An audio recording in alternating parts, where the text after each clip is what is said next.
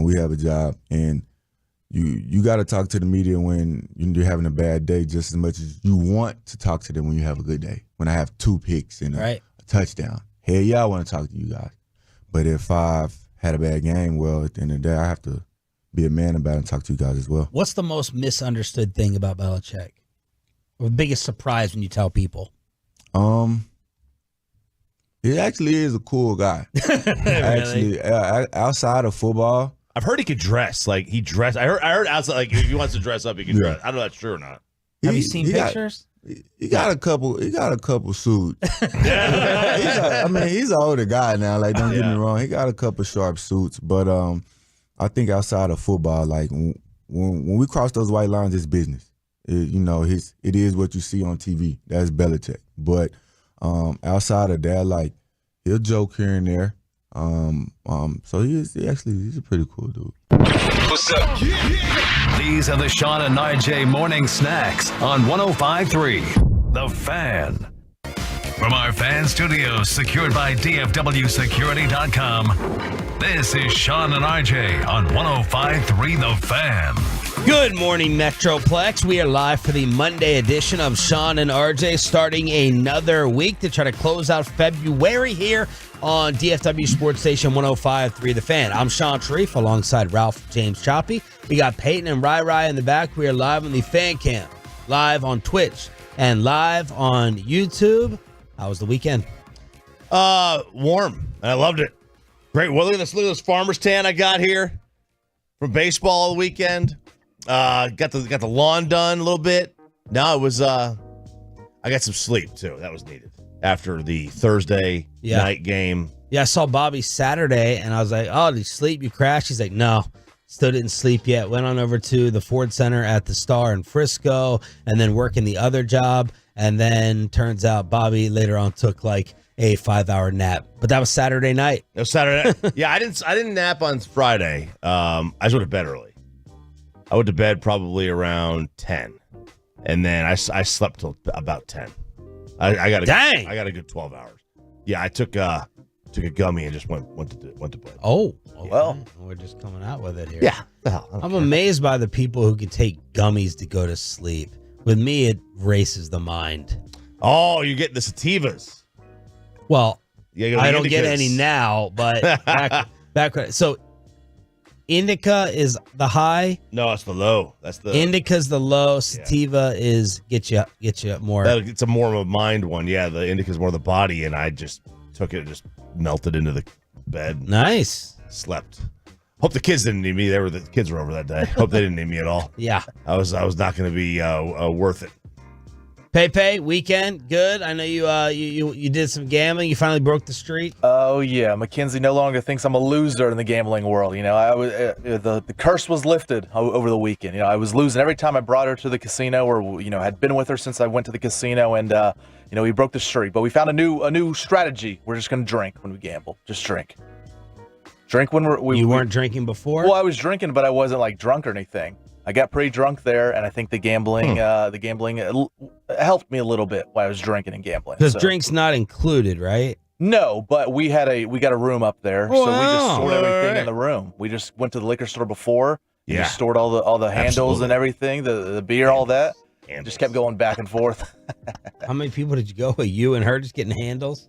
No, we had 3 other couples go with us, and a couple of them got rooms as well, so they had stuff as well. But so when you go downstairs, like your big low T center, metal cup, go down there, mix the drinks upstairs, and then take it downstairs in the what are those cups called again? The Stanleys. The Stanleys. Yeah, the ones that I didn't get, the one that Bobby got instead. No, we just kept it clean. We just kept it with the styrofoam cups. I just kept going back to. We got a new one every time, and so if she she wouldn't gamble, so I just sent her up to the room with some of her friends, and so we just kept rotating there. But drinks kept coming, and I kept drinking, so it was fun. Very nice. Dallas Mavericks in action yesterday. I was looking forward to this. Nice 4:00 game. A little early start. Rick Carlisle, good team in the Pacers, and this thing got away.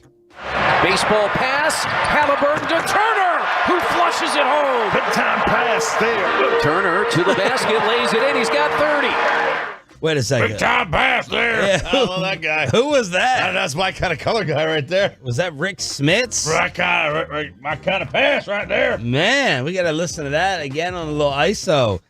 Dropping it in with a deep voice. 133-111. Pacers over the Mavs. The 7-game winning streak is snapped. Of all the games that have been played since the trade deadline, the defense was never a problem really in any of them, and it was yesterday. Now, how much of that was just Indianapolis making shots? How much of it was that? Because they did make some shots, but man, the defense was just a little bit off yesterday, and you can't chalk this up to tiredness, to fatigue, none of that, and you just beat them.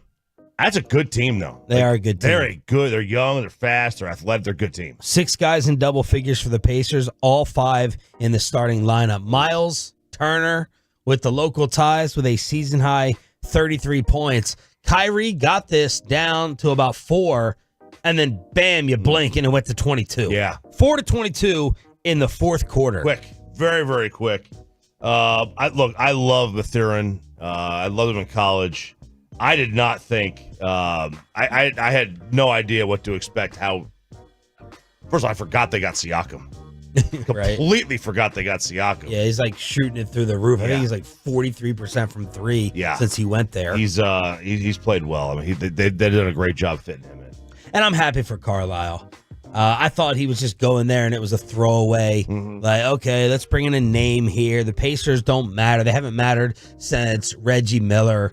No one's going to want to go there. And here they are winning 3 straight games, 6 in the Eastern Conference. They have the face of the franchise in Halliburton, and they shot 56% from the field, 14 threes. Mavs with their lowest assist total of the entire year with 15 dimes as a team.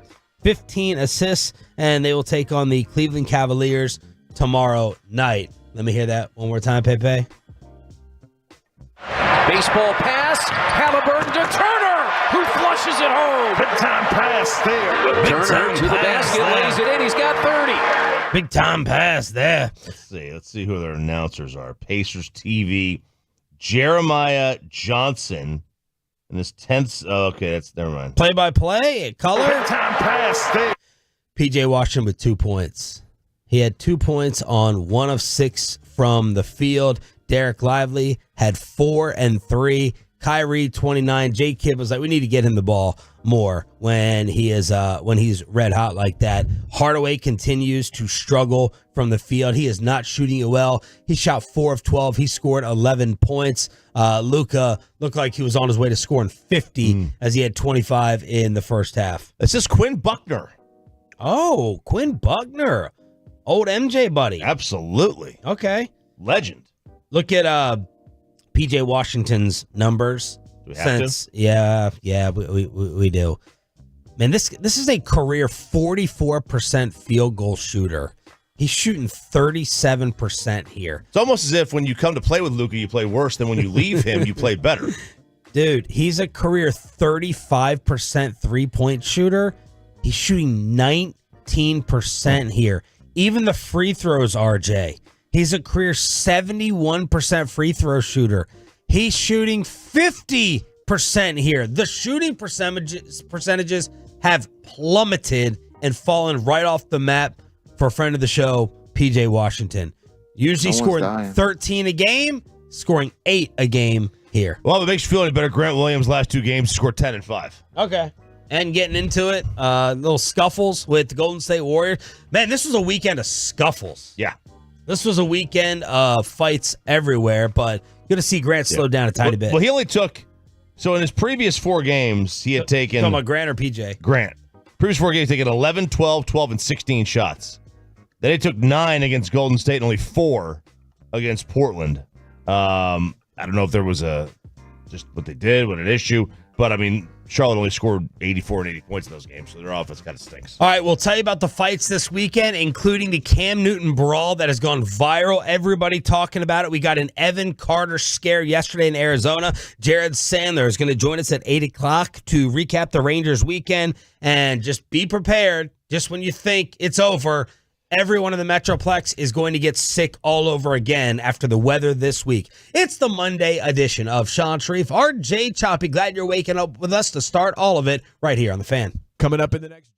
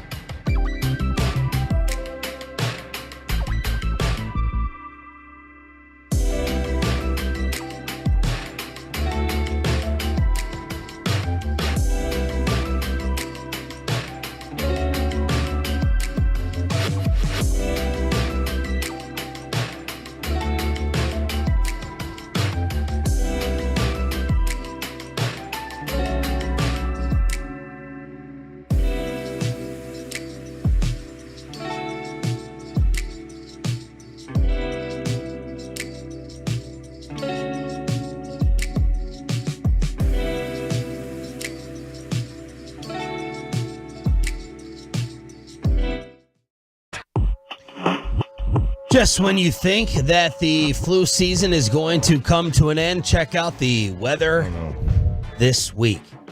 This is insanity. Today's high is 91. Yeah, baby. Low of 62. Fine. Nice. Tomorrow, high of 87, low of 50. Wednesday, high. Remember I said the high tomorrow is 87. Wednesday's high is 55 with a low of 44. Thursday, 55 and 43. Then back up to 73 degrees on Friday. 81 on Saturday, 80 and showers throughout the weekend. So Disgustingly Great week. we're going from 87 and 90 to 55 and 55. Texas, baby. The pool got up to 62 last night. We got back from a long day of baseball. Right in the pool. You got in the pool? Right in the pool. Wow. We didn't feel like showering when we got back. So we was like, we're dumping right in the pool. Because we had showered that morning, and I'm not taking 2 a day. And there was sand, the baseball dirt And all over she, it. Mrs. Germaphobe, she did not shower after the pool? So, because she's going to the gym in the morning, right? So she's going to go to the gym this morning. So she didn't want to shower last night, go to the gym, and then shower again. 3 showers, 20 minutes. It's a pain in the butt. So, and we know we need to wash our sheets anyway. So the sheet washing is today. So it was like, screw it. Let's get a little bit of invigoration. Well, it's cold. It's cold. Oh, 62 degrees in the pool. Yeah, that was cold. You jump down there. And the amazing thing is once you get in, you get out, it's warm. It's warm when you get out. Like, it felt amazing. Fantastic. I highly recommend. You should go in today. You should absolutely go in today. Jump in, jump out. I don't think so. I just take a cold shower. This is way different, man. It hits you right at once. I love cold showers, but this hits you all at once. The nipples, man. So you just jump in. You don't walk in. You just jump right in. No, yeah, jump right in. Once it hits the chest. The David Beckham nipples? Yeah, the David Beckham nipples. That's weird. Guys are getting surgery to get David Beckham's nipples. It's the secret of life. Have you ever looked at a man's nipples and be like, those? Or a woman, and you're like, those. I need those. Bobby's I have. Bobby's for sure. You've seen Bobby's nipples with his hair? With his chest hair? You've seen him actually? Yeah. $5,000 guys are spending to get almond-shaped nipples like David Beckham. Almond? Almond. Not almond colored, almond shaped. Almond shaped. Okay. Almond shaped nipples like David Beckham. Now, you don't get his pecs or abs or money or wife. You don't get any of that. Or face. Or face. Yeah, face. You don't get his tats either. You don't get his hair. But you do get his nipples for $5,000. So there you go. Little scare yesterday for the Rangers in surprise. Evan Carter was removed after getting hit by a pitch on the left forearm in the first inning of yesterday's game. X-rays were negative, and Carter is considered day-to-day, according to Jared Sandler, one of the voices of the Rangers, who will join us at 8 o'clock this morning. You following any spring training or getting into baseball mode yet? Haven't watched any of the games yet. I've watched a lot of highlights of games around the league. But my son, I had my kids this weekend. They're like just all about it. Oh, did you see that happen in this game? It's 4-zip already. Oh, this team scored 22 runs today. The offenses are litty right now in spring training. They're hot. But no, I haven't tuned into a full game. Things got litty at a youth football camp with Cam Newton involved. This is the viral video of the day, and my goodness, Cam is being praised everywhere for tossing guys around. Now, there's 2 different reports. 1, he got jumped. 2, he was trying to break up a fight. But there you see towering Cam Newton take a guy on stage, toss his ass off the stage, had another guy by the hair. It looked like he flung him with one hand. And just a reminder, the internet is saying, just a reminder, these are professional athletes, and Cam Newton was a tank. Is a tank. Yes, do not step to professional athletes. They're different. They're not the same species that we are. By the way, I love the hat because he had the hat with the hole on top. Yeah, to get the hair. Mr. Peanut. The hair was sticking out of the hat, the top of the hat. Love it. Absolutely. But Ryan, see if you can get that video on the Fan Cam, YouTube, and Twitch. See if you can get the Cam Newton video if we're allowed to play it. We need to find out exactly what happened here. Like, why would anybody voluntarily step to Cam Newton? I don't care how many people you have. Why would you do that? Like, this is not a normal size individual. Okay, people are like saying a TSP or something. Cam Newton involved with TSP. And I heard Brady Quinn say that, and like, these youth teams have like names like this. Like, I was Googling TSP. Like, is this a gang? Is this a team? Is this like these 7-on-7s have like names that you go by and titles? I did not realize this, but it was like Cam Newton versus TSP. And I'm like, is this a known thing? Is this like a lot more known thing that I have no clue about? I didn't know. I with don't know. The TSP crew. Cam gets into ill-advised brawl with the TSP crew. This must be the club. I guess is that the club team? Like we have club teams in baseball. I don't know. I assume they would on 7-on-7, but I have no idea. I mean, I figure it might be just your city. I have no idea how it works. Looked like he was handling himself, He was fine. He didn't need anybody's help. Cam didn't need anyone's help. Look at that. And that's on the fan cam. He doesn't need anybody's help. Just throwing them around, bopping their heads together like he's Mo. Little Look at him, Stooges. He's just towering. Like he's just towering above everyone. There was a UFC brawl with Mexican fans at the MMA event. Dana White said, I've never seen anything like it. The security there just said, we're going to wait until it's over. And Dana's like, people are like, Dana, is this a bad look for the UFC? He's like, nah. He's like, if anything, everyone else in the crowd realized maybe we shouldn't do this because security's not going to come in and break it up. There ain't going to be no fake tough guys being held back. Security is like, go. Yep. Go ahead. So there was a UFC brawl in the crowd that took place.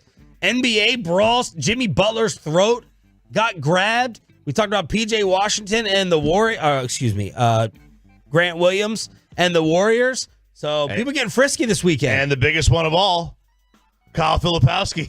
Oh, yeah, Duke. Getting run over, getting a sprained ankle. Now that has created the biggest story of the weekend. Should they ban court storming? Yeah, we'll get into it. Truckwreck.com text line is open at 877-881-1053. 877-881-1053. We got Richard Sherman getting in trouble with the law. We got to get to that as well. Bobby Belt will be joining us in about 10 minutes as our Cowboys insider. AT&T made good, though, with the disaster last week with the network. Well, we'll see. We'll see if they made good or if it's spam. But I got a text from AT&T. Yeah. Because Amanda told me what they did, and this was after I read your email, and I was like, RJ seemed a lot happier than I thought he would have been after this sign of good faith. Let's see if we're talking about the same thing. Okay, so they said in a text, we apologize for the outage. May have impacted you as a valued customer. Your connection matters. We're committed to doing better, yada, yada, yada. That was on Friday. On Saturday, they go, hey, it's us again. We understand the outage may have impacted your connections. To help make it right, we're applying a credit to your account. Yeah. So, it's $20. Okay, she told me it was $5. $5 per line. Oh. I've got 4 lines. Oh. So it's $20. $20. $20? Yeah, for a day. For a day? For 6 hours? Yeah. I think so. I want to know the total amount that they're paying out. How many lines are they covering throughout the country? They might be bankrupt by the end of this thing. Right? Yeah. No, my phone bill is out of sight expensive anyway. It's like $250 for 4 lines a month.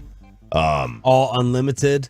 Yeah, all the unlimited. But yeah, I think $5 a line, it's $20. That's fine with me. Okay. For 6 hours. Pay, sure. you have Verizon? Verizon, so I did not take part in the outage. Okay. Yeah. She's like, yeah, $5 a person, but $5 a line, that makes a difference. Yeah. That's how I read it, at least. And I'll go back and read it again, but I'm pretty sure it was $5 a line.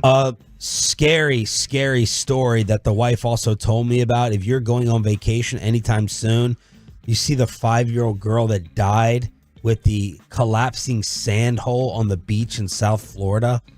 I did not see this. Yeah. She's sitting there playing, and I think it was her and her brother. They were digging up, they're playing in the sand. They're digging in the sand, 7-year-old boy and a 5-year-old girl. We're seeing how far down they could go. Well, it collapsed on them, and people rushed over to try to help her out. She ended up passing away about 6 feet deep. The sand hole collapsed, and apparently this is not just a crazy once in 30-year thing that this happens. This actually happens. So a 5-year-old and a 7-year-old digging in the sand, just playing like little kids, and this poor girl lost her life. And the whole thing just collapsed. I'm stunned. Yeah. I have no idea. Like, how wide was this hole? Was there able to see how wide this hole was? I don't know. They were digging about 6 feet deep. God. Digging about 6 feet deep, and the thing collapsed just like that and engulfed. Yeah. Oh my God. Frightening. I had no idea that this could actually happen, but this played out in Florida. So just be careful if you're sitting there going on a trip to the beach anytime soon. Live on the Fan Cam, Twitch, and YouTube, Sean Sharif, RJ Choppy here on DFW Sports Station. Big salary cap news in the NFL. How much is that going to help the Cowboys. We got to go around the rest of the league, and RJ Choppy may be taking back his Dallas Mavericks hot take that we all heard at the Super Bowl. That's next as we're joined by Roberto. Happy Monday. We're going to get you through it into the weekend as quickly as possible. Already saying that. Next. DFW.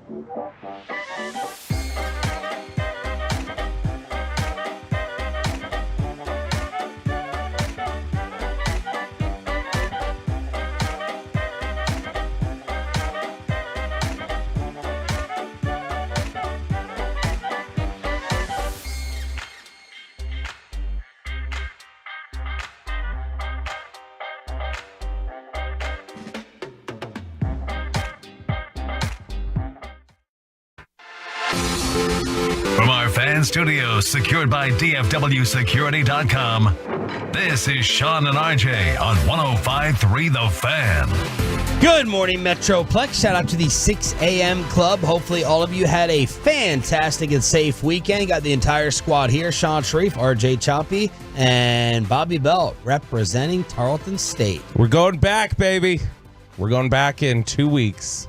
Are you? I'm going back for senior day. Yeah, okay. Hell yeah. Do you know any of the seniors playing in the game? I don't. Okay. He probably knows more than you do. Leadership, using his body. You still have no idea. I still couldn't name you any of the players. Smith, 6. That's the one that was tearing it up. That's what I remember. I mean, him and his wife, they're sitting there talking about like how they were like reminiscing, like they went there. They're like, they were going back for homecoming. We want to be there for the seniors. I'm going, baby. I'm there to support the seniors. I'm there to support the Tarleton State Texans. It's easy because you get all the merch that's Texan on it, so it's easy to just lean into it. I'm going to interview the Purple Poo this time. I'm going to get lit up in the parking lot. It's going to be great. They hit me up over the weekend. I forgot to tell you this. I was going to tell you this today. To surprise you with it. They want to take us out to dinner. They want to take us out to dinner. Tarleton State? The university, the higher ups. The higher ups want to take us out to dinner. So it's not just the play-by-play guy with the credit card? Oh, it might be, but like it's on them. It's on them. It's a thank you. Look, you saw the WAC was excited. The WAC tweeted at us, Sean. The entire conference. They love it. I got to make sure I took my bag out of here. Now I don't remember what I did with all the Tarleton State gear. But thank you all for that. All right. NFL salary cap exploding up. It's going to be $255 million. That's up more than $30 million from last season. Ooh. Record-breaking numbers. Bobby, what does it all mean? I mean, that's a significant jump even from what the most aggressive projections were. So the over the cap was the one who had the most aggressive jump. They projected the cap was going to be $252 million. And most people were operating under 242. And so this was the most liberal of estimates, and even still, it's $3.5 million above that. And so this is going to be this frees up a lot of money for people because teams that would have projected around 240 now are saying we got $15 million annually more that we get to play with. All right, cool. This is the interesting thing is Jory Epstein had interviewed a few different people for Yahoo Sports, talking to a couple different executives, just saying, hey, what does this all mean? What could it impact? One of the interesting aspects of this, people are definitely going to be bigger spenders, but she said this could actually impact the NFL's middle class, quote unquote. So these middle tier free agents, the anticipation from some of these executives is that they're going to view this as, oh, I'm going to go out there, I'm going to collect my money. I'm going to get a big payday. I'm going to get this, I'm going to get that. And that they're going to overestimate their value and they're going to sit for a while potentially. And so we could end up seeing something similar to what we've seen in baseball. Where it's you've got guys into August, good free agents, not necessarily the top tier, but good free agents who are sitting there in August still waiting for jobs because they've overestimated their value. This puts the Cowboys right now, different projections, right? But overthecap.com has the Cowboys at just $8 million over the salary cap. So you would think this is a good thing for the Cowboys. Let me give you some of the other teams and the spending that they can now get involved with. Can this be right that the Commanders have 60 or something? $87 million in cap space to spend? The Patriots are at 83. The Bears are at 80. The Titans are at 78. The Bengals are at 72. 72 million under the cap. The Colts are at 72. Texans 67. Lions 63. Cardinals 55. Raiders 48. Rams 46. Cowboys again 8 over. Now, not a lot of those teams are like great teams, but some of them are dangerous. Like you get a team like Houston or Detroit or Cincy, with a lot of cap room. I mean, now you're going to give even more weapons for Burrow or Goff or Stroud. Okay, I mean that's a little concerning. Giants and Eagles with $32 million to spend, and then Choppy, the one you looked at was Kansas City, the defending champs, with $27.5 million. I mean, here they are, like they've got all this money to spend. They got $27 million to spend, and they could get more by restructuring Kelsey and Mahomes. And this is a team that they just did this in a rebuild. Like that to me is the most remarkable thing of this. And I don't know, it's Pat, and it's hard to kind of compare anything to Kansas City, but we're also kind of calling the rebuild Tyreek Hill. Yeah, they renovated the study. They didn't rebuild the whole house. It's a rebuild. It's not a rebuild. They took the chandelier out of the study. It's still a study. They gave him no receivers. They got a new Emerald custom pool. That's what they did. That's a rebuild. Thanks, Bob. That's a rebuild. Like, it just, I don't know. It just seems like the Cowboys, like they're never really in cap hell, but we never really also have that much space. Right, we're never really in a bad spot. We never really are in a good spot where we have like $80 million. Yeah, it's just constantly shifting money around. Right, that's it. And maybe the Chiefs are winning when they're not even trying to win. I don't know. What's this mean for the Cowboys? It means if you get a CeeDee Lamb extension done, you're out of the red on the cap. That's all it takes right there. If you get an extension done with CeeDee Lamb, you're immediately in the black on your money. And then other moves that you can make, you end up putting yourself potentially $30 million under the cap, getting ready to spend. And if you then flip switches on Dak and other things, they'll have money to spend if they want to do that. And maybe that's what Jerry's talked about with All In. Maybe he just looks at it and says, hey, we've got an ability to spend some money this offseason. Relative to the rest of the league, though, is it enough to make enough of a dent? That's kind of the questions that you're looking at now. Yep, you don't have to. Maybe with this extra boost here, now Dak's $60 million cap figure is only $30 million. See, I will say that the equivalent of it, because the cap moves across the league.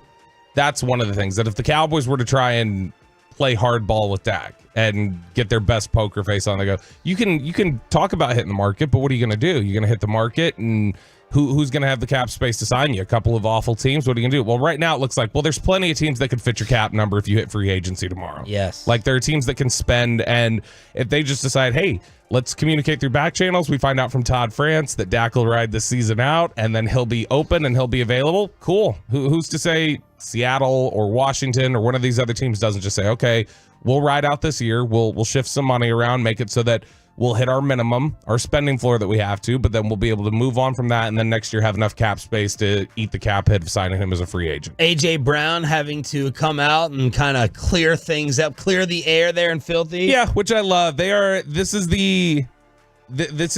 team has bigger rabbit ears than I think any team that I've ever seen.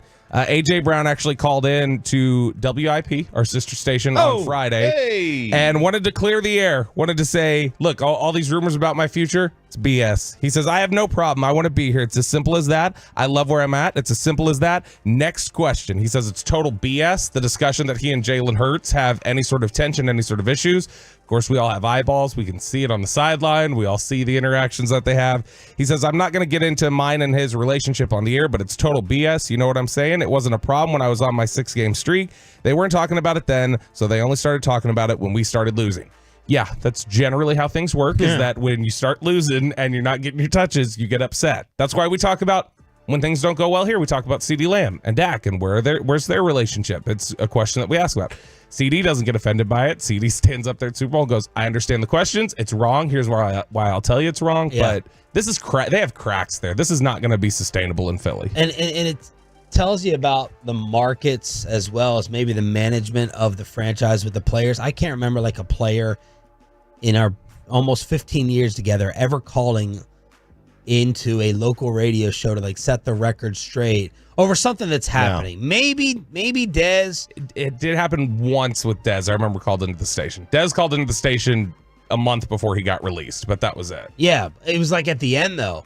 But like while something was taking place, like I'm like, no athlete listens to the sports talk radio. Only Jalen Mills listens, our and new buddy. He's not even playing here. But this just doesn't happen here.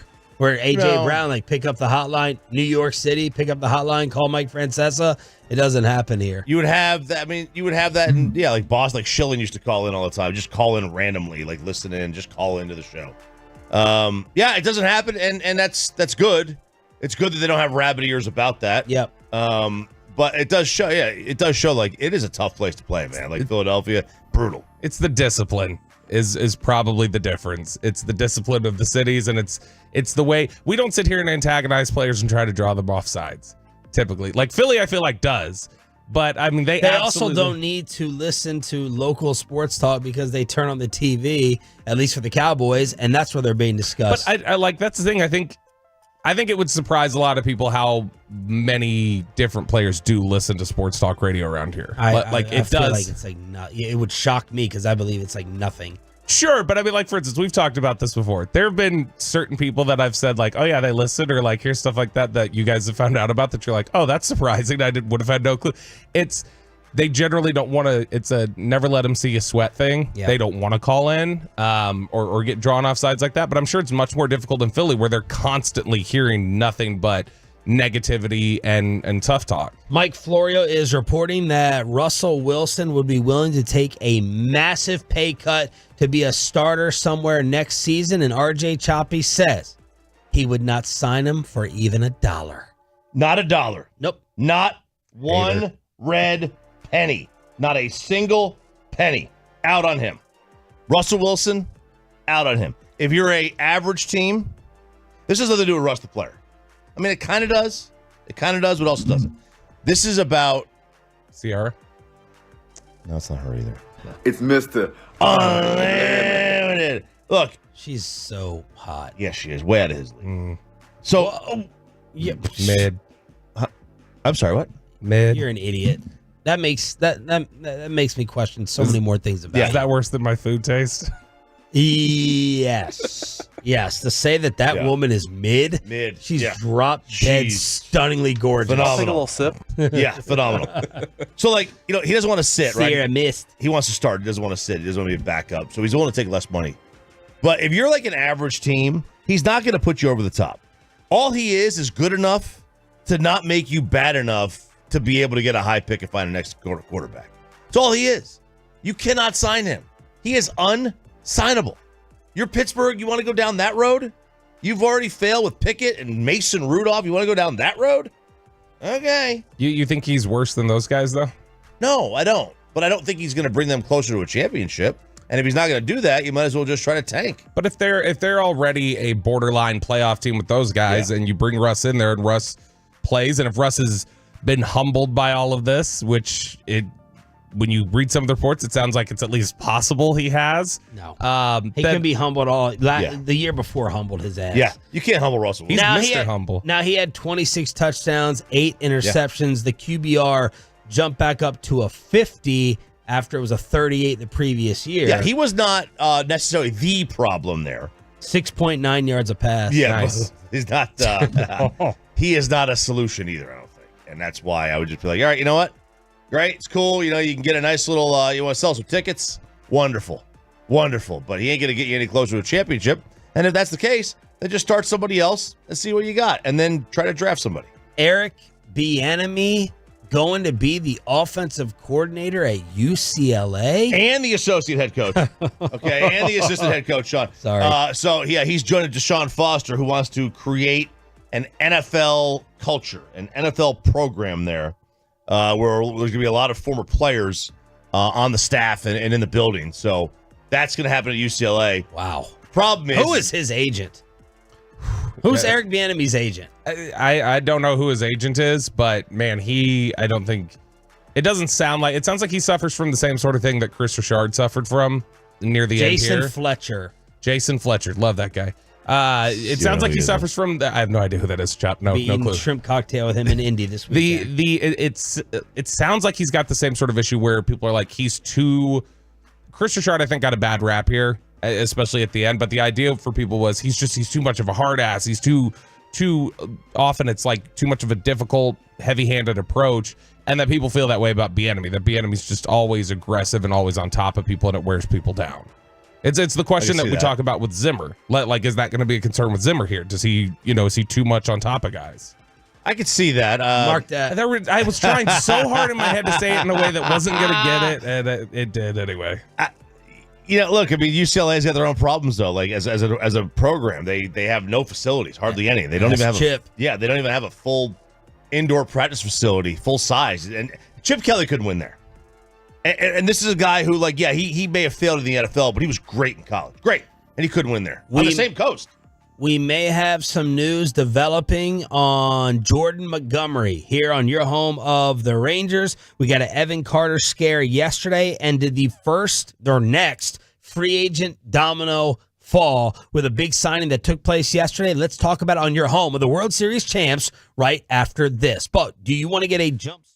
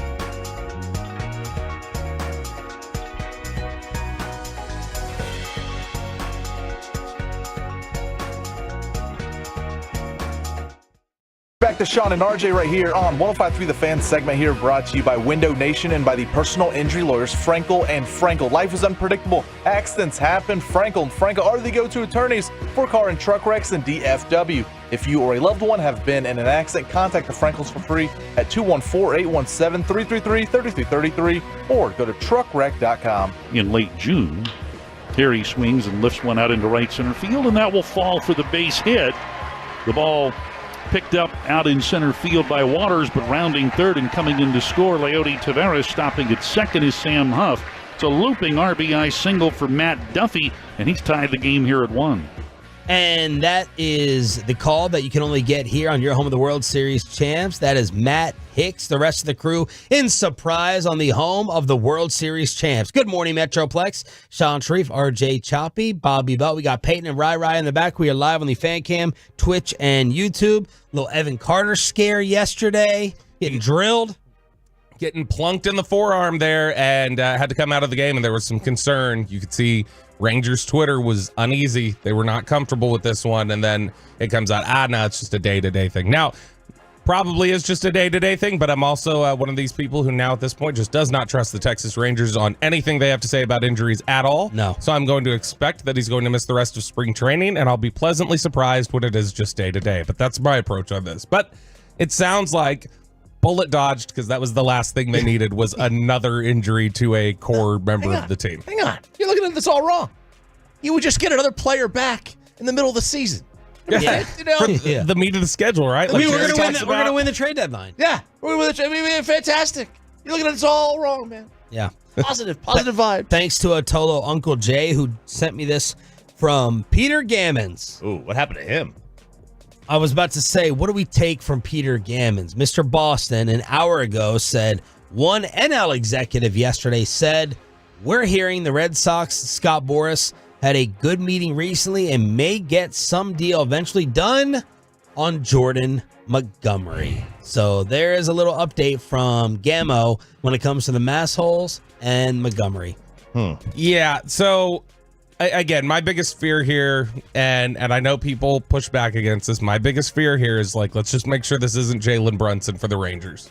Like, let's make sure you're not getting too cute with somebody who was pretty good for you down the stretch and has shown overall, even throughout all the criticism of, like, his peripheral statistics and everything else, has shown pretty good consistency overall throughout his career. Let's just make sure we're not overthinking this one, and you've got a really good beat on what his limitations are and what he is going into the future, because really big difference. Lot of difference, because we've seen Jordan Montgomery for 8 seasons prior to coming here. sub 4 ERA in those 8 seasons, though. I mean, he's good. Choppy, what did you? Yeah, the ERA does look good, but Yeah. no one thought that he was going to do what he did when he came on over here, particularly down the stretch run. But yeah, sub 4 ERA, it is. Oh, he's been a, like, he's the interesting case of the numbers don't match up the science. Yeah. like his spin rate's not this, his velocity's not that, but he does get guys out. Like at the end of the day, like you can only use that stuff so much. Like sooner or later, like the numbers have to match up the production. The production. He's like a chubby Jamie Moyer. Yeah, I mean, look. Shout out KMC. Jamie Moyer was incredible last week. He was, but Jamie Moyer does not that's not. He didn't happen. Right. He doesn't happen very often, and you have to find a way to okay, you got to convince yourself that this is going to work. And I think that's just tough for a lot of teams. They're like, okay, this doesn't match up. This guy's not supposed to get outs. He's not supposed to be able to get outs this way. He is. There are guys that show that they can.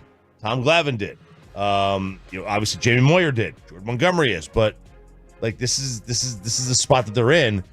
I would sign him. To me, if you get guys out, sooner or later the outs outweigh what the numbers show. We obviously don't know what's taking place behind the scenes and how much Chris Young is checking in with Boris, but it just seems like from an optics point of view, it seems like the Rangers don't care and they're like, go ahead. We haven't even heard reports that they're initiating or having ongoing discussions. That it's just we've kind of made our decision. Just go ahead and get your number from Boston. That's what it seems like, even though, again, we do not know us. Sandler at 8. That's why it feels a little Brunson-like to me, where Brunson... And look, I recognize that at the time, especially with Brunson, it was something that a lot of people agreed with the Mavericks approach on it. But I did. It was this view of yeah, that's nice. You've put up these numbers and you've done this and that, but that doesn't feel sustainable to us, and the peripherals don't say it, and you don't really have the body type that looks like it would project well into the future here. And those same sort of things that we said about Brunson can be applied to Montgomery, where the numbers look good. Do they totally add up? But I mean, you look at throughout his career, college, minors, majors, he's produced a good ERA. He's produced good numbers everywhere he's gone, and I was surprised at all these sub-4 ERAs. Yeah, he was absolutely critical to what they did last year. Like if he's not here, they don't win the World Series. I don't think. He's that. No, he was the glue. Yeah, he held them 6 weeks of the season. He held them together when everything was falling apart. They may not make the playoffs without him. Right. Which I'm just saying, if I'm in his same position. If that same sort of thing happens to me and the Rangers are approaching, so I don't even want to come back here. I'm like, are you freaking kidding me? Everything that I did for you guys and held you guys together, and you're being this disrespectful, I don't even want to engage you guys on talks anymore. But what would be a number to where you're like, okay, we can't overpay for what you did during a very, very clutch, important run? Is there a number, or you're like, okay, that's too much? It depends how many years too. Some guys take a higher average annual value for less years. I think he's 31. Yeah, so I mean, he may do a 3-year deal at 30 apiece or whatever. I don't know what the number is for him, but I mean, look, we're getting down to the point where do you want to compete? Who's do you want to have a chance at repeating this year? Yeah, there's a difference. Do you want to win? Defend. You want to defend. Do you want to defend, or do you want to compete? I hope their mindset is not just compete. Well, we want to compete. Right. Yeah, because if you want to defend, you need a guy. You either need him. I think you need him or Snell to defend, because you're not getting half these guys till July, June. So I do think that number creeps up beyond 25, 30. Yeah, I mean, do you want to make it through until the summer? That's the biggest question, because I don't know right now that the rotation does that for you. All right, so that's the latest on Jordan Montgomery. Meanwhile, I think it was Cody Bellinger, who Kevin Millar was talking about with us last week. Who's that guy that's out there who is an X factor? And I think Millar, when he came on the show to talk about the golf tournament in Las Colinas, is like, dude, Cody Bellinger's a really, really good player. The Chicago Cubs get it done 3 for 80. 3 for 80. But what a win for Bellinger from the standpoint that, let's see. Oh, he has opt-outs after each of the first 2 seasons. So he gets a $30 million salary this year. Then he has a player opt-out. And then he has a $30 million salary next year. And then he has a player opt-out. And if he doesn't opt out, his salary goes down to $20 million. Which he obviously would probably opt out as opposed to taking a $10 million pay cut. But he essentially gets to sign 3 different 1-year deals with this. That's a win. If you're Scott Boras, that's a win, right? You get to go right back to the market next year. Let's say he has an MVP type season. Yeah. He goes right back to the market next year and tries to get another $30 million, but now in a guaranteed long-term deal. And what was great here about Bellinger was you saw the whole national media got scooped by Cubs fan Lisa. It was Cubs fan Lisa tweeting early last week, hearing Bellinger's done 3 years, almost $100 million. Got the word, and everybody's like, yeah, okay. No, just some random fan who tweeted it. Oh. And then everybody was just like, no, there's nothing stirring. And then, of course, this breaks. He gets his 3-year deal. And Jeff Passan was on ESPN yesterday. He had, when he was doing his report, he's like, and of course, shout out to Cubs fan Lisa on Twitter who had this one a little early. Cubs fan, is that her handle? Lisa L. Dobbs or something. But like she did an interview apparently like with a paper out there about like, I had heard something from somebody reliable and I tweeted it out there. So Cubs fan Lisa. Wow. Dallas Mavericks looking to extend the winning streak to 8 yesterday against Rick Carlisle in Indy. Did not go well. Dallas had cut it to 4 at 104-100. And here's Halliburton off the glass, kisses it off the window, and the Pacers lead by 20. Yeah, it went from 4 to 20 real quick. Indiana wins 133-111. All 5 Pacers starters in double figures. Miles Turner with a season-high 33 points. Yeah, what was it? It was like an 18-2 run from Kyrie makes that bucket with like 8:40 left, and then by 4:17 they're down 20. It was in a flash. It was over. But this was, look, you've got to. We're starting to see. I know everybody felt really good about the Tim Hardaway Jr. contributions early in the season. Now that everybody's kind of back healthy, you've made the acquisitions that you have. Let's please eliminate Tim Hardaway Jr. from the rotation. Eliminate. Totally, okay. Dear God, I cannot stand the bipolar nature that dude plays with. Like, you can't bank on it. You cannot count on anything. And to me, I'd rather have something that I can consistently count on than those mood swings, essentially, on the basketball court. Yeah, I agree, but isn't that kind of the game? Like, look at the playoff games lately. They've been largely blowouts, and they're kind of going one good, one bad. You'll win a game by 20, and then you lose the next one by 18. Because you don't shoot well that day, and then the other team does. The whole league has kind of gone bipolar because 3-point shooting's bipolar. I would say he's not even every other game, though. Like, That's to fair. me, Tim Hardaway Jr. is good for 3-game stretches, and then he's awful for 2 weeks. He's shooting 34% this month from the field and 34% from 3. Which means I think all of his shots are 3-pointers. Last month he was shooting 44 from the field, 38 from 3. But right now it's 34 and 34. You have him and PJ Washington out there. You never know what you get. Well, right now I do know if they suck. I know I'm getting suckage. That's what's happening right now with Hardaway and PJ throwing it up. But I'm happy for Rick Carlisle, man.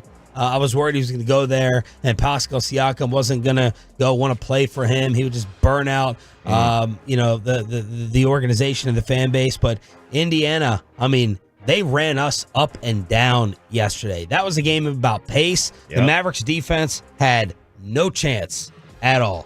None.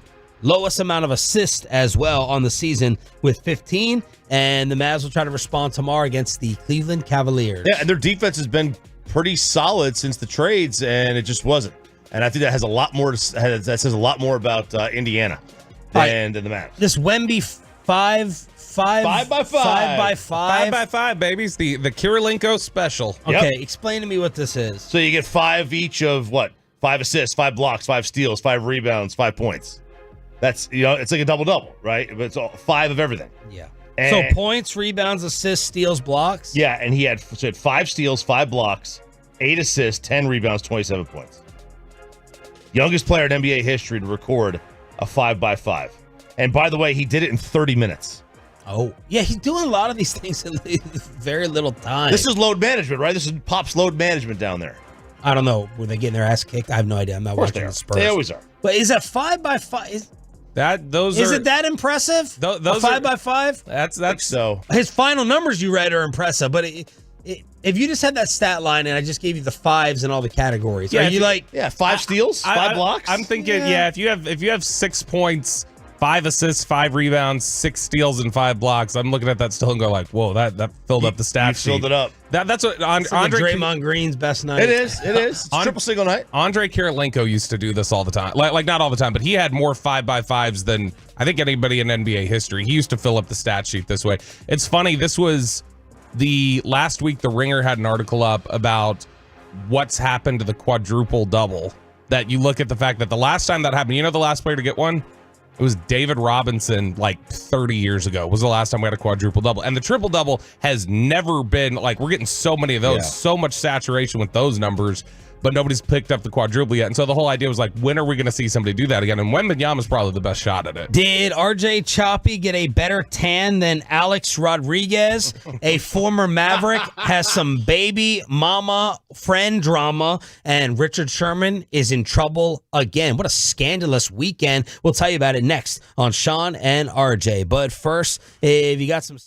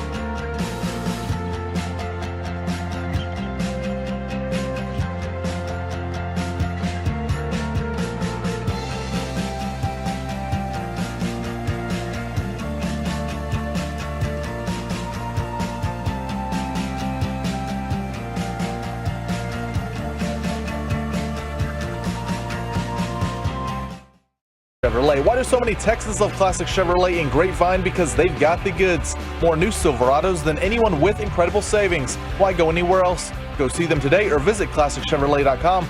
This is Texas. This is Classic Chevrolet. Relax, enjoy the difference, and find new roads. Did RJ Choppy get a better tan than Dora? Whoa. You know what that means? Dora the Explorer? Yeah. That's kind of the reference, but it's not the exact reference. I'm stealing this from Bobby in his email, which no one reads. No. It's the reverse A-Rod, the reverse Sosa. Bobby called the Dora. No, the ASOS. It's the reverse Sosa. Dora is a A-Rod backwards. I think Dora's even better, but it's the reverse Sosa. Yeah, the ASOS. As A-Rod, he got a little crispy. He did. He said that, he fell asleep. Fell asleep on vacation. On vacation. Yeah. No. And that he's Dominican. He's Dominican. So you're going to get that darker tan. Absolutely. It's like me. If I fall asleep out in the sun, my tan will blow all y'all's away because I got the natural brown skin. He's not doing something different. Look at Ryan on the fan cam. He's got the side-by-side right there. That even is a flattering angle of the tan there to make it look a little lighter. This is bad spray tan. That's what this is. Oh, you think it's a spray tan? Yes. Oh, it's like you're punching a little person. There's no way. Coated on. Yeah, there's no way he does not spray tan. No way. 100%. 100%. I could buy that he spray tans, but I mean, like, he is right. Like, if he, credit to him for explaining it. Well, he saw social media absolutely blow up, and he decided to address it. All right, everybody. I know that I'm dark, but I am Dominican, and I went on vacation, and I fell asleep in the sun. So everybody calm down. Tranquilito, suavecito. Mi gente. Yeah. Everybody calm down. Everybody calm down. Fell asleep on vacation. And he said something else. I don't know what he said there. When you fall asleep on vacation, though, I feel like it's an uneven burn. Like you get really scarred by it. Well, you do. I've been on. I don't know how people fall asleep. Like, were you just about to flex how many vacations you've been on? No, like, we've all been on. I have no idea how people fall asleep on vacation at a beach. Like, I just don't know how to do that. Why? It's hot. Yeah. It's like 5,000 degrees. You're sweating. The water's crashing. You're on the beach chair. I don't sleep either like that. Yeah. Maybe on an umbrella, sure, but like just at the sun, I don't know how they do that. Yeah, this is too even a tone across the board. That's what I'm trying to say. This is what very even. This is something that he selected, and he went a little aggressive with the spray tan. I think I'm not buying the fell asleep in the sun line from him. Did you see the Christian Wood drama? Oh my goodness. The former Maverick, apparently it's kind of hard to follow along with this or decide what is accurate. I think Christian Wood dropped his son off with the mother, but the mother let a friend watch him. So Christian Wood on video shows up to the friend's house with a shovel, and she's basically trash talking through the door, the app or something, basically like, what are you going to do? You're going to hit me with that shovel? I need to go ahead and call the police. Then she sends screenshots out where Christian's like, hey, I'm really trying to help you. I'm the legal guardian of that child. If you refuse to give me my son, they're going to say that it's kidnapping. And then I think the mother of the child or the girlfriend hops a fence and like carves up Christian's vehicle. Yeah, look at that. It's scratched everywhere. It's like my Jeep. You got a lot of scratch marks on that thing, huh? I got one for sure. Yeah, that thing looks bad. That looks like... I believe it was from a cray-cray. That is somebody named like...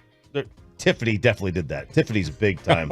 That's a big... Tiffany with an I instead of a Y. Yeah, Tiffany's a big... Plain lady. Big car key, I think name. Yeah. Big car vibes. Absolutely. This is he's just one of these guys who seems like just drama follows him though. Yeah. It's what he's one of the plenty of guys have been described like this over the years, but he is one of these always something guys. Like there's always something going on. There's always something following him around. He's always got some drama, whether it be on the court or off the court or whatever else. And it's why he bounces around like he does. Yasmin Lopez smashing up the car before a police arrest. So that is her name. Oh my goodness gracious. Did you see the hood? Yeah. That's a lot of writing. A lot of scratch marks, man. That is a lot of scratch marks. That's Elon Woods or whatever her name was. No, Elon took the golf club. Yeah. No, I know, but I mean, it's that that level of damage. No, she destroyed the car. Yeah. So there's some Christian Wood drama, and I think he's conveniently out a couple of weeks with an injury for the Lakers. They've always said the code word. I've heard they say the code word for anybody who's out for something that's not really basketball related is a back injury. They'll say they're dealing with a back. Can't say anything about a back. Can't say anything about it. Like Rondo. Rondo was a back injury because the wink wink apparently is spineless. Richard, I think this is a sprained knee, so everything you just said, unless I'm wrong. You're probably wrong. Doesn't matter. Double check that. Christian Wood. I want to know if it's a knee or a back, Peyton. Richard Sherman may have an issue. He was arrested again early Saturday on suspicion of driving under the influence. The officer who helped respond to the traffic stop reported talking to Sherman and noticed the odor of intoxicants and that Sherman's eyes appeared to be bloodshot and watery. Remember, he got in trouble in the past. He was shown on video trying to break down a door. I had forgotten about that. It is wild that went away as easily as it did. It did go. What is it, Peyton? It's a knee injury. Bam. NBA Inside. I had totally forgotten about the Ring doorbell camera where he's trying to knock this door down. Yeah, because the only thing people talk about pleading guilty to 2 misdemeanor charges stemming from a drunken driving and domestic disturbance. There you go. Also admitted to a criminal infraction of speeding in a roadway construction zone. So Richard Sherman going to keep his job on FS1 on Amazon? I would guess so. Like, I mean, how many times have we picky? Yeah, I mean, are they going to run you off for that one? I don't know. That doesn't seem. They didn't run Mike off.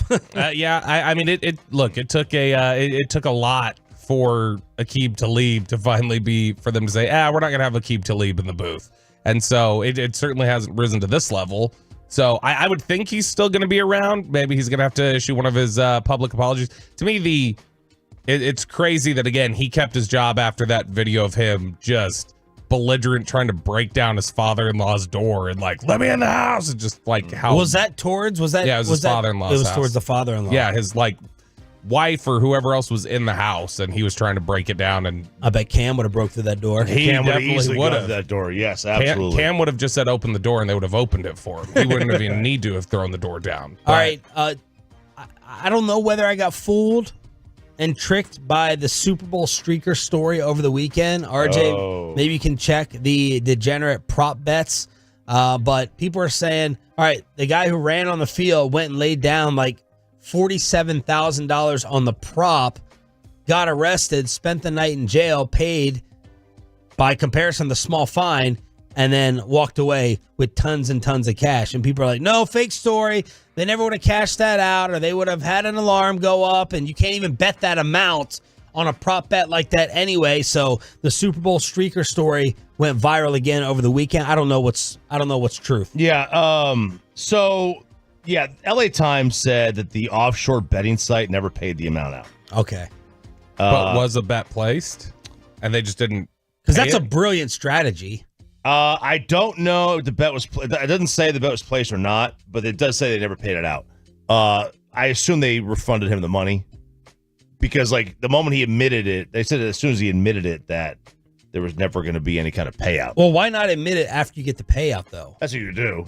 You admit it after the payout. But I think what they do is they realize, because they try to say that he bet like $50K and walked away with $375. With $375, yeah, I think it was $374 change or whatever. Thanks. And a $1,000 fine. Well, have somebody place the bet for you. Exactly, but then good luck getting the money out of them.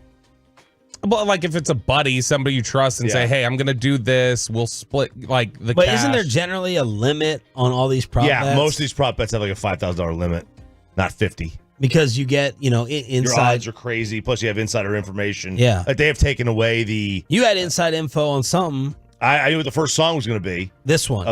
And then I knew what the. Did you try to bet it? I thought you you were wrong about what the first song was, though.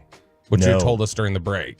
Because I thought you told us you thought it was going to be. Yeah, but then the Fantech said they actually did play that song as the first one. They played like 2 seconds of it. Would that have counted? I don't know. That's the thing. Sometimes, like they say, each betting house has their own stipulations. Some say any kind of word of the song or tune. Others say 12 seconds. So it depends on what the betting house was that you betted on. But we've had this before. We found out like Katy, was it Katy Perry's set list? We found that out. We knew what the first song was going to be there. So like but they know there's mischief involved.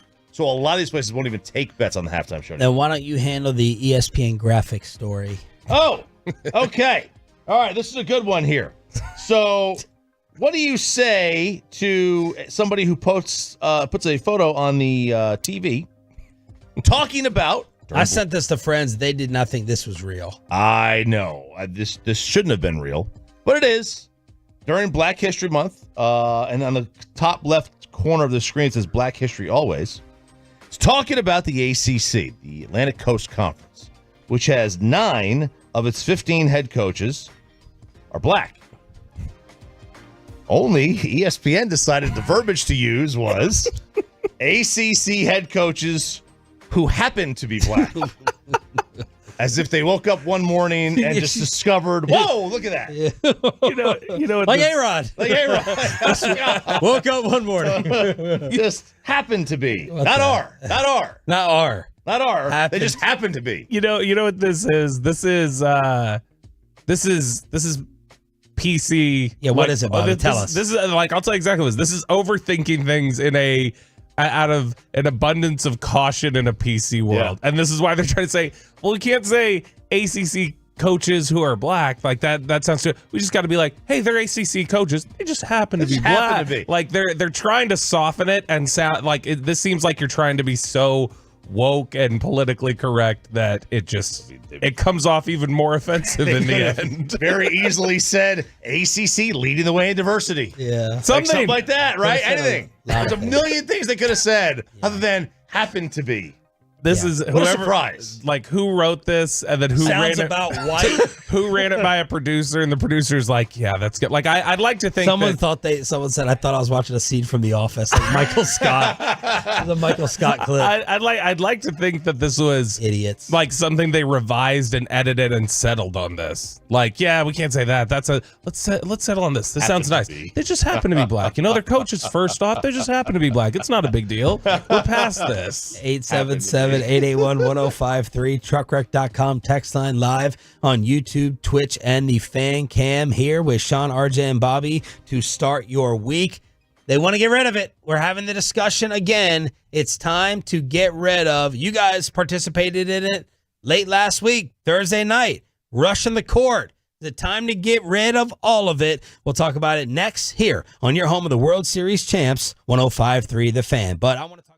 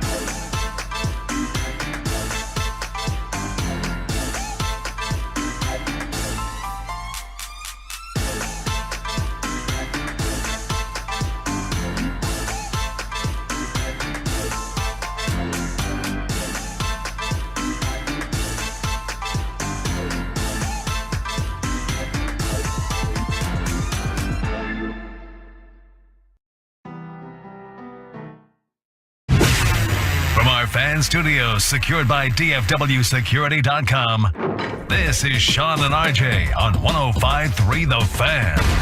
Good morning, Metroplex. Sean, RJ, and Roberto, as the announcer guy said, on your home of the Rangers and Cowboys, 105.3 The Fan. Coming up at 7:20, the commercial-free expressway. We got Peyton and Ryan in the back. We are live on YouTube and Twitch, along with best and worst of the weekend. But a huge debate and sports topic from the weekend, rushing the floor. Rushing the floor. Storming the court. Whatever you want to refer to it, but everybody wants to come to an end, have this come to an end. Storming the court. We were a part of this on Thursday. I've been a part of now 3. That was the third one. One in Knoxville, basketball. Charles Hathaway tip-in against Wally Zerbiak in Miami of Ohio and a comeback win. And then the other one, Florida, Tennessee, 1998 in football, rushed the field. Okay? They were great. I lost a sandal. Birkenstock. I lost a Burke. I went home. I had to walk home barefoot on one foot. Are those the ones that tie around your ankle? Or like have the latches? They had the latches, no tie in the back. I wasn't in sport mode. Oh, sport mode. Why is this being talked about? Well, Kyle Filipowski and Duke lost on the road at Wake Forest. Wake Forest doesn't have. They've had nothing. They've had nothing going for them since, like, I don't know, Dave Odom was there. Tim Duncan. Yeah. So they've had nothing going for them in a long, long time. And they beat Duke. They're a good team this year. Wake's a good team. And here they are. They storm the court. Rush the court, whatever you want to call it. And Kyle Filipowski, who's a really good player, he is caught up in the middle of it. And someone, looks like he thinks they targeted him. He comes away with a sprained ankle. He says somebody punched him in the back, and then they ran right into his leg, and he has a sprained ankle. They had to help him off the floor. And their head coach, John Shire, is not happy with this, and he wants to lead the charge. Disappointed we lost.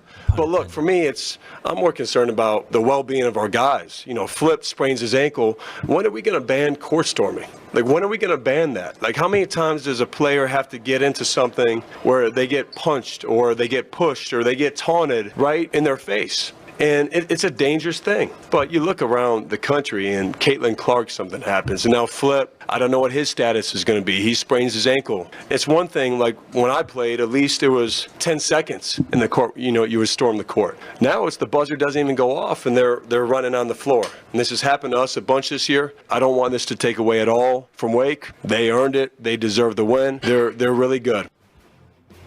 All right, so, like, I don't know that there was a 10-second grace period back in Shire's day. No. Shire's day was like 8 years ago. Okay, we were doing the show when John Shire was playing for Duke. So it's not like this is like a long one. Maybe it was 10 years ago. But still, this is not 10 seconds between that. It's always been as soon as the buzzer goes off, you storm the court. And it sucks that guys get hurt. Sometimes it does happen that they get hurt. Yeah. It's also a fun thing to do. It's part of what makes college sports great. You don't do this in the NFL. You know, and the problem is Duke never gets the benefit of this. Yeah. Duke never rushes the court. I love as Shire goes, this has happened to us a couple times, and it's like, oh, so you've lost when you weren't supposed to. But, like, you know, Duke also, they don't rush the court in Cameron. Yeah. Right? Because they're never the underdog. Right. Filipowski said, I absolutely feel like it was personal. This has to change. Intentional for sure. Like I said, there's no reason where they see a big guy like me trying to work my way off the court. They can't just work around me. There's no excuse for it. What do you do? That's the impossible question. Quit crying. What do you do? That's what you do. You quit crying.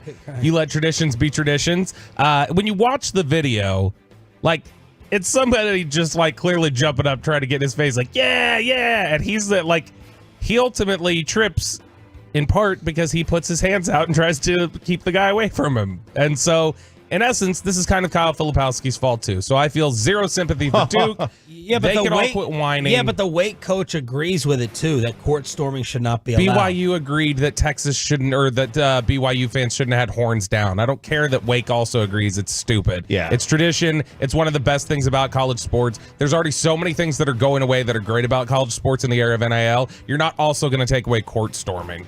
I think the announcers during the game said this is why you got to ban storming the court. There's a lot of people that are saying this in the media about storming the court. I don't know. Like, conferences have put fines on schools for rushing the field or storming the court. It's not going to change anything. It's look, these are college kids. Sometimes the toothpaste is out now. Yeah, sometimes they get they overdo it. They do. There's a lot of that. There was nothing fearful. You were in that one. I was too busy on ESPN. I got pushed. I got pushed in that one. I got pushed out of the way by somebody. You did. So did you feel like at any point? I felt threatened. Yeah, significantly. It was a gym of like 80 people. I know it was not. It was a good 2,000 individuals. Didn't somebody like step over the scorer's table to get past you? I'm sure you felt fearful for your life watching these college kids storm onto the field. I felt more stress and anxiety in the pit at a concert than I did here. This is like seriously one of the softest things I've ever heard, and the idea of shutting this down because an incident happened, that's unfortunate, but an incident happened that is largely an outlier. Like, people are not consistently getting hurt in these things. Is there just any way we can get the athletes off the court faster or protected more? I guess that is the key question. They're not going to start sprinting from the 50-yard line to the tunnel. So the best way to do this, if you wanted to end this, is you move the student section further back. Right? So make the student section upper deck, or if you're a single level, make the student section the last 10 rows as opposed to the first 10 rows. Yeah. Or however many it is. Because, in Knoxville, it was general admission. Student section, sit where you want. Then you take away atmosphere. You take away atmosphere, though. Yeah. Look, I mean, you can have all the fines you want in place.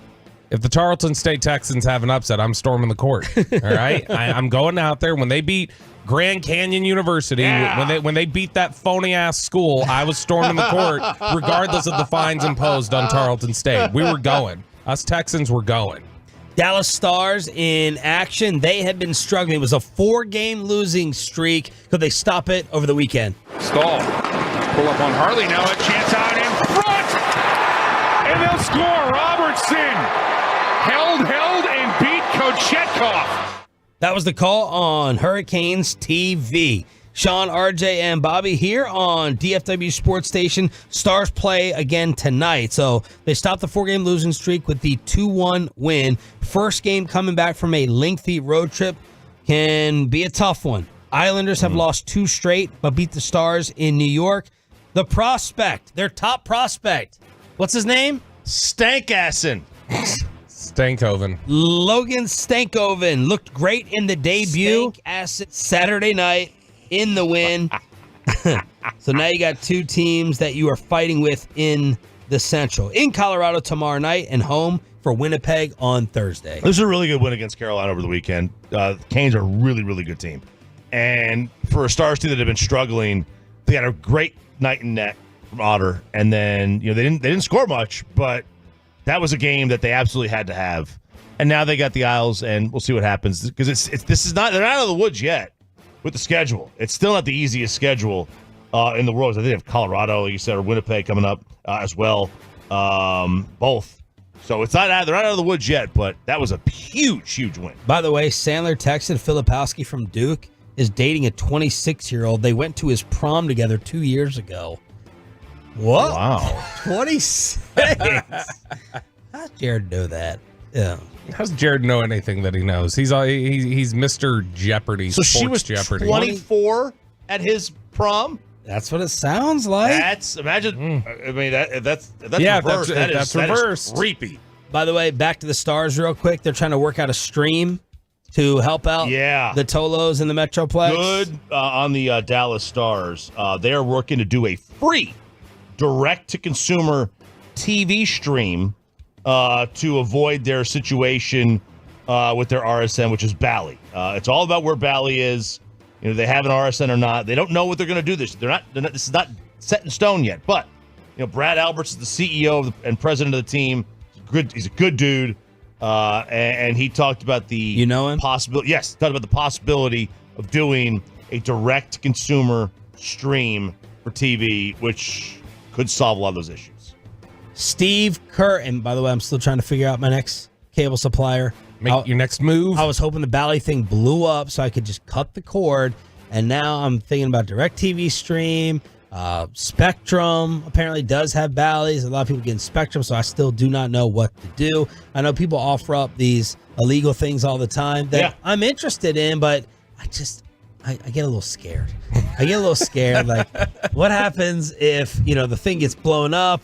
Like the feds are watching. I get found out, So I always am like a little chicken over that. I get it. Tap your phone line, stuff like that. I get it, man. You don't want them to be looking in place they don't need to be. Steve Kerr getting that big time extension. Yes, look at that. Steve Kerr getting. How's he get an extension when the Warriors are like on the cusp of missing the playoffs and getting ready to break up the dynasty? They're in 10th place. They are one bad stretch away from missing the playoffs for the third time in 6 years. An extension. And he just got almost $18 million a year in an extension. This is a 2-year, $35 million extension. Wow. 35.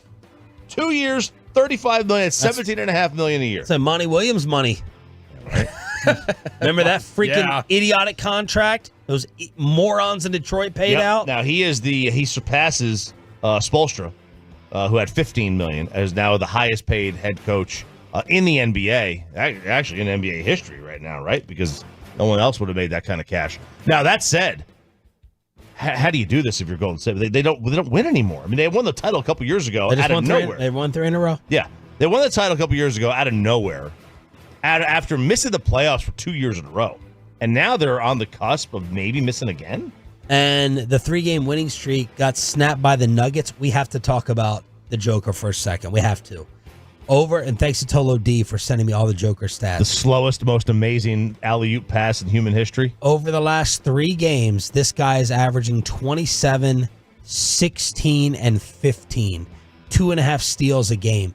68% field goal percentage. 27, 16 boards, and 15 assists. Centers with 16 or more assists in a game. In the history of the NBA, he has 11. The rest of the NBA from the center position has 7 combined.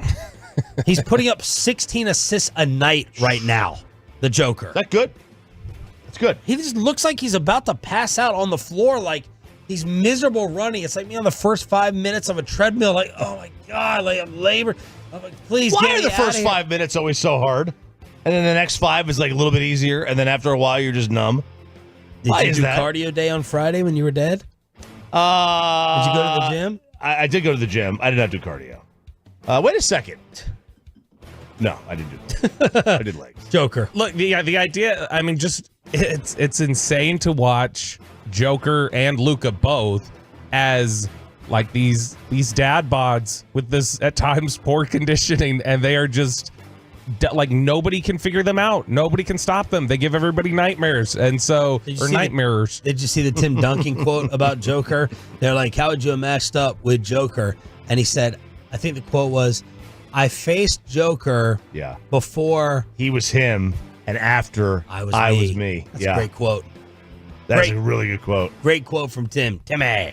Yeah, I mean, look, I think Tim still would have struggled with Jokic, just like everybody struggles with Jokic, regardless of when he was him and he was him or whatever else, however he wanted to turn it around. It was going to be difficult because Jokic is just, it's unreal, the vision that he has, how quickly he processes the game. For as slow as he physically moves, his brain is just, he's so fast. He sees everything so quick.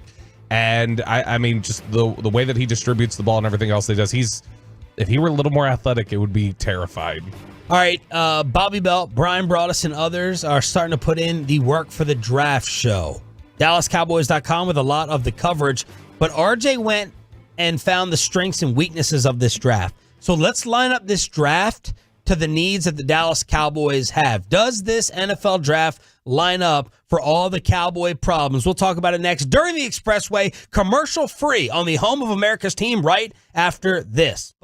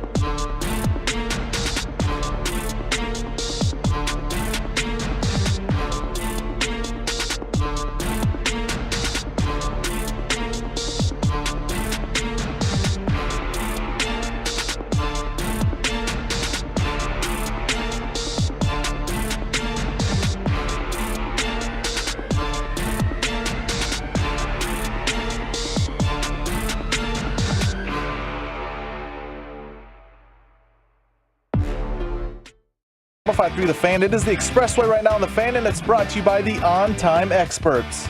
This is the Expressway, and it's commercial free. Good morning, Metroplex. Thank you for being a Tolo. That stands for Turn It On, Leave It On. In case you're new to the show and the station, home of the Rangers, home of the Cowboys, and by far the best NFL draft coverage around. As I'm imagining that's taking over your Love the Star podcast, 2 million downloads.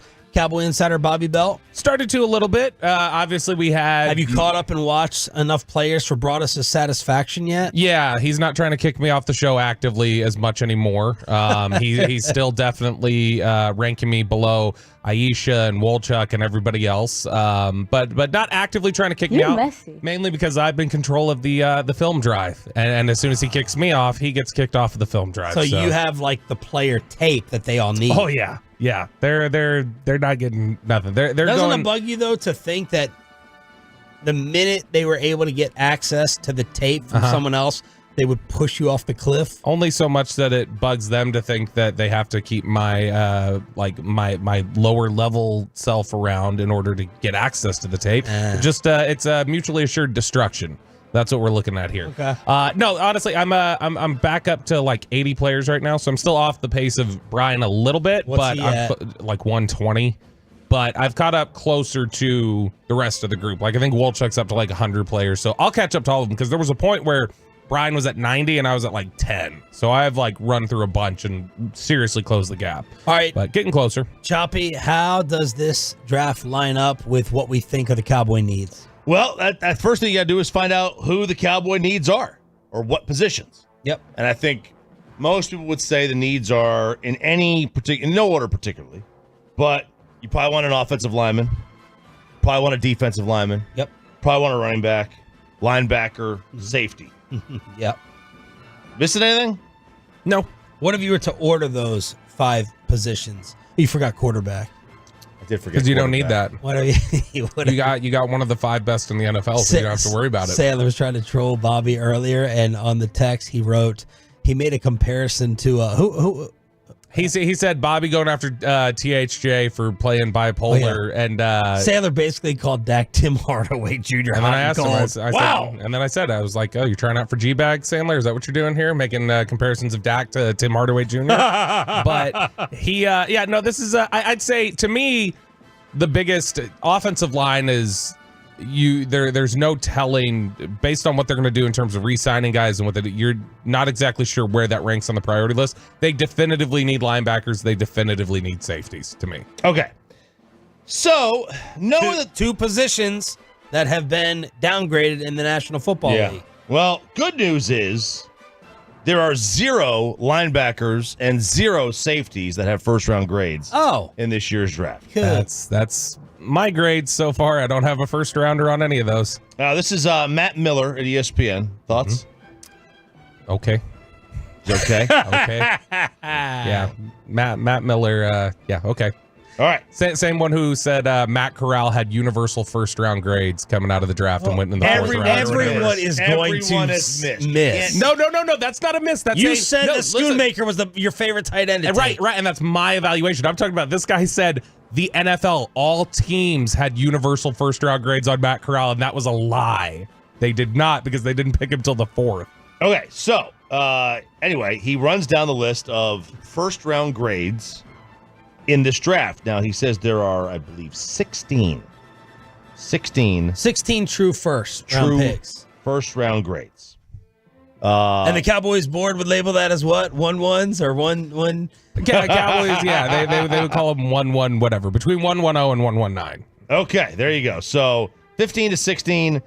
He has 16 this year. Sometimes it's 17. It's very arbitrary how it goes. Quarterback, 3. 3 real deal. True first rounders. Caleb Williams, who's not going to throw at the combine in Indy, which Bobby is going to on his own dime with all the effort Friday, Saturday, Sunday, Monday. They have his comp as Aaron Rodgers. Jaden Daniels. I'm out on Jaden Daniels. That's poor man's Lamar Jackson. Well, that's his comp is Lamar Jackson. Oh, wow. And then Drake May. And his comp is Justin Herbert. I don't know if I see that. I don't know. I don't good. see Justin Herbert. Justin Herbert was a better decision maker to me than Drake May. Does Drake May have the arm talent? Like, yeah, Drake May's really good. He's really good. Drake May's really good. I don't think I think the skill set, the attributes are better in Caleb Williams, but I mean Drake May's really good. No running backs. So that's your running. Those are your quarterbacks. No running backs. Although they have solid running backs on day 2 guys like Audric Estime, whatever, and then Jonathan Brooks from Texas. So, but none of them would be in the first round. Brooks would go in the first round, I think, if he didn't tear his ACL. I think he would have gone back into the first. Now, let me ask this question. Are scouts and all you wannabes, thank you, are people able to say that a running back is a first-round talent and separate that from the need for the position? Sure. Are people doing that, so. or are they like, no, I'm not going to put a 1 next to any name like Bijan last year? Well, I mean, wasn't that Bijan? Like a lot of people talked about, Bijan's one of the 10 most talented players in the draft. I would not take him in the top 10. I mean, Atlanta did, but I mean, I think plenty of people felt that way. Okay. Yeah, like Brothers has always talked about manipulating your board. Like, you don't want to necessarily manipulate your board, but I think you do. Window dress is what they say. Yeah. You don't want to window dress your board. I absolutely want to manipulate. I want to make sure that no running back is a first-round grade. Well, I don't have one, so. There you go. So, no first-round grades for the running back. Wide receiver, there's 4. Marvin Harrison Jr. You don't have someone this year's Thurman Thomas like y'all did Barry Sanders for Bijan? No. Screwing my fantasy team? None of that. I don't have a guy on my board that I think is going to lose 4 Super Bowls, no. Marvin Harrison Jr., number 2 overall prospect. Oh, who was 1? Caleb. All right. Malik Neighbors, LSU, number 3 overall prospect. Rome Odunze from Washington, number 4 overall prospect. Your top 6 prospects: quarterback, wideout, quarterback. I can't even stand up. Okay, I'm gonna have to do the tuck here in a second. You are standing. All right, holy cow! And then Brian Thomas Jr. At LSU is the number 16 prospect. I don't love him. 1 tight end, Brock Bowers, number 10. 3 offensive tackles. Joe Alt, Notre Dame, 8th overall. Fashanu Fashanu at Penn State, number 11. Color. And then Fuaga. Yep. At Oregon State, number 12. Talise Fuaga. Nobody on the interior of the offensive line. Okay. You're safe, Badiz. Not really. So, no.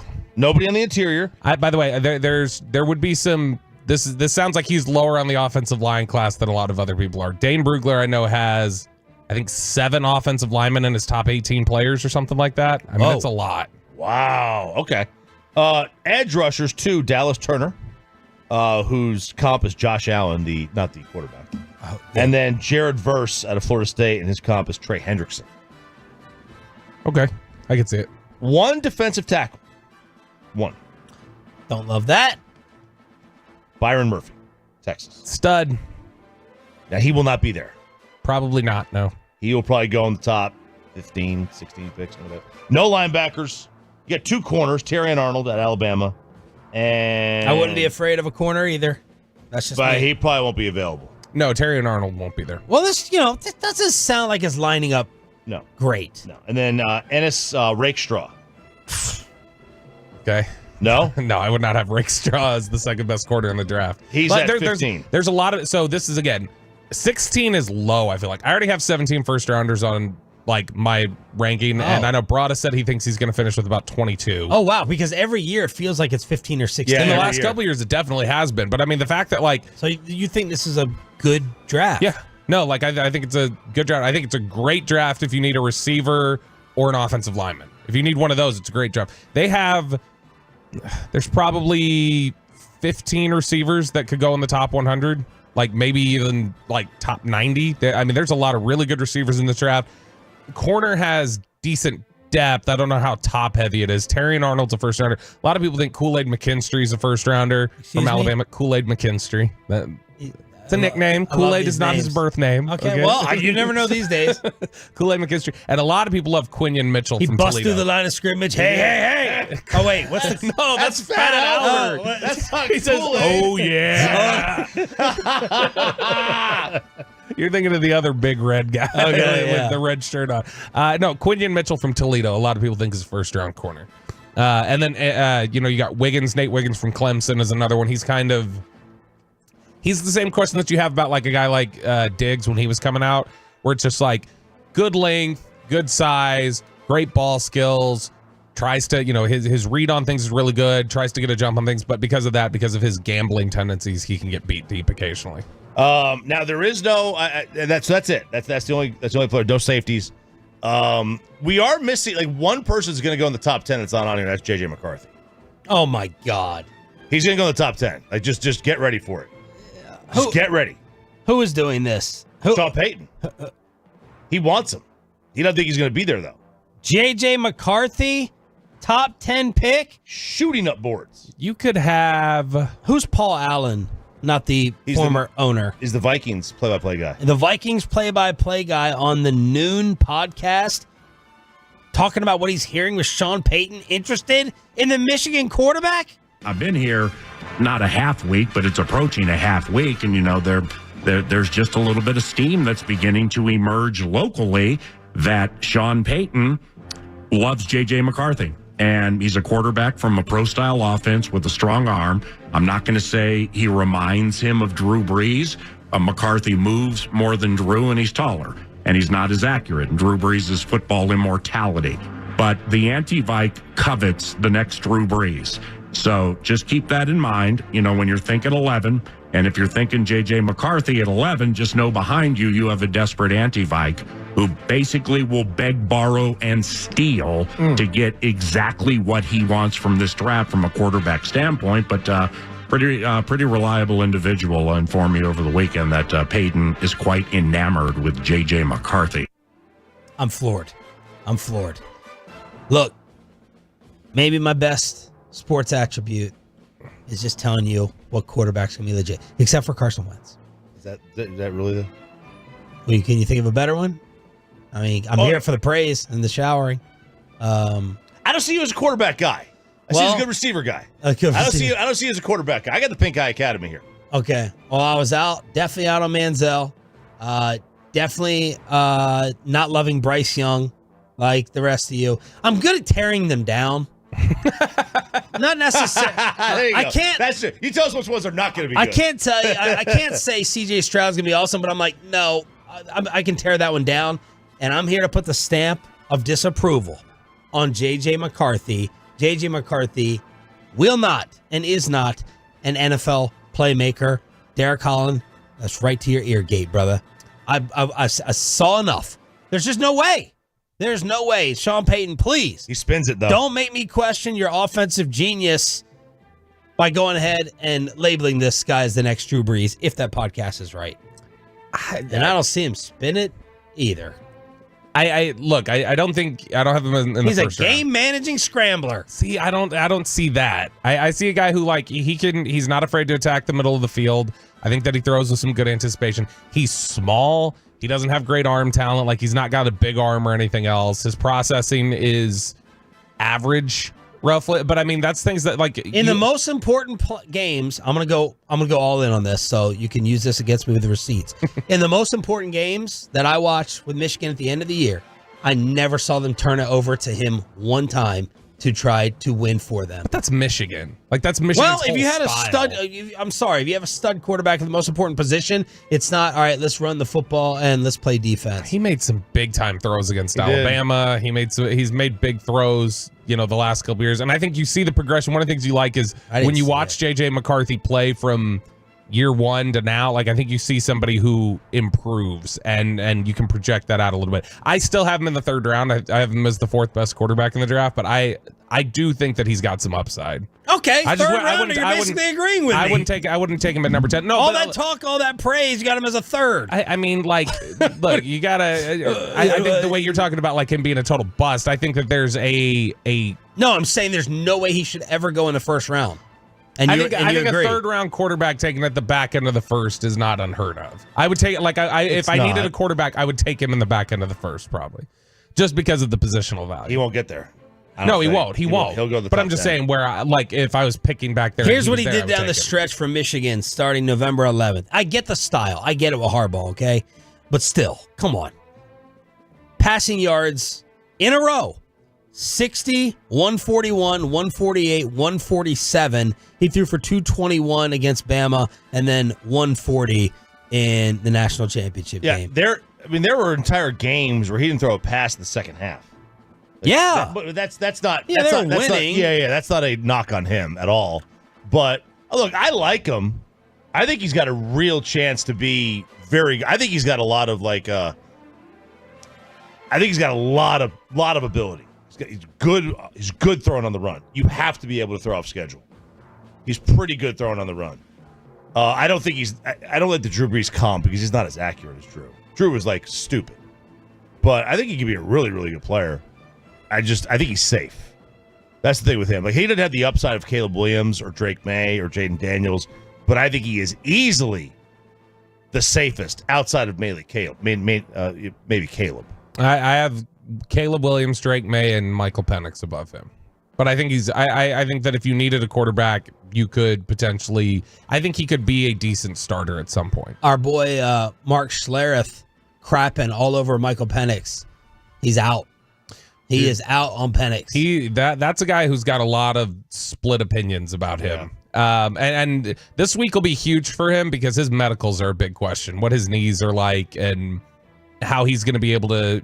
I think there are going to be some teams that just say we don't think he can hold up in the NFL, and they'll flag him and they'll say that he potentially is off their board. That's this upcoming weekend. How about this weekend that just took place? Best and worst. Ladies and gentlemen, the weekend. All right, tell us your craziest weekend story of what went down and how it happened on the truckwreck.com text line 877-881-1053.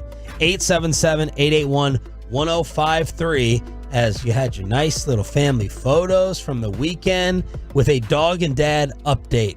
Yeah, so a little dog update. So here's the thing with our dog, Pudge. We took him to the dog park last week.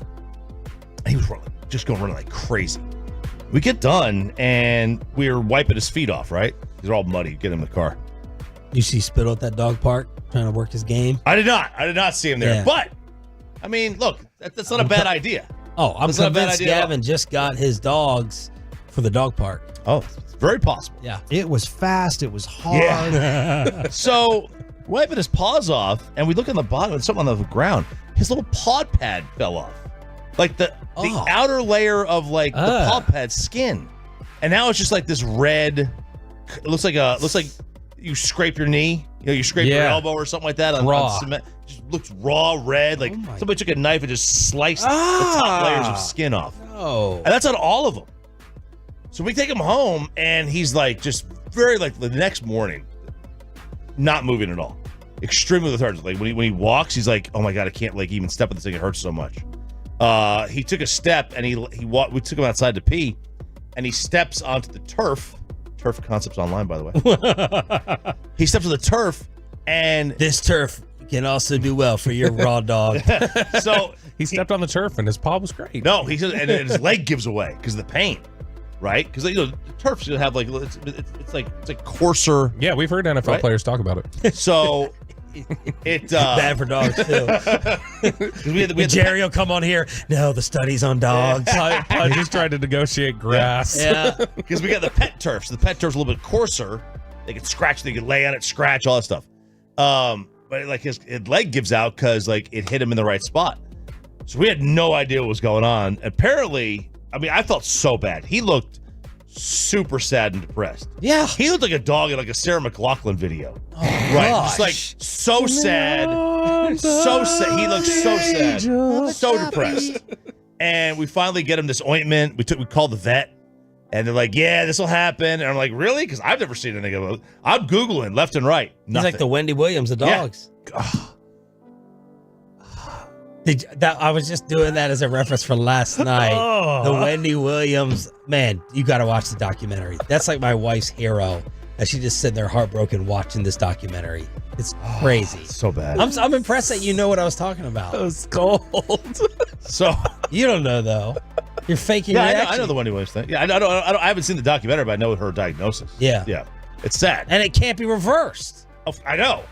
And she takes her feet off, She takes her shoes off in front of like everyone looking at this poor woman. It's insane. You got to watch the Wendy Williams documentary. Is it called aphasia? Is that what aphasia? Something like that. Bruce Willis has the same affliction. Oh, really? Yeah, I think where you stop being able to talk. That's what happens. Tied to the feet? No, aphasia is a dementia, form of dementia. I'm talking about her she feet. has 2 different things wrong with her right now. Yes. I don't know the feet thing. She has lymphedemia, which is Then why would I make a dementia dog reference? Hang on, shut up, Bobby. You faked me. See, I knew you faked reaction. The whole thing is that nobody knows this. The whole thing is that Wendy Williams has dementia. I know. I'm talking about her foot affliction. Nobody knows about the feet. Yeah, Bobby does. Bobby just knew about it. You fake reaction me. See, I knew you did. Fake reaction. I know exactly what you're talking about. You're talking about Wendy because what you thought I was referencing is nobody cares about somebody's feet. Oh my god! I think both are true. I don't care if you care. Did you know what I was talking about? And you didn't. You liar. I knew about Wendy Williams. I didn't know about the feet thing. I'm sorry. Screw me on the. Well, don't give a fake reaction. Don't give a liar. Fake reaction. I thought you were talking about dementia. He thought you were making a dementia joke. I wasn't making a dementia joke. I was talking about the dog's feet. I mean, look, we do dementia jokes at the show. Okay? No, we don't. My dad's got dementia. Only you can do that. He's pooping all over himself. Yeah, so I would have saved the Wendy Williams joke for your next dad update. Right. We can do that for the dog. We can do that in a second. So, all right, Pudge's dementia. Pudge's got dementia now, apparently. Sarah's old dog had dementia. What? Yeah, Bentley had dementia. How do you know a dog gets dementia? I mean, it starts doing random weird things, like just taking its food, like picking its food out of the bowl and just moving it around the house. I think that's just rabies. Doing very weird Ryan, stuff. not for Instagram this. No, Bobby and you too. Yeah. Not for Instagram. So, anyway. I don't want that on Instagram. The paw pads fall off. We get the ointment stuff on. He seems okay now. We took pictures, took him out to the Is it still raw? baseball game.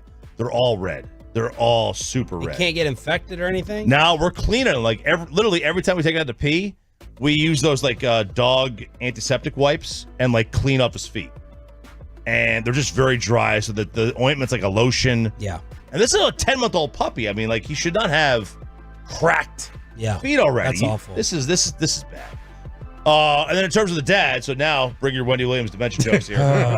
My dad has got, he is at the end, at the very end with his dementia. We moved him from his home. He was in a memory care center, and we moved him to a house. This lady has like 6 or 7 patients just living in her house. Wow. I know, right? And she's got a bunch of houses around town. She hires a handful of nurses. They go in there, and they basically just have this. It's one living room, and it's got like 6 patients in there. They're all in their wheelchairs or their recliners. And the hospice nurse said that my dad's just uncomfortable. His recliner, he can't sit up anymore. So we are basically going to keep him bedridden now for more than half the day. Half the day in the wheelchair so he can eat, and the other half of the day in the bed. And that's where he is. It is a slow decline. I thought he was getting better for a little bit. He was, but that's just, it's the nature of the illness. It sucks. Uncomfortable segue here in Best and Worst of the Weekend while we're talking about ailments.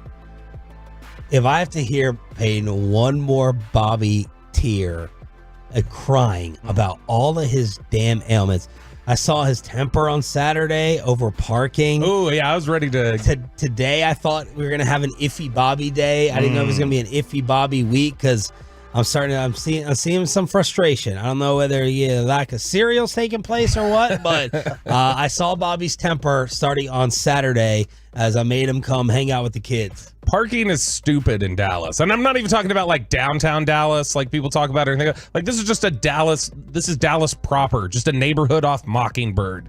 And it was Birdie's in Dallas, which I had no idea this is the new hip spot, like you had said, Sean. This is what people do in Dallas, right? They find a new spot and then they have to, of course, tell their friends and social that they went there and look all popular. And then they kick it to the curb and move on to the next spot. But this is kind of like, so Amanda was like, I was like, good weather, like let's do something. She's like, you want to have people over? I was like, nah, I'm done entertaining at this house. This house is old news. I don't want to clean up. Well, we got to stage it for photos. I don't feel like cooking and all that. I was like, I want to go somewhere and people watch. I want like a Katy trail for children. And that's kind of what this place is. Yeah, it is. I mean, honestly, you bring the family out there. And 15 minutes early to stand in line. It was like we were waiting at Hurtado in Arlington, like standing in line. I was like, let's just go like 5 minutes early to be safe. And I was like, because, you know, you're drunk, you're a young kid from the night before. You're not going to be standing in line or ready to go at a place at 11 a.m. Well, I was dead wrong. It wasn't drunk singles. It was freaking family and children, 20 deep, standing in line waiting for this place to be open. Yeah, so you guys got there at 11. You guys got there right when it opened, 11. 10:50. I was not going to be able to get there till 11:30, which, by the way, again, another complaint of mine. I've never seen traffic as bad on Saturdays as it does in Dallas. Whenever we talk about bad traffic, other cities, Houston, LA, whatever else, traffic in Dallas at like 11 a.m. on a Saturday has no business being as bad as it is. I don't understand it. I don't know why it's so bad. But I had texted Kristen because Kristen got there early with the kids, and I just said, "What's parking like? Like, is it one of these things where I'm gonna have to park on the street? What am I gonna do?" And then Because they have their own lot. She said it's open. She's like, we parked here. There was plenty of spaces, whatever else. So as I'm getting close to, which you got to take like turns behind a neighborhood from the direction that I was coming. As I'm getting close, I see all these cars parked on the street. I'm like, what are they parked on the street for? Like, what's this for? Let me try to get over here. So I had trouble getting into the lot from there. I had to go down, turn onto Mockingbird. Then you can't, there's not a quick turn in on Mockingbird. You have to go down 2 blocks to actually have a place to U-turn. And then when I U-turned and I get down there, I get into the parking lot finally, and I realize, oh no, this parking lot's full. It's somehow filled up in 30 minutes. It's gone from, plenty of parking to none. And people parking on the street. So I had to park 2 blocks away. And when I walked over and I showed up very was huffing angry. and puffing. I was mad. He was so mad. Was he in a hoodie? No. I don't think so. I don't think so. It's probably the Tarleton State shirt he's wearing. It was the other Tarleton shirt. And I was like, get a drink. He's like, no, I don't want to drink. Then I don't want to drink. And then I finally got him like a double vodka soda. He chugged it. He did. He let us sit there for a while. You know what? That like, was actively you saying that I do it for a show. So I was like, I'm going to actively show that I don't have to drink it. It'll sit here in front of me. Except when he did drink it, he did the straw guzzle in 2 seconds. Yeah. It was gone just like that. But it wasn't for show. I didn't make a big show of it like you claim. Or a good no, size it was straw, a decent sized straw. Yeah. So we were all outside, but man, the place was packed. It was bumping, but he was not happy. And then what else did I write down? Go ahead. I was pumped though, because as the one benefit of having to go down Mockingbird. This saved it. This did save the day. The one benefit of having to go down Mockingbird, I looked to my right and I saw Burger House. Which there are a handful of locations across Dallas. Have you ever been to Burger House, Chop? Not. Burger Street, not Burger House. I've never heard of this place. Burger House, famous for its salt. It's seasoned salt. They sell it by like the jug. Hey, you ever heard of this place? Never heard of it. He was raving. And I was not the only, you would have thought I was just, you would not have trusted it if it was just me. Right. But as soon as we did, John, who was there, he was talking up. He said, oh no, Burger House is great. The waitress standing behind you was like, Tolo. I love Burger House. Well, Tolo. Yes. Is her name Christine? Christy, I don't know, but she was awesome. It was great service for that many people. But she stopped down and she was like, Burger House is incredible. And anybody who, I grew up in Farmers Branch, so I grew up close to one. There's one in Addison, and I used to go to that one all the time, and I was so pumped because I've not had the Burger House onion rings in forever, which are the best onion rings I've ever had. So that was the only And I'm a sucker for onion rings. That's I don't think enough people love onion rings. Which you went through. And very good. Very good. And they're thick cut onion rings. And one of the things is you can bite into them and it doesn't pull the whole onion out. Yeah. And they just douse it in that So did you go salt. inside and eat? Yes. And was it worth it? Yes. Loved it? Yeah, it was great. I hadn't had Burger House in probably 5-6 years. Yeah, There's also one just across from like SMU's campus over here that I've driven by, but I haven't been to one in forever. A lot of Tolos waiting on the truckwreck.com fan text. Burger House is fire. Burger House is the best. I mean, you're having a flow of text message coming in, so it's a popular place. Okay. People love it, man. That is a Dallas staple. Best and worst of the weekend, and then I wrote down your tumor. Yeah. This is so. I woke up from a nap yesterday. I slept a lot this weekend. Yeah, so I made Kristen get a drink. She's like, "No, I don't want to drink because your wife's not drinking." I was like, "Shut up!" I was like, "Get a Paloma." Here's a Paloma. Yeah, you're the one that should not drink if she's not drinking, not Kristen. That's nothing to do with her. Then you waste. That's the only reason I got her knocked up is to have a designated driver. And then Bobby, I'm like, get him another one. And then I just texted them like, okay, I felt a little bad because they weren't trying to drink. I made them drink. I was like, did y'all get home? I heard nothing back. My 2 days of corresponding to try to get Bobby to bring the kids out I didn't hear back from him one time. It was his wife texting on the group she text. texted back before I did, and so I was like, okay, no need to reply. She already did. And then this time, I was asleep when she texted back. He knocked out like you did. Both y'all still have the Vegas catch-up sleep. Or no, the Stephenville catch-up sleep. I'm still catching up from Vegas, to be honest with you. I had, I don't know, I slept probably 8 hours Friday night. Then I slept another 5 on Saturday during the day. Then I slept into because I slept so much during the day, I didn't go to sleep till 3 on Sunday. And then I slept till noon, took a nap in the afternoon, and then I went to bed last night at 8. But when I took a nap in the middle of the day yesterday, I woke up, and you know how sometimes you wake up, you get a little bit of the blurry vision in the eye, you got to kind of blink it out or whatever. Your eye's dry, or maybe it's just there's something in there. So I was trying to blink it out, and I couldn't. I was up for a while, and it was still this right eye just kind of had a little bit of a blur every time I'd blink. When my eye was open for a while, it'd be fine. But as soon as I'd blink, it'd kind of reset things, and I'd have a blur. And so I'm convinced now that I've got a tumor. I told my therapist last week.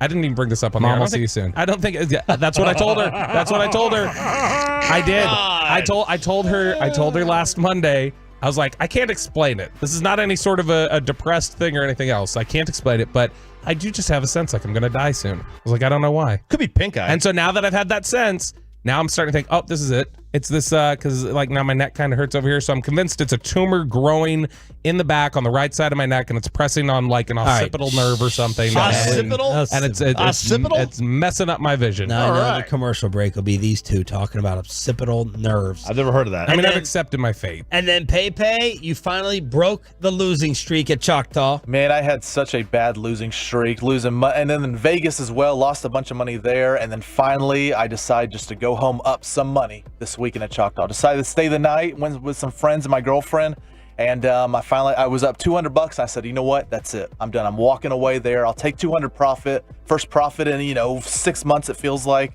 But we came out a winner, and we're already looking at going again soon, because you got to go on the winning streak, right? Yeah. You got to keep going. How much was the room? So I had a discount because I lost so much, I guess. I had 100 off, so it was only $150, I think, for the night. After losing? Yeah, because if you lose a bunch and you use a player's card, they'll just offer you a discounted room. And I have free rooms throughout the middle of the week as well if I want to go then. I didn't know sympathy room. No, it's not if you lose. It's how much you gamble. gamble. How much you gamble, you get But it seems like if you win, they're usually not going to offer you. They keep track of your winnings and losings. Not at what you're playing. Yeah, at, not at what you're Peyton. playing. They don't care about you. How much? It's like you go there. You. I mean, I put 200 or 300 when I go on a table. I'll start with that. That's what they're keeping track of. That's what they keep track of. Not whether you win or lose. Yeah. They keep track of what you're betting. 300. It's like, they're like, what are they betting? Oh, well, he's betting $25 a hand. Okay. Oh, he's been there for 30 minutes. $25 a hand. Oh, this is interesting. What's the best food place there? Oh man, they just opened up Velvet Taco as well. Ooh. I mean, they have that's number one. They have a Southern chicken place that just opened up too, fried chicken. I should have told you this. I got a big time connection there to the steakhouse. Oh, the 1830. The only steakhouse there. Okay, gotcha. Whatever it is. But I got the big connection for you if you want to impress her. Ooh, I got it for Give me you. the number. I got give you. a wet willy to them. Shut. Really? Oh, I did walk up. I gave Sean a wet willy while we were at Birdie's. And I was like, you're not allowed to get mad about this. Yeah, it's true. It's true. Not like these little brats taking over, have stuff handed to them, or friends that you thought had backbones and spines. Whoa! Oh, pellet. Rangers insider Jared Sandler from the site of Rangers spring training. Is Jordan Montgomery gone, and how scary was the Evan Carter incident yesterday? We'll catch up with the Sandman next. Let's get you over to Platinum Chrysler Dodge Ram Jeep. It is, of course.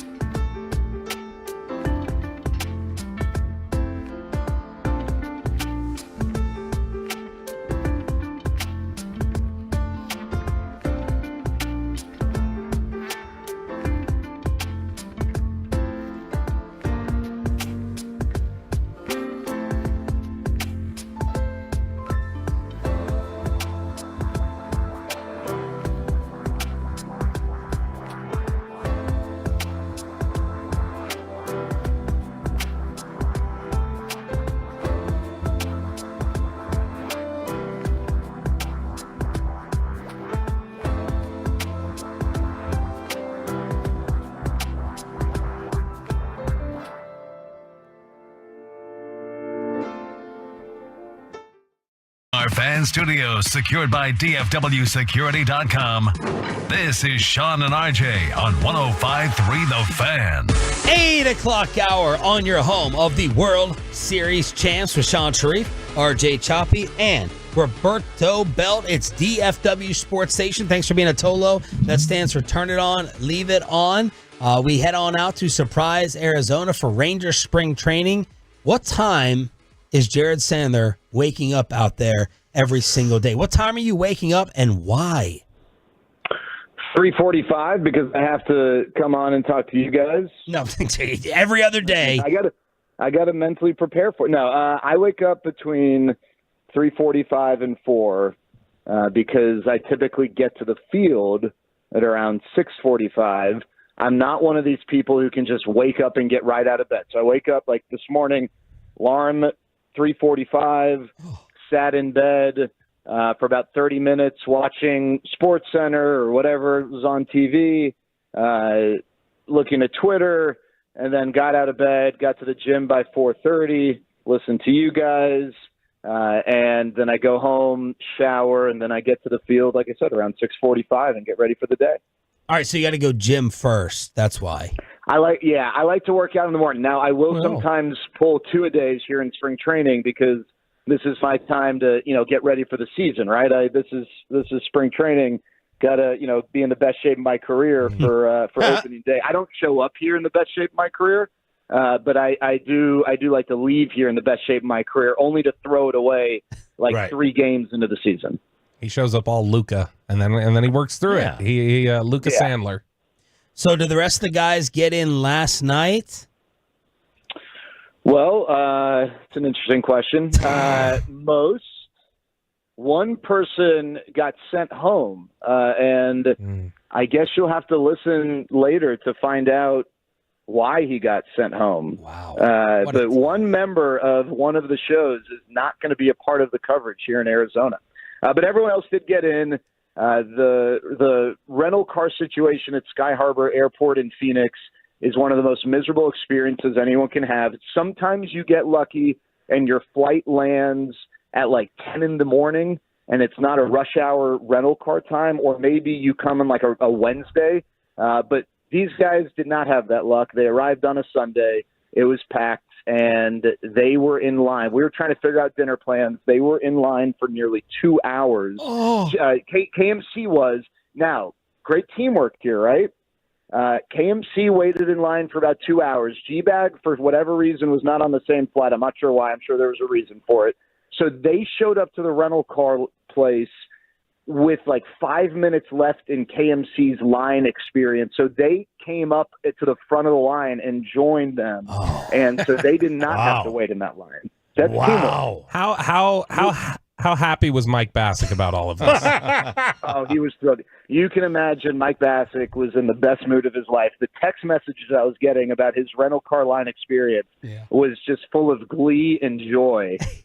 There was no complaining whatsoever. Yeah. He was just so grateful at the opportunity to get a rental car.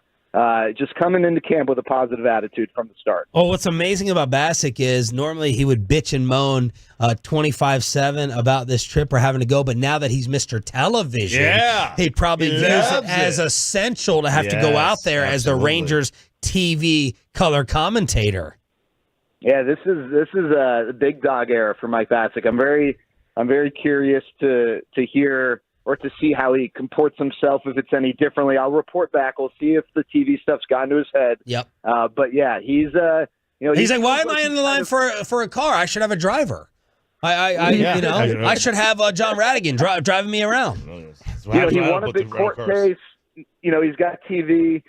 He feels like he's kind of hosting KMC, like he's their tour guide. He's going to show them around. So we'll see, and then we'll also wait and see how long until there's a list of complaints. All right, Sam, man, Jared Sandler on the D&M Leasing Hotline. What has jumped out early with the baseball?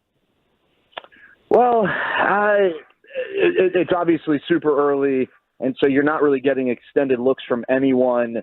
But I will say I liked what I saw from Mark Church. He is not a name people have talked about a ton, but a young reliever who could very well break camp with this team. Someone who, not this year maybe right away, but eventually could become a power arm late in the game. Liked what I saw from Zach Kent, who will get a little more extended look from it. And again, not a big name, but he's someone who could be really important to this team with the lack of starting pitching depth that we've talked about, while the 3 big names, DeGrom, Malley, and Scherzer, are on the shelf. And then in a similar vein, welcome back to the Rangers, Adrian Sampson. He's a really interesting one. I feel like Adrian Sampson can be this year's Travis Jankowski. Jankowski, obviously an outfielder, Sampson a pitcher, but a guy who the Rangers signed, there was almost no needle movement when he was signed, but someone who could end up sneakily playing a big role. So Sampson missed last year with a knee injury. He went to Korea after his time with the Rangers, then pitched for the Cubs and pitched well. He's just been hurt. He's healthy, and he's a veteran. Here's why I think he can be valuable. He's a veteran who, if he has a really good camp, he'll make the team. If he has a meh camp, then he probably won't have a ton of options with major league clubs. I don't know if he's got an opt-out. A lot of veterans do. But let's just say that he does, and he has an okay camp. He's probably not going to exercise that opt-out, and he'll go to AAA, and the Rangers would have some starting pitching depth. They desperately need some reliable depth, and he looked really good yesterday, and he could really be a big key in that regard. Was yesterday a little Evan Carter scare with what took place? Yeah, a little bit. Whenever a guy gets hit, hand, wrist, and Evan's case, forearm area, you just never know. I mean, the bones there are pretty fragile. I felt better about it when he was jogging up to first base, and it looked like he was going to stay in the game. And then it almost seemed like, hey, dude, it's a spring training game. Just let's go get checked. No big deal. Sometimes if it's bad, especially in a spring training game, these guys go right from the batter's box to the dugout, like if they know something's wrong. So I felt good about it, and then when the x-rays confirmed there was no break, definitely. Now, I will tell you guys, that's a freak thing, and you're never going to fault a hitter for that. However, if you look at Evan Carter's professional sample size, obviously don't know about high school, and it really doesn't matter, but as a pro, so minor leagues and major leagues, when facing a lefty, he gets hit by pitches at a really high percentage. Now, if you're getting hit on your tush, that's fine. If you're getting hit, in a meaty part of your body, that's fine. But you run the risk when you're getting hit that much of getting hurt. And so, I think one thing that it feels weird to say this, that he needs to improve upon, and I think he will with more experience, is just getting out of the way sometimes when he's facing a lefty and just seeing and recognizing what's coming so that he can avoid any sort of issue and obviously do his best to try and stay healthy. Jared Sandler joins us here at 105 through the Fan. To the best of your knowledge, has the team stayed in contact with Jordan Montgomery? Have they, what's the latest on maybe trying to get him signed? Yeah, I think, guys, that the Rangers have absolutely stayed in contact with him. And while I don't think, and I've shared this with you guys before, I don't think there's this universal consensus feeling internally like we absolutely need this guy. We absolutely want to pay him that money. I think that the Rangers, when push comes to shove, would. The sense I get is that they are unsure financially what things might look like over the next couple years with the TV situation, not just this year, but what happens after. And they don't want to overcommit themselves and then be in a really bad spot next year or the year after that. So I'm not smart enough to really know all the dollars and cents of this from a business standpoint. And I'm not sure exactly what those conversations are. But I think if Ray Davis and the powers that be called Chris Young today and said, hey, all right, green light, my guess is Jordan Montgomery would be a Ranger. I'm not saying that that's the only reason he's not, but I'm using Ray Davis just because he is the most notable name from the ownership group. I don't know that it's necessarily Ray. I'm just in general saying I think that there is an idea that perhaps they need to be a little more conservative financially with the unknown of what's to come here in the next couple years, on top of the fact that they don't internally feel like he is a no-brainer. But I think, like I said, ultimately he would be welcome back and people would be very excited to have him. Kevin Millar told us last week a hitter needs 35 at-bats, which is around 10 games before they're ready. So when would they need to get him in to feel comfortable that he can go for opening day or that opening series? I honestly think, now, and I think maybe for some teams you're past that, just because if you're going to pay a guy whatever sort of money that Jordan Montgomery, we think is going to get, you're not going to rush him, and you'd love for him to be ready his first turn in the rotation, but if he misses a turn because you're playing it safe, then not a big deal. We're not talking about him missing a lot of time, whether it's with the Rangers or anyone else, but I'd say about now. And that's a part of the shame of, this whole situation for Blake Snell and Jordan Montgomery. It's just not good for baseball. And it's not good because, from a team standpoint, these are big names. And, when the Rangers signed Seager and Simeon, they had so much time to prepare marketing stuff and get fans excited for, hey, we just signed Marcus Simeon and Corey Seager. And, these guys, that these guys are on your team. You can get fired up, season ticket sales, stuff like that. You can't do that at this point. I mean, it's just the window is passed, and then for these players individually, the opportunity for them to, get ready, the pitchers specifically, I mean, it just kind of stinks. It's not good for the sport. I don't know how to rectify it, but, I'm curious to see after the Bellinger contract. And RJ, I heard you say that you thought it was a good contract. I think that Scott Boras has egg on his face after that deal. Really? Because Cody Bellinger was rumored to, be a $175+ million guy. And I'm not sitting here saying that $30 million this year and $30 million next year is anything to Scott, that we'd all take that in a heartbeat. But there's a lot of folks think that he's due for a regression. Let's say he gets hurt. That's a lot of guaranteed money that he's not going to get. Now, yeah, if he has a big year, he can opt out and then get that money. But it's just another year in which he's got to do something that, frankly, he really hadn't done. He's a different hitter than he was when he won his MVP. It's not about yes, they did get the ability to re-enter the market, but after the year Cody Bellinger had as a player, you want to be able to cash in a big way, and he wasn't able to. And I'm curious to see what these other contracts look like for Montgomery and Snell.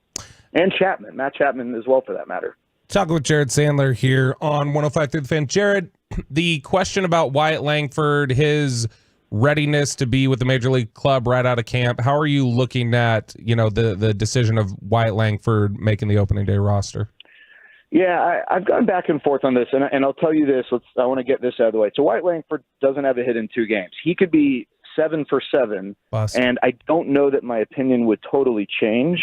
But so I said it has nothing to do with his first 2 games. I think my gut is saying let's have him start in AAA and let him kick some butt there, play every day as an outfielder, and I think that part of it is key. Give him time to continue to grow in left field, and the minute there's a need, the minute someone gets hurt, then he gets called up. And the other part of this is Justin Foscue. You really can't justify both of them on the roster. It's tough to have Justin Foscue on your bench because he really is a DH only. He's not someone with position versatility. He's not the type of guy that you would carry on your bench. And you're obviously not going to have Wyatt Langford up here to be on your bench. One of those guys is going to be the primary DH, and the other guy is not going to be with the big league club. I know that there's a lot of excitement around Wyatt Langford, but there's one guy who has done it and done it over a larger sample in the minors, and that's Justin Foscue. He's coming off a really good year in AAA. For me, this is the time to see what you have in Justin Foscue. If you're not going to move him, and the Rangers have not moved him yet. Whereas with Wyatt Langford, I don't think there's really a lot of harm unless you clearly think that he is the best option. I don't think there's a lot of harm in letting him get some more time in AAA. And the other thing that you can't quantify, guys, and I know some people are going to roll their eyes, but if you talk to anyone who's a part of the decision-making process with this, the difficulty for a player who has never DH'd to DH, because the only way you can contribute is when you hit. You don't have the ability to feel like you're contributing in the field. Like with Evan Carter last year, we talked about this. When he got called up, obviously he hit really well from the start, but we didn't know that. But what we did know was, at minimum, he would help this team defensively. And mentally, that helps a young player. It's not easy to DH, especially when you've never done it. And if that's what Wyatt Langford's workload is going to look like right from the start, I wonder if it's just better to have him in AAA and to have a hot month, and then for him to basically bust the door down to come up, while you can also see what Justin Foscue has, because he's also earned it too. Looking forward to all the updates. We've run out of time, but more ball busting later in the week. Thank you, Sam, man. Yeah. See you guys. Jared Sandler, Rangers Insider on the D&M Leasing Hotline. Oh, I don't know how often this has happened in the history of this show, but RJ Choppy is about to take back a big-time strong opinion and admit that he was wrong about the Dallas Mavericks? I don't know what we're talking Next. You wrote it in the email. I don't remember. It was, what are we doing here? Radio. Number one Air. My good friends over there are going to hook you up on that brand new heating and AC unit. Listen, you want to go see Number One Air. Why?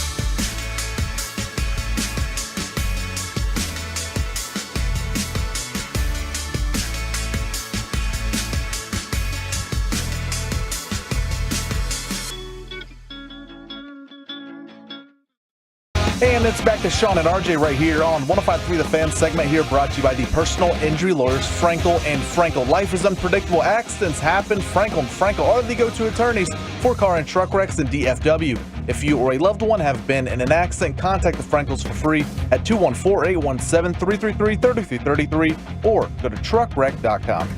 Baseball pass, Halliburton to Turner, who flushes it home. Good time pass there. Turner to the basket, lays it in. He's got 30. Pacers end up running away from the Dallas Mavericks, stopping the 7-game losing streak, 133-111. As soon as I tweeted, Kyrie, look out, he's caught fire. The Shinks took place. Indiana put down the gas, and it turned into a beatdown. And Jason Kidd said, look, man, when Kyrie is going off like that, we got to keep feeding. I thought Kai and Luka got great looks tonight. Again, Kai in the fourth gets going. We got to get the ball's got to be in his hands going down the stretch there, just to make sure, especially with Luka out, that he's getting the shot or he's making the play for someone else. Again, Luka was getting great looks. Kai was getting good looks. And we had some turnovers in transition, too, that we just normally haven't had. And so we got to be better with the ball, too. We had some turnovers there that we normally don't have. So despite the winning streak, the Mavs are the 8th seed in the West. That's the bad news. Here's the good news. They're a game away from being the 5th. Because things are jumbled up between the 5 and the 8 spots in the Western Conference. They're a half game behind the Pelicans, the Suns, and the Sacramento Kings. And then you get a 4-game gap up to the Clippers at 4. So Mavs get worked by the Pacers. But that is not the lead story. The lead story is RJ Choppy's prep email last night, in which it sounded like you either forgot what you said at the Super Bowl or you were taking back a rant that many Mavs fans remembered, as you were spitting fire after the Dallas Mavericks made their trade deadline moves. I take back absolutely nothing. Oh. I do not believe in taking things back, for one. Especially things he doesn't remember saying. I do remember saying it. This was Friday. Oh, here we go. This is Friday. No, hang on. It's Friday, the Super Bowl. We were tired. But no, it had nothing to do with that. All decisions are judged at the time that they're made, not what happens in the subsequent weeks. Right, the 5 games after. That's a big sample size. Yeah, it is a big sample size. It's like your mom. Has nothing to do with that. The end result is the fact that name me the only team in the NBA who has two. Would you like to reset what you said for those that don't know, just kind of the summary of it? Well, I don't really remember what I said, to be honest with you. I don't remember anything. Guys, listen, we've done this show for 13 years. I remember absolutely nothing that happened the day before, okay? When that day ends, I am Jason Garrett's perfect child. When that day ends, that day's over. Yeah, process. I don't go back to that day. Choppy here. I don't go back to that day. I don't think about that day. My assumption of what I said is that this trade sucked because... not that the trade sucked, but it would do nothing. It would do nothing to help, sure. In terms of making them a real contender. And you're giving up first-round Which picks. I agreed with almost everything you said. You're giving up picks left and right. The reality is that this team did not need those guys. It needed to subtract other people. This team was broken, fractured from the interior. Okay? And now... Is there anything else that we've left out, Bobby, since you were the most optimistic after the deals, that we should include before the traction? The only thing that he was really hardline on was he said nothing. It wasn't like it was a bad trade. His opinion was that he said nothing that was done moves you any closer to a championship. Right. Get on the fan cam, y'all, because that's the RJ smirk. The Bobby smirk. There's the RJ smirk. Now, honestly, yes. When you wrote what you wrote last night, did you think everything that we're bringing up right now, was that in your mind whatsoever, or like we're hitting you with all new information, like tying it back to the Super Bowl opinion?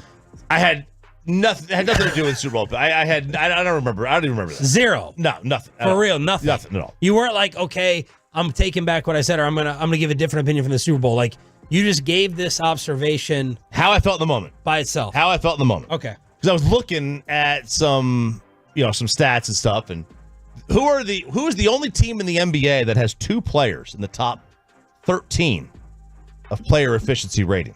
The Dallas Mavericks. The Dallas Mavericks. Well, who's the only team in the West with 3 in the top 40? Supersonics. The Dallas Mavericks. Only Indiana, who just ran up and down the floor on the Mavericks yesterday. Only Indiana has 3 higher. They've got 3 in the top 33. The Mavs are top 37 or whatever. Their offense is obviously it is tremendous. Kyrie is doing things that he's a wizard. Like he just is. Offensively, they're fantastic. Defensively, they've been much better since the trade. Not yesterday, notwithstanding. I do think that this team, and also look, the West stinks. Let's be fair. It's jumbled. I shouldn't say it stinks. There's not that one dominant team that everybody is scared of. This is not Denver from last year, where everybody knew going in they were going to run through it. Nobody trusts Minnesota. Nobody trusts Oklahoma City. No one's scared of either team in the postseason. I wonder what Denver's got in the playoffs. Last year, that was the first time they've ever done anything. Literally anything in the playoffs. Are you scared of Golden State? Are you scared of the Lakers? No. Phoenix? No one's scared of Phoenix. So the way I look at it, the way this offense is humming, and the way the defense has played better, I mean, this is as good of a chance as they've had to make it through the West in a decade, easily. Considering all the factors involved, how is this not the best chance they've had to make it through the Western Conference? Okay. Strong. That's strong. It's a strong opinion. Very positive and strong. It is. And it's generally not positive. It's one that I agree with. I agreed with it when we were at Super Bowl. This exact opinion. I do think that. Well, now you need to be a little honest. Yeah. Too. Let's go. Let's call into question let's pull my receipts. Yeah. Yes. I'm ready for my receipts. Kyrie could derail this entire thing tomorrow. That could happen at any moment. Like Kyrie is like a couple of years ago when I had my Nissan Sentra and I was driving that thing around and I had taken it to the mechanic because the check engine light came on and they told me, they were like, yeah, we don't know. Something about this engine, man. You could drive this car for 150,000 more miles, or you could drive it for 150 more miles. We don't know when it's going to die. That is the Kyrie Irving experience. Like, this could go great for another 5 years. It could blow up in 5 days, and both of them would be equally expected. But where I would also like to hold you accountable and accurate, I'm not going to let you get away with acting like you saw this coming and that you loved it to that degree. You really liked it. I did. But I think we can all agree. Do we believe and think, all right, this team can do what now as a ceiling? I mean, is this team a contender to win the West? Are they a threat? Are they a contender? It's possible, but unlikely. Okay. Which is what I thought the day they made it. When they made the trade, I didn't think it was possible. Right. I had shifted to now it's possible, even though it's unlikely. What's likely is you thought it was possible to win a first-round series. No, not win the West. If we want to pull the audio, what I had said was, we can. They are likely. I said that they are definitely closer to winning a series now, and then I said I put them at a 3 on the to win the West scale. Okay, that was what I gave them a 3 ranking on, and I said, but before they were a 0. So this being a 3 is positive movement towards that direction. And you got to remember, we're doing this right now, or this is a discussion we're having right now, and PJ Washington is in a slump. Yep. Like, he hasn't even clicked yet. Derek Lively is still working his way back in. Derek Lively played 14 minutes last night. Their defense is much better when Derek Lively's on the floor. They still have this problem of Tim Hardaway Jr. touching a basketball and being on the court at any point. As soon as that gets rectified, they're going to be in an even better spot. So I still think there's ceiling to achieve here, progress to be made, and it's something where they're not a probable contender, but they're a possible contender in the West. It's possible for them to make a run.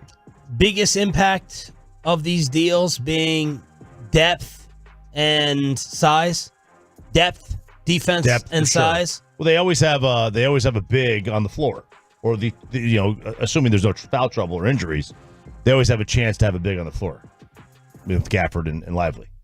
Yeah, I mean that's the biggest benefit for them, is just the fact that they got size, they got rebounding, they got better defensively. That's what they needed, because offensively they've been good. And when Luka and Kyrie are playing together, like we've seen, they play well offensively. It's something that's sustainable. And the biggest benefit has been you've taken Dwight Powell off the floor. Dwight Powell has not played more than 7 minutes and 55 seconds in a single game since the trade. And this is a guy that you were consistently having to throw out there for sometimes 30 minutes a night. That's bad. Was it Zach Lowe that was talking about how good they were offensively? Zach Lowe did, yeah. He included them in his article yesterday. He was just doing kind of a rundown of thoughts around the NBA, and one of his notes was Luka Doncic and Kyrie Irving are finding new ways to amplify each other.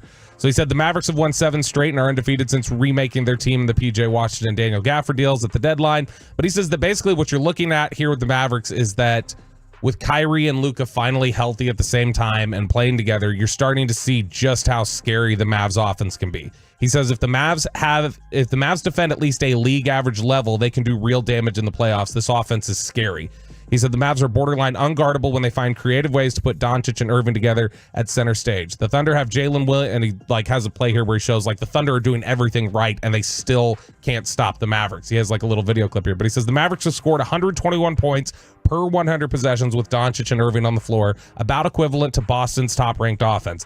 I'd bet on that number going up as Irving and Doncic deepen their chemistry. So Zach Lowe is really bullish on that. That's the good one, right? The bullish. Yes. Yeah. The market Stock just market opened. over here. Yeah, Mine's bullish. It is? They're very bullish.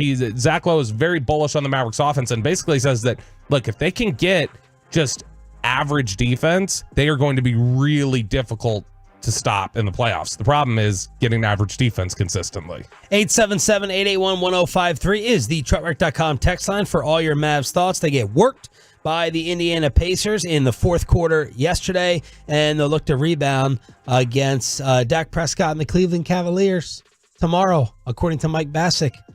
Dak, Donovan Mitchell. Well, that was a really interesting comparison. Yeah. Speaking of football, good job, Bobby. I like your discipline, not getting drawn off sides. Do we need... I've already been drawn off sides by one NBA comparison to Dak this morning. So yeah, that's right. Tim Hardaway, according to Sandler.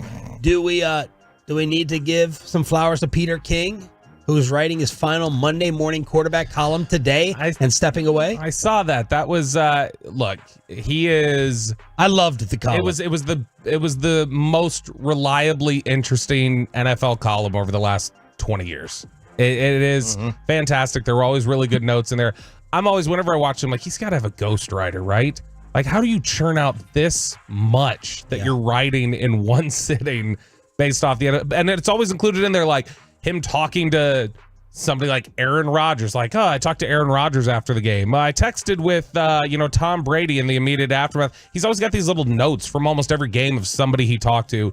The dude is an absolute content machine, and it's one of the articles that you could easily jump to after every Sunday and go, okay, what's a cool note we can have here? Did the Cowboys get their big offseason win over this past weekend? That's next and Below the Belt right here on Sean and RJ. But let's get your carpet clean. Cleanway, Greenway, Zero.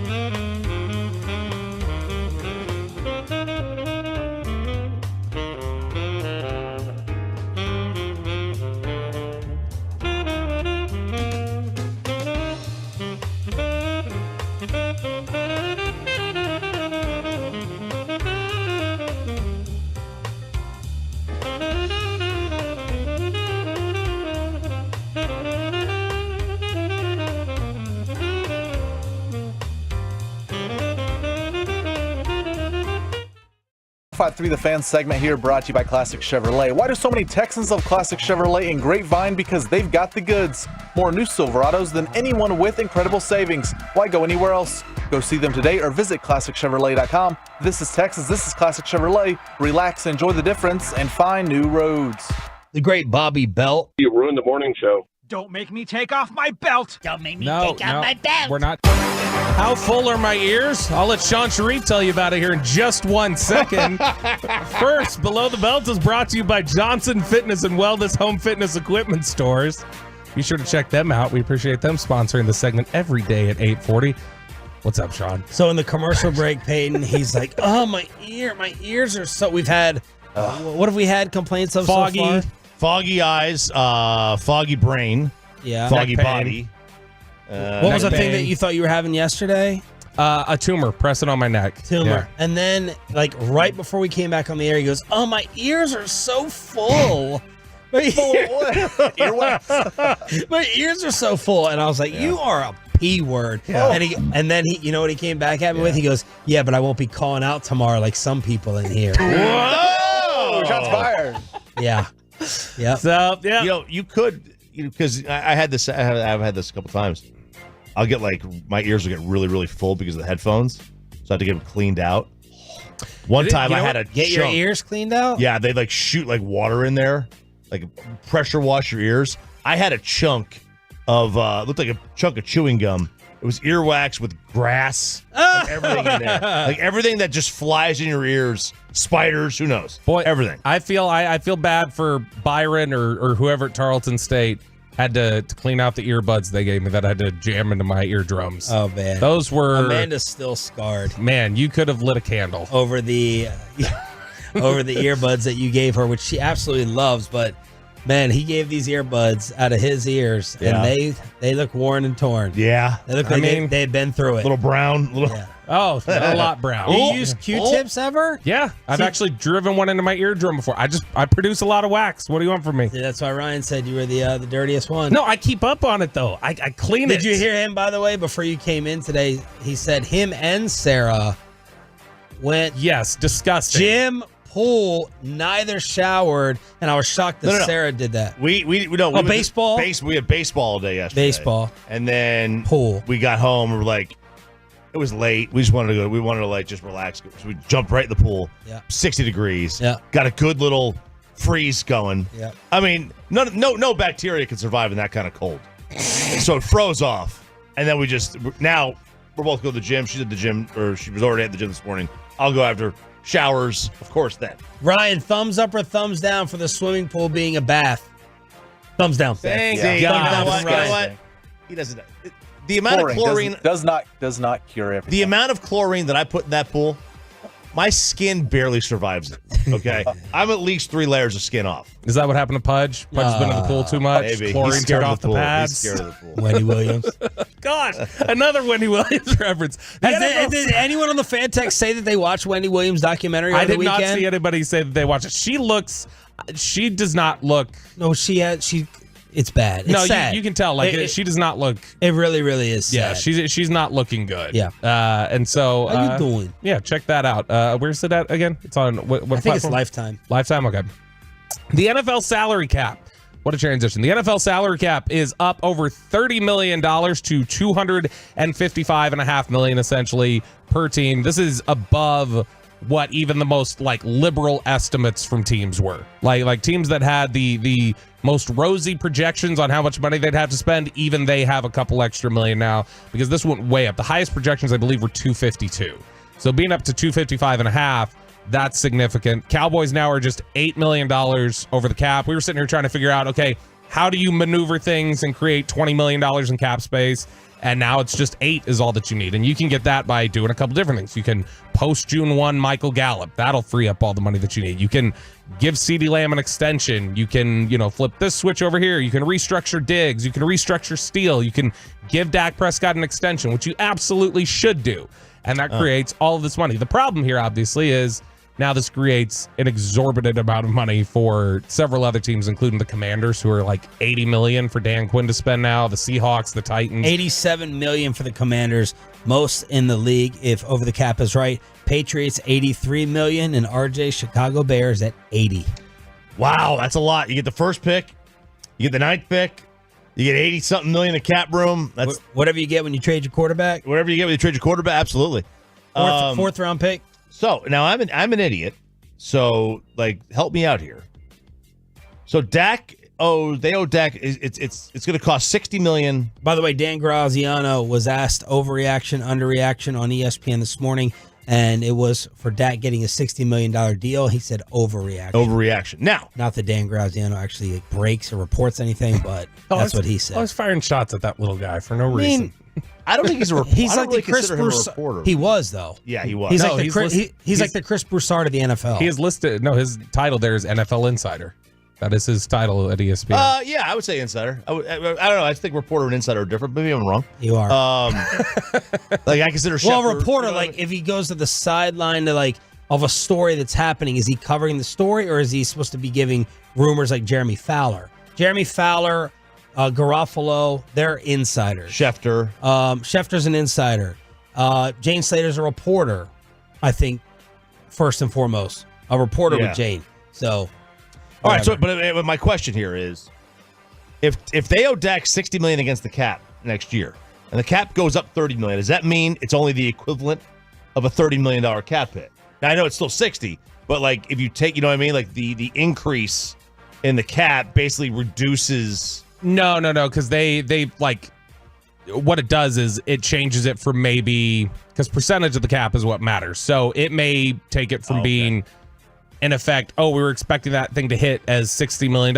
It may hit more like 55 to them or something like that. But it's still going to be, they project out. They've got, every team basically has Excel spreadsheets where they project out for 5 years or whatever what they believe the cap is going to be, what they have on the books, and how they look at it. So they projected, as the ESPN article talks about where they mentioned it, they said most teams were projecting 240 to 245 on the cap. So to get 255, that's more money than they thought, and that's more than they were anticipating. But also, those same sort of projections, when COVID hits and the cap actually went down, that's something that they weren't anticipating. They didn't budget for that, and then they had to flip switches and make different moves. So this is not the first time they've been kind of caught off guard. It's just they've been caught off guard in a good way. This is something that, potentially helps them. Jory Epstein over at Yahoo had written about how this could potentially affect different players. It says franchise tags could be used more liberally this year now. Teams may be feeling like, okay, we get a little bit of extra tagged. T. Higgins from the Bengals just got tagged. The idea being that it may not cause them to tag somebody they weren't going to tag, but if a team was wavering, you remember when Dallas was 50-50 on Schultz, and we couldn't figure out if they were going to tag Schultz or not, this would make it so that if a team's kind of on the fence about somebody, they'll lean towards, all right, let's just tag them. We've got extra money that we weren't anticipating. Let's go ahead and do it.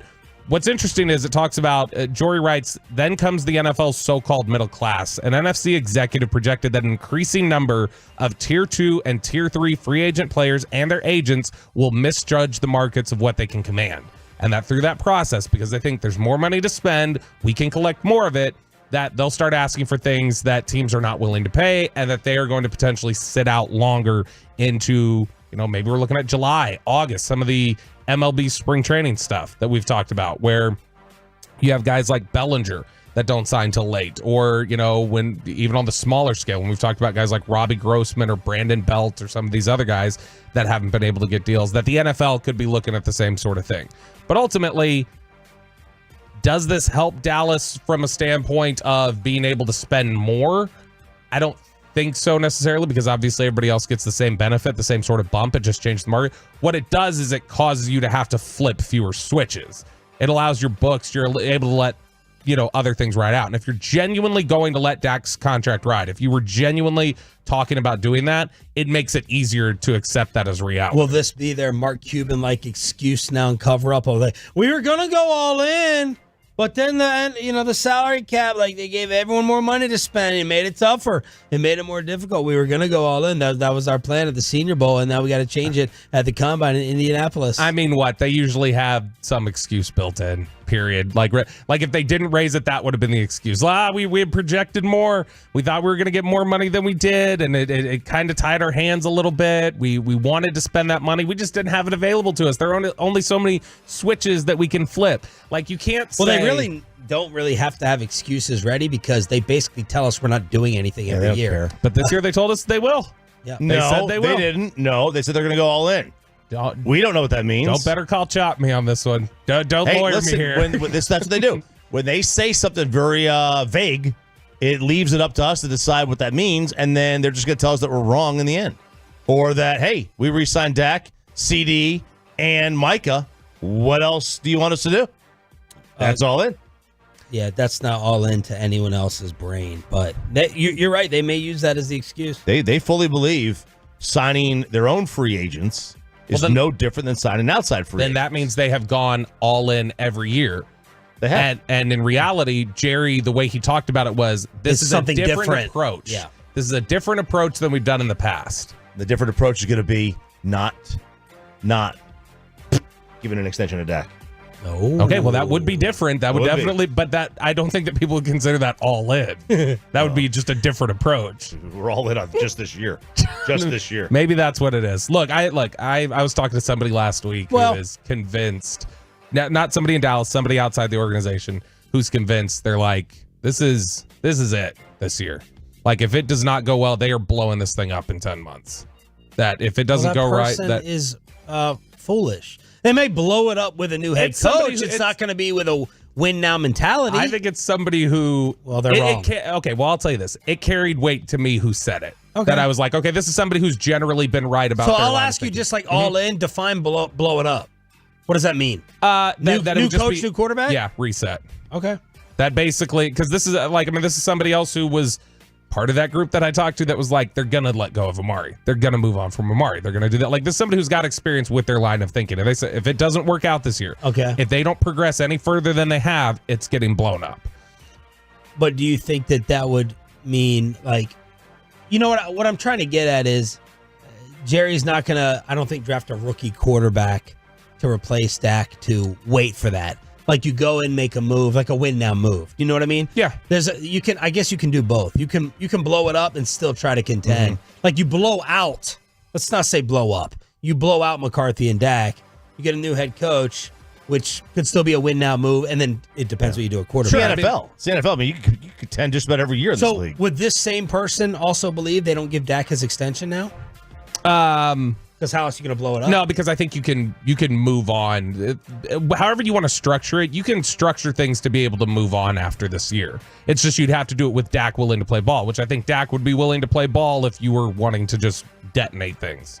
But that's why this is a critical year. It's We had mentioned this with Glazer. We had asked Glazer, are Dak and McCarthy tied together? In the eyes of the Jones, are they tied together? And I've always felt like Dak's longevity here was higher than McCarthy's, but Jay Glazer told us, he said he thinks they're tied together. That how if they rise and fall, it's going to be together. Below the belt from our Cowboys insider Roberto here on Sean and RJ.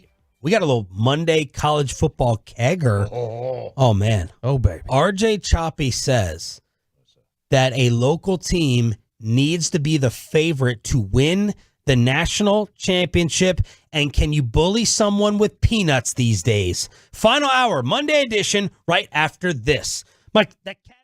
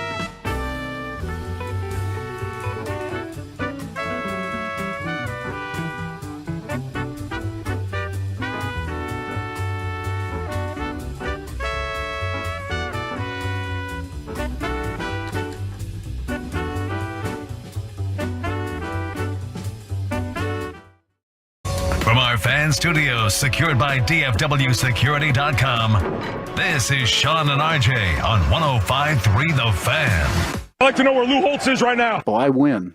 Google me. We're not hosting an intergalactic kegger down here. College football!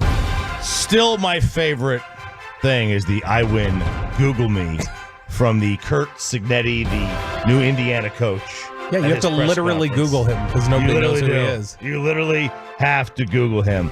The University of Texas, without question, has to be the favorites to win the national championship in college football this year. Agreed. Wow. Yeah, agreed. Now, it'll be them, Ohio State, and Georgia. They're going to be near the top. Those are the only three schools that have a win total of 10.5 or 10 plus so far.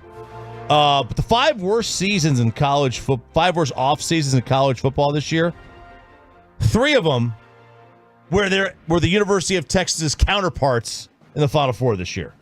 Okay. All right. Michigan came in at number 5. Why? Well, they lose J.J. McCarthy. No, it's a top 10 pick. Right. They lose Jim Harbaugh. They lose Blake Corum. There's a lot of guys. You know, that they had. This is a team that had been coaches. Yep. This is a team that had been kind of building, and now they've got. Let's see. They've got their top corner leaving. They've got their top linebackers gone. Their best defensive tackle. I mean, they're going to have a ton of guys this year. They're going to have their top receivers going, Roman Wilson. They're going to lose Corum, like you mentioned, McCarthy. I mean, you look at like their top three skill players at quarterback, receiver, and running back are all going, and they're losing a lot of guys on defense. Junior Carlson, the linebacker, he's going to be going. So I mean, they're going to lose a ton of talent. They also play USC, Oregon, and Washington. They play Ohio State, and they play Texas this year. It's a brutal schedule. Not like last year where there was a cakewalk. I mean, J.J. McCarthy barely threw a pass in the second half of half of these games. The other teams on this list, Washington, they lose their head coach. They lose their quarterback. They lose their top 2 receivers of the draft. They're going to lose a left tackle. Like, they lose everybody. So that's a big one. And the other one is Alabama on this list. Obviously, they lose Nick Saban. They lose 28 players who were 5-4 or 3-star recruits and only gained 7 in the transfer portal. 28 players. Proctor, Caleb Downs, Isaiah Bond were the biggest defections. So they lose a ton of guys. And they also watch their former 5-star recruit decommit and choose Ohio State from a quarterback perspective. So Texas has leapfrogged all of them. And now they're basically worrying about Ohio State or Georgia. You know? And, Ohio State's breaking in a new quarterback. Does anybody trust Ryan Day? Anyone out there? They're losing Marvin Harrison Jr. Lou Holtz does. Lou Holtz. Yeah. Losing Marvin Harrison Jr. And then Georgia's always good. And they're going to have to fight with Georgia to, in the SEC. But this is a 12-team playoff now. So they're going to be in. Like, this is, right now, looking at it today, you can't fight. I mean, they've got the best returning quarterback, I think, most teams are going to have that are at the top, unless you think Georgia quarterback is better. No, I mean, Georgia, they still have to figure out quarterback. Like, that was one of the big knocks on them last year, is that a lot of people felt like they didn't, replace Stetson Bennett. And they're going to lose a lot of, they're losing Bowers this year. They're losing a couple guys on the offensive line. The defense has obviously been picked over the last couple years by the NFL draft. But obviously when you're one of those teams, it's like, how adept are you at replacing the talent? How adept at you are, replacing with NFL-type recruits for your roster? And Georgia's been pretty good at that. They just still have been lacking at quarterback. Peyton, do you believe, or does it sound too scary to say as a Longhorn fan that y'all should be the favorites to win it all? I don't believe in national champions. I believe in making it back to the... Sorry. I don't believe in winning the national championship. What in the stroke was that? What happened there? I was thinking a lot of Ryan's dying in the back. He can't even keep his composure. What is going on here? I was talking in one ear and I was talking the other. I don't believe in us winning the national championship. I believe in us national champions. I want everyone's laughter to get out of the way so we can get this profound statement clean. And Ryan, do put that on Instagram. No. All right, Peyton, tell us what you were trying to say. I don't believe in my Longhorns winning the national championship. I believe in them making it to the college football playoff. They have an easier schedule, even though they're in the SEC. Their schedule isn't all that tough. Right. They have OU, Georgia. So your hot take is they'll be one of the top 12. They'll make it to the playoffs. Top 8. I'll go top 8. Okay. Wow. I think that if they finish 8th, I think that would be a pretty big disappointment. If they were ranked 8th going to the playoff, right? Yeah, of course. I think that would be a pretty big disappointment. With your returning quarterback? Yeah, they're going to be shooting for. They want a bye. They want one of the top 4. That's what they'll want. But I mean, they're listed in Vegas right now with the 3rd best odds. Georgia 1, Ohio State. Yep. Then Texas, then Bama, then Oregon, then Michigan. And how much are you believing in Quinn? National champion Quinn Ewers? Can you see it? Or is the rest of that team going to be so good around him, like J.J. McCarthy, that the Longhorns can win it that way? I mean, what? David Pollack, we played it last week while you were out, Sean. David Pollack said Quinn Ewers, over the entirety of his time being in the SEC and the NFL and as an analyst and everything else, he said Quinn Ewers, he said, one of the top 10 most natural passers I've ever seen in my life. Wow. He said the ability that he has just throwing the ball. He's like, he's got to work on consistency and everything else. He's like, but you want to talk about somebody just throwing the football. He's like, the things that he does are just, they're not normal. And so David Pollack can see it. And if David Pollack sees it, it's good enough for me. Honestly, I kind of wish we could have, to be honest. I mean, I know like people feel like Arch probably isn't ready. The inconsistency with Quinn can be a little frustrating at times. So I wouldn't have shed a tear if he would have declared for the NFL draft this year. But I mean, the reality is they're probably better right now with him in place over Arch. So, all right. So next story, also involving the University of Texas. Gus Cordova.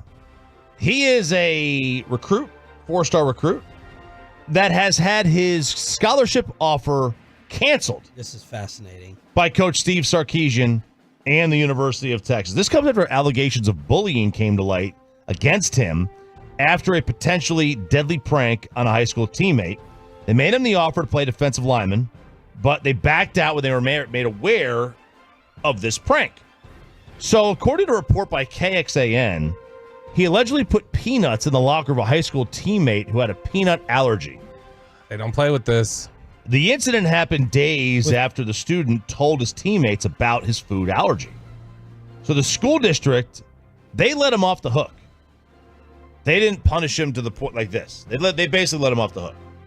However, Texas has basically said, we are done.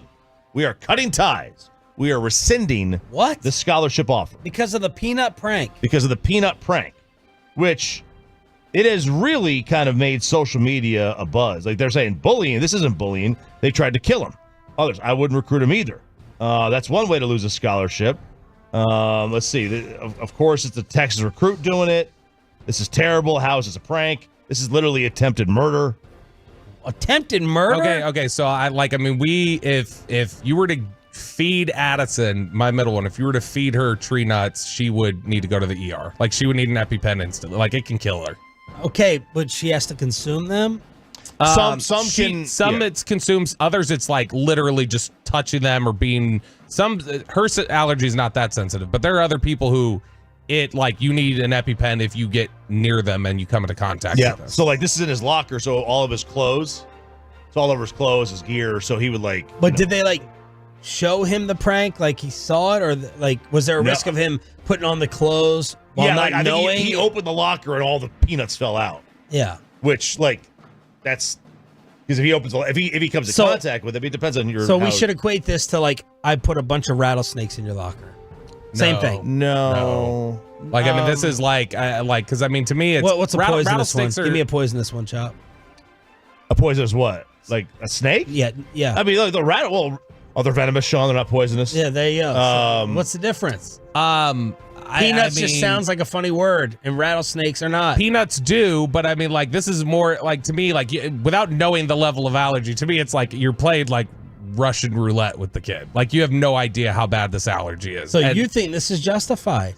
Yeah, this is bad. Dismissing him. Yeah, here's what I'll say. I'm more surprised the school district didn't take harder action than Texas. I would have thought the school district themselves there, because schools don't play with that. And if Arch Manning did this, you're telling me they would dismiss him? I mean, you'd have to ask Sark. Sark probably would So not. I shouldn't read all these peanut jokes I just looked up. I mean, you can read them up. read 'em. There are plenty of people. I'm just saying that, like, schools do not play. I'm stunned the school district Schools didn't don't play take with what, though? with the peanut allergy. With the thing. peanut They allergy? genuinely don't. I'm telling you. Dude. Why did the peanut go to the gym? To work on its self-esteem? How do peanuts communicate? Shell phones. Shell phones? 940. My son comes into contact with a peanut. He will stop breathing within 10 minutes. We have to carry an EpiPen everywhere. Wow. Like, okay, so now my what did the peanuts say to the cashiers? What's that? You're nuts like me. Like I totally I get it. I get it.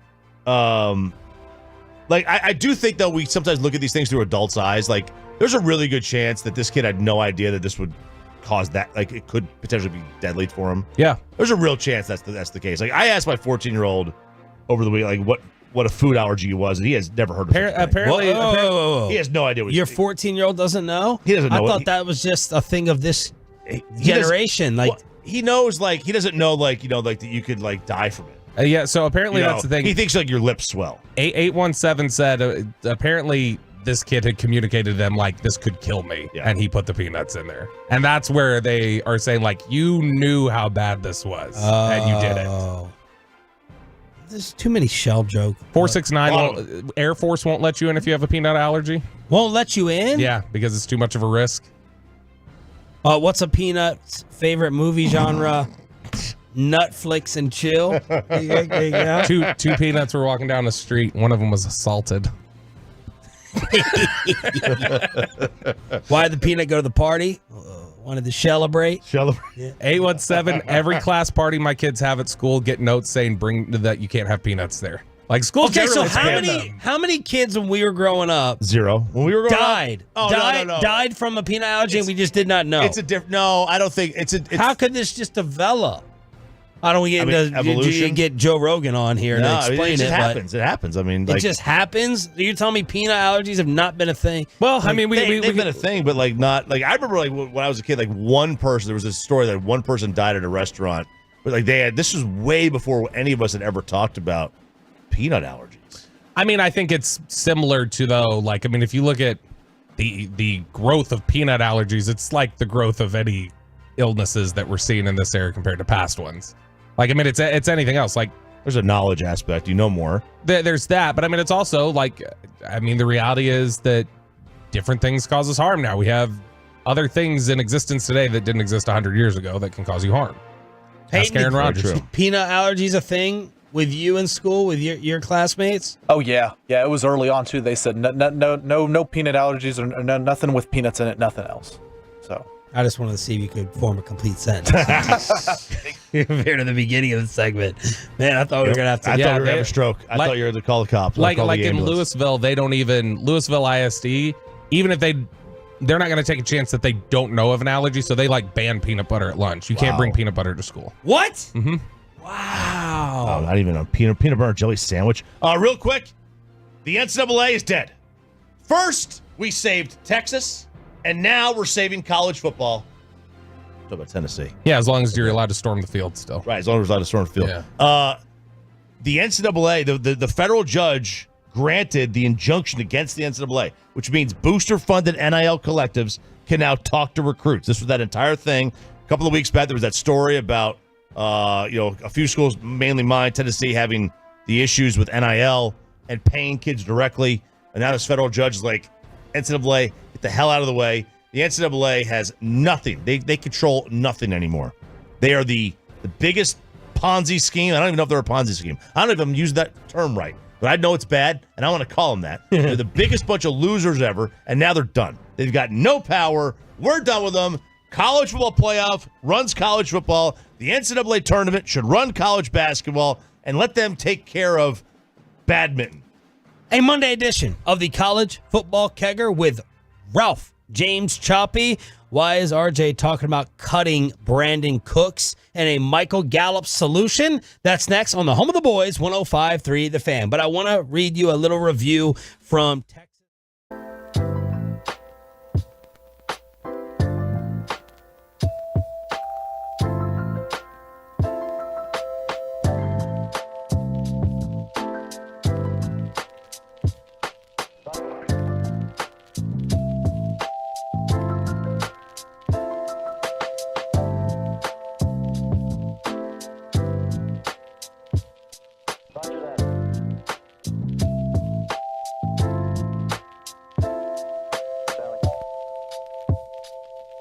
Roger that.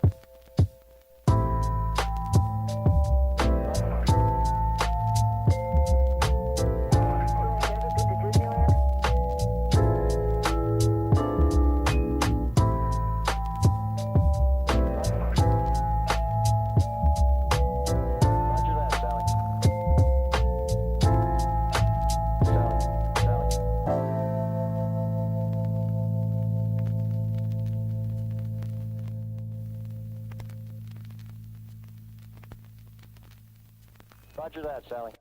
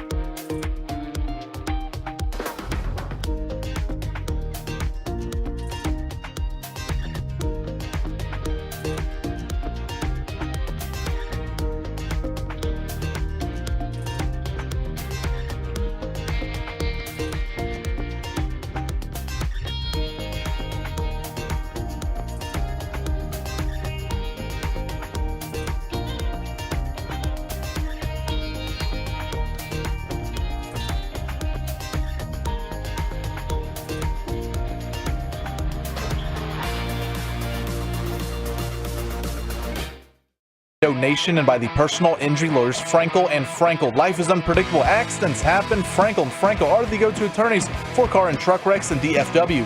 If you or a loved one have been in an accident, contact the Frankels for free at 214-817-333-3333 or go to truckwreck.com. Is there anyone who can't sing along to this when it breaks out? I don't think so. Peyton? Does he know the words to this? Yeah, I don't know the words. You I know the don't? song. Yeah, I don't know the words. You don't know the words when this breaks I out, don't think I know all the words to this. but you know the part. Yeah. You do? Yeah, the chorus or whatever. Yeah. Please help me. Okay, I just wanted to make sure. But Peyton, no. I don't think so. Okay, well, I mean, he can't even say now. He doesn't believe in national champions. Like, what do you expect? all right. We talked about the strengths and weaknesses of this upcoming NFL draft.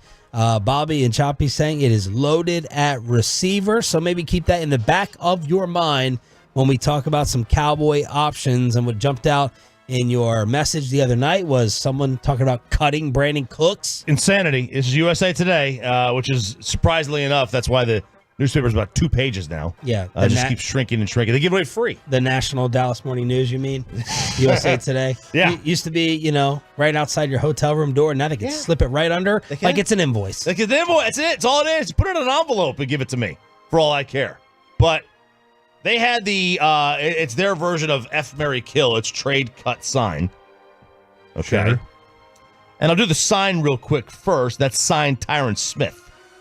Okay, that's the sign that they offer. Now, does it talk about numbers? Does not go into numbers, but it did give Bobby's favorite Pro Football Focus ranked Love those guys. Smith as the best tackle available and the 14th best free agent overall. And it says if the Cowboys want to go all in, a new contract for Smith would be a good start. Does he have the same agent that he's had throughout his career? Yeah.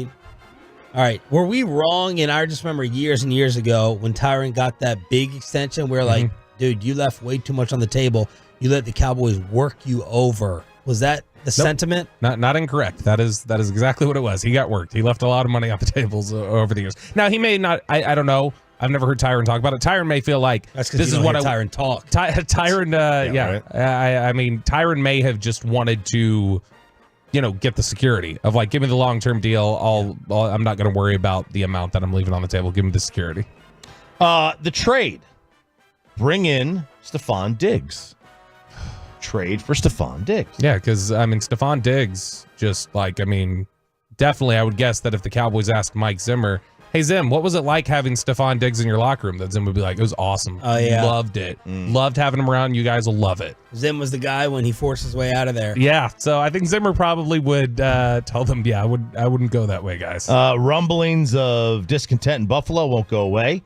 6th straight 1,000-yard season. Been a force. There's no doubt about that. And then the cut. And this one surprised me, but I guess based on their rationale, it didn't. Cut Brandon Cooks? Stupid. And it says, look, if they compare Diggs with CeeDee Lamb... Did Mike McCarthy write this? Yeah, right. If they compare Diggs with Lamb, there'd be no reason to keep Cooks around. Okay, I understand from that perspective. Like, if you're going to replace Cooks with Diggs, I can see where they're going. Whatever. It's a 3-receiver league, though. It's a 3-receiver league. Exactly. You need him. He carries a $10 million cap hit. They could save $8 million if they release him post-June 1. He emerged as a legit number 2, though. So that's what it says there in terms of Diggs. That's if they get Diggs, cut Cooks. Yes. Not Gallup. Not Gallup. No, Diggs. And we're all out on what it would take to get Stephon Diggs here. We're out. Yes. Right? Yep. Short of it being like, I would trade Gallup and a 4, 5, whatever. Would you trade Gallup at a 5? 4? Yeah. Right. No, I know. Yeah, I know. But like as a player, yes. But if I'm at the Russell Wilson state that you're at, Chop, like I might be at that point where it's like, do I want him here? Period. He's not a number 1. Diggs? Not anymore. Oh, disagree. He was 45th in DVOA amongst receivers this year. All right. He's usually in the top 5. He's usually in the top 5. His average depth of target was a full yard less And after week 1, he was 20% below average of receiving and had a catch rate under 60%. Okay, Diggs that's a no-go. Gets open like a 1, though. Diggs still gets open at an absurd rate. You can't cover. But I would say obviously not based on those numbers. Okay. I mean, the DVOA doesn't tell you, I mean, we can talk about DVOA, but again, DVOA is not going to talk about, like, what he does on his route. That's going to talk about, like, what is the value that he contributes per target basis and things like that. In terms of, is he getting open? He's still getting open. I want to see what reality versus perception is in your minds when it comes to Brandon Cooks. Don't look, don't cheat. Okay. How many catches do you think Brandon Cooks had? 61. 55. How many yards do you think he had? 880. 620. Okay. Bobby was looking at his numbers. I was not. What was it? 54 catches, 657 yards. How many touchdowns? You weren't that close with yards. 8. That one I knew. Sorry that this is my job to cover this football team, gentlemen. Cheater. You're looking at it. Look, I've got nothing up. You may have looked at it yesterday. Yeah, that's right. Or a week ago. So, but basically his production here, 20 or 30 catches less than what he had been putting up in Houston. Now, again, Houston, no CD Lamb there. And then a 300-yard difference compared to what he did in the armpit. How would you grade Brandon Cooks' year here? Oh, I think he was really good. I think he was early on, he was getting open and they were going through when they were trying to figure out the offense the first 5 weeks of the season, he basically had no production. Right. And so it was more the second half of the season he started to find a little bit of a rhythm, but I feel like they just didn't take advantage of him as much because CeeDee Lamb's such a volume guy. And the grade, which I asked 10 seconds ago? B+. Yeah, I think it was pretty good here. B+. Yeah. None of us agree with cutting him. Anything else on Gallup? When can we get rid of this? Well, it's a post June 1. That's an F. Do. That's you would get rid of him post June 1, and then you determine on what you would want to do. Gallup might. There was a point last year where Gallup was efficiency wise was the worst receiver in the NFL. yards per route run among qualifying receivers like 6 weeks in the season. He was dead last. Wow. John Machota. Oh, but you know what? While we're talking about all these local receivers, I got to play this from Jameis. This was freaking amazing. Get this guy on the radio. I hope Barstool doesn't go ahead and lock him up and agree to something post-playing career. Jameis Winston was asked about Mike Evans on Pardon My Take, and he said there's just something about receivers in this state, especially if you grew up by the water. So I think Texas receivers, I feel like they're different, but Mike is different. Mike is from Galveston. I always tell this to people, and this is something that me and my trainer talk about a lot. If you are born around water, you have a different way of life. You function differently, and I just feel like you function differently because water has no soul. You know, it doesn't discriminate against anybody. You get in that water, it's going to take you wherever it goes. Yeah. So I feel like people that are around water, they are very strong-willed. They're one with water. Mm-hmm. You know what I'm saying? And Mike is from Galveston. If you've been to Galveston is known for, I don't know what they're known for because I'm not from there, but I know they have a beach. You know what I'm saying? And it's not a pretty beach. No, they're known for oil. There's it's some of the dirtiest sand in America. Yeah. Yes. Yeah. But it's not a pretty beach. So Mike is from that muck. Yeah, you know what I'm saying? It might be oil muck. Yeah, you know what I'm saying, but it's still muck. So he's a little different. I don't classify him as like the regular Texas receivers. But CeeDee Lamb is a Texas receiver. And I know he had a dominating. How good is that? He's so good. How good is that? And Galveston is known for. I don't know what it's known for, but he's amazing. He cannot be put on like ESPN. That'd be a mistake. It'd be like you have a different way of life. It'd be putting like Shaq on ESPN. Like just keep him away from ESPN. Get him in a place like Barstool or something where he can be free, because that is freaking gold. He needs his like his Cam Newton 4th and 1 podcast. That's what he needs. He just needs a space to be able to talk with the Hallelujah chorus behind him. Like he got it a little bit there, but whenever Cam makes a point on a podcast, you've always got the guys in the background going, oh yeah, He just needs somebody there to gas him up a little bit while he's going through his talking points. His Mardi Gras interview was great because he was just dancing the whole time. His workouts are amazing. They're top notch. And it's like, if you look at it, you're like, what is this fool doing? And then you see, like, you know what? All right, I can kind of see how that would, being chased by a dog, just sitting there just trying to be chased by a dog. It's like, okay, what is he doing here? But you function differently. quick feet. And then Cam has been taking a lot of L's, like publicly. Yesterday was a humongous win for the street cred of Cam Newton, as the viral sports video of the day and the weekend was a youth sports brawl breaking out at some type of Cam 7-on-7. He was, and you know what's impressive? He takes on what, like 6-7 guys. Just they're trying to jump him. Was he getting jumped or was it a breakup? I don't know. I don't know what it was. The but most it's like, consistent message we've seen is he was getting jumped. Now, you talk about it, whatever it is, the fact that he's just hurling dudes around without that hat ever moving. That hat stays on his head, and he's built different. You see why it was so difficult for guys in NFL pads to contain the man, because he's a unit, and he was slinging him around. The TSP crew, as they were called. Yeah. Which, is that a team? Apparently it's a sounds like a 7-on-17 gang. This S personal is what it stands for. That's the name of their crew. So, but everybody who kept using TSP, I kept looking in the comments like, does anybody actually explain what this means? And nobody does. Like, I don't think anybody who was using it yesterday actually knew what it was. They just saw one person say it, and then they were repeating it. Cam answered the question: would you rather be attacked by 100 duck-sized horses or one horse-sized duck? Because that is he was just throwing them around like rag dolls. Yeah. I gotta say, he's starting to grow on me over the last month because of what happened in Vegas between you two. Like the fact that he was at Vegas. So I don't think I told this on the air. The interaction he had with that lady. No, I don't know if you want to tell. It's good. Okay. I don't think there's any problem because he was joking around where he was walking out of Radio Row, and there were a bunch of people with different phones, and this woman was in his way, like had stepped in front of him, and she had stepped in front, and he bumped into her and is like, "Oh, I'm sorry." He looked down to say, "Oh, I'm sorry," and then he saw she was kind of startled by it all, and so then he leaned into it. And he's like, "Watch out, get on my way, get on my MF way," and he's like, "I'm just kidding."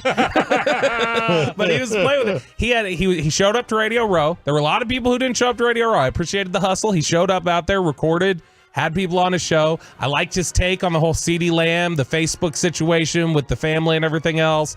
He owned up to Brock Purdy playing well in the Super Bowl, which he didn't play that well. But I mean, he was able to say, "Hey, I'm admitting as a guy who isn't the biggest fan as I thought he played well," and now he does this. I'm coming around on Cam Newton. Let's head on out to the site of spring training for the world champs. It is a Texas Rangers surprise Arizona crosstalk with KMC next on The Fan. But first, let me go ahead and get you set up with Trajan Wealth. The fiduciary advisors at Trajan Wealth understand that no two retirement plans are the same. They offer guidance on a variety of financial objectives, including ways to earn higher.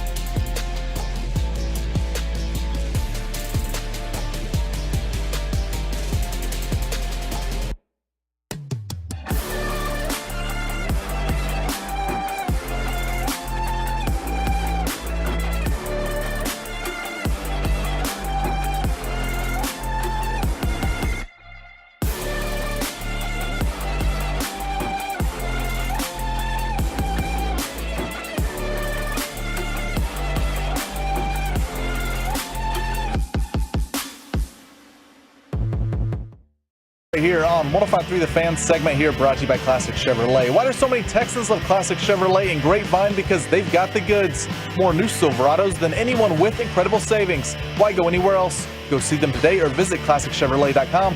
This is Texas. This is Classic Chevrolet. Relax, enjoy the difference, and find new roads. Trying to figure out why we have a crotch shot of Mike Bass. Okay, there, he just fixed it. As we crosstalk with the KMC Masterpiece live from Surprise on the home of the Rangers, 105.3 The Fan. Good morning, Corey Majors. Oh, that's home of the world champion, Texas Rangers. Sorry. Hell yeah. My bad. Take it away, Kev. There's that hum. We hear the hum. We even closed the windows to try to eliminate that. Is that the leaf blower? Yeah, his leaf blower guy. Airplane just flew over. So that actually just happened right out in the left field wall on the Jumbotron out there. It says 24 spring training, Arizona, Florida. Rangers are heading over to Glendale today, I do believe, is where they're heading. We'll be right here delivering beautiful radio content into your ear holes. This morning we got a chance to talk with pitcher Danny Duffy. Mike talked to Travis Jankowski. We're looking to have Josh Young on later today. That's the kind of the goal we're shooting for. So much more. And then Mike's Baseball Nuggets. You've been kind of bouncing around all over the place on what you want to do here. This is interesting. I'm excited. Yeah. There you go, guys. Look at Mike's giddy we might be in trouble. Is that kind of day? I wanted you to do the Harry Doyle thing. You set up everything perfectly, then he turns to his color analyst. That's why he's the best in the business. Yeah. So it's gonna be bits all week. No, I'll be more prepared for it, Mike. I'll be more prepared for it down the road here. So that background that I'm hearing, is that Peyton's music or the leaf blower? It sounds like organs. Look, it's right there. There he is. That is the leaf blower guy. Except he's blowing trash. And he's... no, he's not blowing trash. He's trying to get the condensation, the water. Oh. So he's drying the concourse right now, or drying underneath the seats. It didn't rain, though, so that's just like from the dew. earth. Could be dew. And were people complaining about our signal earlier today? Saying that it was some atmospheric echoey interference with the HD signal. It's not 95 degrees. I mean, that's what's going to happen. Hey, if you guys listen, if you Tolo and listen to our show from start to finish, it's just like flying into the Phoenix airport and waiting for Thrifty Rent-A-Car to give you a car that day. That brutal. Thrifty, if you got time, so do we. What happened? I guess you can call them dollar too. Well, it was amazing. I don't know how everybody wants a car from them. Because they're the cheapest. They were the cheapest. Three places were sold out of cars. So, but these are all pre-rentals for the most part. I'm assuming 95% of people that fly into Phoenix have pre-rented a car, and they're like, you know what? We got about 1,000 people coming in. What do you think? Two people should have a computer checking them in? Is that too many? Should we go down to one? And the manager was not there. He showed up from start to finish. When I got in the line, it was 1 hour and 53 minutes to get from the start of the line to the checkout desk. That's pretty remarkable. Like, you should know. Like, they should know exactly how many people are coming in, because they ask for your flight information. Yes, they asked for your flight information. We had a specific time. Yeah. You should tell them how you hooked up the G-Bag Nation, because they were the luckiest people in the group. On the planet. So we warned them while Wolchuk's wife was in the middle of having her baby. Oh, wow. He's not. Is that not? Yeah, Have we not talked about that yet? Are we not supposed to say that? I don't know. We hadn't mentioned it. Yeah, there's a lot of things Wolchuk does we haven't mentioned, though. Oh my God, dude. Holy crap. Wolchuk probably won't be on the shows this week, I guess is what I would say. So they showed up, they were at Thrifty, and I saw how defeated Gavin Dawson was at the end of the line. So I just called Broadus, and I was like, hey, this is when I'm 5 people from the front of the line. Just sidle up to the side of the line and just hang out like we're just talking and stuff. And then we walked up together as if we only had one reservation, and nobody complained about him cutting the line. Yeah. And then we made sure while we were checking out, and I was like, oh, yeah, he has his own separate reservation. She's like, no problem. And so they waited about 8 minutes. Have we had an issue there? Well, no, because I do the cars myself. And I have my name on the board. We just walk right to the car. Oh. That's what you got to do. You get your name on I the board. would say, but what company are you working with? Hertz, National, Avis. Like, I would just say this, being honest, if you're flying into Phoenix for spring training, don't rent with Thrifty or Dollar. You're going to be waiting 2 hours. The other companies, now they were sold out of cars, a few of the other companies, but whether it was Alamo or a few of the other ones, there was a 10-minute wait to get your car. So I don't know. Does it cost $100 more for the 5 days you're here? It's about maybe $200. so. But I don't know. If you want to spend an extra literally 2 hours at the airport doing nothing, I don't know what your time is worth. Like how much? Yeah, how much do you have to save? How much money do you have to save to wait 2 hours in line? 2 hours in line is miserable. That is miserable. You know, by the time I got to the end of the line, RJ, I thought it was a good decision. At the beginning of the line, midway through the line, most of the time, I thought it was the stupidest decision At one ever. point, I went to shop around because I got a budget. So I went to shop around while Kevin was staying in line, and I was told he'd stay within this range. I was like, all right. So I went online, found a bunch of cars, and I was like, man, those are right in this range.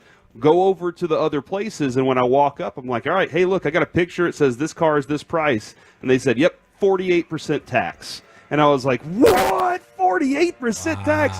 So that went up $200 more than we were budgeted. So we couldn't do it. We can't just eat that. We're not rich.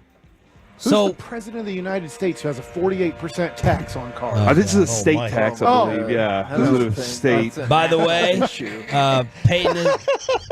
Peyton has just informed us that tomorrow at 9 a.m., John Smoltz. Ooh. Oh. Yeah. So you gonna badger him? we have to.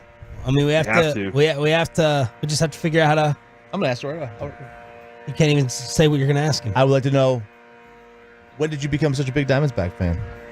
Diamondback fan. Diamondback. Yeah. Wait, we'll have you do the speaking. You and Peyton combine with the interview. The speaking. So that's John Smoltz tomorrow at 9:00. You could maybe ask him something like, the Rangers winning the World Series, since you covered them from start to finish in the playoffs, is this the most surprising world champion you've ever covered? And how disappointed were you? Yeah, how disappointed were you? Yeah. No, we have to talk to him about the perception. Yeah, we can like, I don't think that's an uncomfortable thing to ask. Say the perception among Ranger fans was And that us. you hated. Yeah, was that like you hated this baseball team? Yeah. How many more Set us innings do they straight. need to actually beat the Rangers? The Diamondbacks. You don't want to get into a game 9 with the Diamondbacks. You can ask him about Hurtado's barbecue. Yeah. Corey and I are wearing Hurtado's hats, and from what I understand, he destroyed the meal that he had at Hurtado's in a good way. Okay, like with his mouth. Like he ate everything and enjoyed He's like, it. this is the Rangers of barbecue. This is awful. This is terrible. This is terrible. I don't know how this barbecue is even in the stadium. Yeah.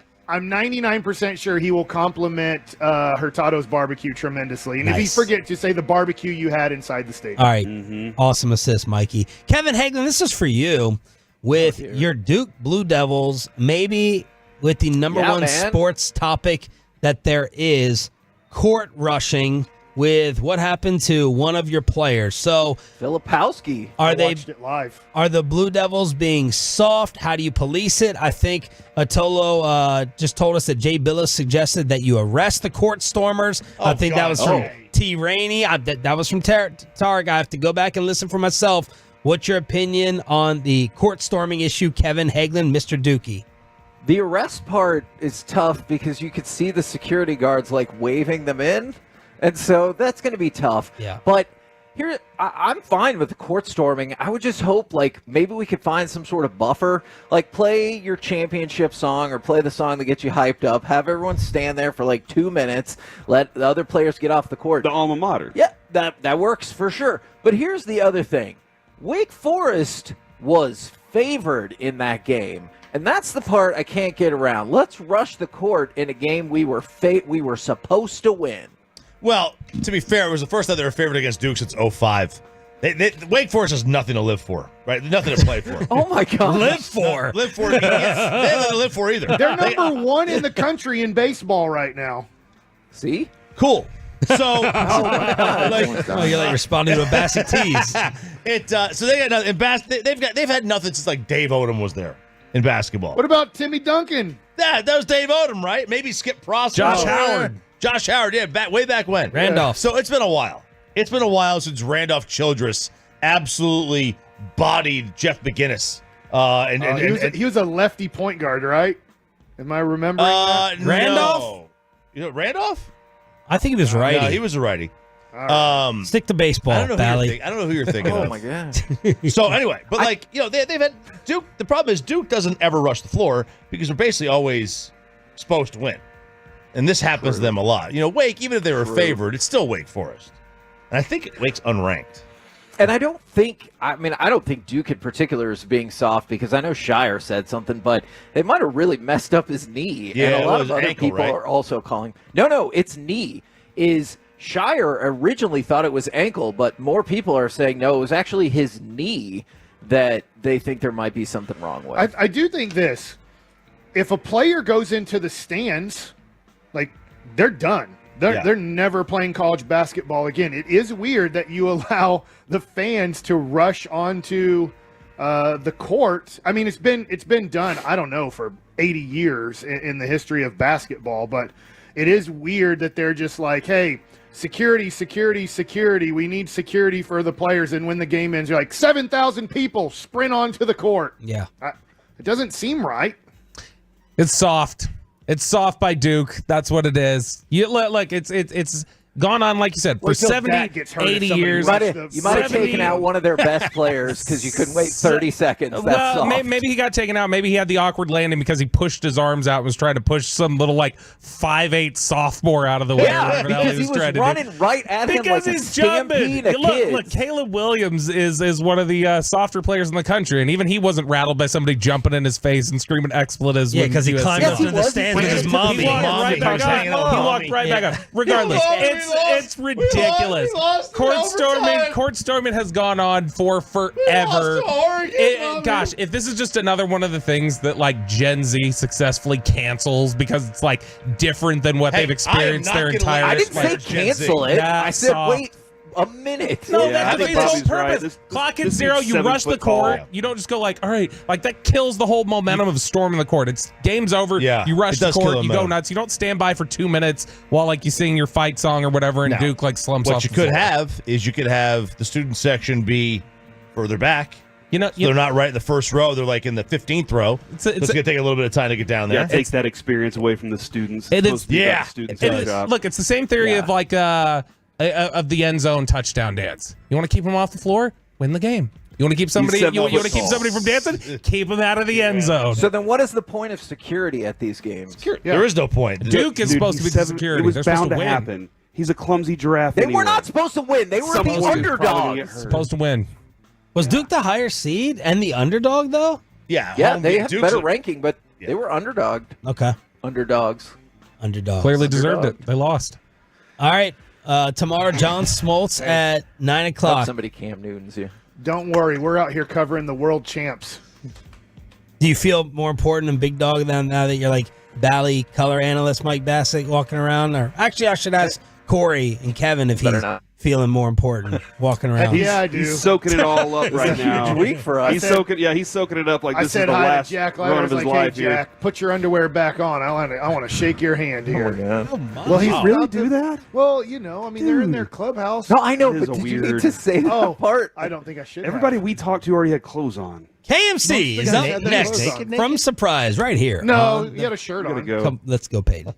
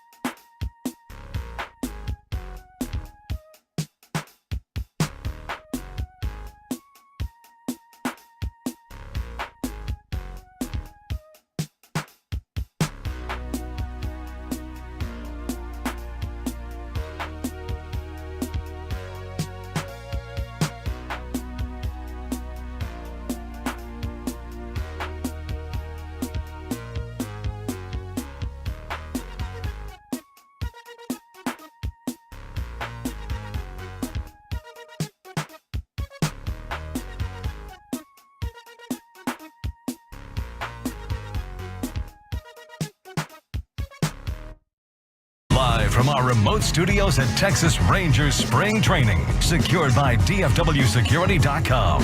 This is the KNC Masterpiece on 105.3 The Fan. KNC Masterpiece right here on 105.3 The Fan. We are live from Surprise, Arizona for the defending world champion Texas Rangers Spring Training. It's a huge week out for us here, and we are excited to be here. And you know what? We said defending world champions. I don't quite remember what that sounded like. If only there was some way we could hear that last part one more time. 2 balls, 2 strikes. Spores kicks and fires. He struck him out looking. It's over. It's over. The Rangers have won the World Series. Ranger fans, you're not dreaming. The Rangers are the World Series champions. After 52 years in Texas, 63 years of the franchise. The wait is over, and the celebration has begun. I just got chicken skin thinking about that, Kevin. Like that was the feeling that I got. Have you ever heard that expression, chicken skin?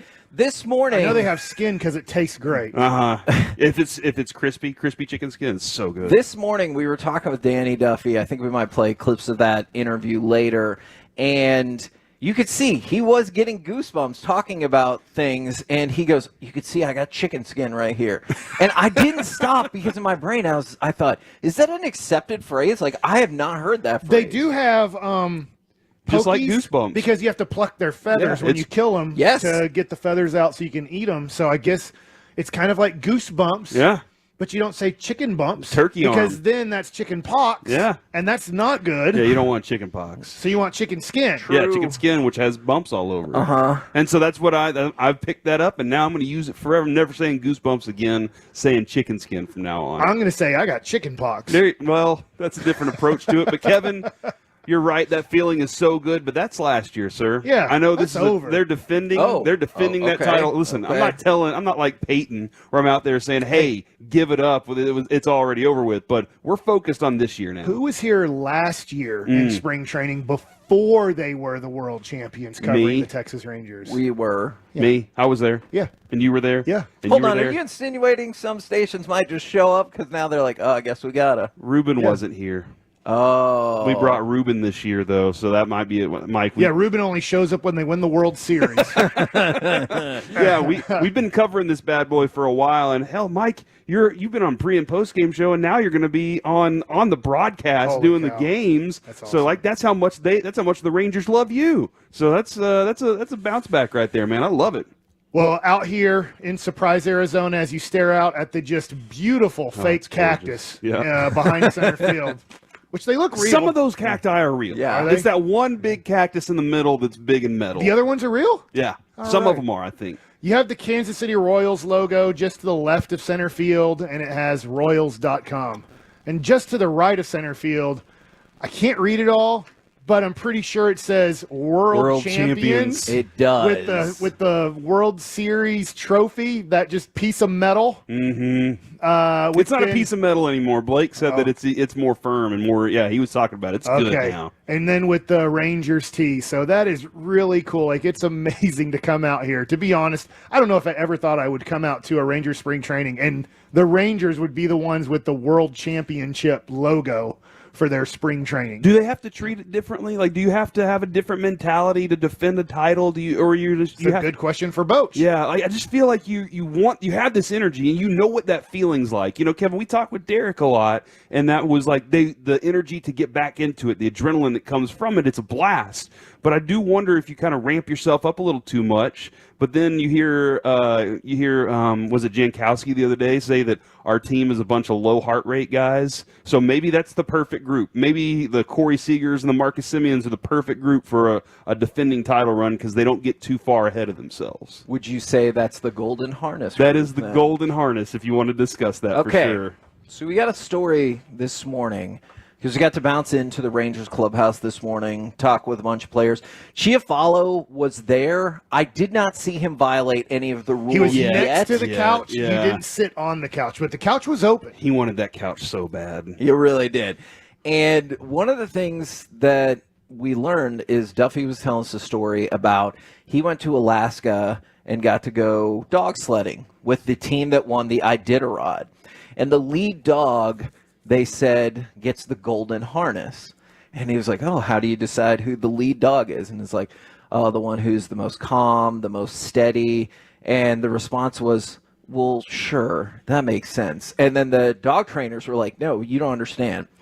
If that lead dog gets jittery or you can sense it, it trickles down. All the other dogs will get nervous and jittery. And so that just felt like a really appropriate metaphor for so many players on this team. He was applying that to yes, Coach. absolutely. But you're right, Kevin. Like, he was applying that to his manager who never wavers. When we talked with him last year, and we'll have him again every Tuesday this year, when we would talk with him, he just would say, yeah, he would tell us it's fair. He would have just this very, yeah, that is what this team is right now. But we got to do the work to make sure that they take care of it so they can get out of that and get confident back. But Kevin, he applied it to him. But you look at Seager throughout the entire playoffs, and what was the thing you heard from the teammates? Yeah, he's like that all season long, but he said that emotions are for the playoffs. Emotions are for the World Series. Yeah. And that's like, and then you see Simeon grinding all season long, gets to it, struggles. Never saw him panic, did you? Like, that dude, No. he was consistent, still did his stuff. So, team has really good leadership, man. To your point, getting to talk to the doctor of defense, Mark McLemore, it does take special people to play at a high emotional level for 162 and to not be wore out. He always worries about, at times, players that play at too high of an emotional level during the season. It's fun for the fans. You're like, this is awesome. But he's like, it's 162 games. It's 6 months. It's every day.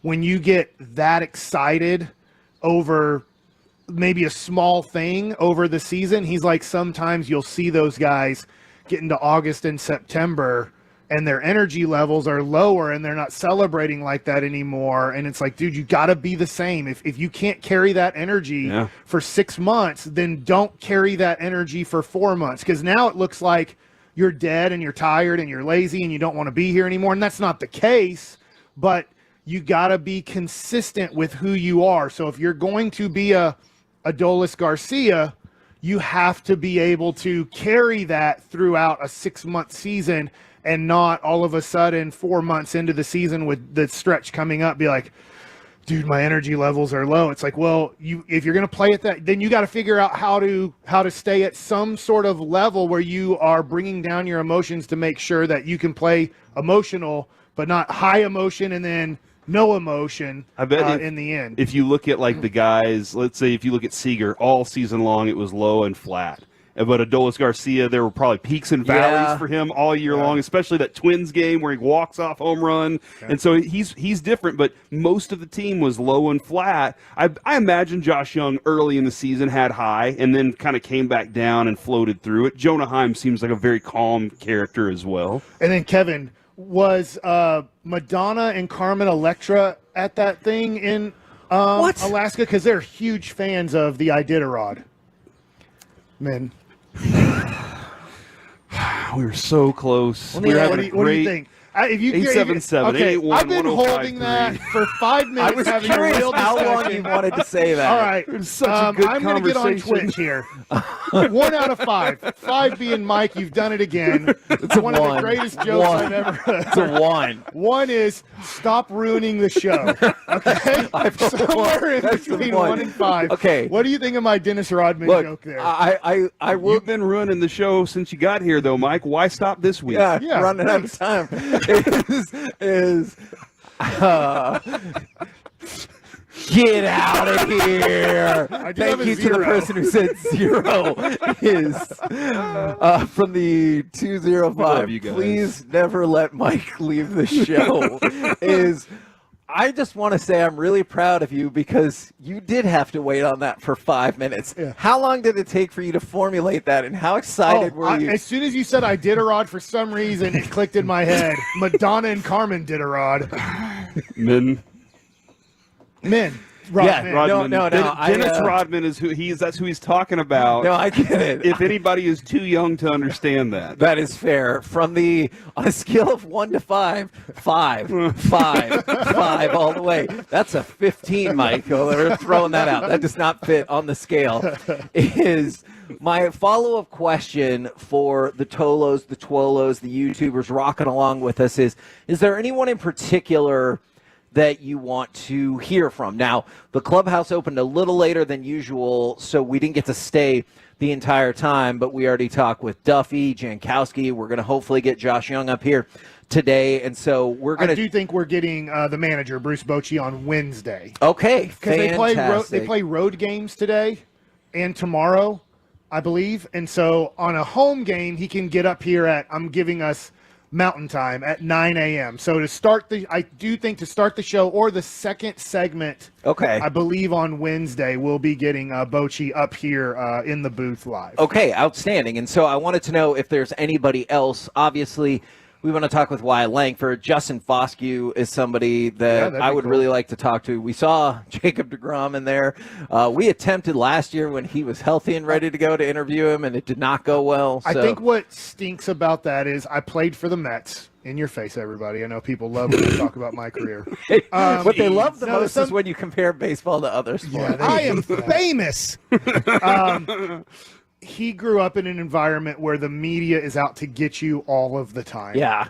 And so he just thinks that if he comes up here and does this interview, he knows how bad it has gone. Yeah. Doing it in New York and the attack and the what you do in New York is even if that guy's having a good season, you go, which catcher do you prefer? Because I think this catcher stinks. And then you're like, this isn't fun. You want me you want me to say this catcher is better than that catcher? Or you're like, hey, do you get nervous when the balls hit the left field because your left fielder really doesn't have much range? And so he's used to those type of questions from like sports talk radio. And so he doesn't want to do it because he assumes he only knows what sports talk radio interviews have been like in New York, so he doesn't want to do them here. So I understand, it's just trying to convince him we're not New York. Mm-hmm. We're not going to interview you like that. We're going to ask you questions. We're going to be optimistic about your recovery and talk about what it was like being on the bench and seeing all these guys step up and who was you were most impressed with stepping up in what moments, this and that. Not, hey, what about your contract? Yeah. Hey, you make a lot of money. How bad is this deal? One of the things last year, for the Rangers, not for you. The thing that we learned last year, Mike, was that Nate Eovaldi comes in, buys all the rookie Rolexes, like. He is the ultimate clubhouse guy. Like, everybody seems to love him. He does do that? Hold on. Is that? I don't know. I believe that's awesome. That's Nobody bought me Jack. Yeah, well, and Jack Leiter would be a rookie. I'm not sure. Maybe it was just Josh you have Young. to wait till you make the team. I would have to go back and look at that story real quick. Okay. But I remember seeing, he is the ultimate clubhouse guy. He helps out with all sorts of things. He watches bullpens for his teammates. I remember that last year after he'd get done with his bullpen, he would then watch his teammates' bullpens so he could give them feedback on what he saw without stepping on Mike Maddox's toes. Yeah, and so that's just that's the guy, Kevin, that I really want to talk to because he's not just we talk about Simeon and Seager as the leaders of this team, and I know Adolis is the heartbeat of the team. I really do think the glue part of what Nate Eovaldi does, he connects with everybody in the clubhouse, and even this morning. When we talked with Duffy, what did we hear? He's coming through and helping him with his crossword puzzles. For pop culture answers. Eovaldi is the go-to guy for pop culture answers on the team crossword. And if you don't know what we're referencing... So a 7-letter word for Iditarod would be Madonna. Somebody did say that. They said it took me a minute, but... It was funny. Keep Mike around for another week, Ed. So thanks, Ed. Thanks, Ed. Yeah, focus on the wrong part. Is we were talking with him, and he's. If you don't know, they have a crossword every single day that they print out for the team. For everybody. And so I know some have competitions. I think in the past they've had Sudoku out there as well, just to see who can get it the fastest in terms of the most correct answers and everything. And I feel like that's cheating because you'd have to be we were doing a Sudoku. Yeah, Sudoku. we would have to be next to each other and say, ready, go. Yes. And then turn the paper over without studying it first to fill in the first 3 or 4 numbers we know we're going to get. So now, a lot of people are saying they want to hear from Foscue, Duran. Obviously, a lot of people are voting for Wyatt Langford. We'll definitely try to get that going. Leclerc and Spores. I would love to talk to Duran and Leclerc. Just to be honest, I don't know how comfortable they are doing English interviews live on radio. The last interview I was reading from Duran, they did say it was translated. And so we can definitely check on that and see if we can make it happen. And then somebody texted in from the 940, I want to hear from everyone. All right, between us and the G-Bag Nation, I feel like we can pull that off. All right, so as we're about ready to go to break, I found this out today. Back on the B field, I'm planning on this, if it's okay with you. Yeah? At 11:30 Texas time, they are having a B game and John Gray's starting. I thought I could take the wireless mic and go back there for a segment and just kind of talk about what is going on the back field to give our listeners, because that's things that people won't see, right? We're here, we see the big field at 1 p.m. today. I believe, I'm not 100% sure, I think it's the Royals and the Cubs playing here today. And then the Rangers are going, I think it's Scottsdale, right? Yeah, Aren't they playing? Glendale is what I saw this morning. Are they not playing the Giants again? I saw a lineup, it was probably yesterday's lineup on the board. They hadn't posted it yet, but I figure at 10:30 I can go 11:30. I keep saying Mountain Time. Yeah, they're going to play the White Sox at Glendale. So that's today. Where the Arizona Cardinals play. I love that idea because here's the thing. Last year, Kevin, when he went back there to go check out what was going on, I think they were only like throwing bullpens or whatever. But when he went back there, there weren't many fans back there. Yeah. And this year, I feel like there are going to be more fans, inundating the backfields because that's where you get the access, man. We're the KNC Masterpiece right here on 105 through the Fan. We are live from Surprise for Texas Rangers spring training. Coming up next, though, Mavericks lose to the Pacers. Plus, are these things doable in the last 25 games of the regular season? We'll talk about it next right here on your home of the Rangers, 105 through the Fan.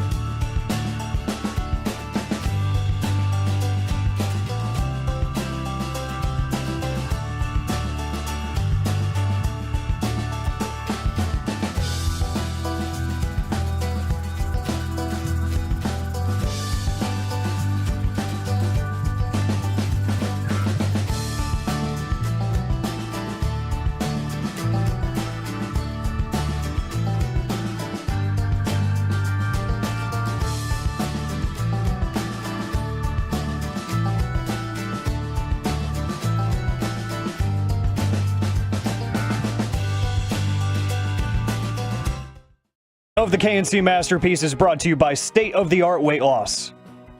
Baseball pass, Halliburton to Turner, who flushes it home. Big time pass there. Turner to the basket, lays it in. He's got 30.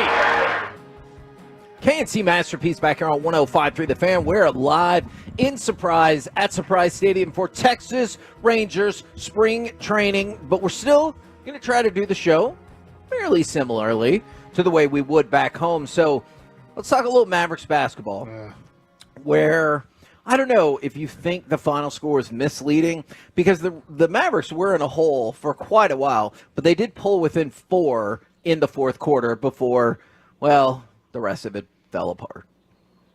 Yes. I thought you were going to play out. It felt like you were setting up a highlight where, I got like you. Miles Turner was about to hit a jumper or something. But that's why he's the best in the biz. While you were standing in line for 2 hours, thanks to Thrifty Dollar Rent-A-Car, Corey and I were sitting and waiting, and we got to watch some of the game on his phone, and then I was following it through the MGM app because you are in a betting state. He is a gambler. I didn't gamble, but it is amazing. After every basket, they changed like the spread, and then betting on the team to win or lose. And when they cut it to 4, I believe it was 104-100. I think it got to be like Mavericks plus 165, and I thought, dang, I should have bet it just a few minutes ago when it was plus 650. And then literally 5 minutes later, they're like, this game's off the board. It's over. And so it wasn't the Rangers' night. They're going to lose. The Mavericks' night. They're going to lose. They're not going to win the rest of the games. They were on a great winning streak.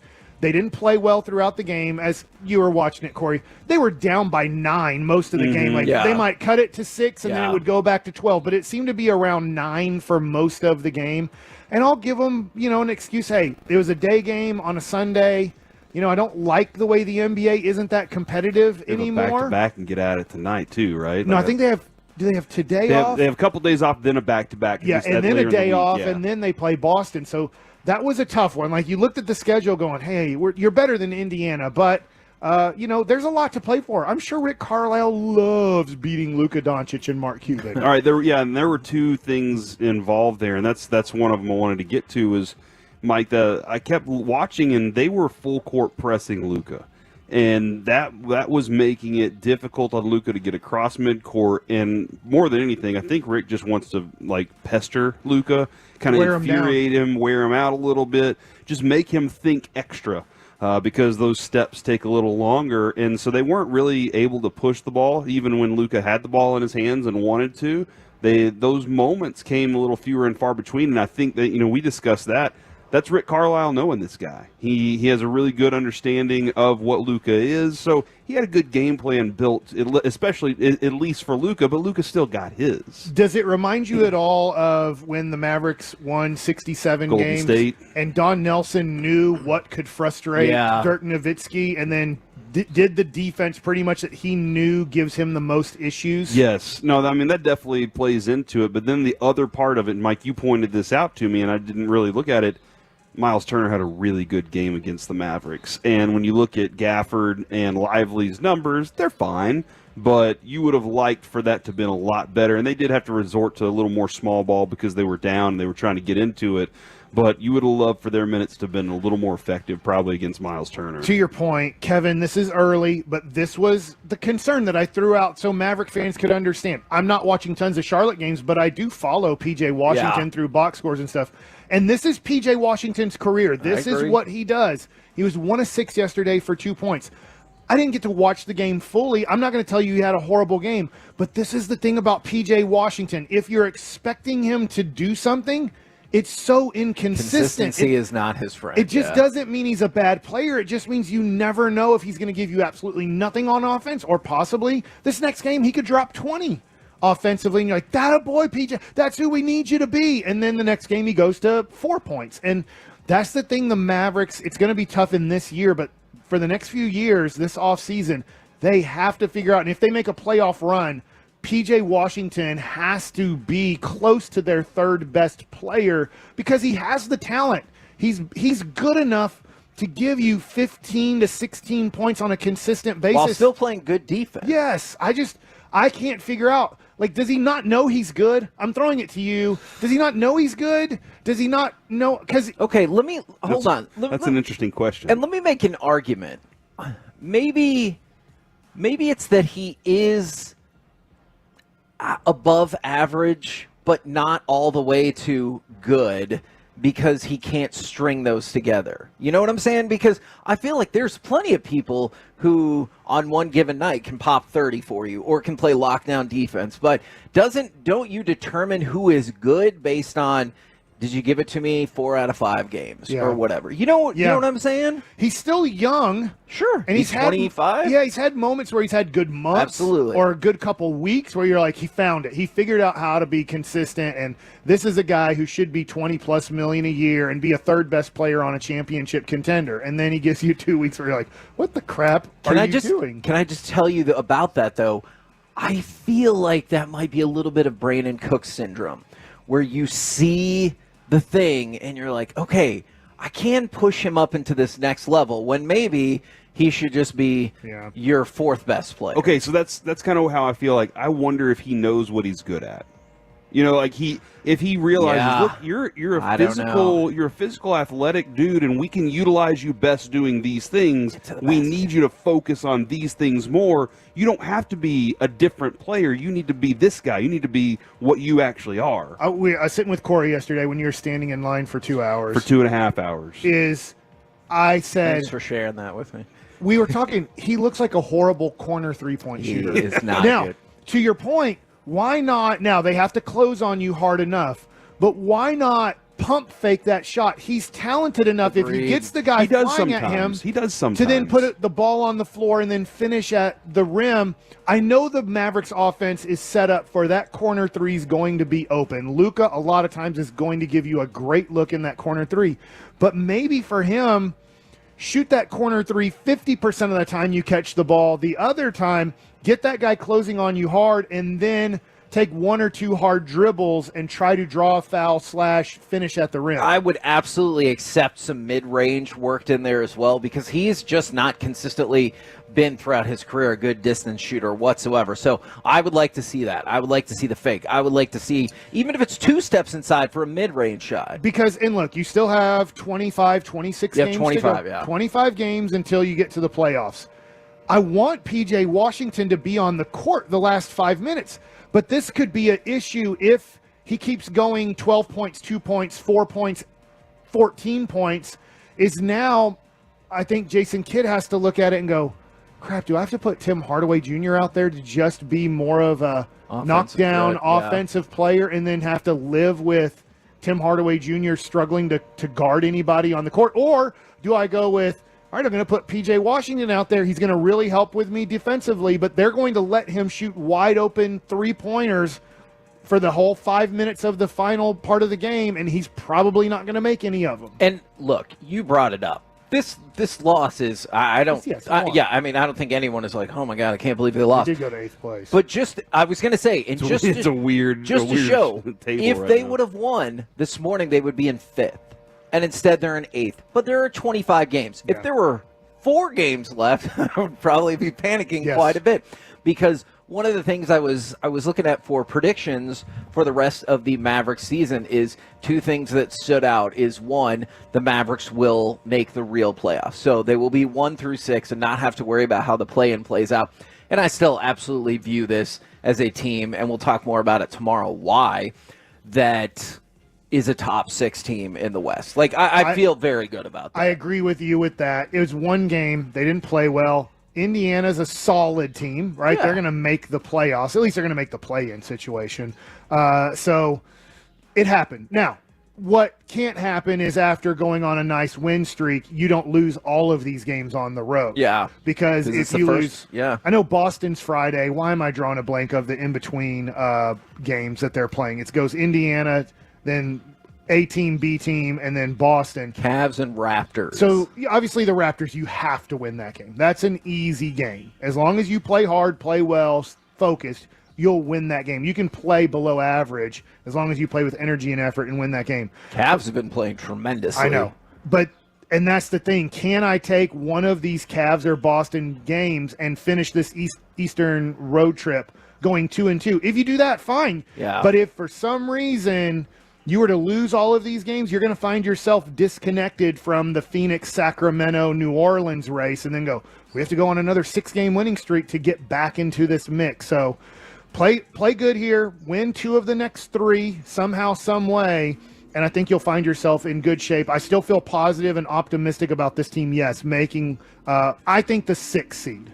Okay. Just like Kevin, we saw all these really fun positives in the first few games. Now some warts are popping up, and now it's time to clean those up a little bit, and hopefully, like you said, by the time you get to the race, it's fun. And what I would really like to talk about, probably in more long form tomorrow, is, dare I say, the continued emergence of Josh Green.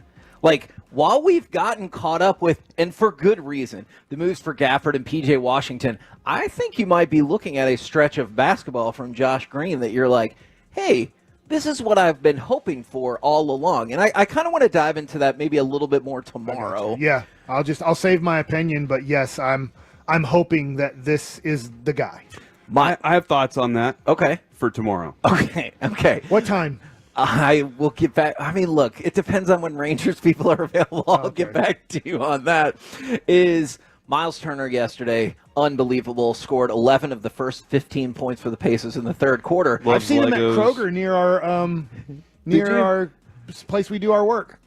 Building. The studio? The studio. That's a good word. Did you forget the word studio? Yeah. There are lots of options for that, and you went with building, so that's pretty good. I remember. I was You're shopping. building. I was like, "That's a big 6'11" person," and I'm like, "That's Miles Turner." He's a big Lego guy, Kevin. Did you know that about him? Oh, somebody really? texted that in the other day when we were talking about Are you sure? Legos. Yeah, that's that. That's in people's bios now. Do you like? Well, we Legos? learned Mozzie Smith's a I big know. Lego I'm guy, pretty right? sure he's a big puzzle guy too, because I think during Awesome. COVID I was doing puzzles, and he did a puzzle, and just like me, he was missing a piece, and it was a Star Wars puzzle. I was missing a piece on a Star Wars puzzle. I was like, me and Miles Turner are the same. Huh. I wish Star Wars made Hansborough toys still instead of just Legos. What is that? Is that Hasbro we're going for there? Yeah. Did you say Hansborough? You said hands. He definitely said hands. I thought it was the same family that made Tyler for North Carolina in the Indiana Pacers.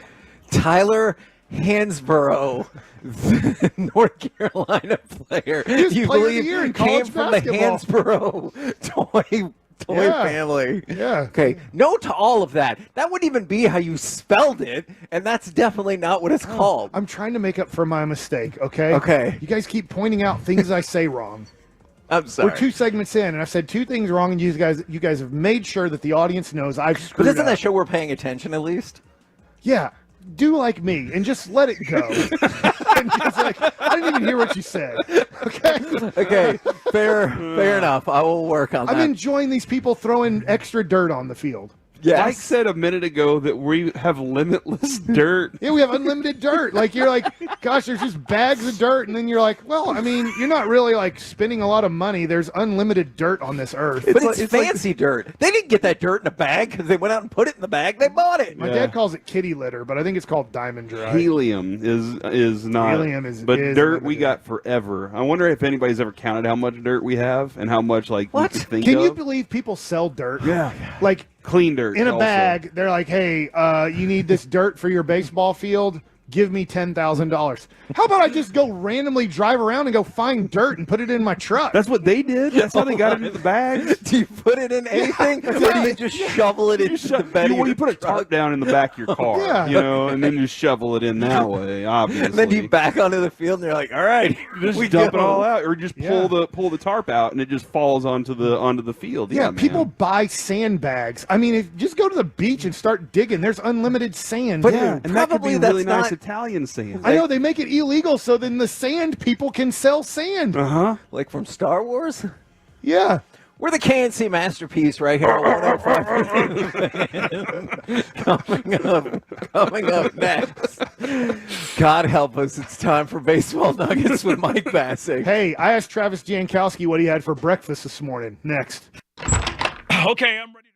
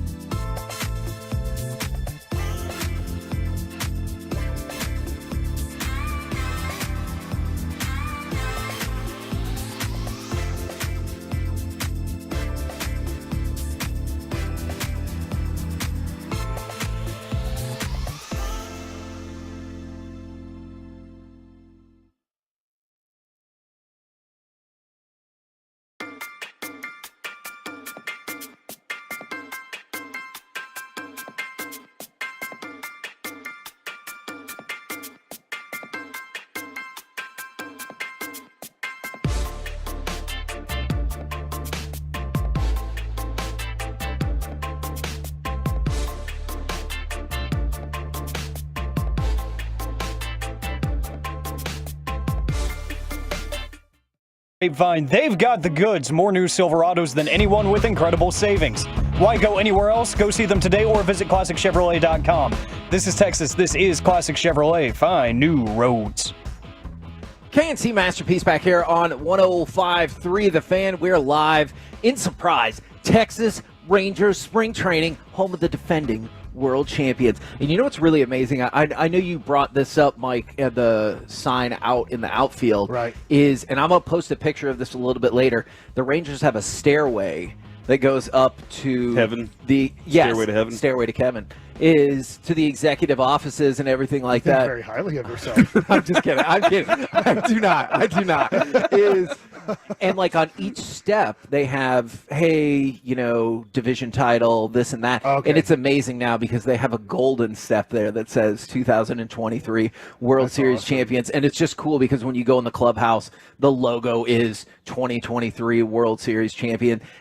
I realize we all saw it, but it's amazing to see the aftermath and the setup in spring training as we transition into baseball nuggets with Mike Bassick. All right, so let me bring you the first baseball nuggets here in Surprise, Arizona. I talked to Travis Jankowski in the clubhouse. It opened this morning about 15 minutes before we had to be up here. So we had to work our butts off to talk to people and then get up here, get set up, make sure the microphones were ready to go for the week here in Surprise.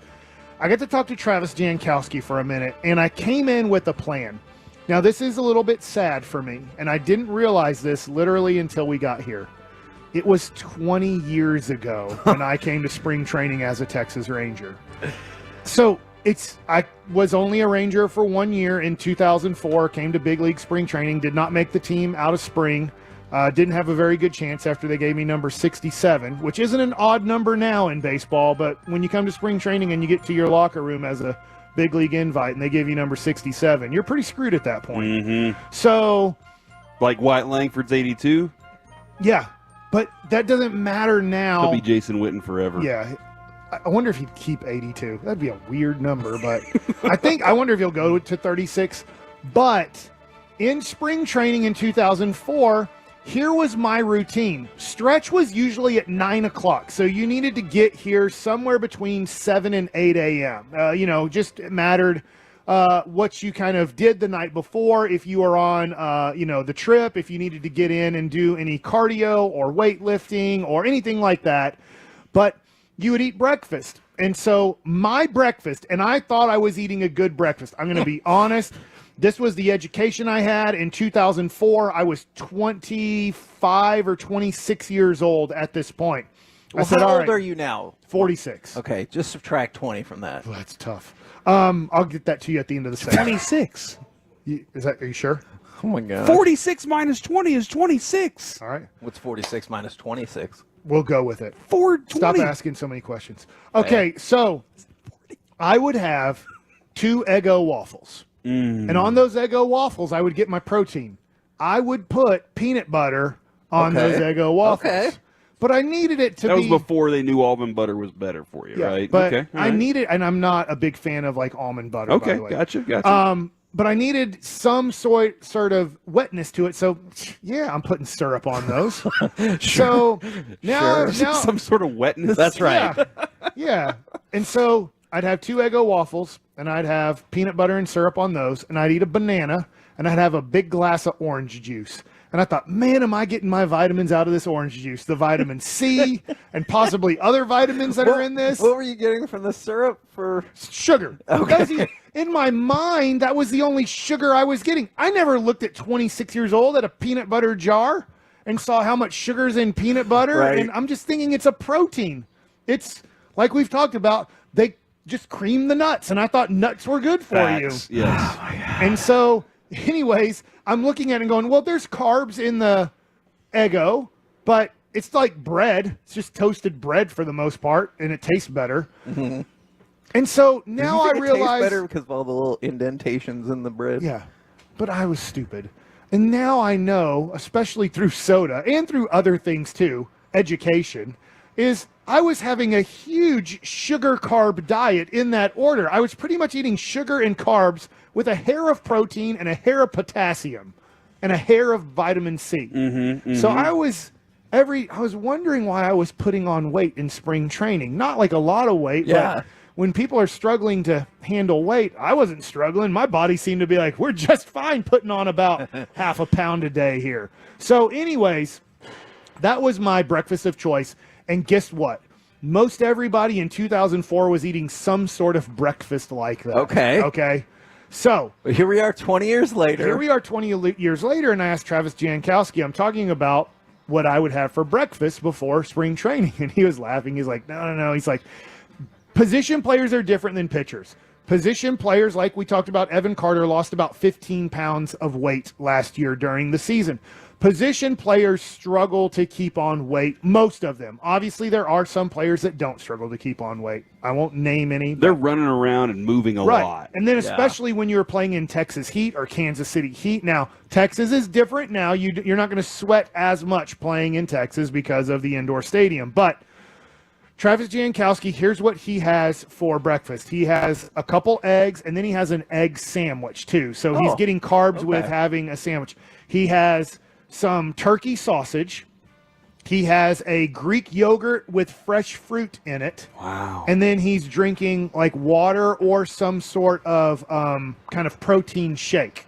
So that's kind of what he's having in the morning. So eggs with turkey sausage, an egg sandwich, Greek yogurt with fresh fruit is pretty much his breakfast of choice. And he might be having some sort of like protein smoothie with that, and he says he struggles. Obviously, he's a thinner guy. He struggles during the season to keep on weight, so he has to really make sure that he's getting a high-calorie diet, but also the right kind of a clean high-calorie diet, because he was laughing at me talking about how I thought Eggos and peanut butter with syrup was that's just a healthy option. Yeah, but make sure to down it with a big glass of orange juice. Yeah, you did it. Which obviously doesn't have any sugar in it. No which sugar at all. There's a lot of sugar in it. So no sugar at all. Anyways, that's just the difference in the education. They have a nutritionist here with them. Okay, that was my question. Is it, hey, we just have this allotment of stuff, y'all deal with it, or does a clubby like pay attention to what these guys like and they make sure they have that stuff? They have a nutritionist that is making sure that they are supplying them with good food. Gotcha. Okay. Now, a lot of the players, remember, the players are somewhere between 19 and I guess 40 years old. I don't know how old Max Scherzer is, but close to 40. Yeah. So, but most of your guys are going to be somewhere between, let's say, 23 and 33 years old. That's going to be kind of the main people in that locker room that you're trying to give them good food are 23 to 33 years old. And some of them have very similar body structures. Some of them have different body structures. But there's a nutritionist who's making sure that they have a lot of good, high protein, good calorie stuff in there. They're not going to, they might. I did talk to somebody and they said, there are some guys that don't care at all about nutrition, and they want pancakes in the morning. Did they want to prevent the identity of those players from being leaked? Yeah, and they want. Like, we're jogging off those pancakes later. Like, yeah, they're like, I don't care. I don't care about my diet. I want McDonald's. You know, like I want and nothing like McDonald's. I eat McDonald's sometimes. I think I like their food, but as a professional athlete, Jankowski was like, I've noticed. He said throughout time, now that he's in, I believe he's in his late 20s. He said at 27 years old, he might be like 30 now. He really noticed how his body felt different cutting down on bad carbs and high sugar foods. So he's like, even though that cake tastes good or that sugary product tastes good, he noticed that his body wasn't performing as well on that type of diet. The other thing, too, is we had a soda dispenser like you would go to 7-Eleven in all of the clubhouses. So, I mean, anytime you wanted a soft drink, it was easily available. If you wanted to drink 17 Mountain Dews during the day, you could have 17 Mountain Dews. It doesn't mean that you're going to, some people would perform well on it, but now they don't have just a soda dispensary at your service. The other thing, too, is what we would have a whole buffet of candy. What? All the Skittles, all the Starbursts, all the M&Ms, all the Jolly Ranchers. Every candy that you could ever imagine that you wanted, Snickers bars, Kit Kats, all available at at any time you wanted. You obviously had to tip the clubby. They're making sure that all of this junk food is there for you to eat. Now those aren't here anymore. So they have protein bars that might be kind of more of a chocolate bar than they have ones that might be more of kind of a, a nut bar where it's more, I don't know how to say these things without you guys looking funny at me. Like an almond tasting bar, or it could be I don't know. So I feel like you could have just said an almond bar. yeah, I don't. But there's different nuts. I'm generalizing, like trail mix, kind of put into a bar form. But as we've learned, you can cream all of them, like almond butter. I don't know about like nut butter. First hour, I guess seeds, cashew butter, because there's sunflower seeds in there, but I don't know if you can cream seeds. Well, sunflower seeds you can do sunflower oil, so I bet you can do. I bet you can it turns cream into those. oil. I bet you can. It cream doesn't those. turn into cream. I bet. Let's look. Okay. Oh my God. So, Kevin, anyways, I got work to do here. For Mike likes it. I was going to do this, but I wanted to talk about breakfast since it's our first day here and how horrible my breakfast was almost every day here in Surprise, Arizona 20 years ago. And all of us were eating stuff like that. It wasn't like Michael Young was having a good, healthy breakfast either. Right. So now they do make sure that the guys have they can't eat bad. Somebody told me they can still eat bad. Guys that want to eat bad will figure out a way to eat bad. But they do have a lot of really good food for them to eat. At 12:45, when I talk baseball, I'm going to talk about how healthy do these Texas Rangers need to get to compete for the Western Division. We're the KNC Masterpiece AL West right here on 105.3 The Fan. Coming up next, unlocking the potential of Ezekiel Duran. How and where do the Rangers go to get the most out of the 24-year-old? Let's talk about it next right here on The Fan.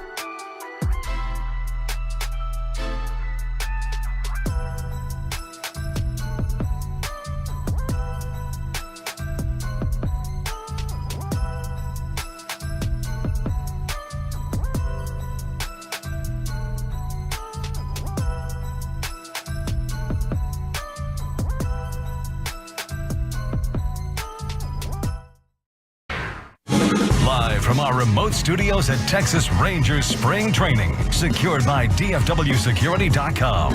This is the KNC Masterpiece on 105.3 The Fan.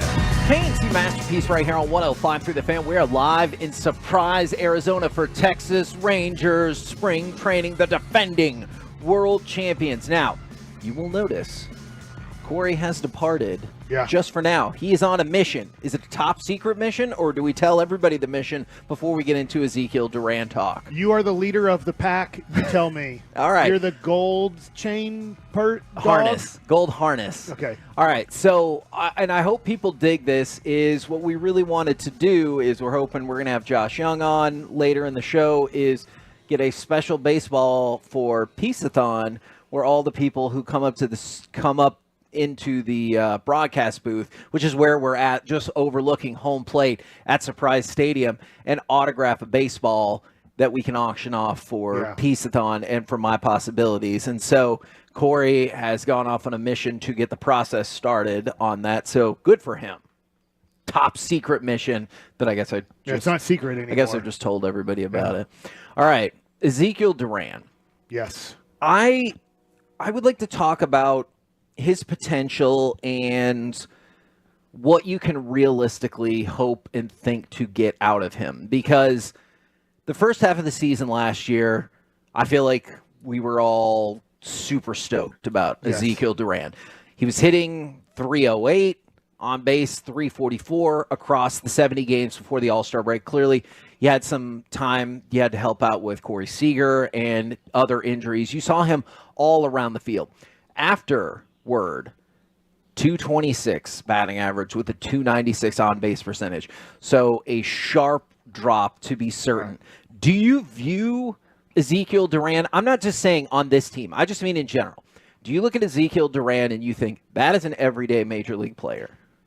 Yes. Okay. I really do. I think he's good enough. Now, the tough thing is there a spot on the Texas Rangers for him to be an everyday player? No, there is not. When the team is healthy, Ezekiel Duran cannot play every day on the Texas Rangers in the field. On 20 out of the 30 major league teams, if he went across the field to the Kansas City Royals, he would play every day on the Kansas City Royals. As long as he was healthy and available for 162 games, he would play 140 plus of them at a position for the Kansas City Royals. And so I guess that's my question then is, how do you maximize what he can do with this team? Like, let's assume we're not sending him across the field to the Royals. How do you maximize that with this team? Because I realize the most logical answer is, well, if somebody gets injured, he can step in. Is there any other way that you see that we can, like, construct a more defined role for him? Designated hitter. Okay. Is the only spot that I can see him being kind of an everyday guy. Now, I've been thinking a lot about Ezekiel Duran over these last couple weeks. And remember we were talking last week about Wyatt Langford and his possible role as playing 3 different outfield spots randomly and then playing DH randomly 4 to 5 days a week possibly.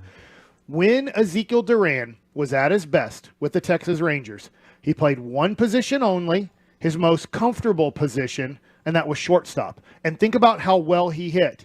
Then when you had Corey Seager come back, and without a doubt, like, that's Corey Seager's spot. Corey Seager almost won the MVP with missing like 8 weeks of the year. When he started having to move to third base, to left field, to DH, and then randomly go all the way around the place. I remember at the All-Star break, I was lucky enough to be with the team in Washington and cover the National Series television-wise. Which helped clear the way for what's now happening. Yeah. Is Ezekiel Duran before the games, especially on Sunday, because there was early work. Nobody's taking batting practice on the field. He went out there and worked his butt off with Tony Beasley at shortstop and at second base and a little bit at third. So it's not easy. The only way, and I know people get mad, again, not all people, but there's a few people that get mad at me. The reason that I compare at times baseball to football is I know that our audience watches football all the time. I know that our audience, I don't know what the percentage is, doesn't pay attention to baseball or watch baseball very much. So I try to compare it to the sport that I know you're watching a lot of. And I'm going to compare him to a future Hall of Famer. And I do not think Ezekiel Duran is going to make the Hall of Fame in Major League Baseball. I'm going to compare him to Zach Martin. Okay. One of the best offensive lineman in the game today. If I asked Zach Martin, who would be best at handling this, you are going to play. He plays left guard or right guard? Right guard. Right guard, thank you. He plays right guard the first 3 weeks of the season. Then I move him to right tackle for a game. Then the next game I move him to left tackle. Then the next 2 games I move him to left guard. Then I play him at center for a game. Then I move him back to his natural position where he really thrives the most at right guard for a game. But then I move him to right tackle for a game because that's where I need him for that game. Now, how tough would that be on one of the greatest offensive linemen in the history of the game, a future Hall of Famer? Think about that from a football perspective, how difficult that is. And I know that the ball's not hit to you every inning, and you have to block. Every time the ball is snapped, I get you have to block. Whether it's run or pass, you have to block. Sometimes the ball doesn't find you. But Ezekiel Duran is having to work. Think about this. He's having to work with Beasley in the infield. I'm sorry, I'm forgetting the outfield coaches, the defensive outfield coach for the Rangers. But then he has to go out to left field. And he has to work during batting practice at times on reading the ball in the outfield. Then he has to go over how do all the walls play. Every wall's different in Major League Baseball. So is it going to be a fence wall like it is here? Some places it's a fence wall. Is it going to be a padded wall? Are there going to be different angles like Houston where the ball's going to be a little bit different? So when you start taking all that in and then he starts struggling at the plate, he's having to learn all the outfields from left field. He's having to learn second base, shortstop, and third base because he never knows where he's going to kind of get his time in. And then he's struggling at the plate, and he needs to maybe spend a little bit of extra time on his plate discipline, and that is struggling. So that is always the tough part, that it's tough to explain, but maybe people don't understand when a guy starts slumping and you're throwing him around all these defensive positions at an early age, it can be difficult. One of the things that I was looking into in terms of statistical breakdown is, and this was interesting to me when you were talking about level of focus and having to adjust, when Ezekiel Duran was a DH last year, he hit 266. That's solid. When he was a shortstop, 291. Okay. On-base percentage, when he's a DH, 294. When he's a shortstop, 354. So there is a very clear improvement at the plate when he's playing shortstop. This is when you're in your early to mid-20s. Going and playing designated hitter is not fun. You sit there like us and you watch the game for 2 hours and 30 minutes. And for about 10 minutes out of the 240, you get to be part of the game. Yeah. Literally, you're not going in the field. So when your guy's pitching, you might be getting some front toss. You might be taking a few swings off of the tee. You might be looking at the video and just seeing what the guy did against you the previous at bat. So, but you're not in the game at all. You're not engaged in the game at all. It takes some time to figure out, how do I stay engaged in this game, even though I'm not actually even playing in this game. I just get to randomly go up 4 times tonight and get an at bat. It's really tough to do. Ezekiel Duran got some experience with that last year. Hopefully he can improve on that, because really, when you look at this Ranger team, besides Seager and Young or Simeon getting hurt, he's not going to see left field this year. I would assume when you now see Wyatt Langford might start the year in AAA, as soon as somebody gets hurt, he's coming up and playing every day. Jankowski did a great job in filling in, and you know that when the ball's hit his way and it's supposed to be caught, he's going to make that defensive play. So there's really not room in left field anymore for him to thrive. Now they have Foscue working at first base. So I don't know this, but if Nate Lowe needs a day off, I think it's going to be Foscue playing first base. So Ezekiel Duran on this team is going to have to figure out, how do I stay engaged with this game, get that shortstop offensive production from the DH role. Now, Corey, I revealed to the world your top secret mission. Okay. How's it looking? Great. Okay. As a matter of fact, I unfortunately I wasn't able to procure the baseballs immediately. Yes. But I was told by our man in charge, our connection, that when Mike heads back there to go check stuff out behind the scenes, he can go ahead and he can talk to our guy and get 2 of them. And so that's the mission. Looking really forward to this. I think I'm sorry, I'm still kind of trying to float here around it, so I can say as much as I want to about this.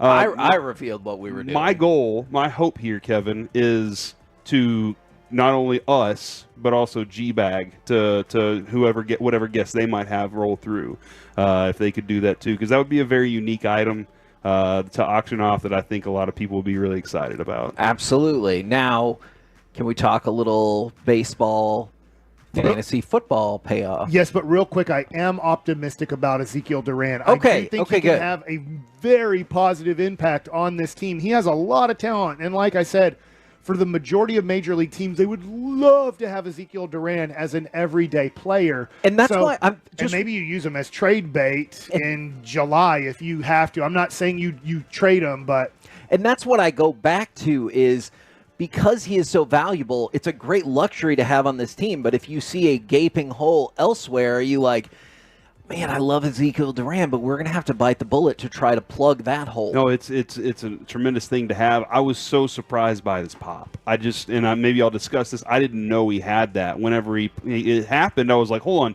you don't just find this in a trade like this. I know you traded Joey Gallo away for it, but you don't just find a player that can do what he's doing. It was almost having like having a mini Adolis out there at times. And then it went away from him just because I don't know if it was he got too aggressive or just careless. I don't know which one of those two things it was, but the pop is there. And that's something everybody's looking for. He can get on base. He has speed. There's a lot of great qualities in that player.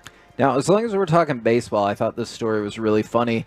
Tim Meza plays for the Toronto Blue Jays. Jose Meza's. Oh, I think I saw this story. Okay. I was watching MLB Network, and they were showing him do something. I'll let you now say it. And It's no, awesome. Corey, I do not believe he's related to Jose Mesa.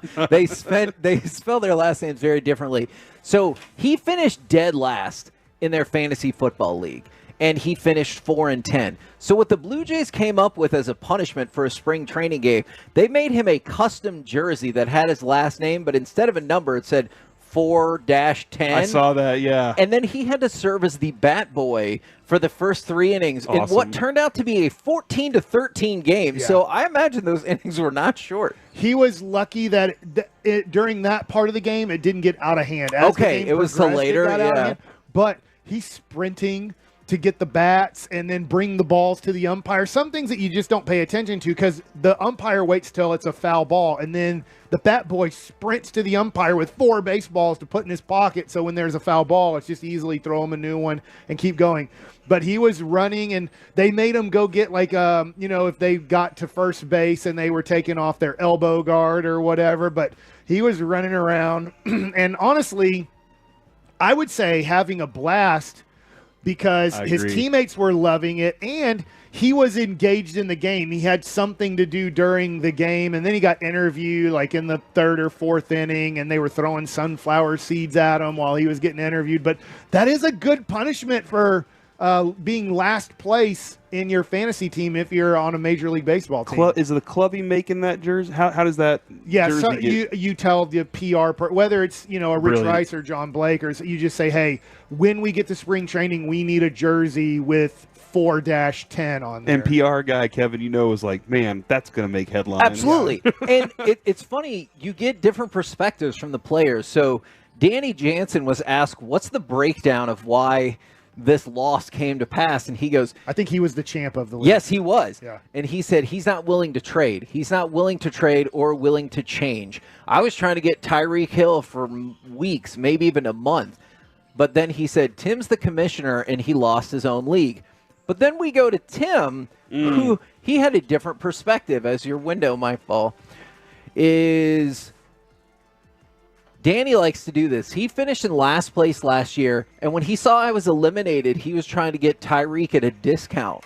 So I'm not trying to make a mockery of this league. And so he goes, he's mad because I wouldn't trade him Tyreek Hill for nothing. I wanted a fair trade offer. And then the guy who won is the guy who finished last year. So Danny was last year. Now he won, and now Tim Meza, who is the commissioner of the league, finished last, had to be the bat boy. I agree with you. I thought it did look like a blast. It was awesome. He was mad during the interview as they were throwing seeds at him. He goes, this league, I had the second most points, but finished in last place, So the lament of everyone who's ever lost at fantasy Can sports. you imagine seeing Max Scherzer running around as ball boy, or DeGrom and Evaldi running around out there, picking up bats and stuff? That would be really fun. I just thought that was super fun. Now I don't know if it's as fun as last year when Mike convinced the grounds crew person to let him ride around. Can't buy me love stuff. It looks like the same guy. That's your doesn't guy. it? Yeah, I think that's him. Now he's been busy and he's wearing Kansas City Royals gear today. You remember his name? Buddy. Okay. I bet if you did remember his name, he'd been like, hey. Yeah. It was a common name. It was like Steve or Matt or something like that. So you have no idea is what I'm hearing. But it wasn't like your name's like, for instance, LaDainian Tomlinson. I've never met a LaDainian in my life, but that would be something you remember. Not common, yes. You'd be like, oh, okay. But I don't remember. I really hope his name now is LaDainian, and you're like, how the Can we crap go back to did I forget YouTube? that? Like, there has to be a way that we can pull up the interview, and I bet Carter can make that happen for us. And then I we'll bet he find can the guy's find out. name. Way to give Carter more stuff to do. He's not doing anything right now. He's Oh, hanging out and eating Whataburger with Alec off of Mike's chair, from what I see on the Twitch. What? Oh my God. That's Oh what the my Twitch goodness. is saying, Alec, that they're eating Whataburger on Mike's There chair. are no cameras on me. These are false allegations. We're the Kansas. they have Whataburger out here. Okay, yes, they do. It's time to eat. Hey, They let's also have focus Sonic on the out show for now. Good. Coming up next. Who's on the hot seat? Shut up. It's time for Gridiron Gravy. The NFL Combine is here, and the news is already rolling in. We'll do that next, right here on 105 through the Fan. You can hear Kevin, Corey, and Mike anytime and anywhere. Take the KNC Masterpiece.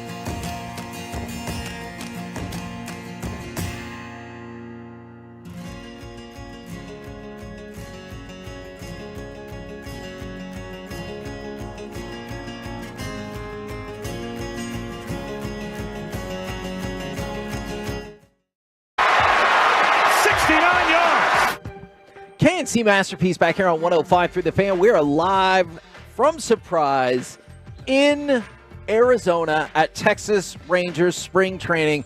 By the way, thank you so very much to the Tolos, the Twolos, Carter, and the YouTubers who have done the research, and we believe with great certainty that the grounds crew person's name from last year was Jake, so much so that while he was in the midst of a conversation, Mike yelled down through the window, "Hey, Jake."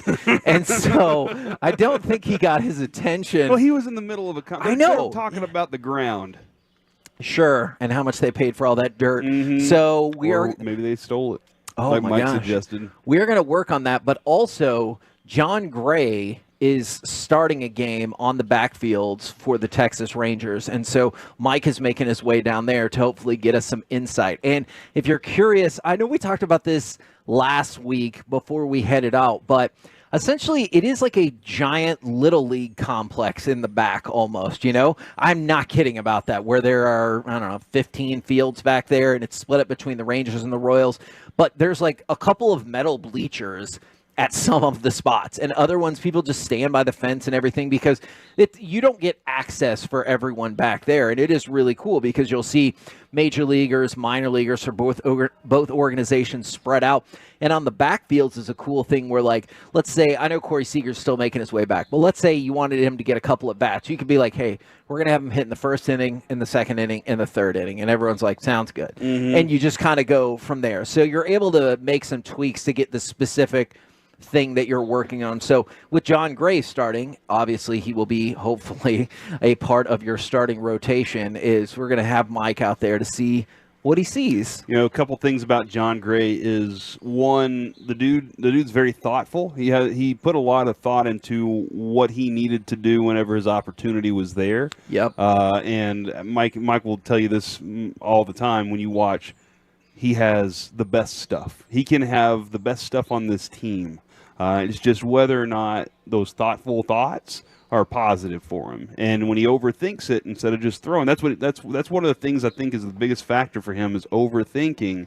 But when he gets on the mound and just lets it go, he trusts himself, he trusts his stuff, that's when he's at his best. So that's the version we're hoping to get. And Kevin, I just saw this from Jared Sandler, Jacob deGrom update. We saw him this morning. If a guy is throwing a bullpen, Jacob is there watching to show support. Everybody last year, he says right here, all the teammates last year said Jacob deGrom as a teammate is phenomenal. That's awesome. And he's one of those guys. He'll be back on the mound soon, but right now, just kind of hanging around watching bullpens. And that's and Jared did throw out no matter what the New York media says, he's a great teammate. Oh, you know how Jared likes to take salty. shots. So there you go. Right now, what say we go to Mike on the phone? Mike, are you on the backfields? Do you have us? What do you see? Well, right now I'm headed over to Charlie Pride Field. It looks like Jose Leclerc is throwing live to hitters here. Whoa. It's a lefty. I'm trying to see Bochy is over here watching. So all the main guys are watching over here. I was watching Jack Leiter play catch with Cody Bradford just a minute ago, and they were working on their stuff in the outfield. But we got Leclerc facing. I'm getting all the way over so I can see who's hitting. Mike, how different is your stuff whenever you're throwing flat ground versus mound? And, like, how much can you get off of that? You're working more mechanically on flat ground. The other thing, too, is you don't have the hill to really push you down. So you're making sure that your legs are engaged and you're not just letting the mound, like, kind of make you kind of fall down the mound or push down. But, you know what's interesting, too, is how much technology they have. Obviously, they have what's called the TrackMan. So they got video and everything right now. And if a dude hit a line drive kind of back at Leclerc, it would really take care of $1,000 video machine that they would have to replace. Oh, man. Yeah, so, all right, well, that's good to know that that's going on out there right now. You said you saw Jack Leiter doing his thing, and you talked to him this morning, right? I did. I said hello to him, and he said, nice to meet you, which made me feel great that he didn't remember me. And I was like, hey, we've met before. I was like, I played with your dad when you were like 2 years old. What? Well, we also had him up here in the booth last year. Like, we literally had him up here last year. So maybe that is always a weird. Do you remind them that you've met before? Not really. I'm sure they meet a lot of people. So no. Yeah, I do have breaking news here. Right now, Leclerc is facing Nate Lowe. Nate Lowe is batting right-handed. So after last year, he decided to go right-handed for a couple pitches there. I don't know if Nate Lowe is just up there having fun for Leclerc's sake, or maybe he's practicing getting to right. He did get in there right-handed. Leclerc obviously needed to throw a couple pitchers against a righty, so he got in there right-handed. He did not swing the bat. Oh, okay. All right. Man, I felt like we were going to have some bombshells. So that was Charlie Pride Field, and now at Nolan Ryan Field, the umpires have showed up, and they are getting ready for the John Gray start. It looks like Spores is throwing a bullpen right now, and I think John Gray is getting ready to start his game. Great. Outstanding. What at this point, Kevin, what do you think we're expecting out of John Gray? Is it all fastballs? Does he throw all his meaty stuff right now? What are you looking at? I would think he would be working on off-speed stuff as opposed to just the fastball, but who the hell knows? They won the world championship. I trust them. Do whatever he wants right now. That's a good-ass point. All right, while you give us these updates, how about we also work in a little gridiron gravy? And we start with, we said this was going to be the case, but over the weekend, the Bengals did officially put the franchise tag on T. Higgins. So we will see how it develops from there. But yes, he officially got franchise tag. We played the clip of J.J. McCarthy. The combine starts today. Now, I realize the individual drills and everything, I think, get going on Thursday. But there's a lot of other stuff happening today and interviews and folks checking in and everything like that. And you're also getting lots of updates. J.J. McCarthy, Bo Nix, Michael Penix have all said that they will throw during the combine. I saw Lou Riddick the other day talking about C.J. Stroud, and he was like, he threw last year, was amazing. Why? Why wouldn't you throw? It doesn't make any sense not to throw. Well, so the argument for some is because, for example, Caleb Williams said he's going to wait until his pro day to throw and work out for scouts. I just wonder if he views it as, what am I possibly going to gain? Am I going to be more the number one pick? I get it with number one. I but for everybody else. Yeah, I understand number one. Sometimes you're like, hey, man, I'm locked in here. And there is nothing, I guess, to gain unless somebody else shows up and is like, they throw well, and they're like, man, that's the guy we really want, and then you end up going to the crap team. I'm gonna go to Joel Klatt, who he has his top quarterback prospects of the last decade. Okay. So the Fox Sports and College Football NFL draft analyst, check this out. He said Caleb Williams is his number one quarterback prospect of the last decade. Second, Trevor Lawrence.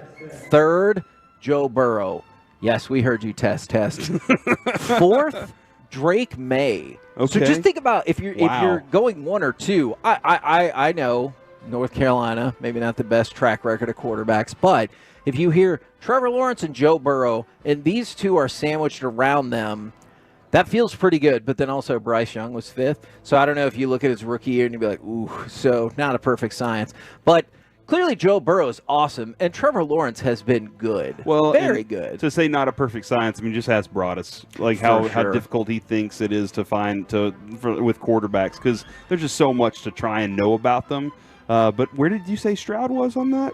Not in the top five. Interesting. Which makes sense, because if Bryce Young is 5, then he probably didn't. I mean, very few people said C.J. Stroud was the best quarterback that you should take out Except of that for last you. year draft. You were definitely the one on that, so I'll always give you credit for that. But I didn't think you could miss with either of them, but Stroud definitely jumped out right out of the gate. And it is just 1 year, so maybe Bryce Young can still make it happen. And then you look at Cincinnati with Joe Burrow. He goes to the team, and they have a lot of young players primed for it. Then they add Jamar Chase. They build a good defense. You go look at Trevor Lawrence's situation, his first year, a flop with a coach. Yes. And he's had to kind of refigure it all out since then. Now, since we mentioned Trevor Lawrence, obviously we have to go to Mike at Nolan Ryan Field. Have they begun to play ball? John Gray is finishing up his warm-up pitches. this is really exciting for me. He's going to face major league hitters. So he's going to face Nate Lowe, Leody Taveras, Adolis Garcia, and Evan Carter. But in the infield, at third base, is Ezekiel Durand, who's playing shortstop because Corey Seager's hurt. Playing shortstop right now is a giant of a man, except he's not a man, he's just a kid. It's 18-year-old Sebastian Walcott. Playing shortstop. Shut up. First pitch to Nate Lowe, dotted fastball, strike one. Kisner's catching. Told you he'd throw some fastballs, Kevin. Man, I really want Walcott to do something amazing. You want him to do like a Derek Jeter play from deep in the hole at shortstop? But then we all have to be like, calm down. He's not playing this year or next year. But like, what if he could spell spell Corey Seager with Sebastian Walcott? How amazing would that be? He's going to start off, obviously, in A-ball, but he is every bit of 6'3" or 6'4". He is a tall man at shortstop. Does he look, not out of place, but does he look disproportionately big to the rest of the infielders then? He has a man's body. He's an 18-year-old in a 25-year-old body. You know what's amazing too about that is like Corey Seager's a big shortstop. Like he's a large. Most of those guys you usually see them, they're pretty lanky or thin or whatever. Corey Seager's a big dude for the shortstop position. No, that is true. By the way, I like this. Position has changed over the years. That is very true. I would just want him to stand next to Ozzie Smith, Sebastian Walcott next to Ozzie Smith, and Scott Fletcher is. From the 682, hearing the birds chirping in the background is awesome. I'm glad that you guys like that. I love it. We've moved the window up and down a couple of times depending on the other noise happening around here. But yeah, we are live at spring training, and we want to bring you guys the atmosphere as well. All right, let's dip back into a football story. Then we will be going back to Mike. Hey, Eric Bieniemy said, I did not get fired. I quit to go to UCLA. All right. First of all, good for him. He signed I think a 2-year deal, I want to say, to be the offensive coordinator at UCLA. Do you think that is probably the way it played out? Do you think this is a semantical discussion of they're like, hey, yeah, we could keep you on as like a quality assistant to the director of the control program? Yeah, assistant to the assistant director. Yeah. That's how you rock that. And then just let him do that and just kind of exist as part of it. Could this be, I don't know, do you feel like now the ship has sailed on him getting a head coaching job, which is unfortunate because I wanted to see how it was going to go. But now he's going to college, not to say that you can't still move back up. We've seen that before. Yeah, I think those, you're obviously, you see GMs make decisions based on your resume. You know, how often you hear the Joneses say, look, man, he's got a Super Bowl. He should have had another Super Bowl. When it comes to Dan Quinn, and you have those opportunities. I think if you go to college, you show your continued work, you show you're willing to evolve a little bit too, and keep those connections. Then yeah, I think you can. Maybe so though, Kevin. Just because as you're watching the new NFL thing happen, different coaches and their approaches are different. Now, Mike, we're going to go back to you where we have Sebastian Walcott news for you. He's still a couple of weeks away from turning 18. Okay, so yeah, so I'm like, please hit it to short, please hit it to short. So far, Nate Lowe struck out on a 2-2 split finger, and then on the second pitch, Adolis Garcia hit a line drive to left field for a base hit, and now it is 0-1 to Evan Carter right now. So this is super fun, guys. Thanks for letting me watch this game. No problem. I'm assuming you're rooting for Evan Carter in this situation because you've spent thousands. Yeah, dude, I've spent like $1,000 on him the last week on baseball cards. Two thoughts on that. One, are we concerned now about Nate Lowe after the strikeout? He's done. Also, two, I love that Mike can say he struck out on a split finger just by Mike's eyes. Like that's this is kind of stuff you're going to get on TV as Mike knows pitches, man. He knows what he's looking at. So just think about what we're doing right now. We're in the broadcast booth with the windows open as there'll be a Royals game starting here in about an hour and a half at spring training, the home of the defending champion, the world champion Texas Rangers, while we attempt to do our regular show. In the meantime, we've also dispatched Mike Bassick, a former Major League pitcher who pitched for the Rangers, to go to the backfield to watch Ranger versus Ranger action going on. and he can identify the pitches straight away while he's rooting for Evan Carter. Yeah, and if you're watching on the Twitch or YouTube, you're getting to meet Ruben right now as he is sitting in Mike's chair. Also, if you're worried about Evan Carter, he's worked it to 3-1, so I'm assuming this will be a strike he takes to get it to full count Carter. But if you're also worried about his injury, he is his playing forearm, right now today. I was a little concerned about it, but now that I know he's already Walcott makes the play easy, throws it to first. In your face, Evan Carter. Sebastian Walcott, the greatest shortstop ever. The 21-year-old hit it to the 17-year-old. It wasn't a double play, though. It wasn't hit well enough, so Adolis does get to second base. Just think about it. That hit from Carter to Walcott, those two combined are younger than Max Scherzer. 21 and 17. That's awesome. One of the things I love, too, is we were talking with Duffy this morning, and he just looked down, and he was like, and then the kids, man, like, look at the kids. They're nasty. Those dudes are all ballers. And, like, I don't know how about this, Mike. We might have more time for this later, but all of these veteran players look at these young players right now, and they're just like, this is great for us. Like, this is great. This is a great thing. A lot of times you're kind of maybe a little iffy on the younger players, but they all think they can ball. Would you, Mike, like to stay out there for another segment and keep corresponding with us like this? I do. I mean, this is really fun. By the way, Leote hit a long fly ball to center field, but the young man ran. I don't know who's in center field. The young guy ran it down. So it is 3 outs. But I love watching this. But if you guys want me to come back up there, I'll come back up there. No. Why Get that man a roster. Yeah, why don't you stick out? I'm not 100% sure. I think Owen White is pitching for the other team, so I could give you a little bit of Owen White news. He was warming up. Maybe he was just throwing a pen, but I'll tell you in a minute. All right, stick out there. Give us some more insight. We'll also do Wanker of the Weekend. Who was the best at being the worst this weekend? And, hey, there's Richard Sherman again.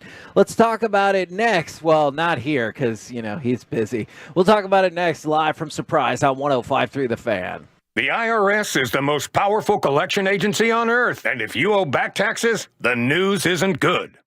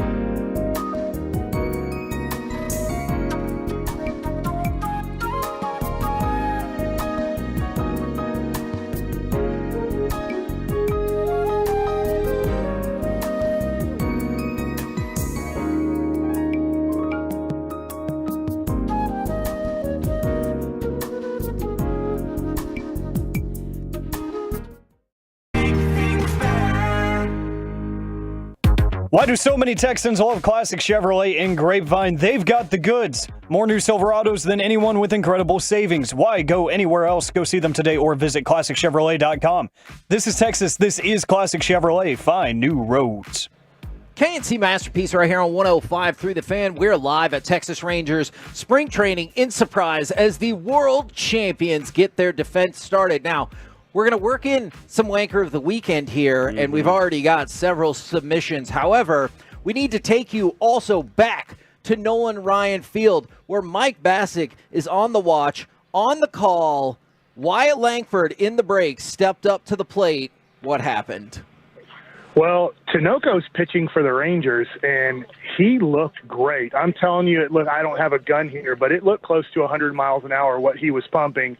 And he got into a 2-2 situation and threw a slider middle down to Langford to strike him out. So Langford looked the part up there, but, unfortunately, when you make a good pitch, it's tough to hit. That's for sure. That is for sure. And Tinoco had his outing. I think he was the second one out in the first game with Evaldi on the bump the other day, and he had a pretty good outing as well the other day. I think all the guys that were following up, even Jack Leiter went out there and threw up all zeros, so that was nice. Now, real quick, I do want to pass the phone for just a second. I have a super fan ready to say hello to you guys. Hello. Hello. Oh, no. Oh, no. Mike just hung up on us. That wasn't a funny joke, Mike. That was kind of rude. Mike did just pull an amazing bit on us. He's like, hey, you guys stay right there. I got somebody for you.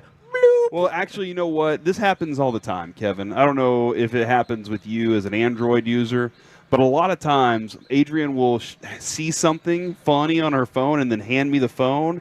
And when I grab it, I end up clearing the screen, and I'm like, I don't know what just happened. Now, Mike, were you doing a bit and you hung up on us, or do you really have a super fan? I'm sorry. I do have Dawn right here, so let me hand the phone real quick. What's up, guys? Y'all can hear me now, right? What's up, Dawn? What's going on? Hey, spring training it out. This is my 7th season, and it's just such a blessing to be out here, especially with the world champion Texas Rangers. Good Did you ever think that we would out here? Yeah. Did you ever think we would be able to claim ourselves as world champions? Well, yeah. You know me. You know my face lied in what these boys was doing last year. And I had a good feeling that once Bochy came in the house and at the trade deadline when things did what it did, I knew we had a chance. And I'm so proud of this team. And I just wanted to say that I love you guys. And I'm Toloing all the way out here in Surprise, Arizona, listening through the Odyssey app. Love you guys, and let's go Rangers.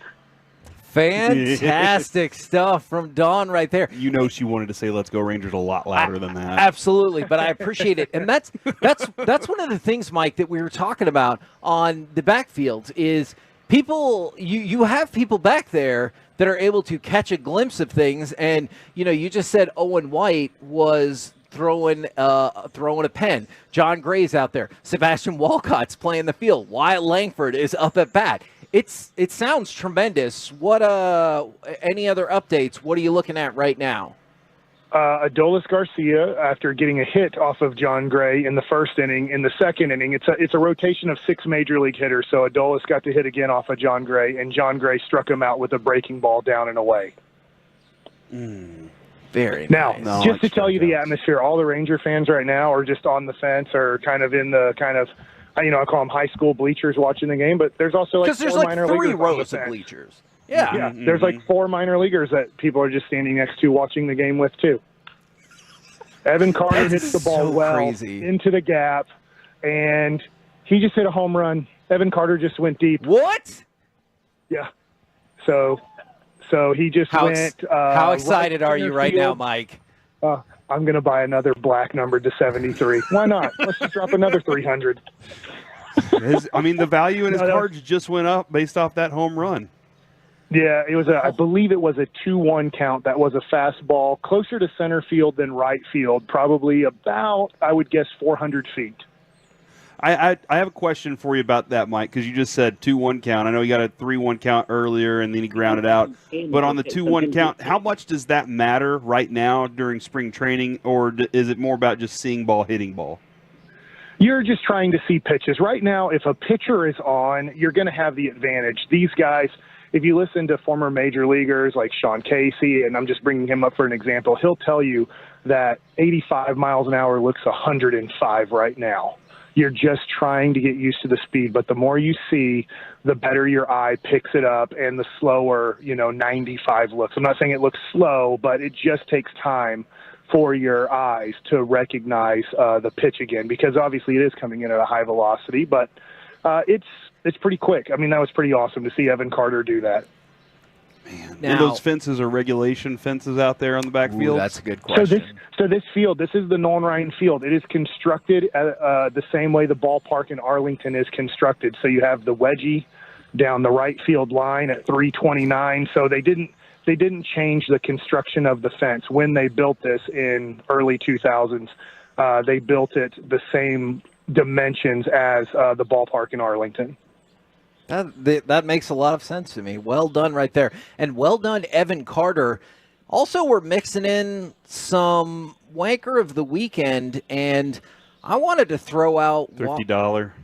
Oh, my God. Thrifty rental car is the worst. Oh, man. They are the worst, because we talked. By the time I finally got to the front of the line, this lady goes, "Oh, there's our manager." Here's my issue, and I got a form letter essentially back from Thrifty on Twitter. Is you know what time you've set these rentals for? Like, you should probably be able to kind of figure this out, or maybe have more than two people. But here's something that I think is worse. Somebody on Twitter that went by the handle @TomandMarty's said, for every like this tweet gets in the next 24 hours, I will bet $5 on Carl Yuan to win the Mexico Open. Well, it got 1,315 likes. Okay. Which means he ended up wagering $6,575 on Juan to win the Mexico Open. Okay. After round one, he was 65th out of 132 golfers. Doesn't look like it's going too well. A robust 8 shots off the lead. Now, he did make the cut. However, he ended up finishing tied for 52nd place, 15 shots off the lead. So because of this tweet, this dude ended up dropping more than $6,000. Oh, my gosh. On this golfer. Yeah. Who was not particularly in contention. He had the money, though, right? Long. Obviously, he has the money to be able to drop $6K like that. I guess I'm going to need that for some mortgage payment and stuff like that. You know? I thought I was going to look at his account. He would have 300,000 followers. He's got 7,600 followers, so it's not nothing, but it's also maybe not what I would have guessed for the guy who's like, hey, let's just put random golf bets up on the board. I kind of like that idea. If I had the money to do it, he's probably looks at that $6,000 as an investment in his Twitter account. Okay, because doesn't Twitter pay you now if you're I don't know if $7 a month? I don't know if this will get the traction to make that worthwhile, but fair enough. All right. Back to you, Mr. Mike Bassick at the Nolan Ryan Field. What are the latest updates following the Evan Carter home run? Are you on eBay trying to buy more cards, or are you paying attention to the game? Unfortunately, I can't put down my phone right now to go buy more Evan Carter rookie cards, but he struck out the next guy, and then I believe on a 3-1 count walked Leody Taveras. Josh Smith is up right now with 2 outs, and then Wyatt Langford's on deck. Ooh. Now, Mike, I told you this in the break, but for people listening from the 254, how envious are you of this? I pulled a 2024 Evan Carter Gold Postseason Auto number to 25 this weekend. Oh, my That's gosh. from the 254. Super excited. Mike, how excited do you think you would be if you pulled said card? Super pumped. I do not open up packs because I don't like 99% of the stuff I get out of it. I usually just spend my money getting what I want. So it's like, hey, it's going to cost, $85 for a box of Topps. So like, well, I'd rather spend, $50 on a Evan Carter card I really want than get, 150 cards that I'm not sure I'm going to want at all.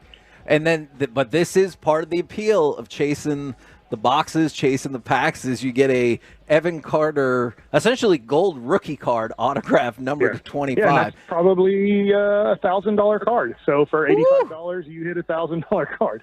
Congratulations to Tim. Very well done right there. All right. Who did you say? I know you said Wyatt Langford was on deck. Who is up right now? Josh Smith flew out to right field, and so now Wyatt Langford is coming up, but he will face Tinoco. Okay, excellent. And hopefully he hits like a rocket in the hole between short and third.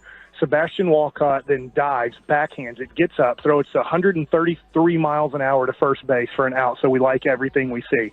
We see a hard hit ball, and then we see the 17-year-old make an unbelievable play and get Langford out. By the way, Wyatt Langford, because we saw him in Waxahachie at World Collectibles, but watching him and seeing him in baseball pants, he has Mike Trout type of thighs.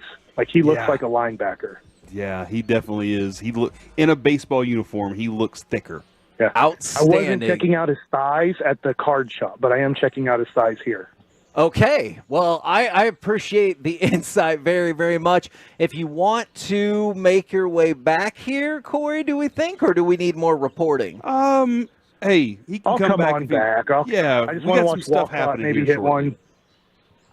Fair enough indeed. Coming up next, we have to talk about this, and it's a little agitating. Why aren't the 2024 Rangers getting more national respect? We'll talk about it next, live from Surprise on 105.3 The Fan. Big thighs. Huge thighs. Meaty thighs. He does. He has meaty thighs. Meaty. Hey, laughing too hard in the office? We are too.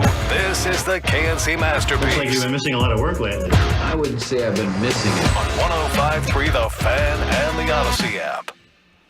Hey there, folks. Want to tell you about our friends Mark and Scott Frankel at Frankel and Frankel. Look, if you or somebody you know back in the Metroplex gets in a wreck and it was not their fault, probably due to a distracted driver, and you find yourself injured, that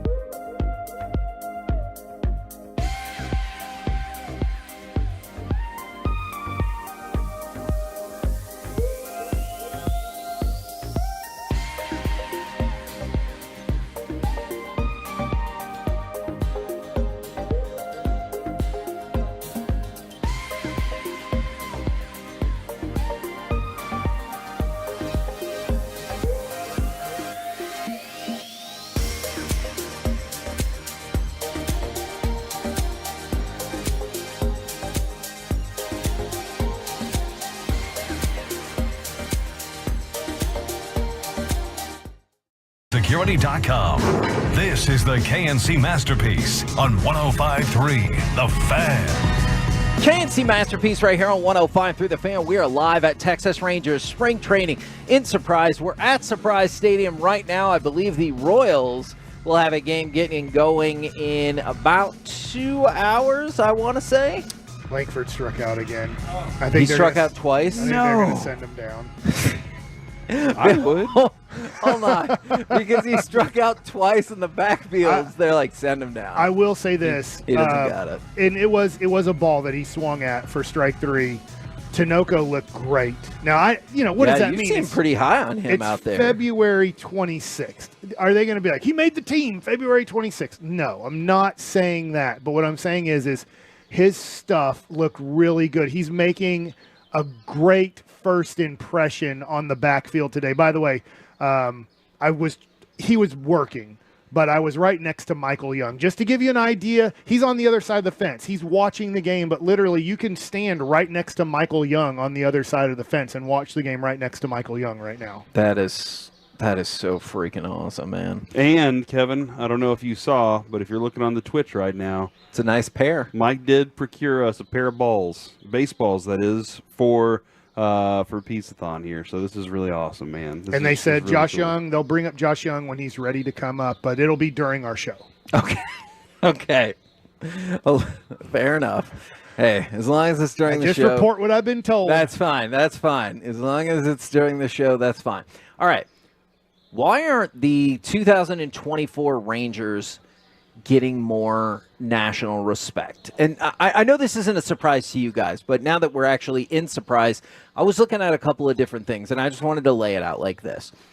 If you look at betting odds, for example, Rangers 14-1, and CBS Sports had the playoff teams most likely to miss this year's playoffs, and they ranked the Rangers highly in that. If you look at win total, 89.5 predicted win total, which is 4th best in the American League and 7th best in Major League Baseball. And this goes back to your John Smoltzes, who will be on with Sean and RJ tomorrow at 9. This goes back to your MLB top 10s. This goes back to your MLB top 100. It just feels like people across the nation are looking at this perplexed, and they're like, how the hell did this team win a World Series? Sure. I mean, even us last year in mid-September, the end of September, none of us felt good that they were going to go on the run to win the World Series. They were not playing great baseball, and then they did. They played great. They went 11-0 on the road in the playoffs, which will never be matched again. But they got hot at the right time. They played their best baseball at the right time. They had 2 starting pitchers and 2 relief pitchers get hot at the right time. They were scoring in waves in innings where it just felt like the other team couldn't stop the bleeding until the Rangers put a 5 spot on the board. But that being said, this is all about paper right now. If I put on paper, this is the starting rotation: Eovaldi, Gray, Dunning, Heaney, Bradford. On a piece of paper, that does not match up with a World Series contender. If you look at the bullpen does not match up with, oh my gosh, if they're winning after 6 innings, this game is like, to be honest, if you're losing after 6 innings, you're going to lose almost every game to the Houston Astros. On a piece of paper, with what they have 2 of probably the 8 best closers in Major League Baseball, because Presley is great. And it's going to pitch their 8th and 9th. He moves to the 8th inning, and maybe they use Hader in the 8th because they have 2 out of 3 lefties coming up. Like, I wouldn't be surprised if Houston, if you're getting to the 8th inning and coming up is Simeon, Seager, and Carter. They might be, well, Hader, you're pitching the 8th inning, and we'll save Presley for Garcia and Josh Young in the 9th inning if everything works out. So I do look at this team. I think the Rangers are going to play over 500. I think the Rangers have a chance to make the playoffs, and the Rangers have a chance to win the World Series. But when I do look at teams like the Braves, when I look at the Dodgers, when you look at some other teams, it makes sense that they're not favorites. It doesn't mean they can't or won't win, but then you have also Seager. When is he going to start the year? Yeah. Maybe on time, maybe not. Young, is he going to start the season on time? Maybe, maybe not. Hopefully we'll find out. Will DeGrom come back? Will Scherzer come back? Will Malley come back? These are all questions that are tough to just have all yeses to, but I think one of the other things, Mike, too, is it's hard. It's hard to repeat. Yeah, the Yankees are the last. Yeah, it's very difficult to do that. You just played 162. You play we talked to a lot of the guys. You played more baseball than anybody except for Arizona, and so you've gone through all that. You have to redo that, and you just pointed out Seager and Young, those injuries. And somebody else is probably going to get hurt at some point through the season, and people are probably just looking at that going, hey, it's just that difficult to do it, Kevin. Now, that being said, we've also, here in Texas, always felt like they've just been underrepresented nationally. Yeah. And I don't know how much the East Coast, West Coast bias has to do with the fact that Gulf Coast doesn't get that much love. Oh no, we're a victim of Gulf Coast bias. Yeah, but that being said, like, we're not in the major market mecca. We are a major market, but we're not in the meccas of where most of those contents come from. We also, if you're just looking at coverage, I think Seager has a chance to win the MVP. Seager, you know this through card collecting. Yes. Seager's not a guy people collect. Like, That's true. If you look at it, we don't have a Shohei Ohtani. We don't have a Mike Trout. And I know Or that Acuna or even Soto. a Bryce Yeah. Harper, who Yes. you're like, he Yes. has followed tremendously nationally. You didn't get, I'm sorry, I'm drawing a blank, the guy who went to the Dodgers, the pitcher that came over from Japan. Yamamoto. You don't have Yamamoto here. So, yes, there are some very good players. There's all-stars that are going to be here, and they're going to repeat as all-stars. You might even have a new all-star in Evan Carter. You have a super stud who could possibly win Rookie of the Year in Wyatt Langford if Evan Carter doesn't win it. But you also don't have Mookie Betts and Shohei Ohtani and Yamamoto on the same team that's on arguably the second or third most popular team in all of Major League Baseball history. You have Yankees, Red Sox, and Dodgers. Those are the three most popular teams in Major League Baseball. So I understand what people are saying, and I saw, Spittle sent us a good article on this and stuff like that. Yeah. I'm just, okay, but I can't make up things just because we did win the championship. It's awesome. We are defending champs. It doesn't mean there's going to be a national spotlight on us because we don't have Patrick Mahomes. Have you seen who's gotten the most social media buzz? I would assume it's the Feels like Dodgers. it's got to be the Dodgers. No, I'm sorry, for the Texas Rangers. Oh, like which specific individual? I mean, it's got to be Jonah Heim, considering they left him off that stupid list of the top 10, and everybody griped about it. I feel like the look has been Seager the most because he's starting on the injured list, but I would maybe lean towards Wyatt Langford being here. That's another one. You would lean incorrectly. The correct answer is Logan Bursick Harrington. Now, that look is fair. His last name is Bursick-Harrington. The 18 characters, including a hyphen, would tie the longest name in Major League Baseball history. And Have you seen his jersey? Evan Grant took a picture of this, and it went everywhere. It's from one love handle to the other, across the top of his shoulders, through his back, all the way down to the next love handle. The closest I've ever seen is Salta La Macchia. That's a long, Salta La Macchia. That was definitely a long one as well. So that is the mother-father situation. I assume, to be fair, I did not inquire about that, but I will check in on that. I have no clue, Mike. I don't know the answer to that. But isn't that when most people have a hyphen last name, they've taken on the mother's last name and the father's last name? Yeah, I believe that is correct. But yeah, Evan Grant had originally put out, now you see why the lettering is so small. But my point is, I know that's just a fun aside, but while you hear about all the people that you just mentioned, Harper, Yamamoto, Shohei, is one of the things that's popped early in spring training for the Rangers is, look how long this guy's last name is. And, they won the World Series. Story. Yeah. And that's one of the things that has gotten the traction. And don't get me think wrong. the way the Rangers won it was fluky. We Yeah. watched this team, though. Yeah. And, that's why we don't believe it was fluky. And I don't think the Rangers fans believe it was fluky either, that they did it. They did it with, doing it with two pitchers is very difficult. That's a very difficult thing. True. But we watched this team hit all season long, and when they are locked into their thing, whenever they're locked into forcing pitchers to pitch to them, they are one of the best, man. And unfortunately, the last 100 games of the season is what really, I think, shaped a lot of people's minds that it was fluky. Because let's say this would have been the COVID season, and the Rangers finish the regular season off 40-20. I feel like then they win the World Series, club everyone on road games. I feel like everyone would have been like, holy crap, this team was amazing all year. But the last 100 games, they were very mediocre. Right. They were, like you said, 40-20 and 2 games under 500 the rest of the way. Yes. So I look at it, and if you wanted all the hype and buzz here that they're going to repeat and they're going to be tough to beat, you would have, if you re-signed Montgomery and signed Yamamoto,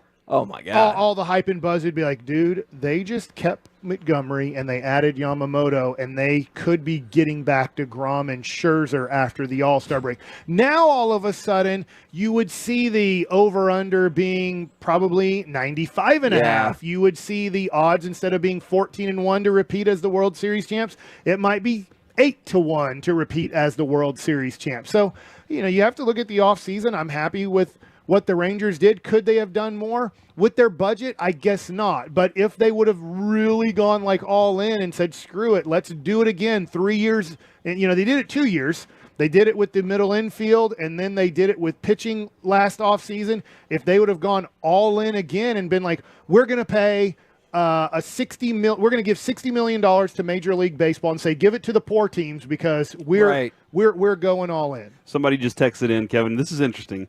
When the Dude Perfect video drops, so the Rangers will get more attention nationally, at least with the youth. Over the weekend, my son Carter popped out of his room, his cave. Oh, congratulations. No, not like that. He popped out of his cave, and he came over, and he was like, Dad, have you ever heard of Dude Perfect? And I was like, yeah.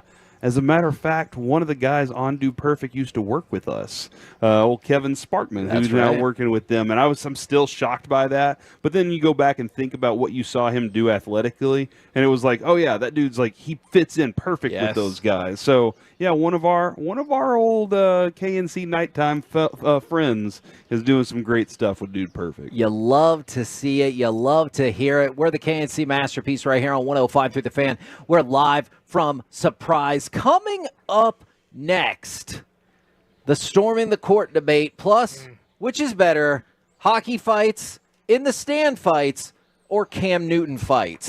Let's talk about it all next, right here on 105 through the Fan.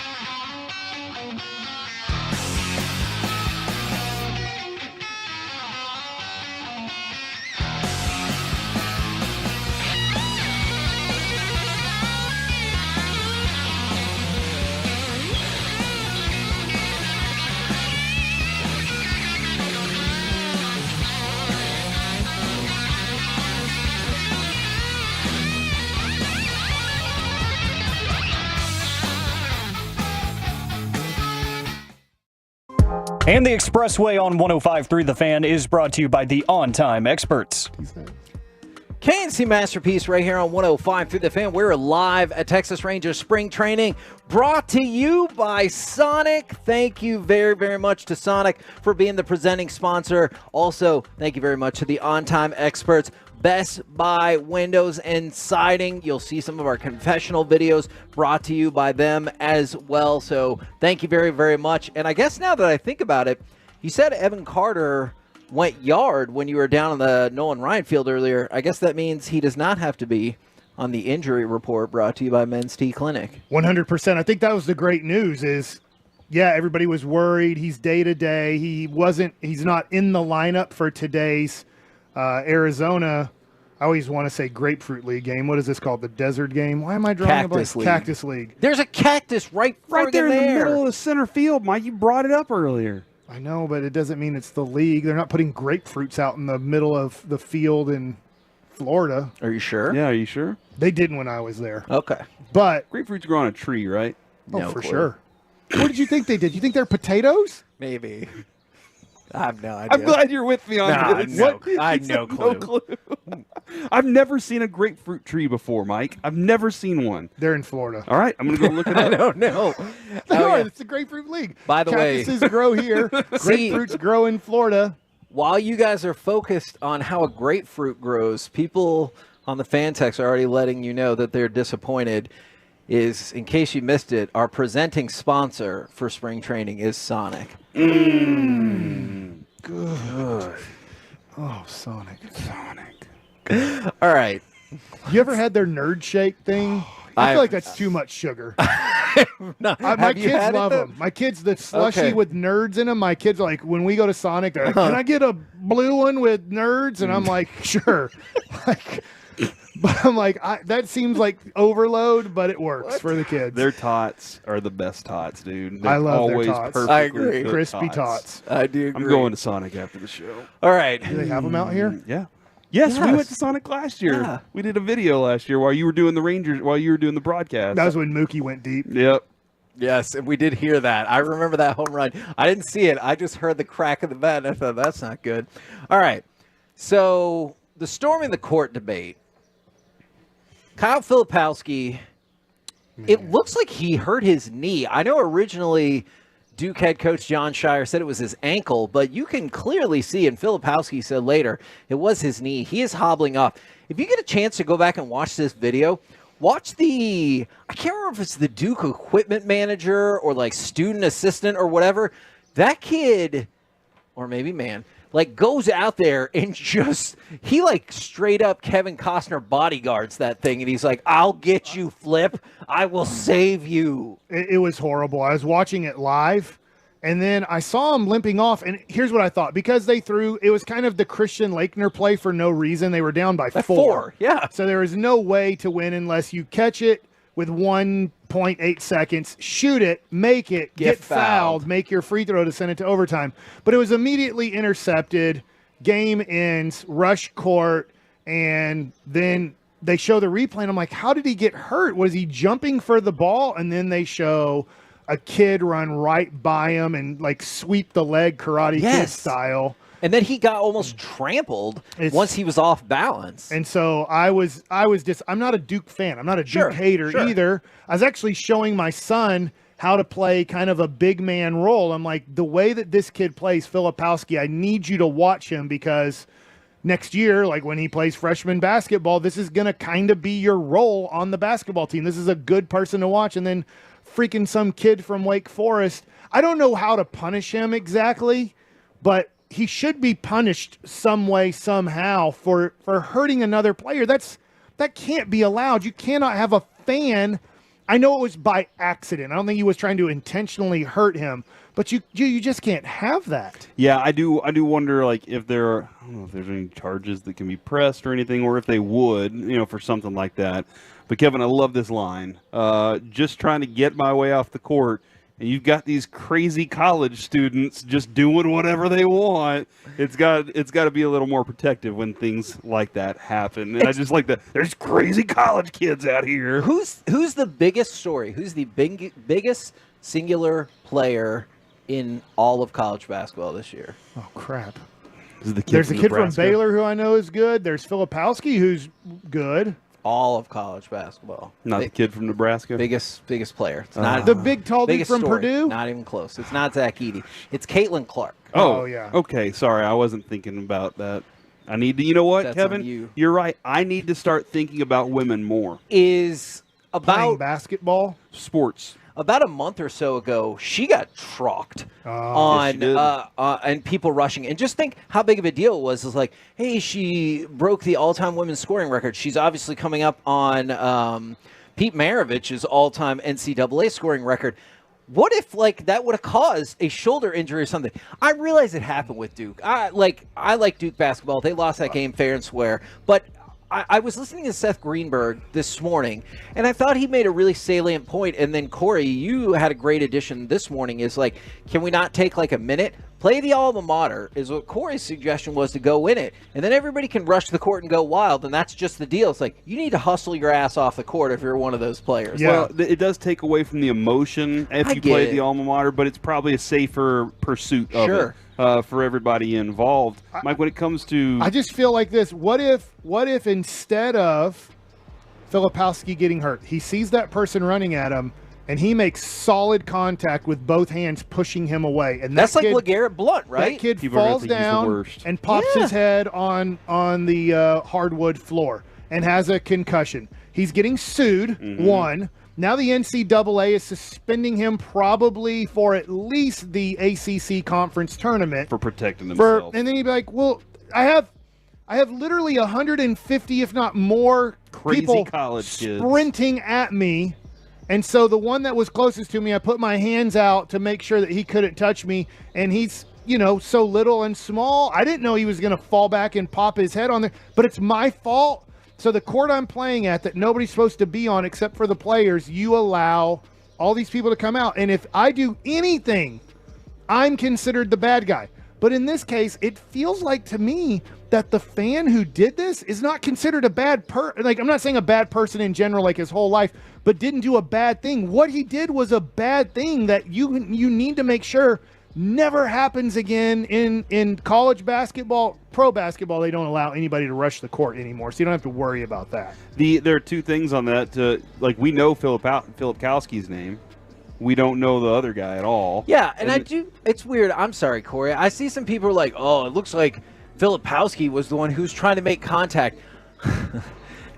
He didn't run into the stands. They were all ran after him. I'm sure you try to brace yourself or do something to protect yourself. And then on the other side of that video, somebody takes a swipe at him after he's already stumbling down. I've always looked at, I'm okay with the idea of rushing a football field. Although there are a lot more people, but the space is bigger. The basketball court is a very small space, and that, I feel like that one's the one. I'm not trying to rush a basketball court. Now, a baseball field too has a lot of space, but we don't ever see people rushing baseball fields. It seems like it's too much effort to try and get out there with the nets and all that stuff too. So we always see somebody or we'll hear about somebody trying to get onto the field, but not rushing like that in any way, shape, or form. Hopefully, for me, I hope it stops. I know that people are like, no, it's part of college basketball, and this is awesome. I don't. It's weird how we're doing all these things to protect players in all of these sports, but we still are like, yeah, you know what? Because I just don't. It's never happened. So will it happen? Probably not. Why wouldn't a kid just take a knife and stab him in the back, when that happens? That's his opportunity. He hates Duke. He hates this player. Maybe I know Filipowski didn't do this, and he doesn't seem to be this type of person, but Christian Laettner stomps on somebody. Yeah. What if a kid decides, screw it, this is my time to get in my shot. This is my time to stab him. And I don't get how they're allowing this to happen. And I was looking at some history on this, and for the people who are calling on it to change, I'm with you. I love the solutions, but do you remember back in the day, Jared Sullinger said one of the Wisconsin fans when rushing the court spit on him. And is that why was he the one that punched him in the throat or whatever? Was that the guy, or was that a Nebraska I just remember player? He played for Ohio State. Yes, that is okay. True. Is a columnist for the Des Moines Register fractured his tibia and fibula after getting knocked to the ground all these times back. Somebody got paralyzed in one of these once before, and I'm like, well, if that didn't change it, I don't necessarily know if I think this will change. I don't think it will change, but it is a weird thing.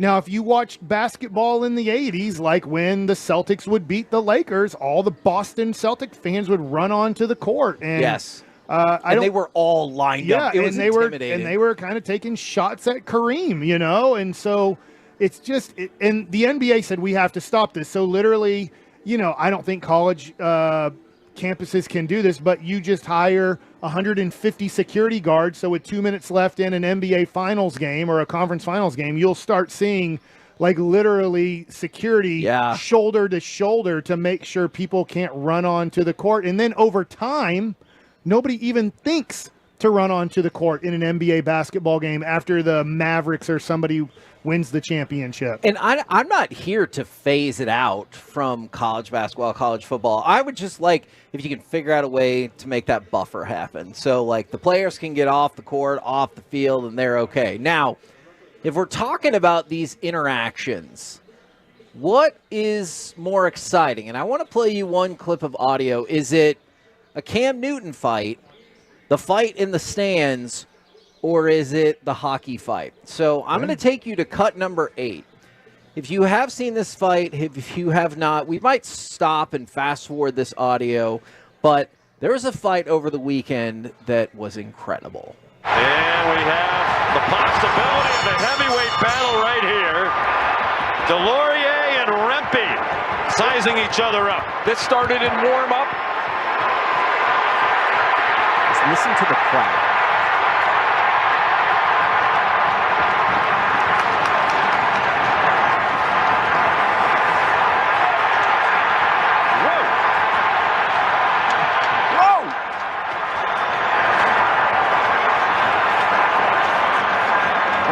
So these two are just beating the freaking...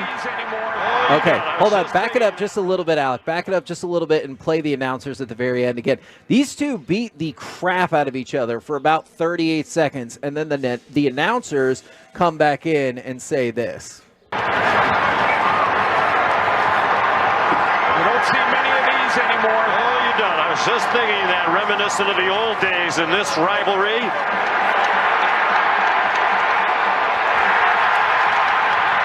That was for the takedown. Now Ray, I don't remember the last time I've seen a scrap like that in an NHL game. Some people are saying fight of the decade in the NHL. And then there was the multi-person, multi-row melee that broke out at the UFC event in Mexico, where I will say I did see one person absolutely drop two other individuals with right hands. I'm sure you've seen fights in the stands or hockey fights, or hell, we should probably talk about the Cam Newton fight. Is that exciting to you? Or if it's in the stands near you, are you like, not exciting because I do not want to get pulled into this or anything? Kevin, you and I were in Las Vegas years ago after Mayweather-Maidana. A huge fight broke out, and you stood there and watched. And Yes. I quickly ducked and, Yeah, that was and got probably the way behind to everybody go. else because I felt like I knew what was about to happen, as I experienced a lot of stuff like this in East Dallas at Bryan Adams, where fights would break out and now you're pushed up against a wall and you're having to like find ways to breathe because you're pressed up against the wall because everybody's backing up or whatever. So I don't find those things exciting. When I see it going on, my first thought is I got to go help break that up in some way. Right. But then also now I don't know what that dude's carrying. I have no clue what he's holding. I need to find security and try and help out in some, just get this, because we don't need little kids getting hurt in a situation like this either. So we don't need little kids seeing a bunch of drunk grown men fighting in the stands. Well, if you've ever been to an MMA show or perhaps a professional wrestling show, it is a time-honored tradition that you can count on seeing a fight and some people get kicked out. The thing at UFC, because I've been to a whole bunch of UFCs and I've never quite understood this, you see a lot of these fights go down before like the main event or co-main. And I'm thinking, theoretically, these are the fights that you came to see. But by that point, the alcohol's kicked in. I'm assuming it's not a sober fight, and it's time to fight. And they get booted out and miss like the fight that they were probably there to see. I remember watching one fight, Kevin, though. I think it was MMA. It may have been boxing.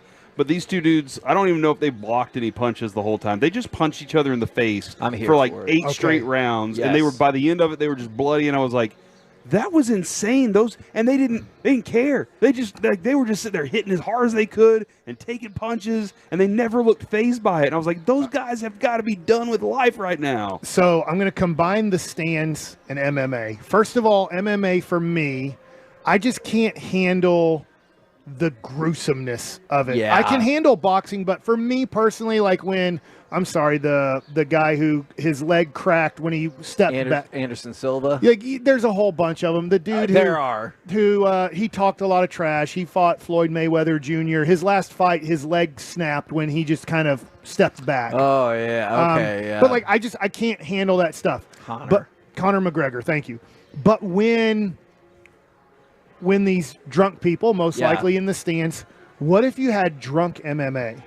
What if the guys that were past their prime, you're like, so here's the deal. How is this not something that Colby already promotes? He probably already does. That you're going to like, okay, they're past their prime, everything. But what if, 10 years down the road, these guys are at their prime, but they have to drink so much alcohol before the fight, and then they have to get in there, and then they drunk fight each other. Beer around. So I think that is something that G-Bag has floated out that they're going to try and do is beer and inning.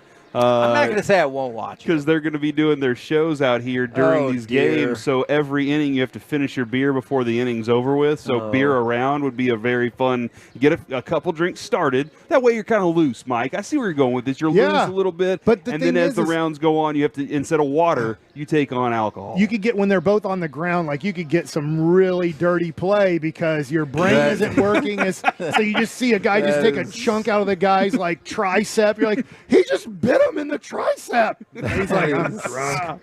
Did he spit out his mouthpiece or his arm? Man, if you look back at the very beginning of the UFC, right, actually, they were dangerously close to being at drunk MMA because at one point they had floated out an idea that there would be a moat around the octagon and like they could put electric eels or something in there. Like they floated out. I don't know how. Can electric eels kill you eventually? I mean, they floated out some weird ass stuff. It was really crazy. And then eventually it got much more regulated into the sport that you see today. And then also Cam Newton. All right, so I had to watch this in like recap form because I didn't see this when it was happening. We were on the plane and everything. He was at a 7-on-7 youth football tournament, and 3 dudes came up to the stage while Cam Newton's wearing a sweet-ass hat and decide it's time to throw down. Did we get information about what brought this on or if they were drunk or anything? I just heard 3 guys are like, hey, let's try to take down Cam Newton, even though he's, much more athletic, much bigger, and half a foot taller than us. Yeah, I don't have any backup information on that, Kevin, other than I did see him throw one dude and then put another dude in a headlock while holding off another dude. And I was like, man, if he was in a Royal Tumble right now, this would be amazing. Isn't that how it happens at the Royal Tumble? All the guys get in the ring. WCW. Okay, how do they get all the guys in the ring at one time, Kevin? What's that one called? I hate all. If they're all in the ring at the same time, it's a battle royal. Battle if they royale. come out every hour and a half. Or excuse me, every minute and a half or 2 minutes, that's the Royal Tumble. Rumble. Okay, thank you. No, yeah. it's not the Royal Tumble. That's my favorite one. That's the one I really enjoy that one because doesn't it feel like the last person in the ring should have the advantage? I saw that. They combined it with the bash at the beach, I think. Yeah, but then Stone Cold's just still there the whole time, throwing people out of the ring. Was it the crash at the beach? No, it was not. God. It's not the crash. Hell yeah. Alec, you're supposed to be on my side, Alec, not supporting this nonsense. Steve Boston. But I know that Goldberg. I know that Cam Newton thinks he could still be a top 10 quarterback in the NFL. He has not been out of the game for that long, and to be like, I could take him down. Why would people want to go fight him at a 7-on-7 tournament? Youth football tournament. Youth football. Grow up. Come on. Who won? I don't know who won the tournament, but it looked like Cam Newton definitively won that fight. Absolutely. The 817 bothers me. Corey called it Royal Tumble. Banish him. The one that infuriated me the most is when he said rock hot Steve Boston. I remember that day. I was not Cornswaddle. I was so mad about that. It's Hot Rod Williams. Thank you. I appreciate that. He played for the Mavericks for a second. I'm aware. He's a bench warmer. But he's a good player for Cleveland. Okay, we're the KNC Masterpiece right here on 105.3 The Fan. Thank you very much to the on-time experts, Best Buy Windows and Siding, and Sonic for making this trip happen. And right now, live some surprise. It's time for Mike Likes It. Well, as we're looking at the field, I always feel like I would mess this up. They're lining the first baseline. I just don't think I can walk that straight. Like that guy, I'm forgetting his name. Do you remember? Jake. It's Jake. That's Jake. Jake out there. Your kid's name is Jake, Mike. If Jake got pulled over, he would ace the test. Yes, he would. Because he's the walking in a line. straight line. That is a straight line right down. Here's what's crazy. The line from the foul pole to the edge of the dirt, yeah, he hit it. Yeah, perfectly. He hit it perfectly. Yeah. He lined it up exactly. Yeah. That dude's amazing. Is he just a tracer, though? Is he just going over the line that's already there? Good question. I can't trace that good either. Okay. You fair. can? You're a perfect tracer? I don't know. I can't say the last time I've traced something. I'll work on that. I feel like we should take that thing, the line maker. Uh-huh. It's not chalk, by the way. It's paint. I saw them spraying paint in there. And so I'm wondering if we could just go off someplace and see how straight we can do 90 feet. Jake's your guy. Why don't you ask him? The other thing, too, is just remember, I need to see if I can score 100 points in an NBA All-Star game. I need to go to Walmart and buy a basketball and go find a basketball court and see if I can make 50 layups in a row, because those are the looks you get in an NBA All-Star game where you just get uncontested. I can't dunk. Never could dunk. I don't need to dunk. In the All-Star game, they allow you to do uncontested layups. So I'm going to see if I could score 100 in an NBA basketball All-Star game. Is this part of Mike Likes It, or are these just ramblings off the top of your head? At the moment, Both. Kevin, Mike likes it, and we're talking about it. So usually I think it's do don't likes. Yeah. But I'm doing likes. I like rambling. Here is my main topic when it comes to Mike Likes It. How healthy do these Texas Rangers need to be? We're worried, and I am. I'm worried about the start of this season. I'm worried about missing 3 starting pitchers right now, and the left side of your infield. The left side of your infield. And let's be honest, most likely somebody's going to get nicked up before the season starts in your starting rotation, and they're not going to be able to start the season on time. I hope that the 5 guys we've been naming, the 2 lefties and 3 righties, are all going to be ready. But then I think about last year. So let's go over last year's World Championship Texas Rangers. Let's start off on the mound. Last year, Jacob deGrom pitched 1 month for the Texas Rangers, and that wasn't even clean and healthy. Like, he had to be taken out of the game against the Royals. He had 4 no-hit innings, and they had to take him out. So you weren't healthy there. Evaldi, great first half. Missed almost all of the second half. He pitched against Tampa to start the second half, and then missed the next 6 to 7 weeks of the second half. So your top 2 pitchers coming into the season were deGrom and Evaldi, and neither one of them were healthy for the whole season. In fact, the one you were hoping on the most only pitched 1 month of the 6 months. Then you traded for Max Scherzer. He was the main guy. Montgomery was like, okay, this is going to be a nice middle-of-the-rotation guy. You traded for Max Scherzer, and he wasn't healthy for you either in the 2 months and wasn't healthy for you in the playoffs.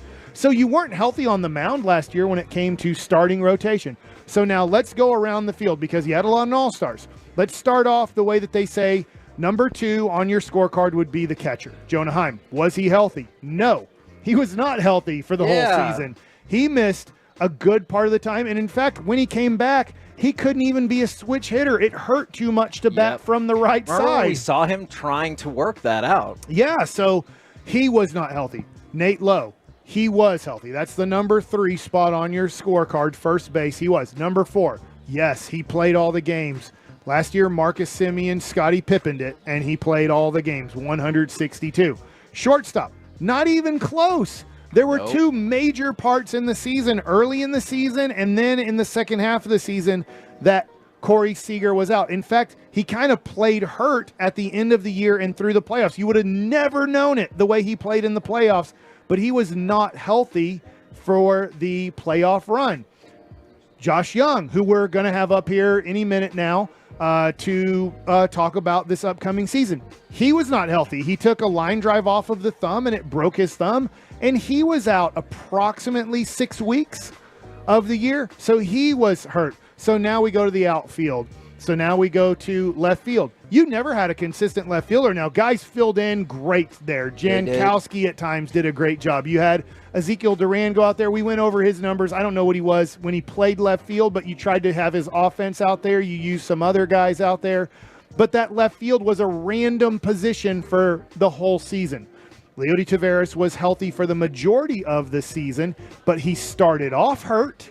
Remember, that's how Jankowski made the team, is because Leody wasn't ready to start the year. And what an odd blessing that turned out to be. Adolis Garcia was healthy for most of the year, but when you thought you needed him the most, he jumped for a home run and hurt his knee, and that made another Evan Carter, odd blessing. Evan Carter did come up in September, but if you look at that, he didn't stay healthy throughout the whole season. So now I go through this. Your bullpen was crazy. Let's just put it at that. I won't even talk about health. Your bullpen was crazy for the whole year. So the Rangers weren't healthy last year and won the World Series. So Jamie Moyer has talked about health. Everybody we bring up here will probably talk about health. And yet that wasn't a super healthy team last year, and they won the whole thing.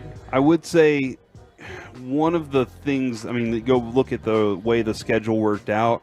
They were hot early, and that gave them the padding to withstand that throughout the year, withstand injury, as much as just weird down moments in the season. They had moments where you were just like, they don't look like the same team, and I don't know how much of that had to do with injury, but that hot start was definitely a factor. And what we're looking at right now is a bunch of guys where you're like, we have to wait on players to arrive from health. So can you still have that hot start? I don't know how much, Kevin, of that hot start came from, I've said that like 3 times in a row now, hot start from Bochy, like that whole the beginning where he gave the speech and how they were all ramped up, and maybe that's why they came out on fire. It was like a new era, right? Yeah, absolutely, and it was. The Rangers ran with it. Bochy, the signing of deGrom definitely, I think, made a lot of the players go, "Oh, they're for real." Yeah, the management's for real about trying to win. So I feel like the Rangers need to be healthy, but yet last year, so many players in certain situations stepped up.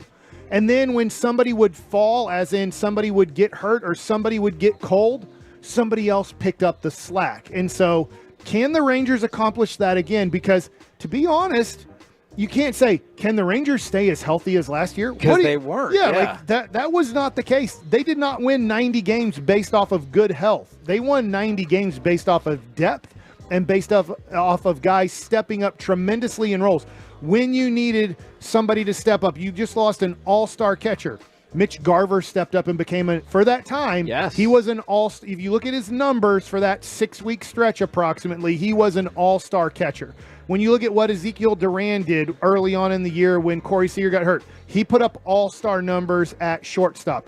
When you had Adolis Garcia go down, Evan Carter came up and he put up over 300 batting average and over 1 OPS and hit 5 home runs in limited games. Like you just had, and that's just a few examples. Evaldi, when DeGrom got hurt, Evaldi steps up and becomes one of the 3 best starting pitchers in the American League from May 1st until the All-Star break. Evaldi arguably was the best pitcher in the American League. Absolutely. Obviously, like Garrett Cole would have an argument there, but like he's in that conversation. So my next thing that I wanted to get to, because this is kind of a little bit of a baseball nugget too.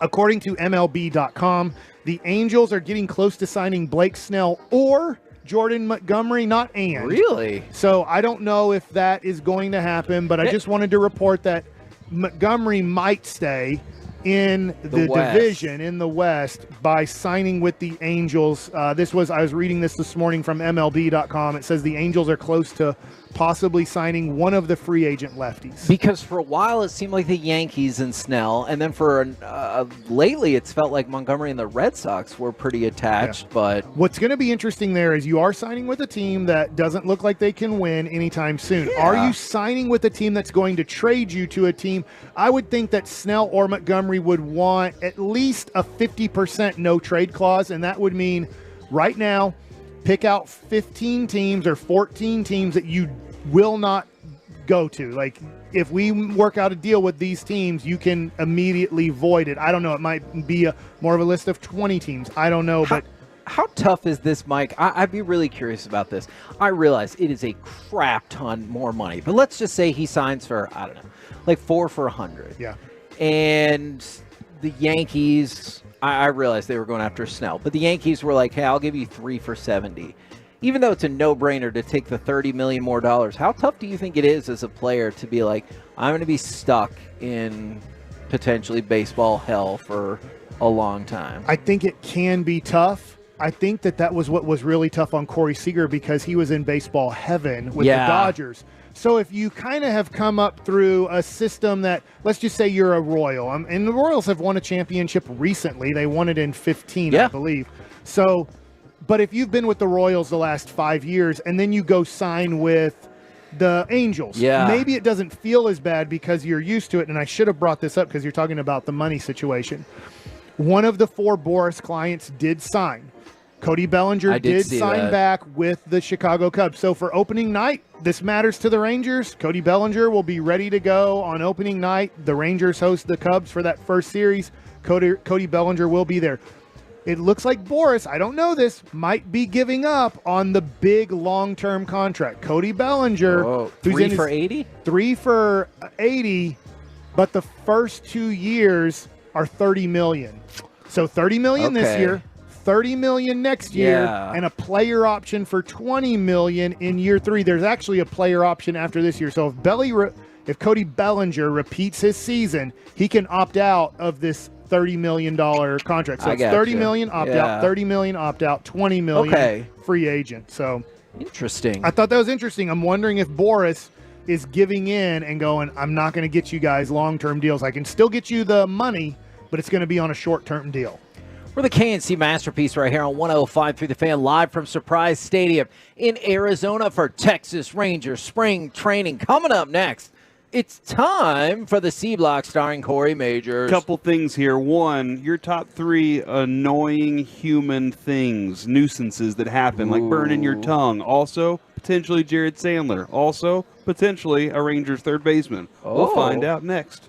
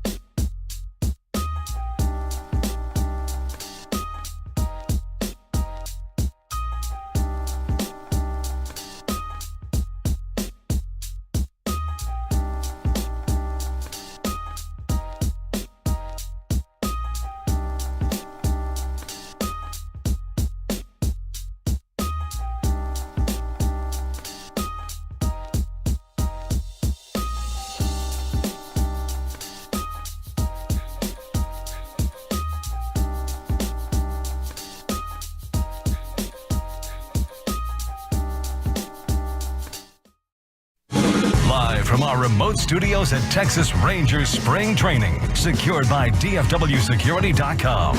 This is the KNC Masterpiece on 105.3 The Fan. KNC Masterpiece right here on 105.3 The Fan. We're live at Texas Rangers Spring Training in Arizona for the defending world champions. And right now, it's time for the guy who feels like the world champion of sports radio. It's the C Block starring Corey Majors. Appreciate that very much, Kevin Hagelin. We are now going to be joined by another world champion of radio.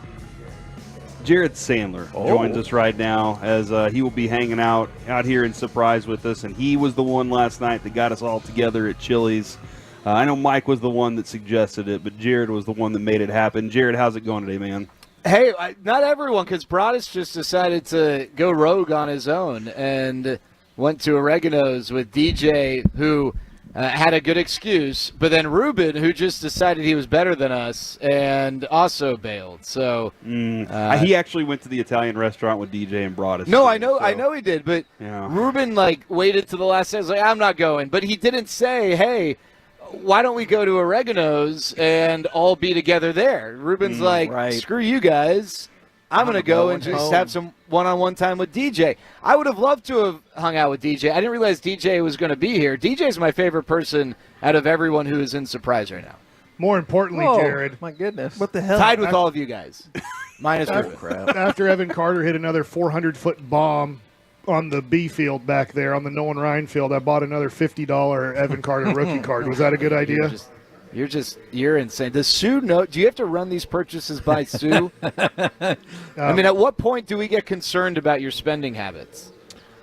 So what else is going on in spring training, Jared? How's everything? No, but does it not kind of feel like Mike? This is the equivalent of Mike in Vegas, at the blackjack table, just continuing to put chips in the middle. So it's hold on, Mike. Hold on just a second. You go. Because I need to speak about your habit on that first, and this is why it's fascinating to me. Jared, he was so sad when he was up $60 and it dropped to 38. He was like, yeah, because I'm an idiot, and I went back out there. So $22. But if it's an Evan Carter card, bam, half a second, he'll be like, let's pull the trigger. I mean, Mike's the first thing I talked to Mike about last night when you guys get to the hotel, he's showing me he's bidding on a Dale Ellis card that's got the starting lineup card. Yeah, because he liked, and then Chuck Person, the form, the shooting form that was demonstrated on the card. Mike, I think getting more Evan Carter cards is a really good idea.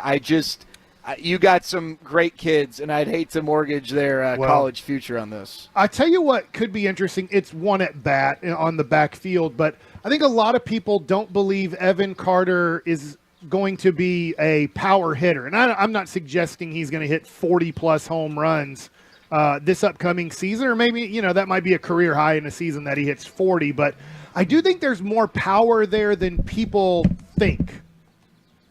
Yeah, no, I agree. First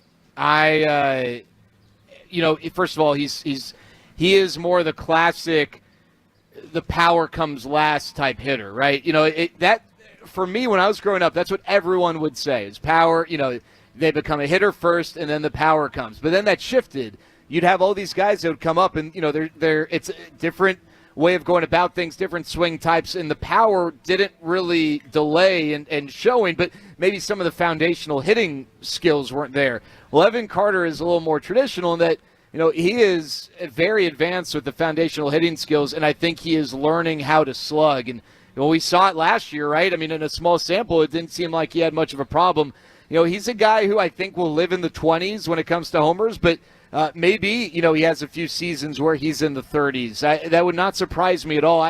I've learned when you've got guys like Evan who are super talented and super gifted, putting ceilings on them when they're barely of legal drinking age is a fool's errand. And so I agree with you, Mike. I definitely think that there is some power that he is starting to realize that we will see hopefully over the course of the next 162. I was kind of curious on Josh Young's front. What time he's going to be on today? Well, yeah, I'm also curious about that. But when he has the calf injury, the timeline on him, and how how prepared he was beforehand coming into this. Yeah, I think the timeline is still, it was 2 to 3 weeks when it was diagnosed. I spoke with Josh briefly, and, I think that everything's on track. He is, moving around fine. I think it's one of those deals where if this was, August, September in a playoff push, he'd probably actually be back in the lineup by now. Obviously, there's no rush. And as you guys know, with position players, they don't need nearly the runway that pitchers do. So, as long as What kind of Josh, runway do you think they do need then, Jared? I think it depends on the player. I've heard from some hitters, they just 30 plate appearances is fine, and it doesn't need to be 30 Cactus League plate appearances. If it's a live BP or a backfield game, they feel good. You get a guy like Corey Seager, he'd probably tell you he just needs like 15. Maybe someone else would tell you they're, on the heavier side of 30. But they definitely don't need 5 weeks of games. And remember, a lot of these position players early on, they go every other day. So if you, maybe go 2 out of 3 instead of every other day, that allows you to speed it up a little bit. But, if it is 2 to 3 weeks, Josh should be back in about a week and a half or so. And that would give him more than enough time. That gives him almost a full month to get ready. You got the exhibition games after Cactus League play that he's got too. So, again, everybody's different. I think 30 to 35 plate appearances usually suffices. I saw Owen White throwing a bullpen session today, and I was wondering this.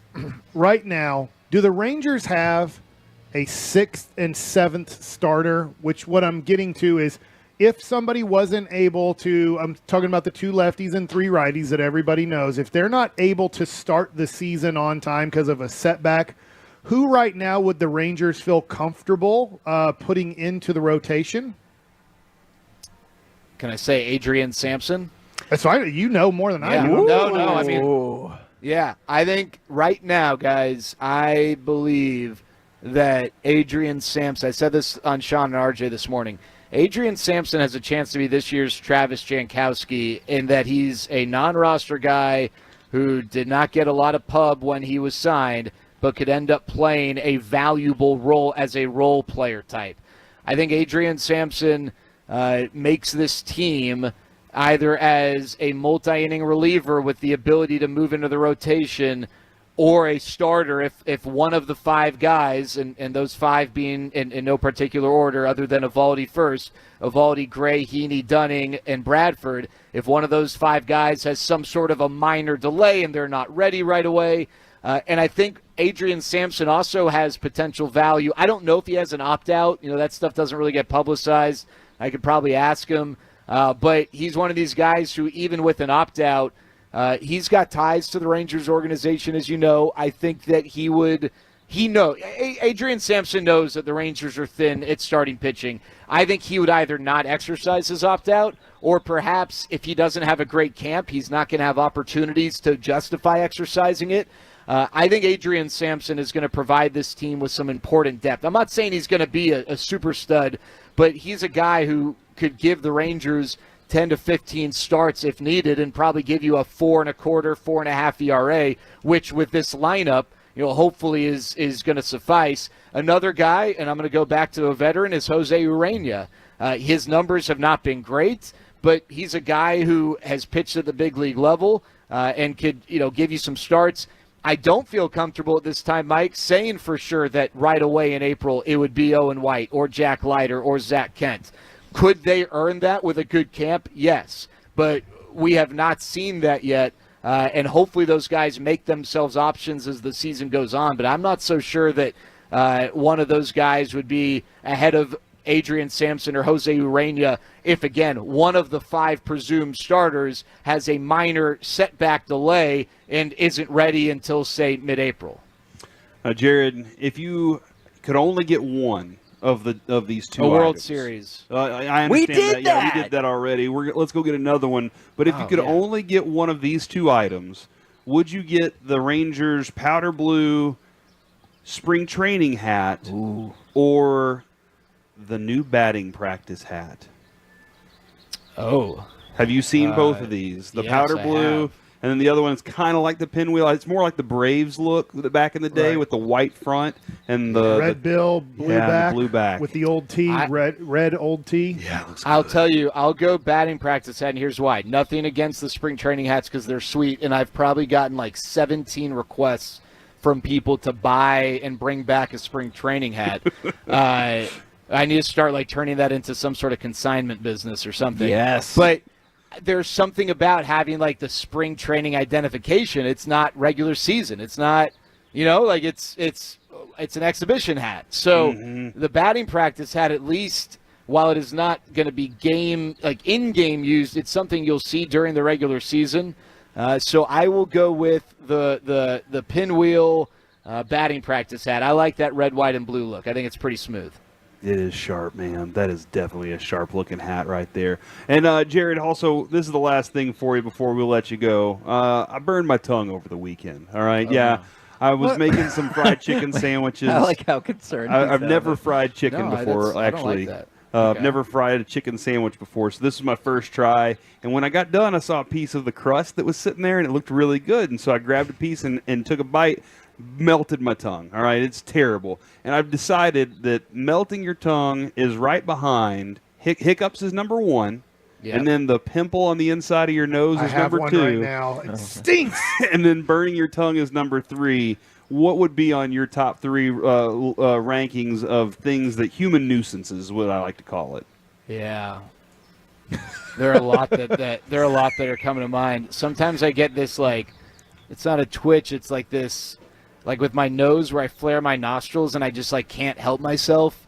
I don't know what causes that, but sometimes I accidentally bite the inside of my cheek, whatever, and then it swells up a little bit, and then it becomes right in the line of your teeth naturally, and you keep re-biting it, and it takes a while to go away.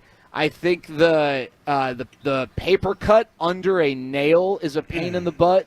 Got one of those yesterday. Yep. Yeah. And there are other ones too. I feel like I inflict a lot of these on myself. I'll tell you. You guys know this is about definitely me. us. Yeah. I'm not a very patient person. I can't tell you how many times I burn my tongue because I have hot tea or food that I just take out of the oven, and I can't wait 2 minutes for it to cool down. I just got to get right into it. And I always end up losing that battle with science. So I'm actually, yeah. I understand what you're saying, Jared. I had a bunch of hipster friends. That happened to them, too, because they always drank the coffee before it was cool. Jared, thanks for joining us here. I'm brought to you by Sonic. Oh, man. I was trying to figure out. Yeah, that was good, though, Kevin. That was well done. I'll see you guys at dinner. Maybe not. Maybe everyone this time.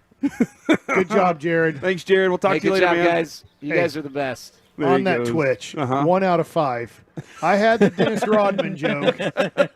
You just had what was your joke? The hipster. I knew a hipster. He burned his tongue in the coffee because he drank it before it was cool. All right, he said it again. You asked what the joke was. 1, don't ever do that again, Kevin. You're ruining the show.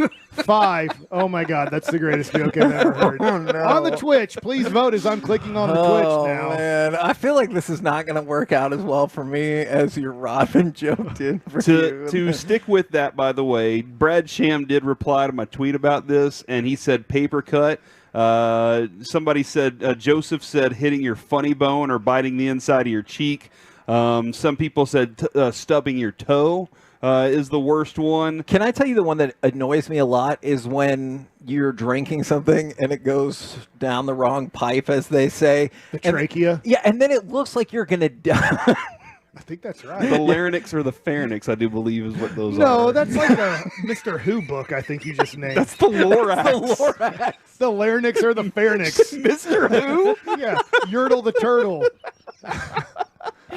There once was a larynx named Farron. But yeah, it feels impossible to bail out of that without looking like you were going to die first, right? I'm wrong. What do you have the larynx and the pharynx, and they're right next to each other. Oh, man. And one opens for air and one opens for stuff to go in your food, and that's how it gets down to your How throat. does it know that? I don't That's know. amazing. thought it was called the trachea. I think I'm right about this. Look, I don't know. I know there's a lot of bad ratings, but I saw at least You're like 3 5 5s. or 1. It was not an average. I Joe. saw You a know negative that. 5 in there too. Yeah, Swaggy Booty's -5. Oh man, that was Also on my list is like when your eye twitches. I don't know if y'all ever have that, and you just Yes, I can't do. stop it. There's like you're like, how is it? Because I'm tired? Is it because I'm stressed? I'm not sure why the eye twitch actually exists, but that one definitely is one. And then somebody said wet socks is one of theirs. They hate wet socks, and those are just look. It's not anything like, oh my gosh, this is the worst thing in the world. It's just these are nuisances. These are little things. I don't that wear pester socks you. at Six Flags. What?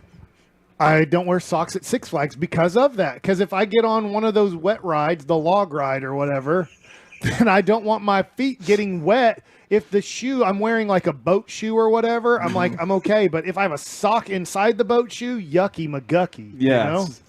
Yucky McGucky is. Is that a Mike Bassick saying, or is that a? I think it's just, a saying I made up. Okay. And that's the C block, ladies and gentlemen. We're the KNC Masterpiece right here on 105.3 The Fan. Coming up next, actually I have a hodgepodge of things that I want to get into, including... Pretty much you've made it through the line. Our whole show, at this point, you are at the Thrifty Rent-A-Car place to actually give the information. Okay, let's give the information about All-Star Weekend and how the stockyards are going to get involved. We will talk about that and a little bit more baseball stuff next right here on The Fan.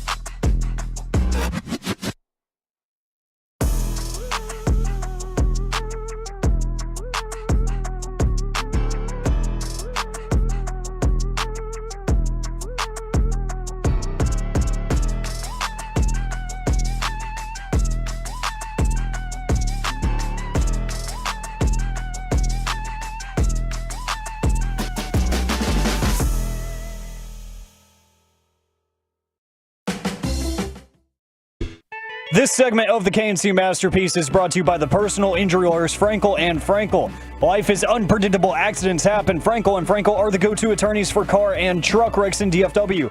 If you or a loved one has been in an accident, contact Frankel and Frankel for a free consultation at truckwreck.com or call 214-333-3333.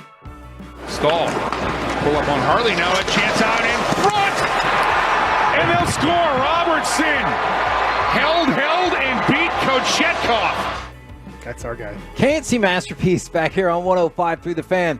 Well, the Stars get back on the winning track. They had lost 4 straight. We're live at Surprise at Texas Rangers spring training. Wanted to give a quick shout out to the Stars. They pick up a big 2-1 victory over the weekend against Carolina, who Carolina is a really good home team. That felt like a big win. And also, it keeps you in the lead for the Central for now, though clearly you're 1 point ahead of Winnipeg, and they have 3 games in hand on you. That 4-game losing streak, even though you got 2 points in 2 of those games, that really hurt the Stars. Yeah. I'm sorry, Kevin. I want a sandwich so bad right now. My mind, is focused on trying to figure out. I was just staring off into the distance going, what kind of sandwich do I want right now? There's time for the Stars. Obviously less time than the Mavericks. Their playoffs start earlier than the Mavericks, but they need to get... Only by a couple games. They have 23 left in the Mavs, 25, so it is remarkably close. And I know you do get a point for a tie if you end up losing that situation. Overtime loss, yeah. To me, I'm just going to keep sticking with this. In these last 23 games, they got to find a way to be the 1 seed in their division. Oh, my gosh. Yeah, no, absolutely. It would be one of those situations where they could be the 1 seed in the division. Let's all lock in on the show that's happening in front of us. Let's do this. All right, we're going to get to, hopefully, I think, Danny Duffy in just a minute. But I want to talk about the schedule of events for All-Star Weekend. We had talked about how the stockyards are going to get involved. MLB All-Star Weekend. Yes. But it's not really a weekend because it's Tuesday is the game. Interesting, though, it starts on Friday. True. So it is kind of a weekend. So they're going to have the HBCU Swingman Classic, the All-Star Commissioner's Cup. Jenny Finch, her classic, is going to be out here. But I think what a lot of people might be fascinated by is Sunday night at the Cowtown Coliseum in the Stockyards. They're going to have the MLB Draft during All-Star Week. And so we talked about how, would Dallas get involved? Clearly Arlington is involved. How would Fort Worth get involved? That's pretty sweet right there. It is. I'm going to ask you guys a question, maybe a little bit off topic. Do you think the Major League Baseball is making a mistake not doing this on a Sunday night? The game. The major part is the All-Star game. Everybody tries their best. You get to see the best players in the world compete at 100% effort against each other. Do you think they do it a disservice in today's standards doing this on a Tuesday work night? I don't know. Wouldn't Sunday night, would you want a Sunday afternoon game? Is that what you're saying then? I mean, you do have to worry about, you don't at the Rangers Park, but you have to worry about shadows and stuff. Yeah. And then also the weather at certain venues. And I guess Sunday, yes, you are working the next day on a Monday. But I don't know, the NBA All-Star Game is the worst event in the history of sports. But it is on a Sunday night, and it feels like you're kind of building up to that. Saturday night's all the stuff that they do. So, you have Monday night is the Home Run Derby, but if it was Saturday night is the Home Run Derby, Sunday 6 p.m. start is the All-Star Game. Would that bring more eyes to it? The only reason, I don't know how you feel about this, Corey. The only reason I was going to say no is because that is a historically well-known dead spot in sports. And so it does feel like you get all the shine on your Home Run Derby and then all the shine on your game because there's not really much else going on. Yeah, one of the things I think on you do a Friday night. Now you're competing against everybody going out on a Friday night, right? So your TVs, you're not doing it there. Saturday night, kind of the same thing. People are doing their, lots of kids. You got kids in action on Saturday morning. You're building up to that. And you're kind of tired and resting up by Saturday night. Sunday night, it does feel like that is that opportunity. But Kevin's right. A Tuesday night or something like that, it's wide open. You have the wide openness for your Home Run Derby, and then you have the wide openness for that as well. I remember I had a blast as a kid. I was 16 years old in 1994. That was the last time the Rangers hosted an All-Star game. And I remember going to the kind of convention center, and it was semi-card show, a whole bunch of MLB event stuff, and they were giving away cards. I still have some of those cards, I believe. I mean, they're not really worth much, but I just remember being, this is so cool. They just gave me a 30-card set of the All-Stars, in the American League or whatever. And it's 95, right? Oh, 95. Sorry, 94 was the I just wanted to check that. Sorry, I messed that up. I was a junior. Yes, I was going into my senior year in high school, so you're correct about that. I just remember how cool that was, and I'm hoping that I can take my boys to all of these. So the things that you're naming, there's more now to it, which is cool. So that Saturday and Sunday you have off of work, you can go visit all of these things. I kind of want to do it. I'm hoping like a Thursday or Friday when there might be less crowds and less of the national people coming in. And to your point about the kids, that's why they do the baseball and softball youth tournaments over the weekend, probably because, like, obviously to facilitate so the kids can play in it without missing too much school, but hopefully maybe like, hey, come check this tournament out. And then they throw all 700 in the outfield and go, please don't die by 150-mile-an-hour line drives being hit. With the draft, the MLB draft being at the stockyards, like that part of it being there, and that's not the same weekend, right? Like those are different times. No, it's like two days before. Okay, it's all by itself on MLB Network, and I like that because Mike, one of the things we've discussed is how they don't do a really good job. It felt like weird whenever you see, I don't know, maybe it was Jackson Holiday standing in a dugout on the MLB.com set. He walks out and you're like, well, that's kind of weird. Like, it just felt weird the way that they did it. This seems like it could be more grandiose, have more stage presence to it. I say this. They did this for Charles Barkley during the NBA conference finals a few years ago because my son thought it was awesome. Every time a player is there and they get picked, you put them on a horse. I knew you were going to say that. And they trot him to the stage or a longhorn because they do the longhorn thing. And you put him on a longhorn, and man, it would really stink if you drafted that guy and then something went wrong on that horse. Or like he's allergic to horses like I am. Do we rescind our pick? Rescind it. He fell off the horse. But like, man, I like that's what you would originally think. You're not like, hey, is he okay? Hey, can we get out of that pick? Can we take somebody else instead? Like, I mean, I know. I need to see how quick he is. Okay, am I still on the clock? One of the factors that always came to hey, we don't care about the MLB draft that much was you won't see those guys for 5 years, it felt like. That's changing. Then, hell, last year it seemed like all these guys got called up almost immediately, and here we are with Wyatt Langford almost immediately most having likely a chance. Be in the 5-man rotation for Pittsburgh. Langford, I don't know if he's going to make the team opening day. Obviously, look, it's so early. They're not watching him today. He struck out twice when I was watching him on the backfield. They're like, well, he struck out twice today. He has no chance to make the team. Like, it's right now he's getting at bats. They're going to care a lot more about his success or failure once you get into early mid-March. So, to your point, though, like Dylan Cruz, who was the second overall pick, I saw him play at LSU. The dude looks the part of a major league center fielder. So he's going to be up pretty soon. Yes, the two high school kids won't be up super soon. But to your point, these college guys are now within a year or two making the major leagues and having an impact. So maybe there's a little bit more to that. And college baseball is broadcast more. You have to go to ESPN Pluses and stuff like that. But it's available. But you can watch these guys. In the NBA, they're already there. In the NFL, they are walking onto the field almost as soon as they walk off that stage.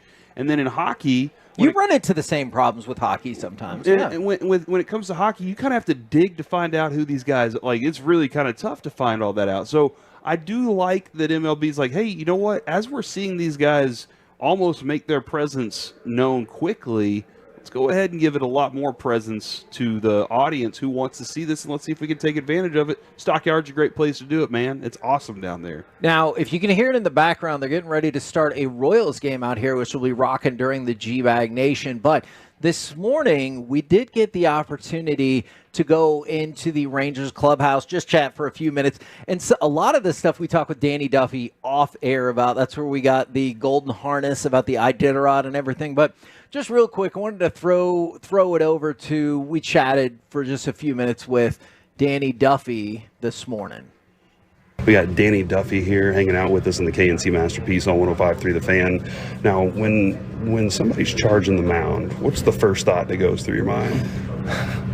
I've never been charged before, but just, I suppose, get out there with the boys as quick as possible. Okay, all right. Is that an experience you desire? You said you never had that experience before. I've never been charged myself, but I wouldn't really have any reason to. But we cleared a lot in 2015, and you never really know what's going through somebody's head. So you just get out there and protect your teammates. Except when the Houston series is coming up, and you know that's going to happen to start the regular season, right? I wouldn't say all that. I wouldn't say all that. I want to keep the boys in the dugout as much as possible. I don't want to, ever see that situation.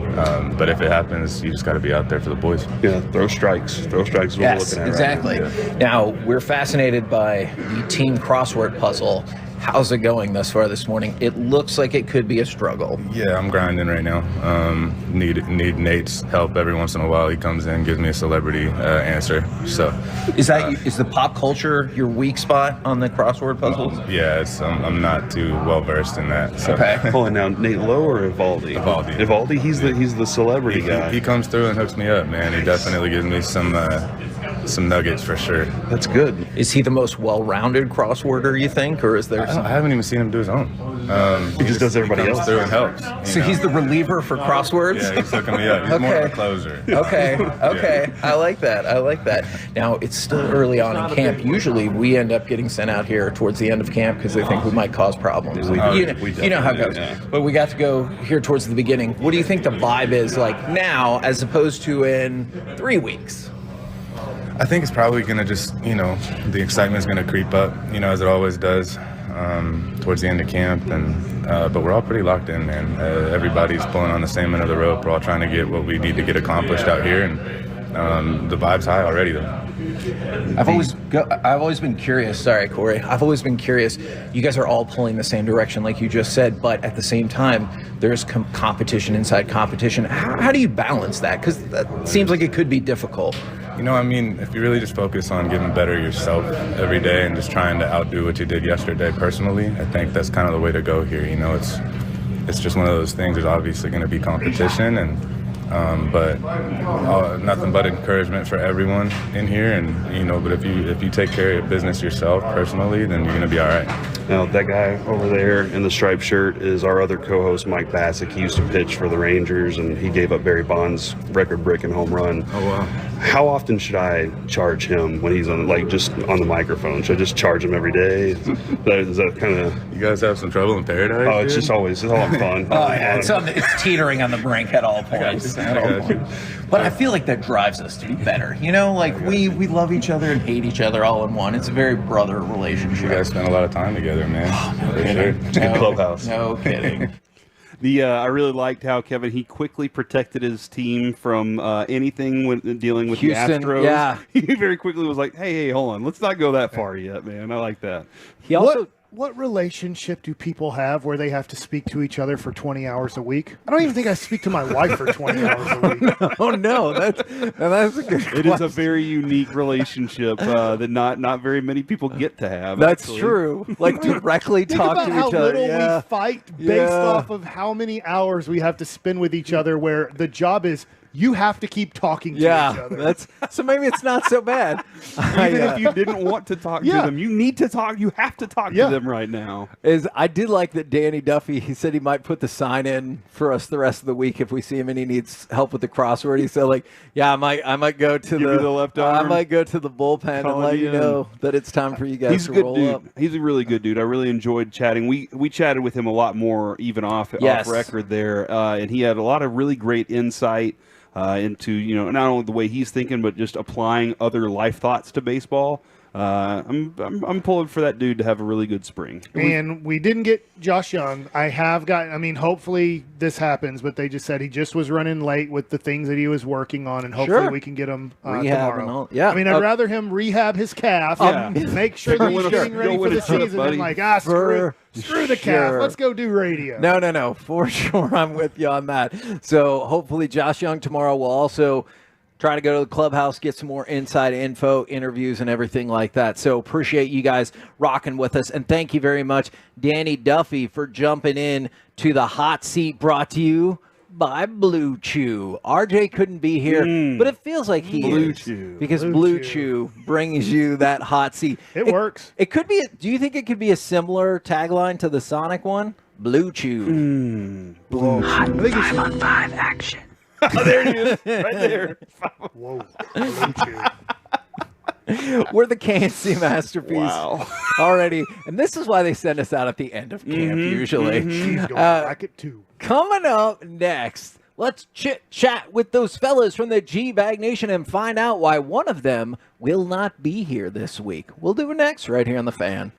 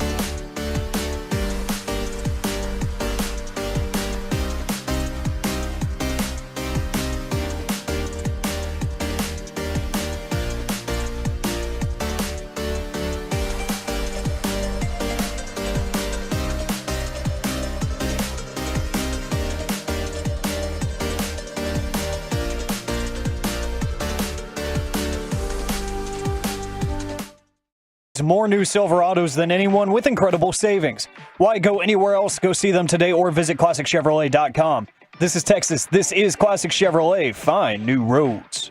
Again, the 3-2. Swing and a drive down the left field line. Fair ball. Yes, it is. Ezekiel Duran.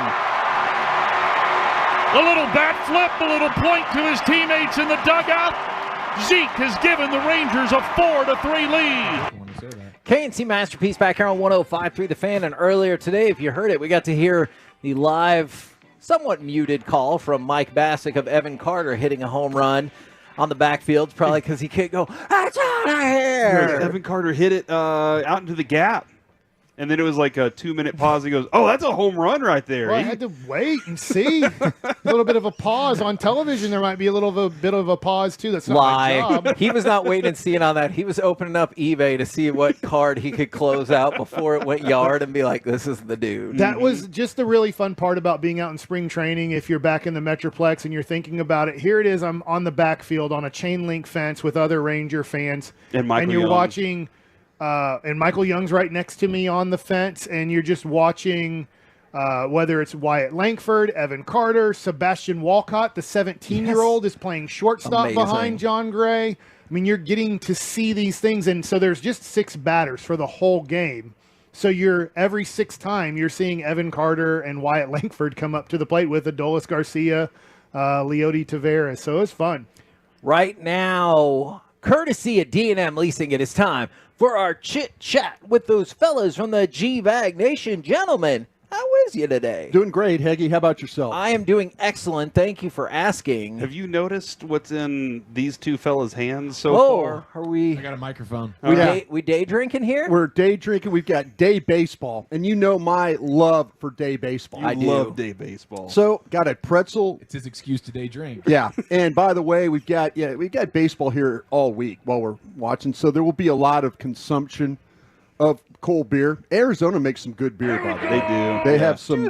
Surprise Stadium has some good cold beer to it. Scottsdale Blonde. Yep. Oh, interesting. They got Haas Brewing, and then they got Boulevard's got something going on. There's Boulevard's Kansas City beer. Oh yeah. That's the ad over there. The Royals. That's what I got going. That's the Royals. Yeah. But that Haas Brewing's pretty good. They got some good IPAs out here too. I just saw he really liked the taste of this blonde, but he was hoping to get a little brunette action. Yeah, that's a joke. I did just see Bobby Witt Jr. carry his bag into the dugout, so you'll get to see some Bobby Witt Jr. at shortstop. Yes, the big. How many of his cards do you own there, Michael? Enough to pay for your kids to go to college? I own quite a few. Can we tell the one story of Derek Holland kept getting all these autographed Bobby Witt Jr. cards, and then he was like, "Here, these ones are for Peace-a-thon," and I was like, "What's going to happen to all the rest of them?" Well, I've given one away to one of our buddies who's a big Kansas City Royals / Chiefs fan. I gave you one. You did. So, yeah, I've given some to some people, but I still have some. They're mine. Now,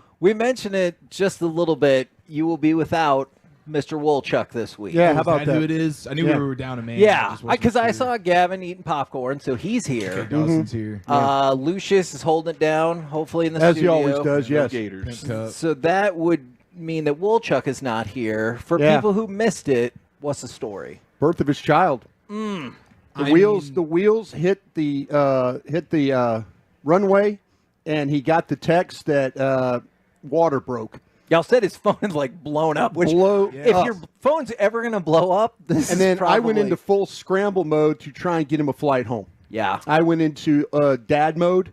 You know, where you just like, okay, now the next thing is we got to get him off this plane, get him to a gate, and get him back home. Yeah, and it worked out. Thank you, Southwest Airlines, for being on the spot and getting it done. But yeah, he got he did say he saw the birth of this child though on FaceTime is what he saw. I'm so glad that he did get to still see it because when he sent us a text saying that the kiddo had been born, I was like, okay, well, there's no way he made it back. And I was like, God, I hope it didn't happen while he was on the plane. Who was holding the phone for the FaceTime? Was mother-in-law, maybe? Was mom holding it? I don't know. Honestly, it's a good question. I'm guessing mother-in-law. Okay. But, I mean, honestly, it could have been anybody, dude. They might have just pulled somebody random in there and said, hey, this is the emergency. Could have been a Tolo for all we know. Yeah. Could have been a Tolo standing right I'm there. a huge Tolo. They're reliable. We could have as part. You guys could give it away as part of Peace-a-thon if you want. Next birth, be standing there for the birth. That's a great auction item. Who's going to have a baby next? Mike does not want you to bid on it, but we'll find a super fan I do not want. You can bid on it. It ain't going to be me bidding on it. Mike, what would you do if a Tolo was standing right next to you as that was going on? With just asking you a bunch of questions. Oh, I would be like, let's go outside. I've seen this before. It is scary. It is the wildest I like thing. the good old days. Like Did you when guys my dad know was the like, I didn't have sex to of your babies when they were born? Yes. See, All I but did. Lucy. All but Lucy. Yeah, I and did. then We found kind of out. went for the route of not knowing. So I was literally standing next to the doctor, and she goes, "Well, you got a son," and I'm like, "Whoa!" You know, I mean, I didn't even know. Did that add to the nerves of what is already a high-strung day? It was. Yeah, you're just kind of wondering. Yeah. You're wondering what the situation. The health is the most important thing, as we all know, but. Just the doctor say, "Oh, you got a boy." Yeah, it was pretty cool. I remember when Brandon was born. When you talk about the health of the kid, I dropped the ball on this.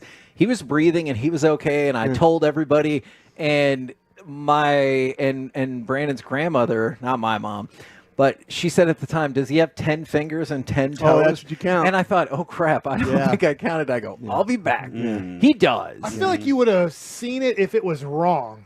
When it's right, you don't notice it. Okay, But if, like, that makes sense. If for some reason, like, something is up, you kind of notice if something's not right. You have thoughts, Eric? You'd be surprised because we had a 4-finger guy in my high school, and you wouldn't, the naked eye, you couldn't tell. Like the way everything was like proportional still, it all looked like even. It didn't. So look like spacing was good? Spacing, yeah, absolutely. Like it was made up for in the process. Now, when you shook his hand, you could tell there was less density. You know what I mean? There was a different. There was a different. But it was a feel though. It wasn't to the naked eye. So you have to sort of shake that baby's hand before you really knew.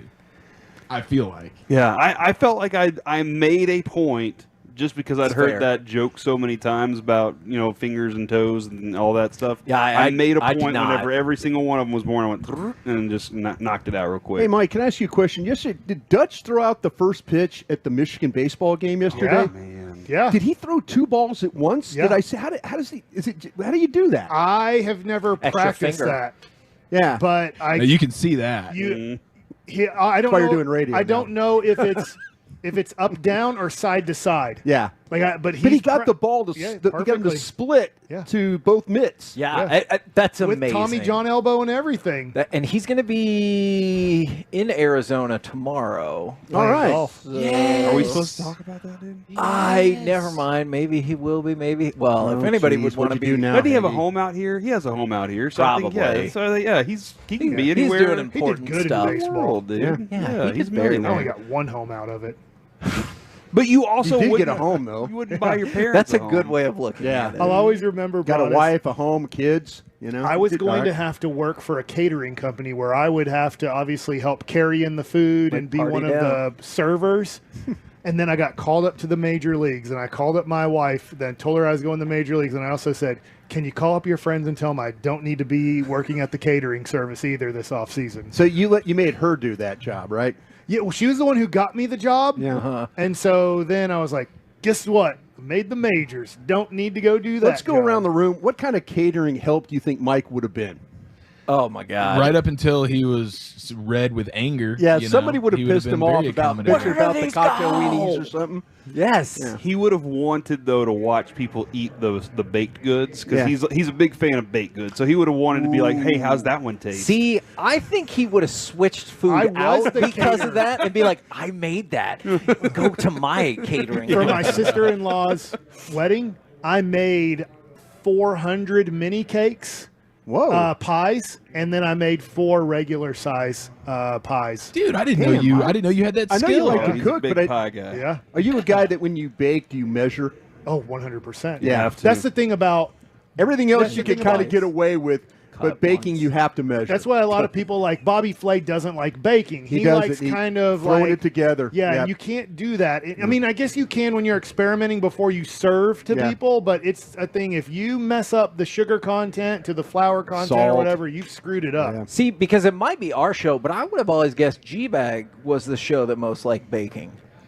I think you're onto something there. I would say you're onto something this time there. Bakes a mean Danish. What do you guys got coming up? A lot of baking going on in that show. What do you guys got coming up on the program today? Brownies. Pure gold as always, Hagee. Thanks so much for asking. We're actually live in Surprise, Arizona for the entirety of today's program and the week. So Did he say all those words right? there was one of those that. You know what? We're gonna have a couple to my beers. last I'm going downstairs on breaks and getting us beers. We're gonna have some fun. Check us out. Here's my today. question: Wheels off. will we get parade brothers? That's what. Hey, we played the Dodgers this week here. Drunk Brian might show up and heckle the Dodgers. Yes, get ready. Yes. Roll home with the G-Bag Nation. We have been the KNC Masterpiece. Make your way back with us tomorrow before the national anthem, 10 a.m. to 2 p.m. right here on 105.3 The Fan. Say, Kevin, Evan Carter hit a home run, Kevin.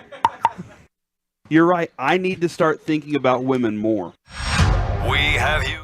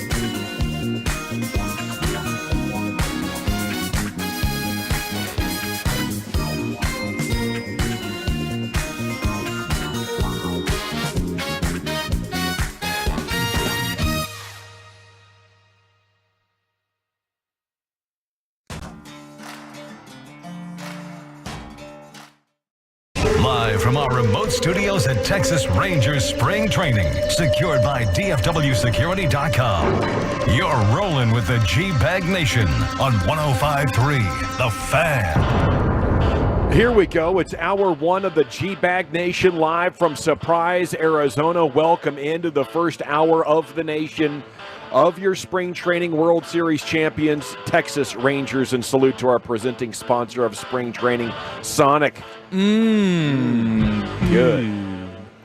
Before we jump into the sports and the crisis that just was unveiled before our very eyes, wow, congrats are in order to our Wooly Bully. How about it, man? Are you kidding me? How about that? Welcome to fatherhood, Wooly Bully. This girl, I imagine, will be keeping him on his toes like this forever. He takes off DFW, all is well. He lands in Phoenix, Arizona. The phone starts lighting up and vibrating. It's like it's tasing him in his pocket. And all of a sudden, waters are breaking and new flights are being booked. This people are already asking on the text here. Yeah. Why would Walchuk hop on a bird when he knows wifey's about to be in labor? Right. Ha! He didn't. We're like 7 weeks out from when this thing was supposed to rupture. Got a preemie Walchuk on our hands. Yeah, man. Yeah, that's exactly right. But she is healthy. She is well. Eliza Jennifer Wooly Bully is her full name. Beautiful and name. He just texted me. It was his mother-in-law who was holding the phone for FaceTime while he was sitting at like a terminal in the Phoenix airport waiting to hop on the plane to fly back. So he consumed it that way, thanks to the mother-in-law. Eliza just ate for the first time. He texted me this a few minutes ago. Doing well for being a premature baby, wearing a sleep pack mask, has those lights for jaundice phototherapy. Probably going to be in the NICU at least a month, writes Walchuk. Okay, all right. But healthy. Congratulations and welcome Eliza to our world and to our G-Back Nation. And it is just so exciting. You know, when Walchuk left, we were at the airport and he was taking a right to go down to the southwest gates. I saw that look on his face, which, you know, every dad knows, you know, and it's unmistakable. It's a combination of fear and excitement. You know, your baby is coming very soon. And, you know, it's a little unfortunate that he couldn't be in the delivery room, but I'm so excited that he at least got to, you know, be there virtually. Yes, yeah, thank goodness for technology. He got to experience it, and, I mean, that's a story that will, I mean, the firstborn story is always going to live on forever, but that is very unique with the way that all went down for him. So just super congratulations to Walchuk and his lovely wife, Maya, the brand new baby, Eliza, and the entire family. This is the first grandchild on both sides, so it's a huge day for the Walchuks. On both huge sides. day for America. Yes, it is. I do have more good news. What if I told you USA Today says we are currently in the best ballpark in the Cactus League? Are you serious? Best ballpark in the Cactus League. I mean, I believe it, dude. Well, I mean, we were in the friendliest airport in the country yesterday, too. I heard that. Yeah, that they let you know about that. Yeah. I will say this, and I said it in the crosstalk, their beer is good. Nice. It's got flavor to it, Brought us and some beer. Yeah, and it's you know, I'm proud to be enjoying it, and yeah, it's just great to be here. You know, What'd you go with? Is that a Bud Light? Is that a Coors no, Light? it's it's the local. It's the Scottsdale Blonde. Scottsdale Blonde beer. Okay, so yeah, you guys with micro beer. You know, if I'm not back by the next inning, then I've gone downstairs and get some more. Are you going deep today? You know what? This seems like the parade type energy. of trip. I've already kind of thrown the gauntlet out there. We played the Dodgers here on Thursday. That might be Brian in the stands type of wireless mic. Yes, talking to people, maybe consuming a lot of beers. Okay. Yeah, maybe. So we can walk home from here. Today's just like a preview, a teaser, if you will. Yeah, a little bit of a teaser. We can walk back to the hotel. hotel. We could walk back if I had Salute to the office ace, Tim Collins. He's scouted out of Butte. Way to go. There's a whole new section of hotels right there. Yeah. You don't have to be very far away anymore. Yeah, I'm excited to be here, and yeah, day baseball. You know, I'm always talking about day baseball, so I'm enjoying this. Yes, and right now you have Royals fans and Cubs fans. It was very East Coasty walking into the ballpark today, hearing all these Chicago people talk. You know, it wasn't quite what I expected in my first ballpark experience here of 2024 spring training, but you know, it goes with the territory, and this is a yard that the Rangers share with the Royals. So today the Royals and the Cubs are playing, and you know, it's a pretty nice little crowd actually. But tomorrow the real show begins here at Surprise Stadium. right? Yeah, man, when the Rangers get going, it's going to be fantastic. I wish it was just, I mean, come on, I wish we could just get the championship home field advantage throughout spring training. We shouldn't even have to hop on a bus and roll anywhere here. We should just be, this is our turf, we're the champions, and this is one of the things that comes along with being a champion, because this place would be packed right now. I guarantee you this would be no empty seat in the house if the Rangers were on the diamond. Instead, the Rangers are crosstown at out the Southsiders from Chicago. They are taking on the White Sox, and we'll have updates throughout the show on how your beloved Rangers are doing. And then Jared Sandler is going to join us after the show to get a full-on update from what's going on out there. Okay, NFL news is now flowing as we expected, with big decisions from teams ahead of the league year populating the headlines, gentlemen. I don't know if there's anything too juicy on the Cowboys right now. I did see Jamal Adams, the Louisville product safety for the Seahawks.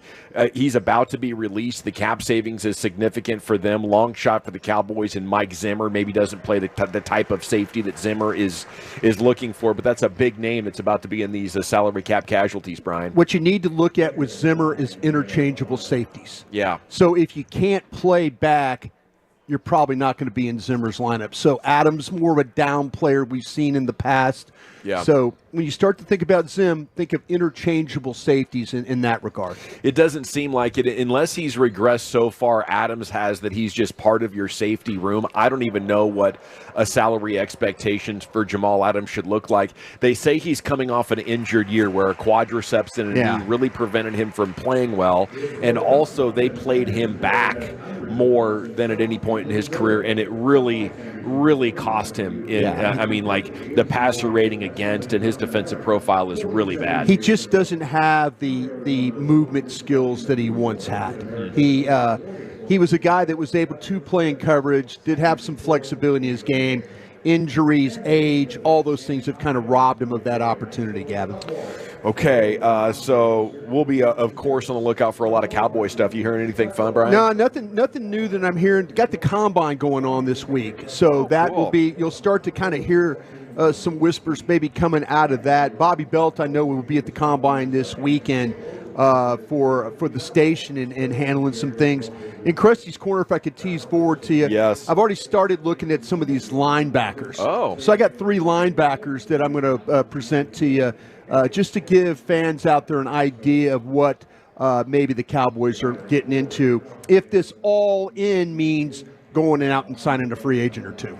Yes, I love the sound of that. I thought Krusty's Corner would be a salute to your guy Pete King here stepping down after a tremendous year. Yeah, Peter King, old Pumpkinhead, and I've known Peter a long time, and it's a little bit surprising to me that he's kind of scaled back as his work as he's gotten older, but nobody has more connections, more respected than Peter King.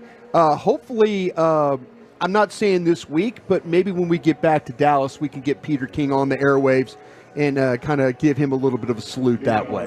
Right on, man. That'd be great to hear from Peter. Yeah. He's such a great football reporter and writer and storyteller. Well, he loves his baseball, too, now. Yeah. He is a big-time baseball guy. Probably be out of here. Yeah, he's one of those guys that, as a matter of fact, Peter and I Peter had to deal. We were out in L.A., and just to kill time, we had a big layover, and he goes, let's go to the Dodgers game.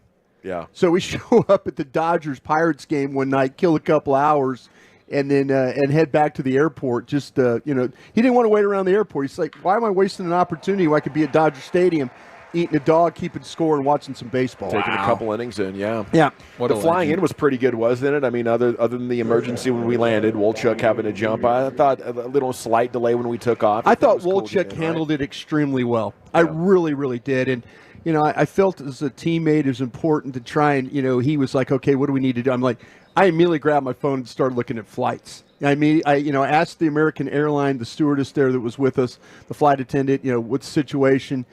American really didn't have anything very good from. Luckily, Southwest had some stuff getting him out in a decent amount of time. But, yeah, you just kind of go into figuring things out mode. And like you said, Gavin, We went to our left, and shout out to Kevin Hagelin yesterday, by the way. I was going to say, dude. I would say early vote for MVP of the trip. Well, I would like to cast a co-MVP vote for you. Well, because Hagelin voted, he did the grinder work. You know, every good team needs a risk taker and a grinder. Hagee was the grinder yesterday, but, you know, long story short, the line for the rental car was about 2 hours, an hour and 54 minutes as timed by Hagee.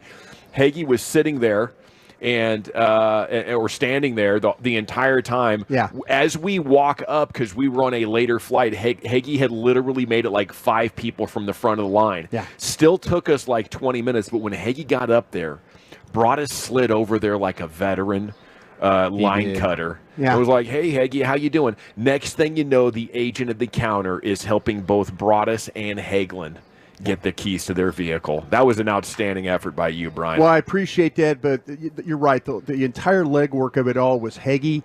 I felt like that, and just a pro tip, make small talk with these people. Yeah, ask where be they're nice. from. Be friendly. Be friendly. Thank them numerous times for allowing you to stand in front of them. Hey, I really appreciate you being here, kind of thing. And you learn a little bit about the people that are checking you out. But it got us a car basically in about maybe 15 to 18 minutes instead of 2 hours. Yeah, I really felt bad for like these 70 people that you cut, but relief. I kind of felt like that I was. I felt like I was too good. Yeah, that sounds like I felt like I deserved. I felt like I deserved to be in the front of that line. Yeah, you had your because Super Bowl the first ring time on. in my life, you started polishing your Super Bowl the ring. first time in my life I ever had to get on an airplane in Group 7. Yes, I was terrified. I'm not going to lie. I'm not going to lie. Oh my goodness! When they called, when I looked at my ticket and I've allowed, I put all the chips in for Southwest, chips in, all of them. Just kind of allowed the American status to lapse. Yikes. Lapse. And you paid for it yesterday. I paid for it yesterday. It's not that bad, though, getting on last. I mean, besides the people just kind of looking at Dawson, you. don't lie. Just don't lie there. It's kind of weird. You're the man that travels without luggage. Yes. So it shouldn't be terrifying. But to me, that's terrifying, And Group 7, by the way, I was expecting you to show up without luggage again. I considered it. I did consider it. But what I learned in the Vegas trip is that if I need to, it's absolutely doable. You can roll up 4 T-shirts, 4 pairs of underwear, and some socks, and stuff them at the bottom of a backpack suitcase or a laptop backpack, and you'll be good to go. Your toiletries fit. I think we definitely overpack. Okay, Eagles A.J. Brown on rumors of unhappiness in Philadelphia. I want to be here. It's as simple as that. Okay, so he's trying to shoot down the reports that he's so unhappy he wants to leave. It would be nice if this Philadelphia thing can completely unravel, but I think they're trying to do damage control now. They realize maybe we had a good thing going and things might have got out of hand there in the second half of the season. Yeah, there's reports coming out of Philadelphia that there's something. Who's our guy? Curran, Tom? No, the guy at WFAN. That the Carton, Craig Carton. Oh yeah, Carton. I'm sorry, Craig Carton, white collar prison guy. Yeah, Carton is coming out and saying the there's pyramid something. Scheme. Yeah, there's something that clearly divided, and he knows about it. Knows what happened in the Eagles locker room. Multi-level marketer guy. So yeah, now everybody's texting me like. Let me guess, if you pay him $500, he'll give you the info. I thought about it. You'll have an opportunity. I thought about it. I thought about sending him a Venmo, whatever. If you bring me 2 more subscribers, I will tell you the secret of what went wrong with the Philadelphia Eagles this year. You know what? It's a possibility. It's something that, but now I got people like texting me like, "Broadus, go figure it out." So Mavericks unable to contain one of the best offenses in the league, 133-111. Damn Pacers right. ran them out of Indianapolis last night. Rick Carlisle, my guy. Yeah, he's got a good team going again. Congrats to them and DFW's Miles Turner. I mean, they really have another good team in Indiana. Yep. Stars back on the home ice tonight. Host the Islanders at 7. Stop the losing streak Saturday at Carolina. Still first in the division by a thread. Yeah, that was a much needed victory in Carolina after a couple of bad outings against Ottawa and then the Rangers. So yeah, good for the Stars to get back on it. And the Islanders are kind of a mid team, but need to find a way to get those points if they can tonight. Salute to Dante Seeley, 94th minute winner for FC Dallas Saturday night. Sent the fans off in pandemonium. They beat San Jose 2-1 the final. Texas women rose to the highest ranking in more than a year in the AP Top 25. They are third now in the nation, keeping their bench engaged in the game. Pays off for the Longhorns there, Chief. You got to have those benches engaged fully if you want to do what you need to do. That's right. Okay, salute to Best Buy Windows and Siding. Call 469-WINDOWS. Salute to the on-time experts, air conditioning and plumbing, same-day service guaranteed. That is amongst our sponsors here of our spring training coverage. We will have more confessional videos apparently coming for you. We posted one. We posted one already. Well, hopefully we don't have any injury reports. No. Okay, and we'll have people on the Blue Chew hot seat as well, so be on the lookout for that. Yeah, it's going to be an exciting week of spring training coverage. Weekend fighting news, who did it the best? Then we have your G-Bag of the day coming up next right here. It is the G-Bag Nation on 105.3 The Fan. I have to chat with you about my friends at Twin Peaks before we do anything.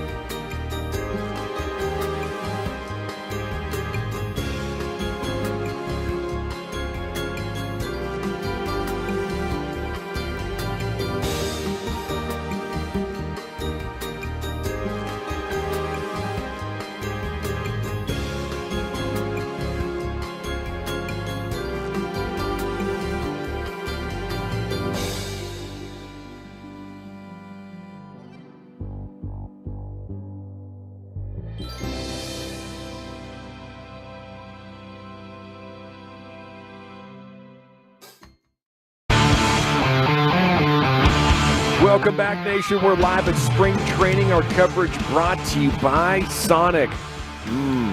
Good. Segments brought to you by the Frankels. Life's unpredictable. Accidents happen. Franklin Frankel, go-to attorneys for car and truck wrecks and DFW. If you or a loved one's been in an accident, contact Franklin Frankel for a free consultation. That's 214 or 817-333-3333. Jump online to truckwreck.com. Boys, we need a casino night while we're out here. We're going to rally the troops, do a casino night. Are they close to here? About 30, 35 minutes, something like that. Yeah, we're within striking distance for sure. It's a nice one, too. Is it? Like you pull up, and it's not quite Vegas style, but it's like, Choctaw or WinStar type good. Hey, dude, I'm down. Yeah. I'm such a poor gambler when it comes to cards. I mean, I'll go for support and Yeah, it's stuff. it's just a fun guys trip. You don't have to gamble once you get to the casino. But the problem is when I go in there, I'm going to want to gamble. Well, then gamble it up, dude. I think I'd rather spend it on these beers. Just take money out and be like, this is fund. Okay, I happen to be using it at cards. Yeah, but it kind of lost in the first 3 to 4 minutes of a game.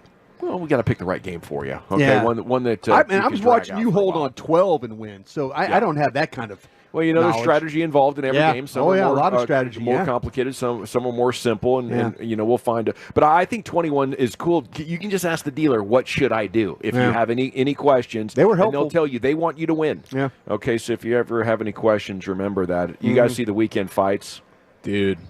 Epic weekend of fights. I mean, the one that sticks out to me, the one that I'm most familiar with, is Cam Newton. Yes. What's up with that, man? Why do people want to go after Cam Newton like that? I don't know. That seemed uncalled for, but I couldn't tell. But, the video just started, and the next thing you know, multiple people are accosting him. Yeah. And it's always surprising to me when people are like, hey, there's a giant NFL player with incredible balance. Yeah. He ran away from dudes running 4.3s and, stiff-arm 300-pound dudes, and nobody could tackle this guy for, 8 years in the NFL. I think we could take him, bro. What do you say? Let's go get him. Well, sure enough, Cam Newton has an amazing, fashion hat on. The hat never even moves. I thought that was amazing. They couldn't knock him hard enough or tip him sideways enough to get the hat off, and 5 or 6 different people over the course of 10 or 15 seconds are making a run at old Cam, and he's just sitting him down like he was having his MVP year there with the Carolina Panthers. So I did think that was impressive and idiotic at the same time. You better be a pro fighter, or at least very, very good at fighting. I would say elite quickness or power, a history of catching people who aren't who kind of already are, in combat mode. You have one of those three. Maybe you get overconfident. You think I can take down Cam Newton. I think the answer to that is no. No, you can't. No.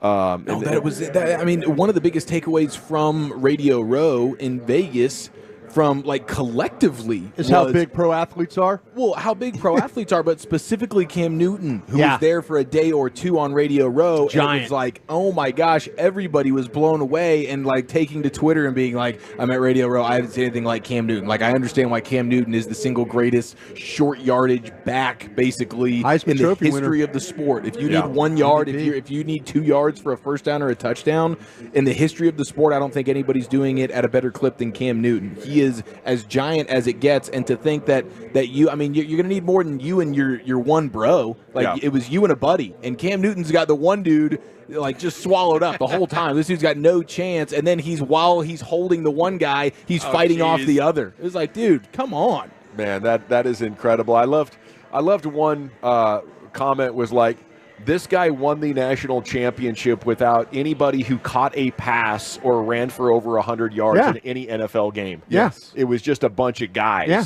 And Cam Newton was I think I got it, dudes. Yeah. Just let me get the ball. It's one of the best stats ever. He just carried that team. Okay, and yes, and he carried that day. That was a great day of entertainment, but there was more. As we moved into the nighttime hours, you have fans at UFC Mexico erupting into a brawl that appeared to be 2 different groups of people that left one group at the end of the encounter standing there taunting the guys who were in various states of either trying to get up or helping their buddies up. They showed out quite well.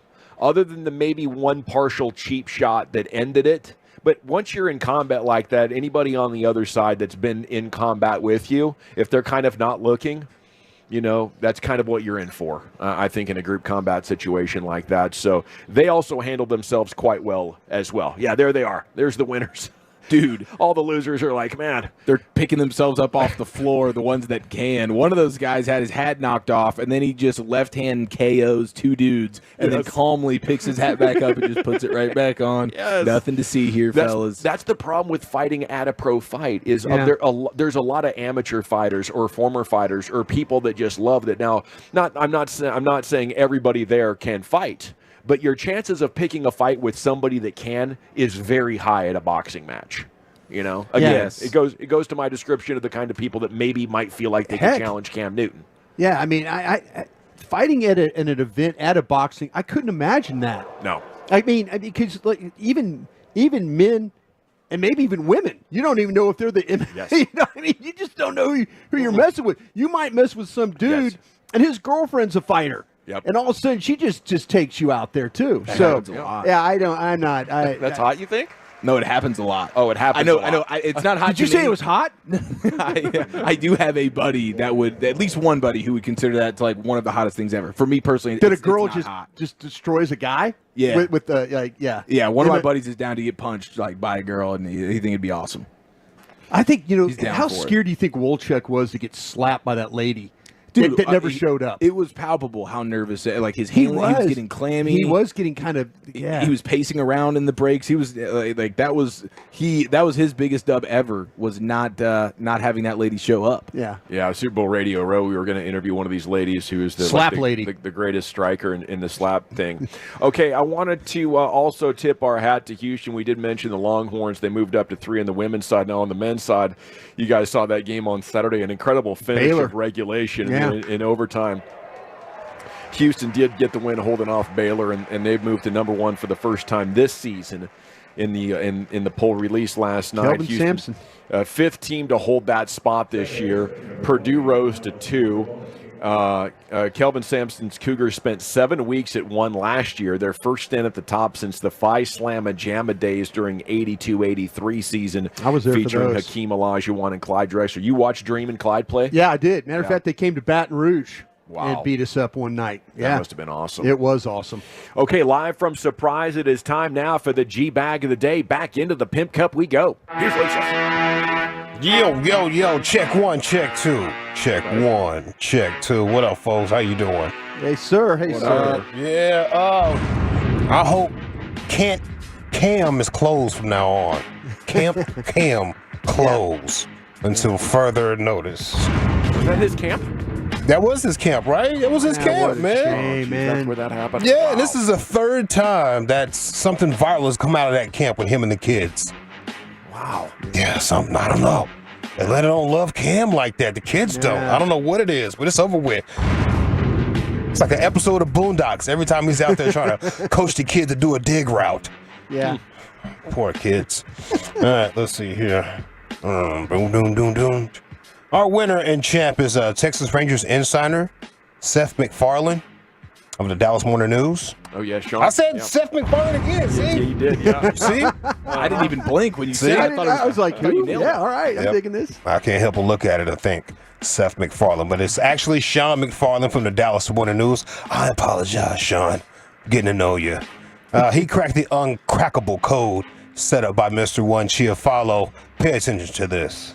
Now, I have some sound here. If you're down to play a little game, Name That Ranger. I got some analysis from our guy Jared Sandler here. It's only like 3 seconds worth of analysis, but I would love for you to hear the analysis. It's sort of a hint, and then you guess that Ranger. Are you down? Okay, let's do it. Yeah, let's do it. All right, Jared Sandler, here's his analysis.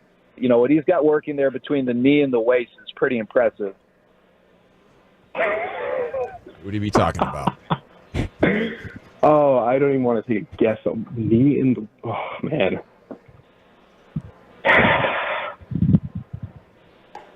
I'm going to... You know what? Just because there's been a lot of chatter on Twitter about how strong Wyatt Langford's quads look, I'm going to say Wyatt Langford. No way! Holy cow! McFarland! Let's go, Sean! Sean McFarland! Yeah, it's pretty awesome right there, bro. That is awesome. I mean, I had to give this guy a follow. I was like, this man is paying attention to the Rangers. He's not missing a damn thing out here. He is an insider. Yeah, I sought him out today. We went to the clubhouse. I was like, "Yo, Sean, what a moment that was for you, bro. What an achievement." He was like, "Yeah, that was going to be the height of my spring training. Now it's only downhill from here." Should have said, "Let me see those notes, man." Yeah. Let me see those notes, bro. What you got going on over here? What are you working with here? When do you study? Those stone unturned. You like snacks where you study at? Let me know, bro. I got you on the snacks. Let's see. Shane Gillis was back on that Saturday Night Live stage of this weekend. His stand-up monologue was pretty funny. Saturday Night Live in all was pretty funny this past weekend. But this monologue right here would be probably kind of funny for sports fans. I should be a high school football coach. That's what I should be. Like, God molded me perfectly to be a high school football coach / 9th grade sex education teacher. But that is what I want to be. That is, I can feel it. It's in there. It's like my true calling. And you feel, I can feel it. I'm getting older. It's passing me by. Like my biological clock is ticking on this stream. You know how like when a woman's biological clock is ticking, she sees like a baby in a stroller and is like, "Oh my God, your baby!" Like that's how I am. If I see like a big 15-year-old, I'm like, "Oh my God, look at the size of that kid." With the right coaching, that kid could be something special. I'm telling you right now. I come from a long line of coaches in my family. My father is actually a volunteer assistant girls high school basketball coach. He's actually here right now. You get him on there? Yeah. There he is. There's my dad, the volunteer assistant girls high school basketball coach. He had a good little Saturday Night Live. He did. Old Shane. He did. He did. Did they do something about Trump's new sneakers? Did I see that? Yeah, they did, man. Yeah. All right.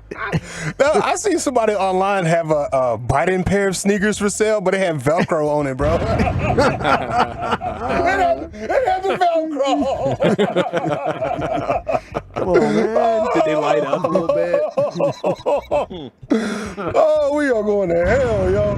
Yeah. All right, let's see what else we got right here. I gotta go to the beer stand first. Yeah, please. Why is Skip Bayless talking like this? This is not a nominee. I just want to spot. I want everybody to go online and look at Dawson on the Twitch right now. Look like he's talking through a Ring camera. Oh yeah, I meant to change that. The peephole. Hey man, open up. All right, hold on. I brought the whips and chains. Are you available? Skip Bayless, why is he talking like that? Durant that's extremely wet at the bottom of the kit. Yeah. And if you don't get out in front of them, guess who was extremely wet yesterday?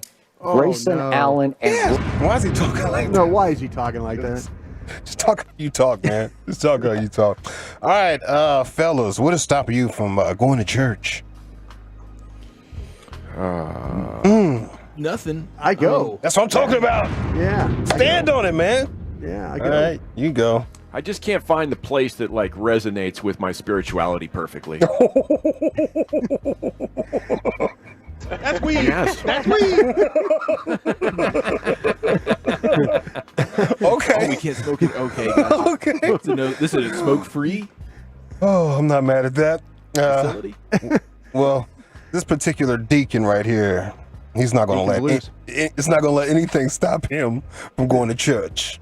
I text Pastor about 2:25 this morning. Since Robinson got ready to take a bath and the sprinkler thing just broke. And we had water running for about 2 hours. We were kind of getting upset. Said ain't no need in getting upset. Ain't got no water at the house. Gotta wait for the plumber when we get out of church. But we said this morning, I'm going to church. Oh, y'all ain't saying nothing. I ain't had no water. Man, I'm not working, bro. I had to take some bottled water and wash my private parts. Y'all ain't saying nothing. It's a drama. Some of us would have said, I ain't going to church.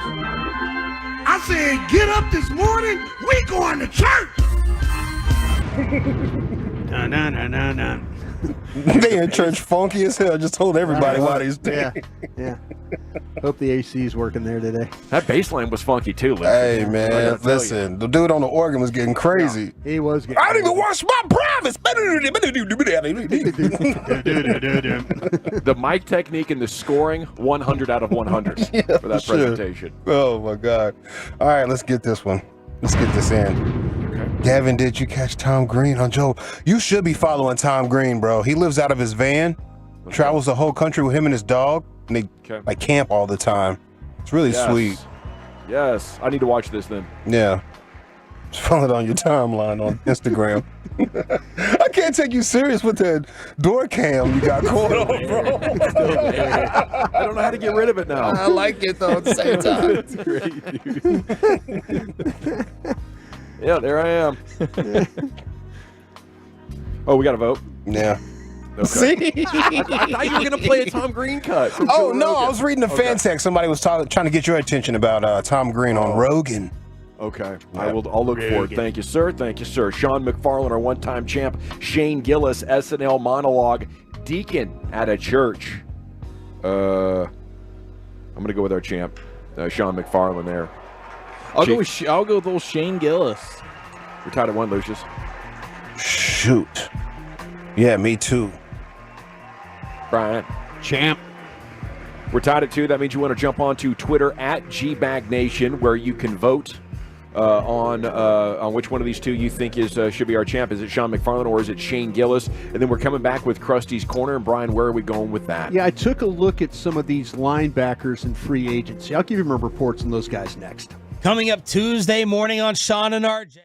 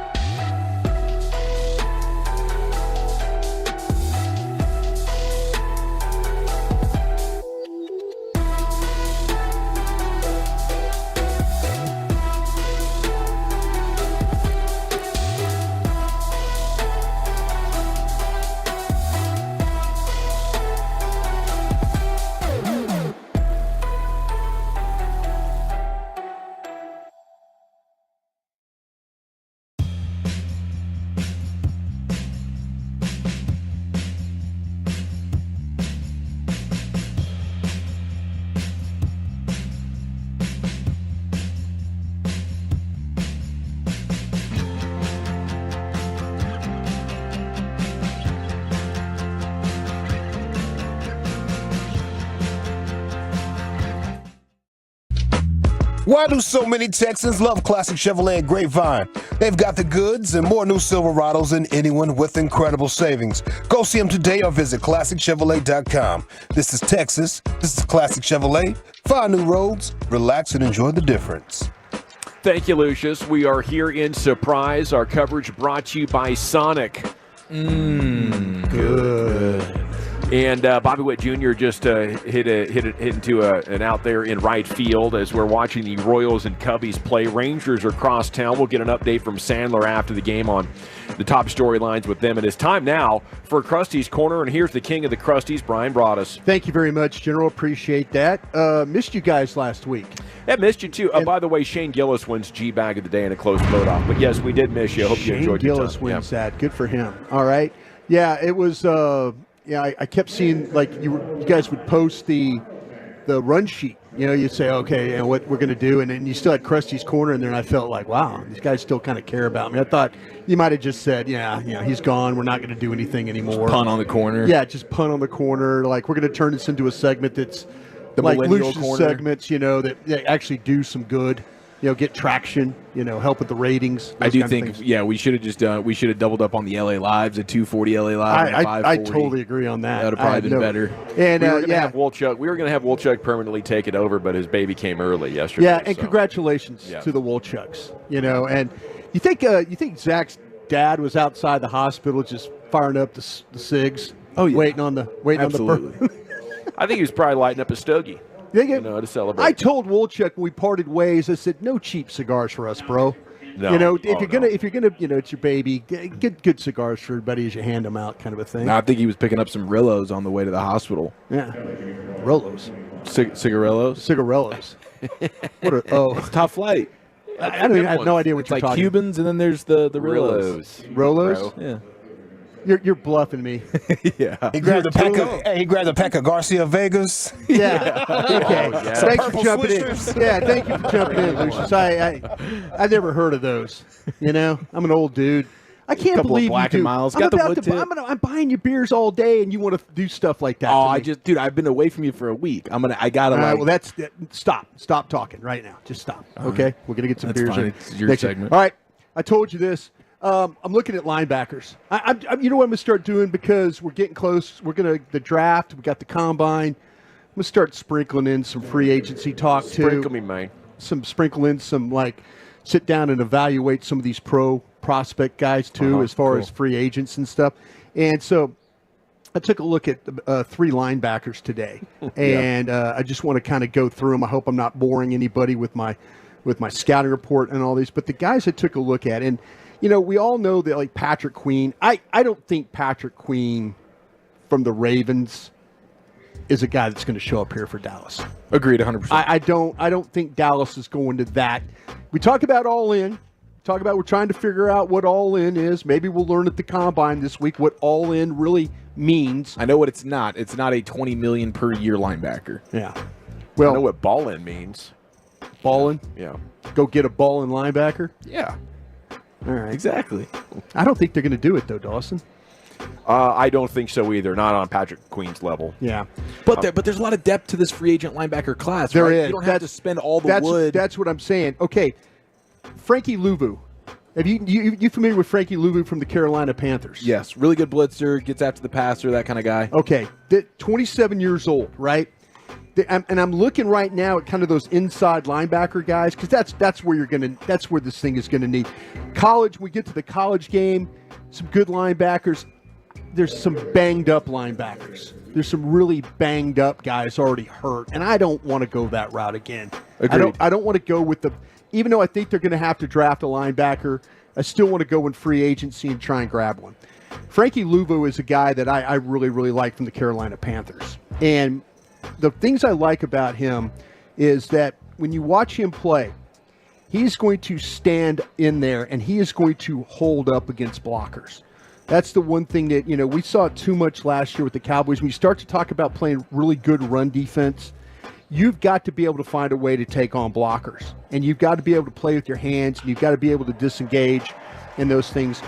Frankie Louvu can do all those things. I mean, there's times where he maybe could disengage a little bit quicker, but once he sees it, he is off to the ball. And that's the one thing that I really, really, really like about him as a player. He could be a hard guy to fool when it comes to the jet sweeps, reverses. We see so much motion with offense. Yes. Now, give me a guy that's not going to be fooled by all that kind of movement. Yes. You know, and blockers going one way, ball going the other. Frankie doesn't get fooled that often, and I really, really like that about him. Okay. The jet sweeps, the reverses. When you watch him play, he's on top of that stuff. The instincts, the ability to find it, to read it, and to go. He's coming off a 2-year, $9 million contract. The projections I see have him getting a raise, maybe doubling that to maybe $8 or $9 million a year. Yeah. And that would be awesome. You know, that's the kind of deal I could see the Cowboys doing. I'm totally on board with this guy. I'm glad you're bringing up the numbers, Dawson. I appreciate that for sure. Some things happen a little fast for him in coverage. Okay? And when I mean happens fast, it's like he's looking at it and then backs out or balls out, and he's kind of caught, and then he reacts on that. It's not an all-the-time trait, but there were some snaps where I'm like, Frankie, quicker.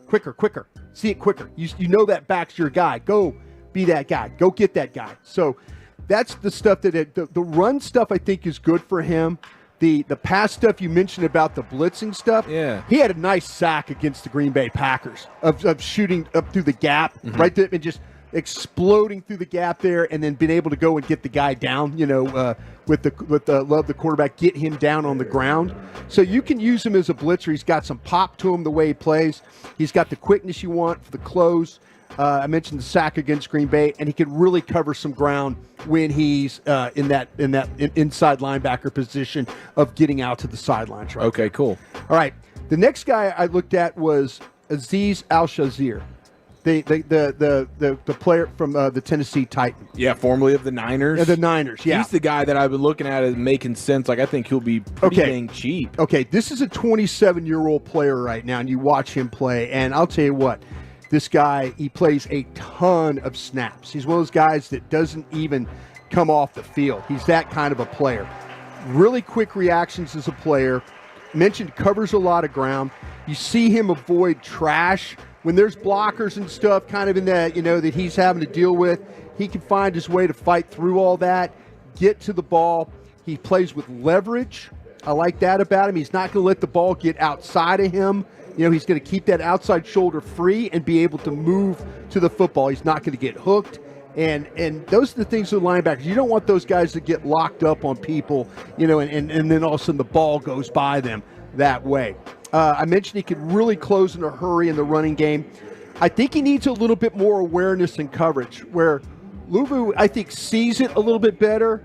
Al-Shazir, I think he's one of those guys that kind of needs a little bit more refinement with that, with the pass coverage stuff. Right, he's more of a run stopper. More of a run stopper, because he can close in a hurry in a running game. He could be a little hit and miss as a tackler, though. You know, there's times where you'll see him wrap up, and then other times he just kind of throws his body into the ball carrier, and they bounce off him, and now there's more yards. Yeah. You know, he needs to be a little bit more consistent when it comes to wrapping up as a tackler. So I'd like to see that. He will guess at times, too. You know, and you don't want your linebackers to always be those guys that are guessing, like, oh, ball's coming this side or ball's going that side, and he, like, guesses which sides it's going to come to. I think he needs to kind of get that out of him, though. It's not something that happens all the time, but there were some snaps where he guessed wrong in this particular thing. 3-20, Brian. 3-20 is the projection. There you go. Okay, 3-20. I like that. He's the thing about him is he's really good at taking on pullers, though, too, in the run game. I mentioned that as far as those pullers, he's able to step up, play with his hands, get off, and then go make the play. All right, the last guy I'm going to mention here in my Krusty's Corner scouting reports for linebackers today is Devin White. Okay, Devin White's a 26-year-old guy. We all kind of think of Devin White. We think of Devin White. I'm thinking like, God, Devin White's 30 years old. I know. He's 26 years old. That's crazy. It is crazy. Devin White, he's a much better pass defender than he is a run player. And he's aware in coverage. He moves well. I've seen him be a step slow playing the run, getting to the outside. Now, you got to know about this. They use him as a blitzer. He's physical doing that. He covers some ground in the running game, but again, that step's slow. Got to be careful of that. And he's of the tacklers, he was the best tackler of the group that I saw here, of the three guys, the wrap-up and all that. Now, the questions that you have to ask yourself here is, what happened to him at Tampa? There were some times where he missed 3 games during the middle of the season there, and everybody's kind of going, what's happening? Kind of reached out to some people that I know.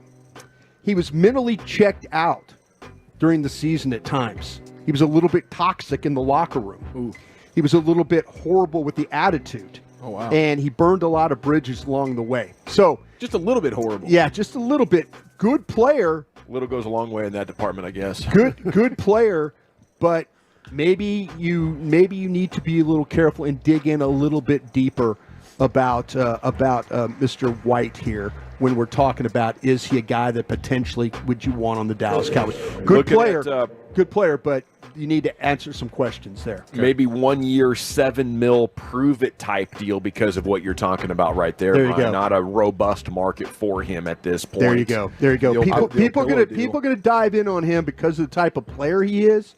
And then we'll talk about his running buddy, maybe tomorrow, about David, the linebacker that plays next to him, and then in some other positions as well as we go along this week in Surprise. They got to hit on one of these because I think they have at least 3 significant needs if they want to be a contender, and you can only be sure you're going to fix one of them with any amount of certainty in the draft with pick 24 there. So this is huge. Thank you, Brian. Thank you. Now, could I draw anything like these are random names that you're just throwing out there? Have you heard that maybe these guys are on the Cowboys I'm wish kind of list looking at guys that maybe the Cowboys could afford, or maybe that might be the route. Maybe the age, the number of years. I appreciate you filling in the blanks on the numbers for me. But I like I say, I'm not looking at the highest end of the guys. I'm trying to kind of get maybe player 2, 4, and maybe 7 for you right there. I see what you're doing there. Yeah, I like it. Okay, little NFL news of the day, Chief. Where are we going next? Yeah, man, we got some coaching movement. It is Combine Week. We got some Combine skippers and a potential bad omen for a local legend next here in the nation.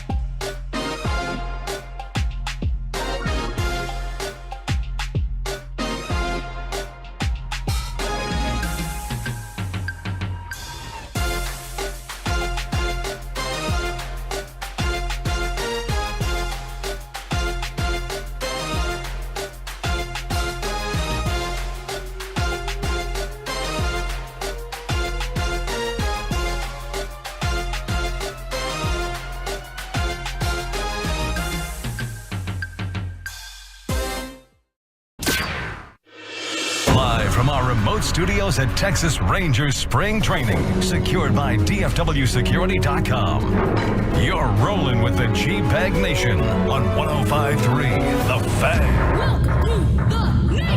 Here we go. It is hour 2 of the G-Bag Nation on an epic afternoon inside Surprise Stadium. We are live at spring training. Our coverage is brought to you by Sonic. Good. That's right. We're watching the Royals and Cubs play some spring training baseball. Rangers are crosstown taking on the White Sox. A lot going on here in our world of sports, gentlemen, and let's get some more from the football world. The NFL news of the day. Here's Chiafalo. Yes, sir. Okay, got some good baseball being played here, man. The fans are into it. I've been enjoying this. Across the road, we got the Rangers playing. I'm seeing that Cole wins first inning. He a little bit of a struggle bus, 1 earned run on a single. There was a walk and a hit by pitch. He needed 31 pitches to get through that first inning, but he managed to only give up 1 run after loading the bases with no outs. So he worked out of a jam there. He only gives up 1. Has to work quite a bit though. But then he ends up getting through the second inning pretty good. 2 quick outs before Danny Mendick single into right field, and then Robbie Ahlstrom is now into pitch.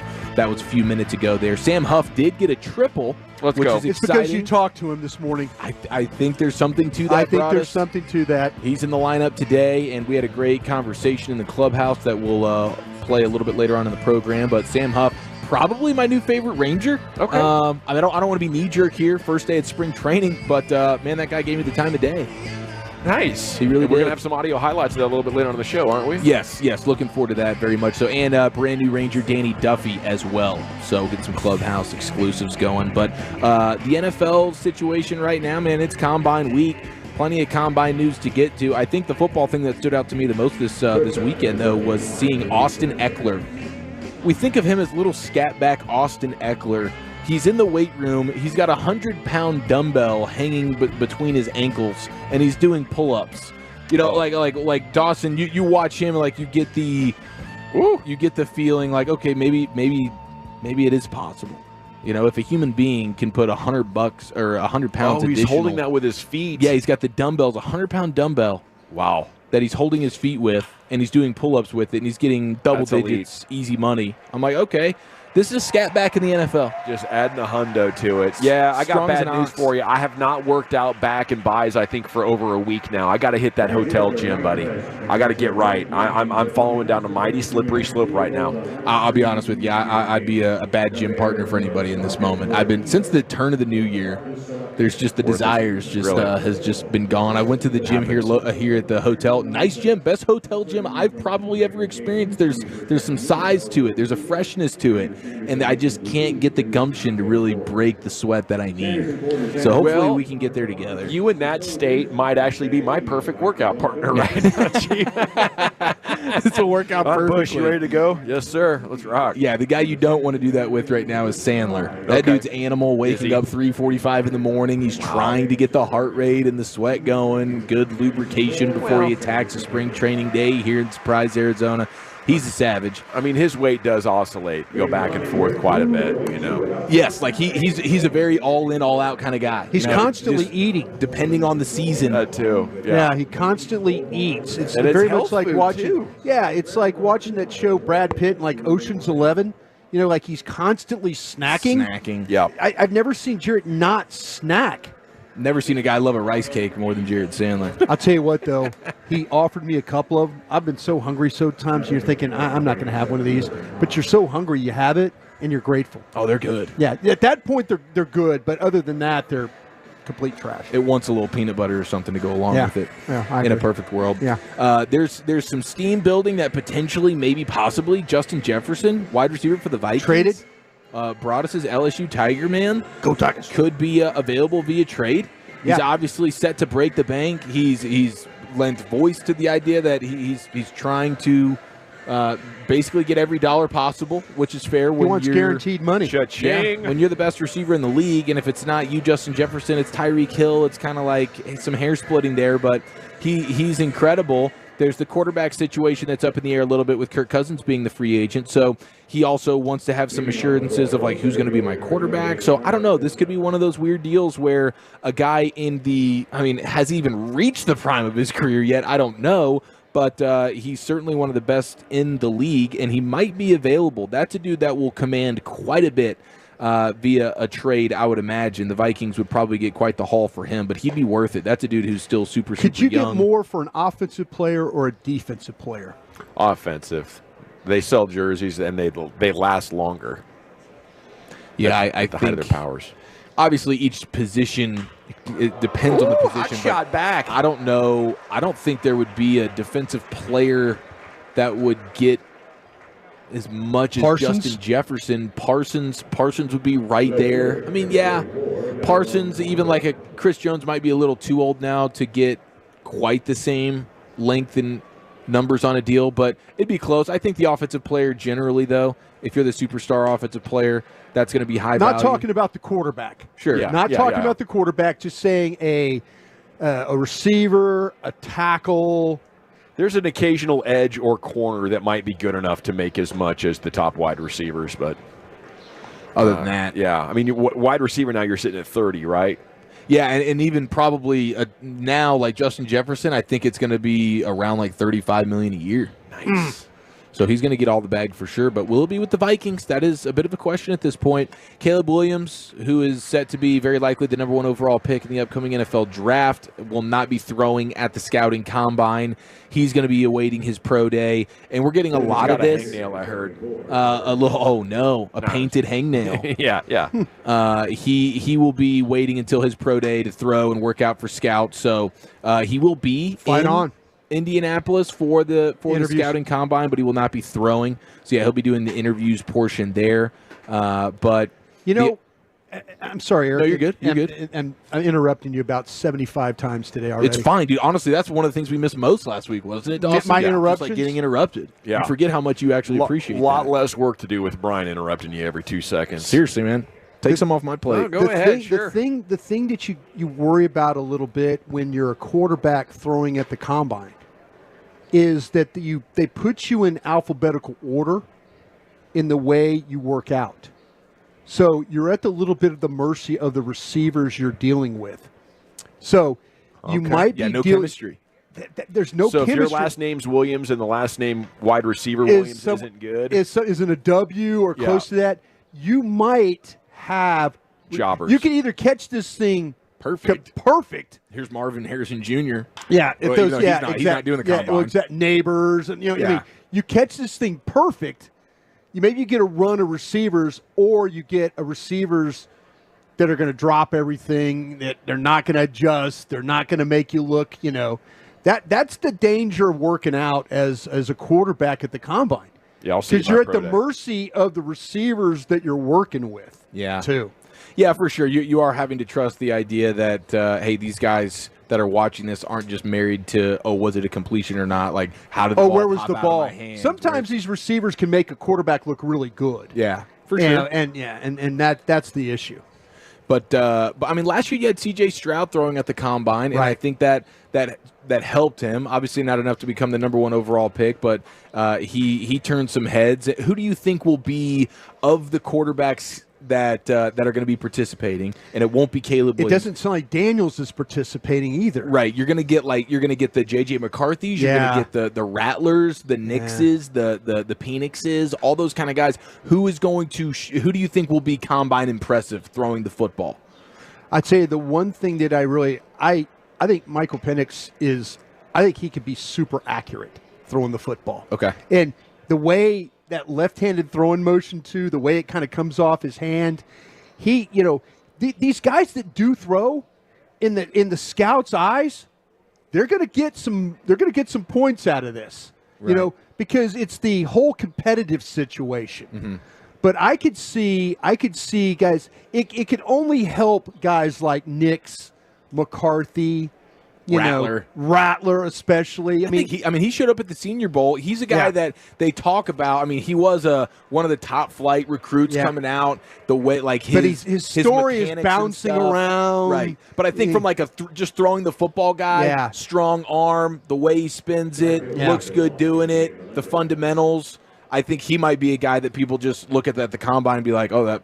Like, he performed well. He helped himself. There's a kid at Kentucky called Leary, last name Leary, that nobody's really talking about that's going to be probably below all these guys. But that's the whole thing. If you go to the combine and throw, scouts are going to see you in a different way. They're going to see you in a competitive situation where they're going to give you, this guy is, but you're still going to go to Los Angeles to watch Williams. You're still going to go to Baton Rouge to watch Daniels. You're still going to make those trips. But you kind of give a kid a little bit of a highlighter mark if he throws at the combine because you're like, okay, not afraid to compete a little bit. Looking ahead to next year's Super Bowl, New Orleans, their officials will be doing $500 million in renovation for the Caesars Superdome in preparation for the Super Bowl next February. I wasn't sure the status of that building. I didn't know. It seems like that thing's getting upgraded every 5 years, doesn't it? Yeah. It looks pretty good once you get inside. Yeah, it does not look old at all. The last time was because of the the Katrina and the floods and all that stuff, and they had to do some stuff to get that even playable. It was a bad situation there. Yeah. Well, they'll do $500 million in renovations to get the Super Bowl ready to rock. Everybody was wondering about Andy Reid. Is he going to be retiring? That's certainly not the case. And in fact, they are the Chiefs and Andy Reid expected to begin negotiations in the coming weeks on a new contract that apparently would make Andy Reid the highest paid coach in football. There you go. Deservingly, yeah. Yeah, deservingly so, no question. So congratulations to Andy Reid and the Chiefs. If you're going to get more years of Andy Reid and Patrick Mahomes, everybody's going to be in favor of that situation. Yet another coach, former Eagles defensive coordinator, Sean Desai, who was benched basically demoted middle of the year, not fired. It's just like, hey, you're still on staff, but you're not the defensive coordinator anymore. So we got this guy, Fat Patricia, that's going to run our defense into the ground. So he is now going to be a part of the Rams staff. Man, McVay, he knows how to build out a staff. Like this is Sean Desai, who's got defensive coordinator, young guy too, bona fides, young guy. And now you're just going to get him in as a senior defensive role. You know what I mean? Like that kind of deal. People like to go buddy up next to McVay, and McVay knows how to pull a young coach and bring him in and make things work for him. And just who wouldn't want to leave Philadelphia to go be in the nice weather for fall and winter? You kidding me? Like going to LA is a huge win. No doubt. You just can't show up on that staff though. You go to your office, you're sitting there, you've been demoted. How do you look everybody in the face? I think it's a weird deal. It's a weird deal. Go for the fresh start. You think he would have rather just been fired middle of the season? Sure. Instead of being demoted? Absolutely. Yeah, pay me out. I don't, I'm not saying I'm a quitter, dude, but there might be some talk about why the Eagles had some problems within the locker room with what went on with some of the coaches that were. That's got to be it, right? Yeah. Well, Eric Bieniemy, who is the former OC for the Chiefs and then most recently with the Commanders in Washington for 1 year, he's not going to remain on staff with Dan Quinn and company. In fact, he's going to the college ranks. We're seeing a lot of college coaches go to the NFL. He's one of these guys in the NFL that's like, okay, and he's going to UCLA on a 2-year deal to be their offensive coordinator. So Eric Bieniemy not going to be in the NFL. Sean Foster kind of built in a little bit of a staff. First-time head coach, though, you get Eric Bieniemy, who kind of knows his way around is how to work with players and stuff. That's a good hire for Foster out there. Congratulations to those guys. And then finally, the NFLPA is exploring the possibility of dramatically different off-season workouts. The current program, they want it to be scrapped, and players want to show up basically several weeks earlier for the start of training camp, as opposed to having that layoff in between the OTAs and camp. Yes. So I don't think this is something that they are reportedly really trying to hammer home and get done ASAP, but it's something they're exploring now. And in the coming years, I think the NFLPA is going to try to adjust the NFL offseason so that they will just have more of a build-up in the month leading up to training camp instead of having that time off. I never understood why they did not. That 6-week period by the end of OTAs until training camp, no, bring the players in later and then build it up and then get the players. You want to get the players 2 weeks off before they go to camp? Great. Do that. But that's why one of the reasons why I'm talking about injuries at training camp, hamstrings, all that. These players do everything great, and then you give them off for 6 weeks, and they kind of fall apart a little bit. So, yes, make it closer to training camp. I totally like what the PA is trying to do. I love the here. idea of having the offseason work immediately after the draft. But I think this is a good compromise. What you need, though, is the opportunity to check in with them in late spring before you get to summer and it's too late. You're going to let guys get too far out of shape, and they show up, and you don't have enough time to work on that. I think that's why they have the gap that they do. But maybe adjusting those days by 3 or 4 weeks could get the best of both worlds. They should absolutely bring in the draftable players after the draft and let them get started. Yeah. Build them up and then get them acclimated with the veteran players, but at a later time. But make sure you take care of your rookies in that group, get them going, and then everybody's worried about getting everybody together, and you got rookies, veterans, all. They figure it out. They figure this out, and I just. But you know how much young guys need just a little bit of accountability, or they show up you know how quick weight can get put on or muscle can get lost, and all of a sudden you're looking. Now we're in training camp where we need to be practicing, and guys aren't in shape enough. I think that's what teams are going to push back on. Yeah. But hey, we are here at spring training, and we're having a great time. And I do believe Marty Bryant is making an appearance here. This is the exact same energy that he had at the parade. Day baseball, and Gavin. It's day baseball. It's day baseball. It's the championship vibes that are flowing. Yeah. It has energized this Krusty in a way that we rarely see. So we're going to soak it all in and hope that it continues for as long as possible. All right, G-Bag Nation, our presenting sponsors here. We've told you Sonic and Good, but also Best Buy Windows and Siding. Call 469 Windows and on-time experts. Air conditioning and plumbing. Same-day service guaranteed. We have a trench warfare report. There's some bad stuff in here for the Cowboys. They need to get fixed, but there is one thing that, if true, spells success big time for the Cowboys in 2024. Is it going to get you some optimism? We'll find out next here in the G-Back Nation. I want to chat D&M Leasing before we do that, though, because if you want or need a new vehicle, you call up D&M Leasing.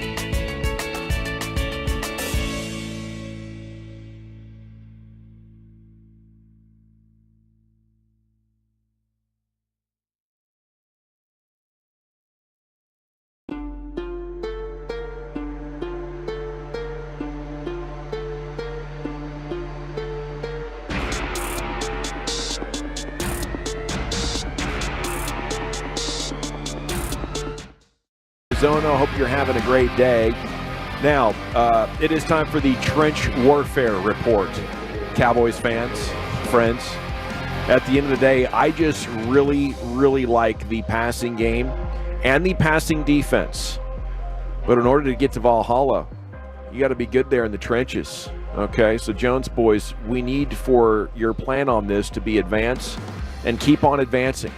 Do not relent until you reach your goal. This segment of the nation is brought to you by Soda. That is state of the art. Okay, we go to Blogging the Boys. This is Dan Rogers. Worst running season since 2006 this last year on offense, Chiafalo. Ooh, in what sense? Like yards per carry, or just the overarching everything about it was no bueno? Because you guys yards per attempt. Yards per attempt, I think. Yards per attempt this year was the worst since 2006. Yeah. Oh my God. Got pretty ugly. McCarthy. I mean, there's layers to the reasons why, and it probably starts. It probably starts with your offensive line. Because if you have a bunch of studs there, then you can just bully people. Even Jason Garrett's offenses, when they had great offensive lines, it wasn't like there was any nuance to the way and the style in which they attacked you rushing the football. There wasn't any groundbreaking Kyle Shanahan kind of, or even Mike Shanahan ways of going about it that was just like, oh my gosh, schematically, you guys have this thing dialed. You guys can run any type of run and get away with it. It's just like our guys are better than your guys. I think with this Cowboys team right now, you have layers of issues. Your offensive line wasn't very good. Your scheme is not advanced like a lot of the best rushing attacks in the sport are. And then your back took a step back, especially the first half or 11 weeks of the season. He was definitely not himself, and he never reached the guy that you were hoping he was going to reach again when you gave him the franchise tag. Yeah, okay. Now, inside this article, you mentioned the offensive line right there, and I know there's definitely film of them failing. But, last year, at least by run block win rate, it does have them at fourth. Okay? Now, I know that maybe they clearly are not a top 5 offensive line by any measurement. But if they're fourth at run block win rate, I would imagine they're no worse than around average at run blocking, at least in a way that you would grade it. And I say that in hopes of harvesting some sort of optimism. How much do you trust that metric, number one, Eric? I know you look at a lot of them, and some of them have a varying degree of credibility, but I think that gets me excited that maybe we just had back-to-back washed-up runners in Zeke and this year in Pollard. Other than Pollard, his 30% of the time he got in 2022, that was the only respite that we've gotten in recent seasons from just broken down old man runners that should have been chased out of the league already.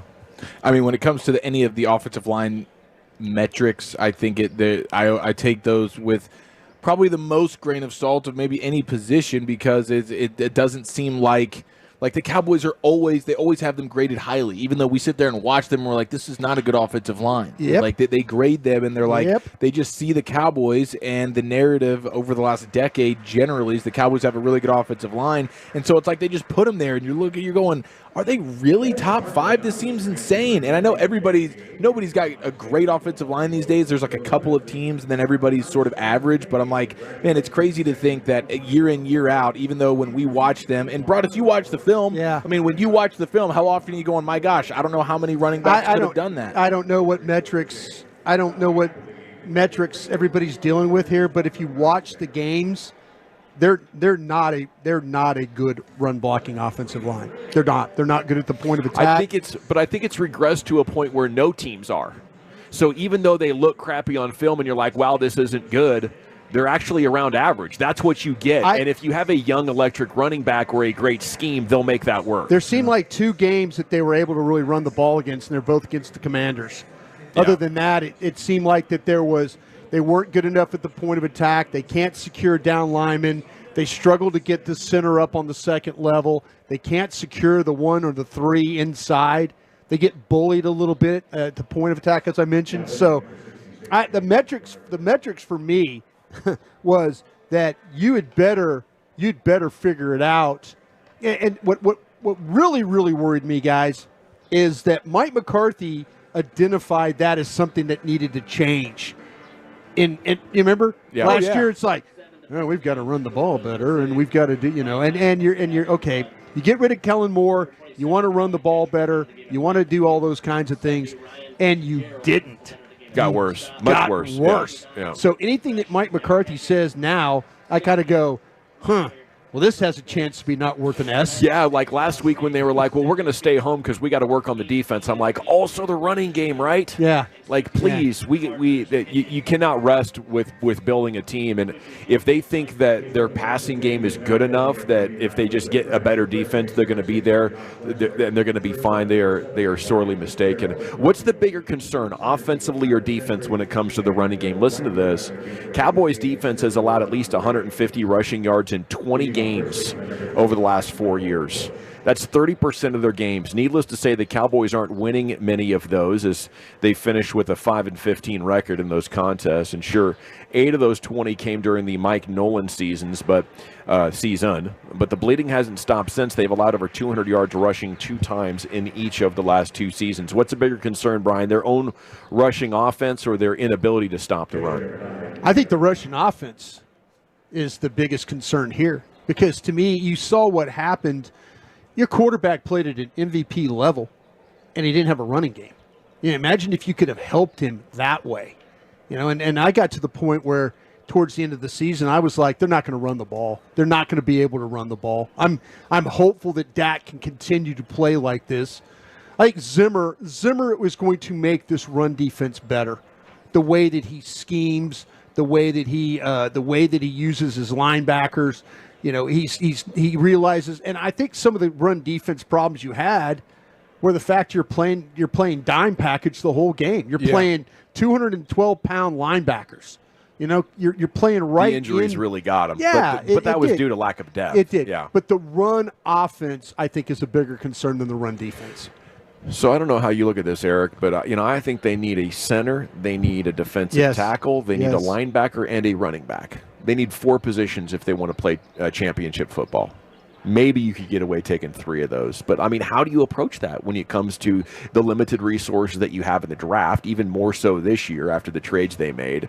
And not a lot of money in free agency either. Is it realistic to expect them to be able to check off all 4 of those boxes? It absolutely should be realistic for them to do that. Even playing in the confines of the way the Cowboys like to play it, with the way they don't want to spend a ton of resources to bring guys in, especially in free agency. I think this is a deep enough class in free agency at linebacker and a defensive tackle that you don't have to break the bank. Broadus just gave us 3 linebacker examples, none of which would really be breaking the bank, that you could go grab, boom. And then defensive tackle, I think, is the same way. You could get a run-stopping monster beast in there on the relative cheap, and you can knock both of those out, maybe grab a cheap veteran Devin Singletary kind of $1 million per year running back just to have. Maybe that $1 million per year running back is Tony Pollard. Either way, no problem. But then you go into the draft. Okay, this is a draft, Broadus, that you can get the center. I think you draft your center, and you draft in the 2nd or 3rd round fresh legs at the running back position,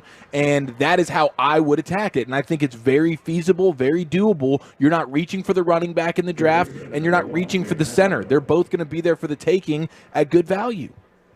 Totally agree. Yeah, totally agree. I'm doing so much work, and I hate this that I'm sitting here. I think there's one position they absolutely, if they have a free agency haul where they get the linebacker, and maybe they find a way to get the defensive tackle like you're talking about, and it turns into the only thing that you have to have is the center, and I get to pick the best available player from then on. Because I don't have a lot of picks. Now, if I move back in the draft, I could pick up a 3 and a 4 along the way. But the one thing, if I have a good haul in free agency, is that the only thing I'll have to draft is the center. Okay, and that's a good segue into this last point from this article. You can, the trench report there from Blogging the Boys. And Danny Rogers there, he looked at 2021. Right. And he was like, man, this is the only year of the last 4 years they were actually good stopping the ball. And so he looked at the rosters. He says, here's the guy that stands out and had a lot of snap counts in running situations was Terrell Basham. who signed a 2-year, $10 million deal back then. Mhm. And I didn't think of him at the time as like an important piece, but maybe that was the guy. And maybe they look at, man, if we spend another $5 or $6 million here on the defensive line, maybe we can get a guy that can help us, stop the run a little bit more dynamically than what we did last year, and not break the bank. Did Basham stand out to you? Was that impactful? Of a No, player it's funny. It's funny. He's always been a decent run defender. I wouldn't have been the guy that said I was going to hang my hat on him. Yeah. The problem is that you've got guys like Golston that should be a really good run defender, and he doesn't. Huh. You've got guys on the roster currently. And when that I watch, you thought were going to be. yeah, something. when I watch Golston play at Iowa, I'm like going, damn, this guy can play the run. I mean, He's not Golston, Osa, Mozzie, there's a lot of bus along there. Yeah, and all of a sudden now you got guys that, like Armstrong doesn't particularly play the run well. Fowler, not particularly well. So, yeah, you were hoping that guys like Golston would be able to step up, but he's just been kind of a guy that's not – he's played end, he's played tackle. We'll see what, with Fehoko. That's a guy that they drafted last year that sat out the whole entire season. That's a pretty good run defender.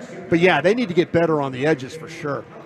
Well, Chief, it was a good weekend in review from my perspective. How about you? Ooh, it was quite the weekend on and off the field, and right here in the G-Bag Nation, we will update the Wooly Bully situation. He has become a father, but on the sports side of things, should storming the court, rushing the field, should that be banned in all of college athletics? That's next year in the nation. Okay, I want to chat Frankels before we do anything else, though, because if you are hurt in an accident and it's not your fault, you need to call.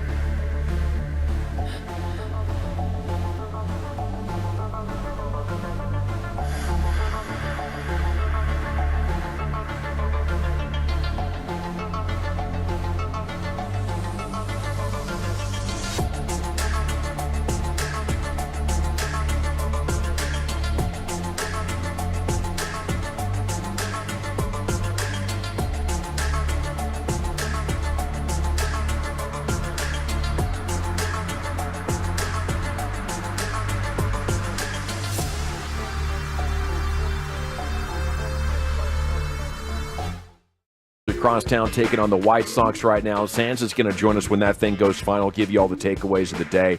Right now, it's time for Eric Chiafalo to give you those takeaways of the weekend. Yes, sir. 877-881-1053. The court storming in college basketball was a headliner. Dookie's getting banged up. Now they're trying to figure out a way to end this college sports tradition of storming the court or rushing the field in football after a giant victory. And I don't know. I'm curious how the people feel about this one, man, because I can understand. I can understand both sides. People are trying to put some regulations on it. Maybe you don't ban it entirely, but I don't know. I think it's an all-or-nothing kind of deal. You have the exhilaration of the moment that game ends, you get that final buzzer, and we're not waiting around. We're just, boom, here we go. Emotions are high, and we're going to go bask in this glory. And somebody can get caught in the crosshairs there. And that's certainly what happened with the Dookie. So I'm curious what everybody thinks about that. But this weekend was a getaway weekend for us. I assume we soaked in as much family time as possible before we hopped on the bird yesterday. We land. Walchuk gets notifications that 7 weeks early, wifey's water's broken, and now he's got to hop on another bird back home, switching airlines, going from American to Southwest. Broadus MVP of the weekend certainly is Broadus for Walchuk. The moment he found out he was going to have to turn around, just as we landed here in Phoenix, Broadus is starting to pull up different flight options here. Boom, boom, boom, boom, boom. Gets Walchuk squared away before we even exit the initial plane that we're on. Walchuk deviates, goes to do what he does, and he catches the FaceTime, watches baby girl get born, and she's healthy, and mom is healthy as well, and Walchuk is now a brand new father. So all is well in the Woolly Bully land. Yeah. But then we get over to the rent-a-car place, and it's a 2-hour wait. KNC has already been there. Hagee's waiting in line. He had been doing it for upwards of 90 minutes when we got there, and Broadus steps in, slides, just boom, gets that perfect cutoff situation. A guy who has cut in line before. Brian Broadus, that was not your first time, sir, and the work you've put in over the years cutting in lines paid dividends for all of us yesterday, all of our sanity, because it was one of the worst rental car situations in Arizona state history.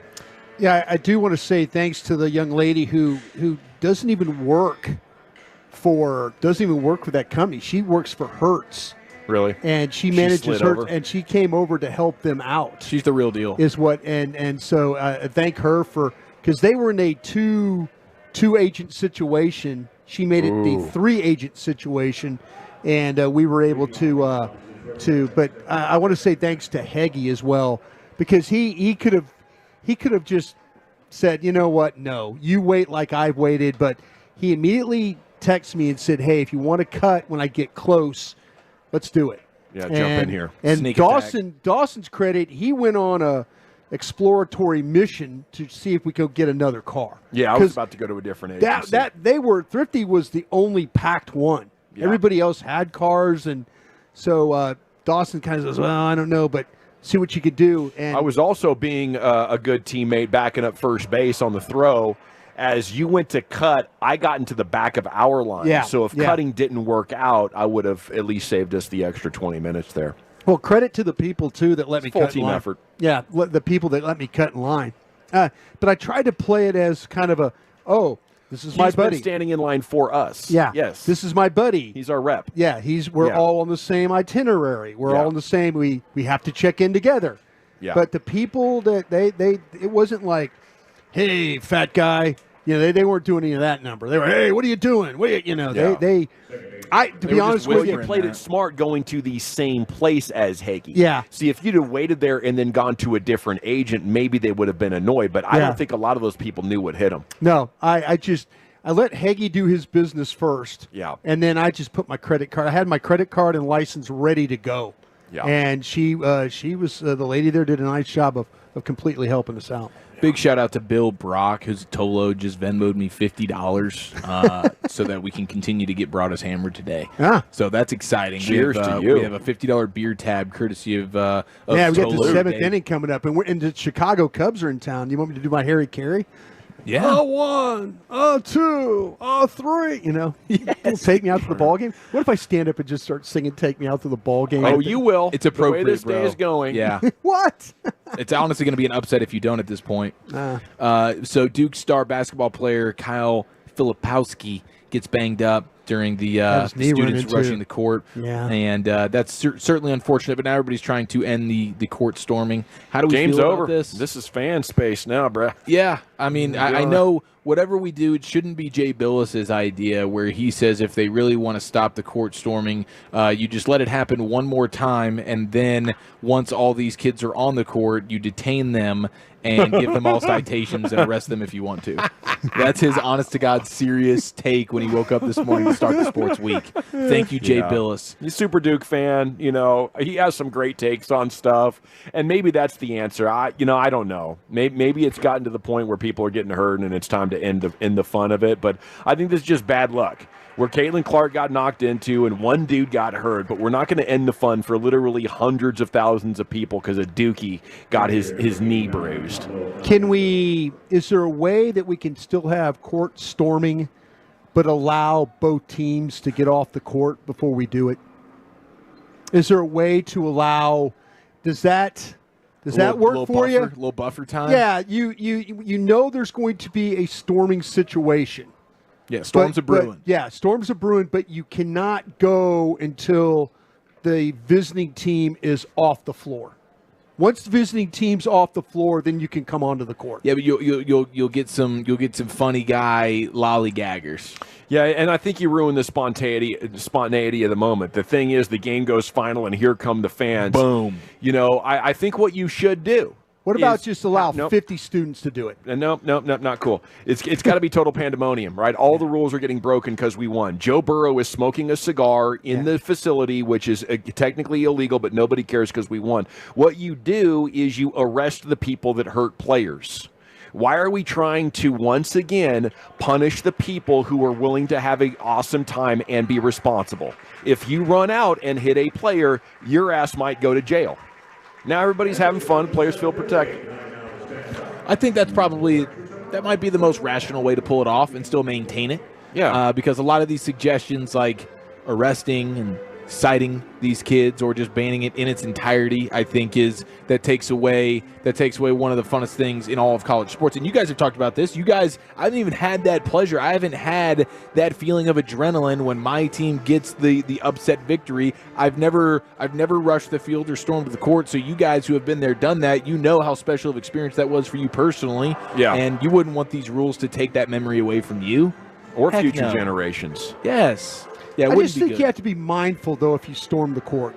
100%. You just have to be, keep your head on a swivel. Me rapidly jumping over a wall, shaking a security guard, and now I'm hammered in victory euphoria. Just don't taunt any players and don't run into them. Okay.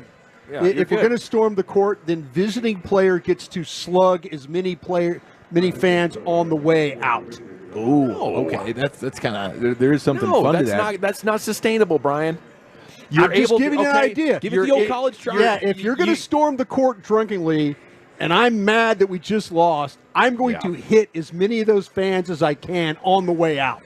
Now, I don't think that's sustainable, but what might be sustainable is if you hit a player, he can hit you back or she. Yeah. Right? See, that's what I'm saying. You get to defend yourself. Consequences and repercussions.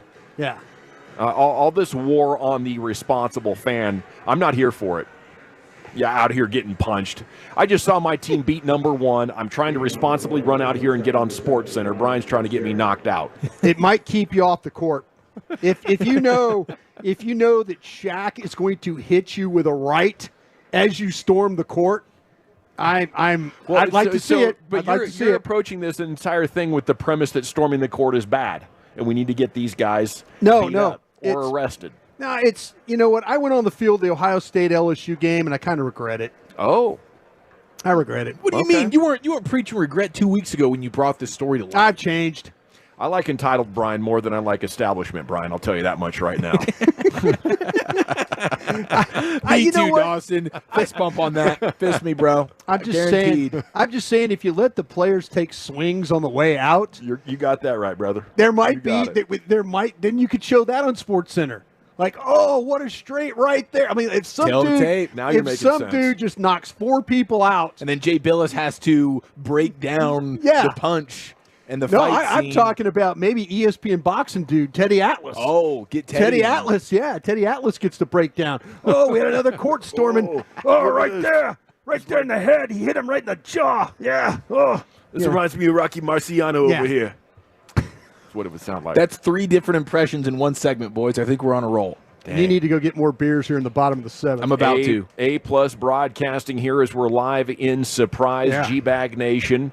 Didn't anticipate it when I left the hotel room this morning, but Mardi Gras Brian is here. He is in his element and soaking up the Rangers World Series vibes. Yep. We got to run when we come back. We got a rim session. Where do our Mavs go from here? Where Luka ranks in the MVP now? Is this a fair assessment or straight hate? And it's next in the G-Bag Nation. I want to chat D&M leasing with you, though. Once again, you know I love D&M. Have 3 in my driveway.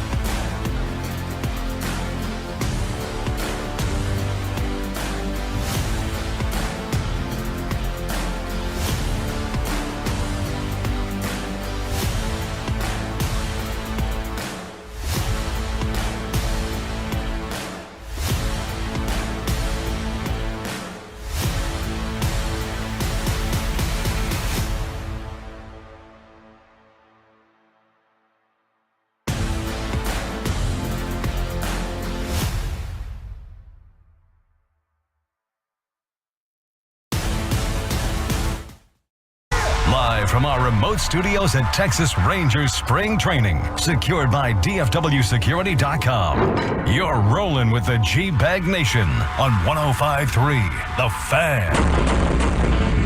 It's hour 3 of the G-Bag Nation on 105.3 The Fan. I hope you're having a fantastic day as we are live in Surprise, home of Spring Training 2024. Our presenting sponsor of spring training coverage, Sonic. Good. Yeah. It's brought to you by Best Buy Windows and Siding as well. Call 469-WINDOWS. It's brought to you by the On-Time Experts, air conditioning and plumbing, same-day service guarantee. Hope you're having a good one. We have some Mavs content here for you. And the question out of the gates is Luka having a good enough season right now that he's actually in this MVP race? We go to Brad Botkin, CBS. He actually has 10 NBA storylines here. Maybe we'll get into these other storylines. I do think they're pretty interesting. Chief, you got some rim set stuff we're going to get to as well, right? Absolutely. Some headlines. Yes, sir. Yes, sir. Now, right out of the gates, I think wins is a terrific way of measuring MVP. Like in the NFL, I think it's weird that the quarterback on the team with the most wins, we pretend like he's the best player in the league. In basketball, I think that's a real thing.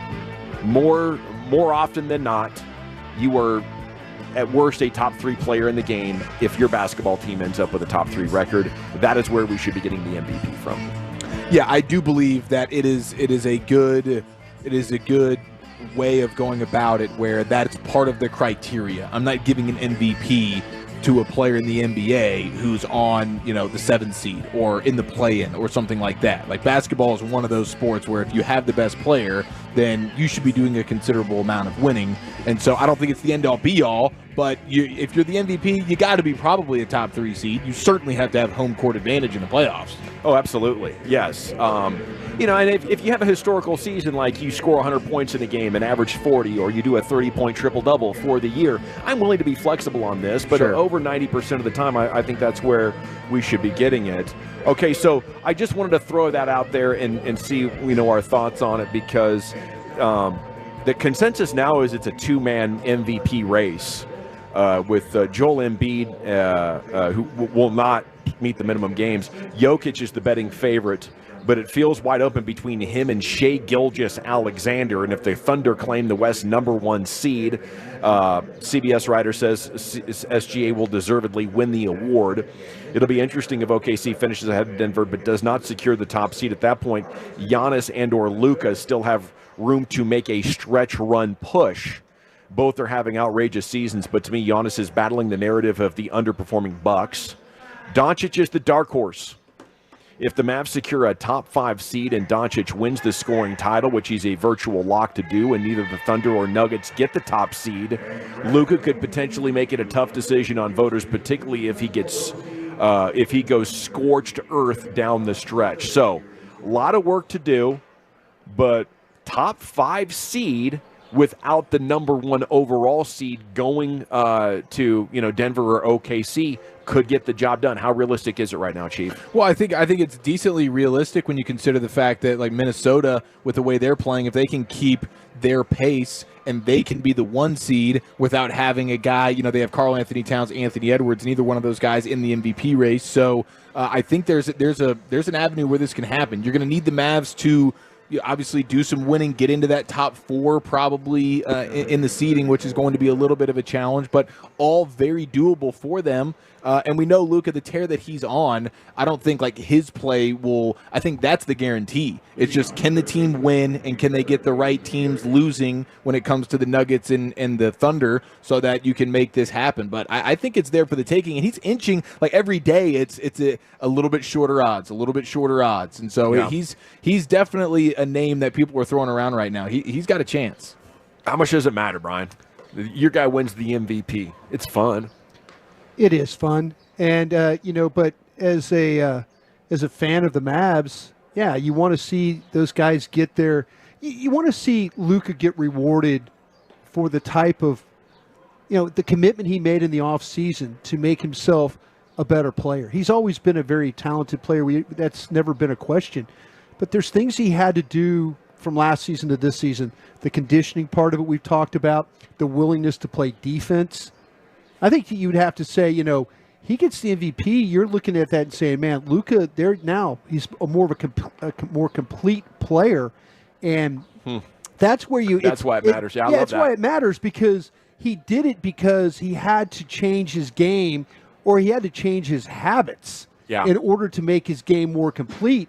And I think if the MVP gives him that, it's that recognition, that acknowledgement that, hey, your hard work actually paid off.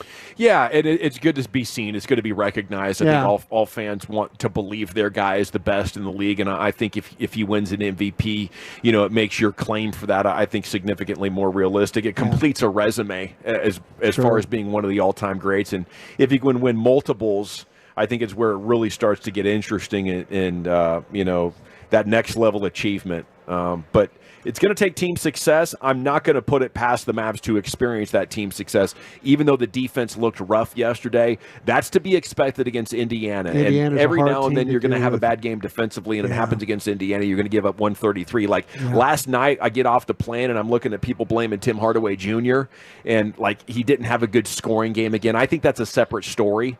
He has not reacted well to the trade and his changed role. Maybe they need to reduce his playing time significantly. But yesterday was all about the defense. Yeah.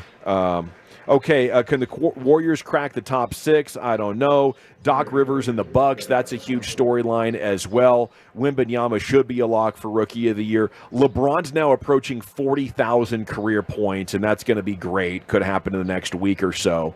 But those are amongst the storylines as the home stretch approaches here in the association. Here's Eric Chiafalo with the rest of this Rim Sesh. Really like this from Zach Lowe with ESPN, talking about Luka Doncic and Kyrie Irving finding new ways to amplify each other. And he noted that the Mavs have been on a heater since the trade deadline, bringing in P.J. Washington and Daniel Gafford. One of those things that needs to happen too is, and I think in time I got patience for it, but P.J. Washington offensively finding his groove, I think, will be important for the Mavericks and their long-term success here when it comes to closing out this season. But you bring these guys in, obviously, and you wonder when you have two great players like this, is it just going to be like a your turn, my turn kind of deal? Okay, Kyrie, you go ahead. This is your possession. I'm Luke. I'll go stand in the corner, and you dance and do your thing, and then I'll get my chance, and that's how we'll do it. But you have Zach Lowe talking about how it's scarier than that when it comes to Luka and Kyrie, because they've been working in tandem more and more since Kyrie has returned from injury on February 5th. Nice. And so you're getting less of the your turn, my turn, and you're getting more of them running pick and rolls together. And they're actually they're running more pick and rolls together per game in that stretch since Kyrie's come back. Defenses try to preempt that by guarding Doncic and Irving with like-sized players so they can switch the Irving-Doncic two-man game without conceding mismatches, but that's not necessarily the way it unfolds here. And he breaks down a couple of different plays that illustrate it and how it really challenges defenses, even with really good defenders. He talks about the Thunder, and here's Jalen Williams, and here's Lou Dort, two guys that should be capable of handling something like this. But when you're talking about Kyrie and Luka getting involved in a pick-and-roll action together, you're going to need some of the greatest defensive players to ever live in order to consistently contain that. And he notes the Mavs have scored 121 points per 100 possessions with Doncic and Irving on the floor, which is about equivalent to Boston's top-ranked offense on the season. So, and he's betting that on that number actually going up as Kyrie and Luka deepen their chemistry together. So, well, that's huge, and I think a lot of that's Luka, Eric. I didn't mean to cut you off there at the end, but last year what we saw a lot of him was, it's not my possession. I'm not even looking at the ball, jogging to the corner to go stand, and that's bad. The superstar's going to make life easier on their teammates, for every teammate. If you are also a superstar and you can use the space they create, it should put the game on easy mode for you. And then the third and fourth person to touch the ball in that sequence, just outstanding the quality of looks they can get. And it's one of the reasons I do believe the Mavs are a very legitimate contender in this wide-open West. Speaking of the West, congratulations to Nikola Jokic being the first player in NBA history with 14 or more rebounds and 14 or more assists in 3 consecutive games. He's changing the archetype here. Where you're not used to seeing the big man who can get all the rebounds and then pass it the way that he's able to pass it, but he's a unique individual. And that's a historic run that closed down over the weekend. Their 3-game stretch. I mean, the difference is he's secure with the ball enough that he can catch it high post and distribute out of that so much. It just gives him so many more assist opportunities. A unique guy. I mean, I guess Giannis is that guy to me as well, but I just always looked at him as a point guard instead of that traditional post. Agreed. Now, we have some sound of Paolo Banchero of the Orlando Magic that we'll get to here in just a second. I don't know if what he did warranted the emotions and the crying that actually may or may not have taken place. We will hear from him. But I did want to also note that the Los Angeles Clippers are doing quite the revamp here.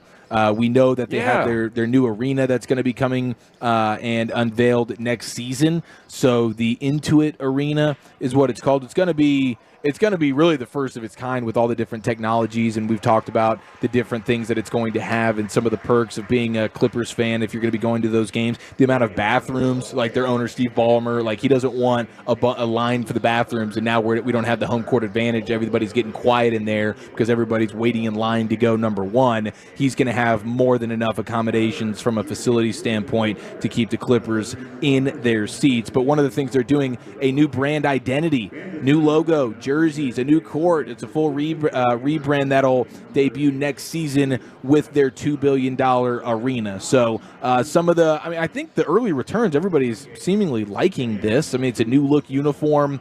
They're keeping the same red, blue, and white. It's a little bit more navy, though, when it comes to the blue. The logo, I don't even know how to describe, but there's like a boat in there. There's like a yacht, a sailing yacht in there. Is that what it is in there? Okay. I think that's what they mean by a clipper. Yeah, I think that's what a sailboat. clipper is. It's yeah, like a sailboat. Clipper. Okay. Yeah. Broadus is going, yeah, like we should have known that.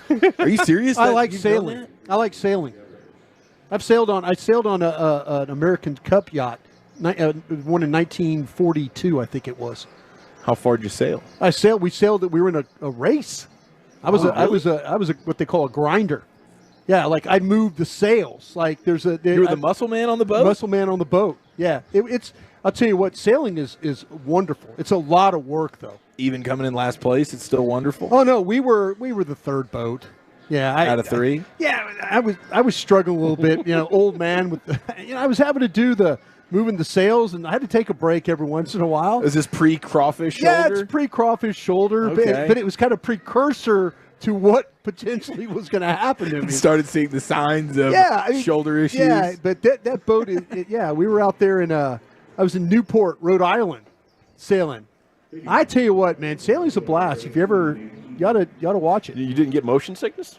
No, no. Trust me, I took Dramamine. Okay. I took Dramamine on the drive home from the airport last night. If I wouldn't have been the one driving, I would have needed it. Yeah. Honestly. Yeah. Well, okay, that's cool. So we learned something new about Broadus today. You didn't know what a clipper was? It's a boat. It's a sailboat. I was 75% sure. Who do we work with here, Dawson? I thought it was like a barbershop situation. Oh. That was like hair clippers. Okay.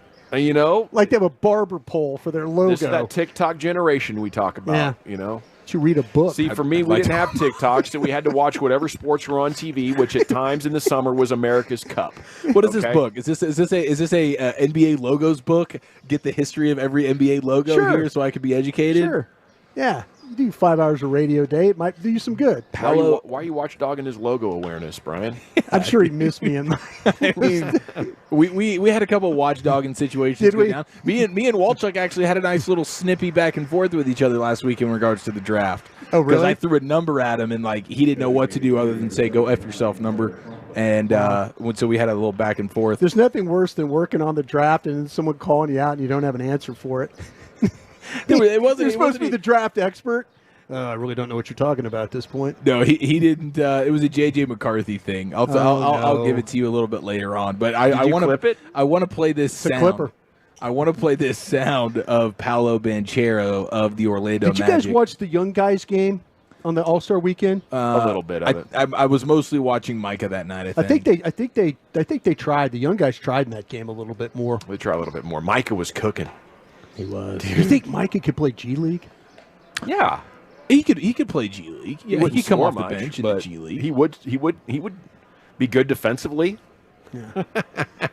Dude, that move he had where he spun back to the left side and finished lefty, That was high level. Like, he was a major problem, I bet, in high school. Or whenever he last played basketball, he was the best player on his team. Did you almost throw up just a second ago? No, that was not a throw up. That was just that was a needed burp. That was an emergency burp situation there. I didn't want to do it live into the microphone. Dawson was making a great point, and you just acted like you were just... You vomited over my mic. He threw up in his mouth, and he just kind of... he swallowed it back. Thought that spin move was kind of ass myself. Some say Micah was trying harder in that celebrity game than he was in the okay, you know, what are you doing here? Now? I'm going to try and throw it to break.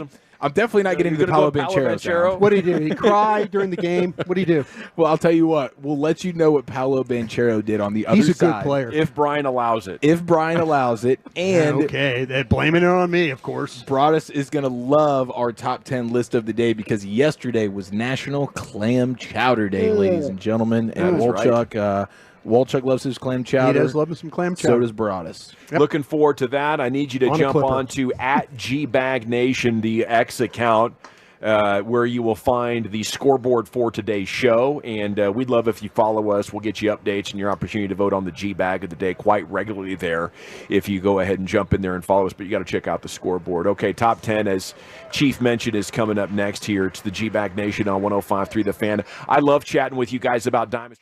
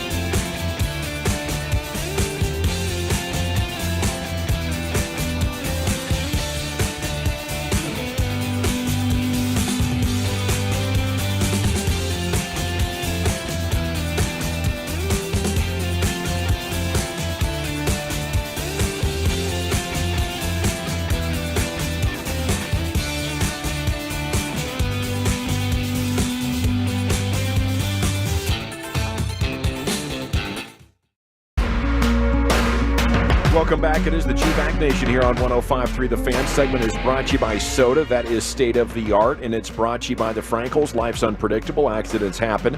Frankel & Frankel, the go-to attorneys for car and truck wrecks and DFW. If you or a loved one's been in an accident, contact the Frankels, 214 or 817-333-3333. Go online to truckwreck.com.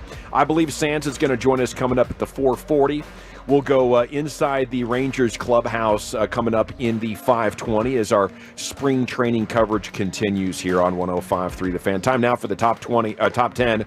Here's a Chiafalo with the Woolly Bullies broadcast responsibilities. That's right, Papa Walchuk, Daddy Walchuk. That took place yesterday.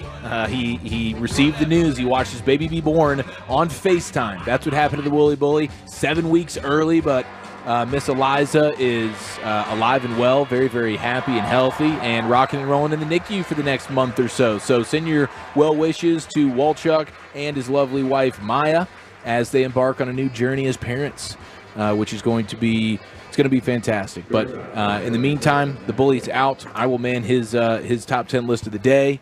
Yesterday was National Clam Chowder Day. Let's talk soups here in just a moment, Broadus. Dawson, give him one bit of advice. If you could give him one bit of advice of being a dad. I don't know. Just try to be present as much as possible. He's already failed at that. Yeah. off to a rough start there. That's a good advice, but no. No, that's sound. That's obviously advice he needed to hear. But no, you're right about that. You try and be around as much as you can. You know, that's the thing about it is, I mean, and we're in a business that is kind of, I mean, I know it's scouting and stuff like that. One of the reasons I didn't go back into scouting and stuff was because Bennett was born. Bennett was born 3 days after the 2004 NFL draft.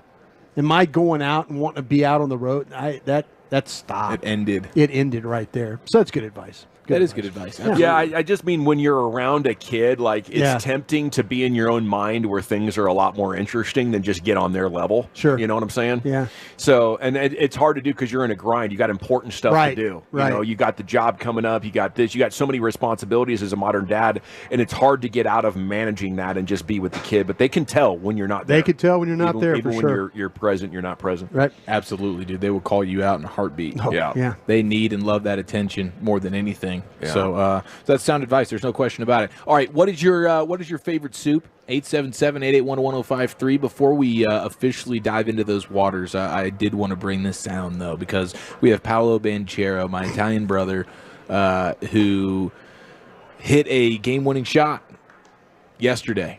Or I believe might have been Saturday. But it was a really good shot. It was like he's fumbling around there. It's a buzzer beater, and he gets fouled when he does it. It's his first career buzzer beating moment. The problem is he did it versus the Detroit Pistons. Oh no! And that's an 8-48 Detroit Pistons team. Oh my goodness, there were only like 50 people watching. This isn't what you would classify a big game. This is not high stakes basketball. This wasn't like a game 6 to send it to a 7th game. I don't believe there was a single playoff implication when it comes to this particular game. This has more to do with this is like a draft order game. This is not a could it have been seeding game. Could it have been like maybe that he had a bet on the game? And he hit the over. We can only hope. Yeah, that maybe it's that emotional that that'll bring you to tears. That he's so grateful that he put a bunch of scratch on. Is this his Magic Johnson moment? Well, let's all find out together. This is Paolo Banchero post-game interview after what was a very impressive game-winning and one, and here he is after beating an 8-48 Detroit Pistons team. Walk me through that play and just how important it was to get that game-winning shot. And it was important. Choked up. It was important. It was a hard game, and I've been sick. Take your time. Take your time. Yeah, go cry and come back. Walk me through the emotions that you're feeling right now to help this team get a win in this hard game against the Pistons tonight. Oh my God, I'm sorry about that. It's just been tough, man. I've been feeling terrible. I played terrible, and I just give credit to my teammates, man. They lifted me up the whole game, and so I don't know why I'm crying right now. I don't know why I'm crying right now. It was a hard game, and I'm proud of my team for sure. All right, thanks, Paolo. Thanks, Paolo. So I don't know. I've never seen that before. Crying over sports success, I think, is kind of going viral. C.J. Stroud had a handful of them throughout the year in big moments. I don't think I've seen it after beating an 8-40 team. My only theory I got for you, Chief, that's his I've really made it moment. Like, he's imagining growing up, hitting the game-winning shot in his driveway like over and over and over, and then it finally happened in real life. And I think reflecting on how far he'd come, maybe that could put you in an emotional state. You're thinking about all the people that helped you get there. Your season's going crappy, you know, and you're not winning at all, so there's a lot of frustration going on. But I remember after growing up in the Portland metro area in southwest Washington State for so many years, and I always wondered what it would be like to go work in a big market. And when Tom Bigby finally called me, rest in peace, and said, hey, I'd like to offer you an opportunity to come down, I put down that phone. I was very emotional. I don't think I actually cried, but I could have. Right. You know? Yeah, now, that would be like getting drafted. That's like a getting drafted moment, not like the first time I was #1 in a weekly rating, which, by the way, just happened again. Fist bump. Fist bump. Or, I guess beating the Magic would be like being top 10 in the ratings, which is super, doable. Maybe not for all the radio stations out there, but for most radio stations, top 10 is very doable. Do you think he got emotional because he knew that they were about to lose a game to the Pistons? Yeah. Do you think it was one of those, like, we're about to lose this damn game, and we're a team that people are talking about. We got young talent, up and coming, and we're about to lose the damn Pistons. I can see that. I think that might be where the emotion was, that all that he was going to have to deal with. I think you nailed it. Like, you're playing like ass, and the team's not winning against the Pistons. We're about to go viral for being the 9th win of the season for the Pistons. I think the emotion got to him there. Everybody in Detroit's getting free 5 Wingstop chicken wings. Yeah. For the 9th time this season because they were able to eke out a victory. Yes, but that might have made him a little bit emotional. But with all those narratives, I do think it, the common bond, no matter what it is just a nuclear level of, I believe, narcissism. Yes, yeah. I think that's the appropriate word there. I mean, I'm not sure exactly if I'm using that word properly. I know I've been accused of that a few times myself. Once or twice over the years? Yeah. Well, gentlemen, how do you guys feel about soup in general, and in particular clam chowder? Because yesterday was National Clam Chowder Day. Love me some clam chowder. I would have ordered Chili's clam chowder that they had on the menu last night had I known it was a special holiday. I think clam chowder, if it's really good, has to have a little bit element of sand to it. And that's going to sound. You sprinkle that in at the just end, a little bit. It's going to have to taste like a little bit like the ocean for it to be really good. And that's where I draw the line on most of my food. I don't want anything that tastes like the ocean. Yeah. I think they can dress up shrimp with enough breading and a sweet and sour sauce to make it palatable for me. But I'm totally out on clam chowder. Coconut. I'm much more of a tomato soup, or what do they call that? A bisque? Tomato bisque. Well, if you went Manhattan, that would be clam chowder, but on the red side. Okay. I'm glad you brought that up. Now, I'm intrigued at the fact that No Vegetable Dawson's down for a tomato soup. I don't know what it is. Maybe it's all the crackers that you put in there, or I don't know, but I really like it. Just the grilled cheese sandwich. The grilled cheese. Yeah. There it is. Yeah, that's a great duo. But, I mean, the amount of clam chowders that exist in the world, New England clam chowder, Manhattan clam chowder, Rhode Island clam chowder, Delaware, New Jersey, Hatteras, Minor Can, Long Island, Puget Sound. Everybody's got their own clam chowder. Why don't we have one in Texas? Well, it has to do with if you look at the region where they're getting the clams from. We got great clam in Texas. Oh, don't we? I mean, some of these buffets. I think we're like if you head down south. Yeah. I think that that Why don't area we have with a South Texas clam chowder? We're Down no more south for where they chili. have that- We're no that more beer- for the chili beer because club. of the beef. Yeah. The beef. They That's the specialize deal. in one of those clams down there, don't they? Yes. In the southern region. I didn't know which southern way you're region. going with this. I don't know whether to take you serious or not right now. No, this is Walchuk's segment, dude. I'm not going to defecate on his segment. I think you are. I'm taking this I seriously. think I don't think you are. What do you mean? I'm You trying and to your get to the clam bottom of- talk. I just gave you 10 different types of clam chowder. Yeah, I admit and I not told knowing- you it's because of the region that they come from, or the area. and you're like, oh no, South Texas. I'm trying to figure out why South Texas doesn't have their own clam chowder. That's all. We don't. But we have chili. Could you do? If I had 9 different types of clam chowders in front of you, could you say, oh, that's Manhattan? Oh, that's Puget Sound. I think I could hit 3 or 4 of them. Yeah. Okay. There's some distinct difference. There is. Okay. There is. What's your favorite soups in general? Dawson, is it the tomato? That's pretty much it? Probably. Are we including gumbo as a soup? The list does include gumbo. Now, It does? outside looking in, it didn't crack the top 10. Okay. So. Hot and sour soup would be one of my favorites. Is chili soup? And I'd also include chili's on the list. Yeah. Yeah. I don't qualify chili as a soup, but apparently America does. Yeah, America does. I think to me that tortilla soup is excellent. It's really good. Yeah. You melt that cheese in there. Melt the cheese in there. You have the avocado slices in there as well with the tortilla strips. Hopefully, preferably handmade.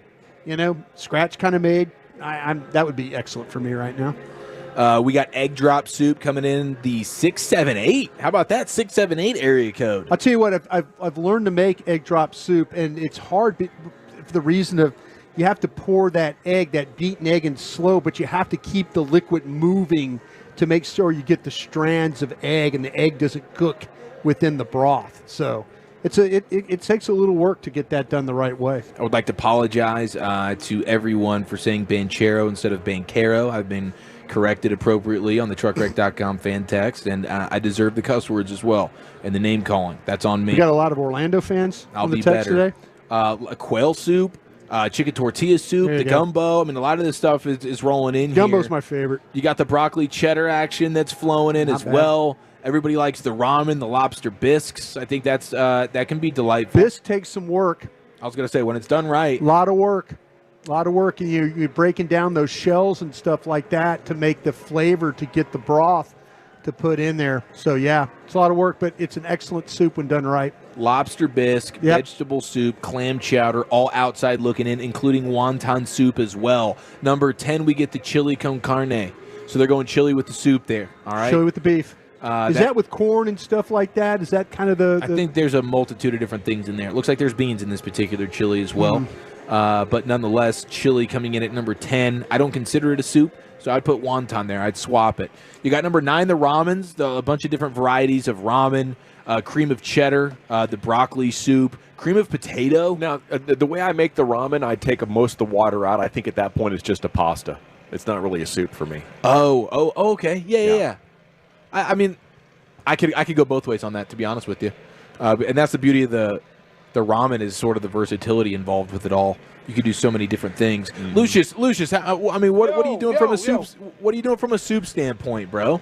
I like the chicken and dumpling situation. Boom. Yeah, I like that. I hate that chili is considered a soup, but I like chili. Okay. Yeah, I'm a big fan. What's the day? National Clam Chowder Day was yesterday. Yeah, that's up there with the greats. You celebrated appropriately. Mm-hmm. Chicken and dumpling. Funny enough, Lucius, that was perfect timing because chicken and dumpling soup comes in at number 6 here on this list. So there is some respect involved. You have just chicken soup. There's no noodles involved with this one. That comes in at number 5. I like a good homemade chicken soup. It's got the onions chopped up in it, all the veggies chopped up in it. You got a whole thigh sitting in there. Yep. A whole half a chicken is boiling all day in that crock pot. Oh, my God. Yeah, that's fantastic. And I'm the same way with the beef. Like, my mom makes like a beef stew of sorts, and I'm like, I've been in love with it this winter season. Tomato soup comes in at number 4. Shout out to Dawson. Beef stew at number 3. Yeah, shout out to the movie Benchwarmers. French onion soup at number 2. I mean, crickets on the French onion soup situation on the text, and from you guys, nobody's hollering at us. Number 2 in the country. What's in there besides onions? What am I getting? There's a couple of different French items. Well, you're getting like the cheese on top, usually Gruyere cheese on top. You're getting some type of a baguette, so you're getting bread with the soup with the cheese. That's the only way to eat that kind of bread too. You have to let it sit and soak. Yeah, because that's tough on the jaws. Number 1 though, chicken noodle soup. National Clam Chowder Day yesterday, boys and girls. Hard to beat. I'm surprised matzo ball soup didn't make an appearance here. I know. Wolchuk's texting me now saying, "What the hell? Where's the matzo ball soup?" Matzo ball soup's good. It's like chicken soup with a big like a meatball that's made out of bread. Is what a matzo ball soup bread is. ball. big bread ball in the middle of your soup. Thank you, Chief. We got to run. Jared Sandler is coming up next. If you missed it, Wolchuk's baby came just a little bit early. Wheels down yesterday in Phoenix. Got the text, baby on the way. So he jumped right back on a bird and is now home with his beautiful family. And he'll probably be back next week or maybe the week after that. Not too sure right now. But send the Wooly Bully some love on social. Okay, speaking of baseball experts, Jared Sandler joins us next right here on your home of the Rangers. Coming up Tuesday morning on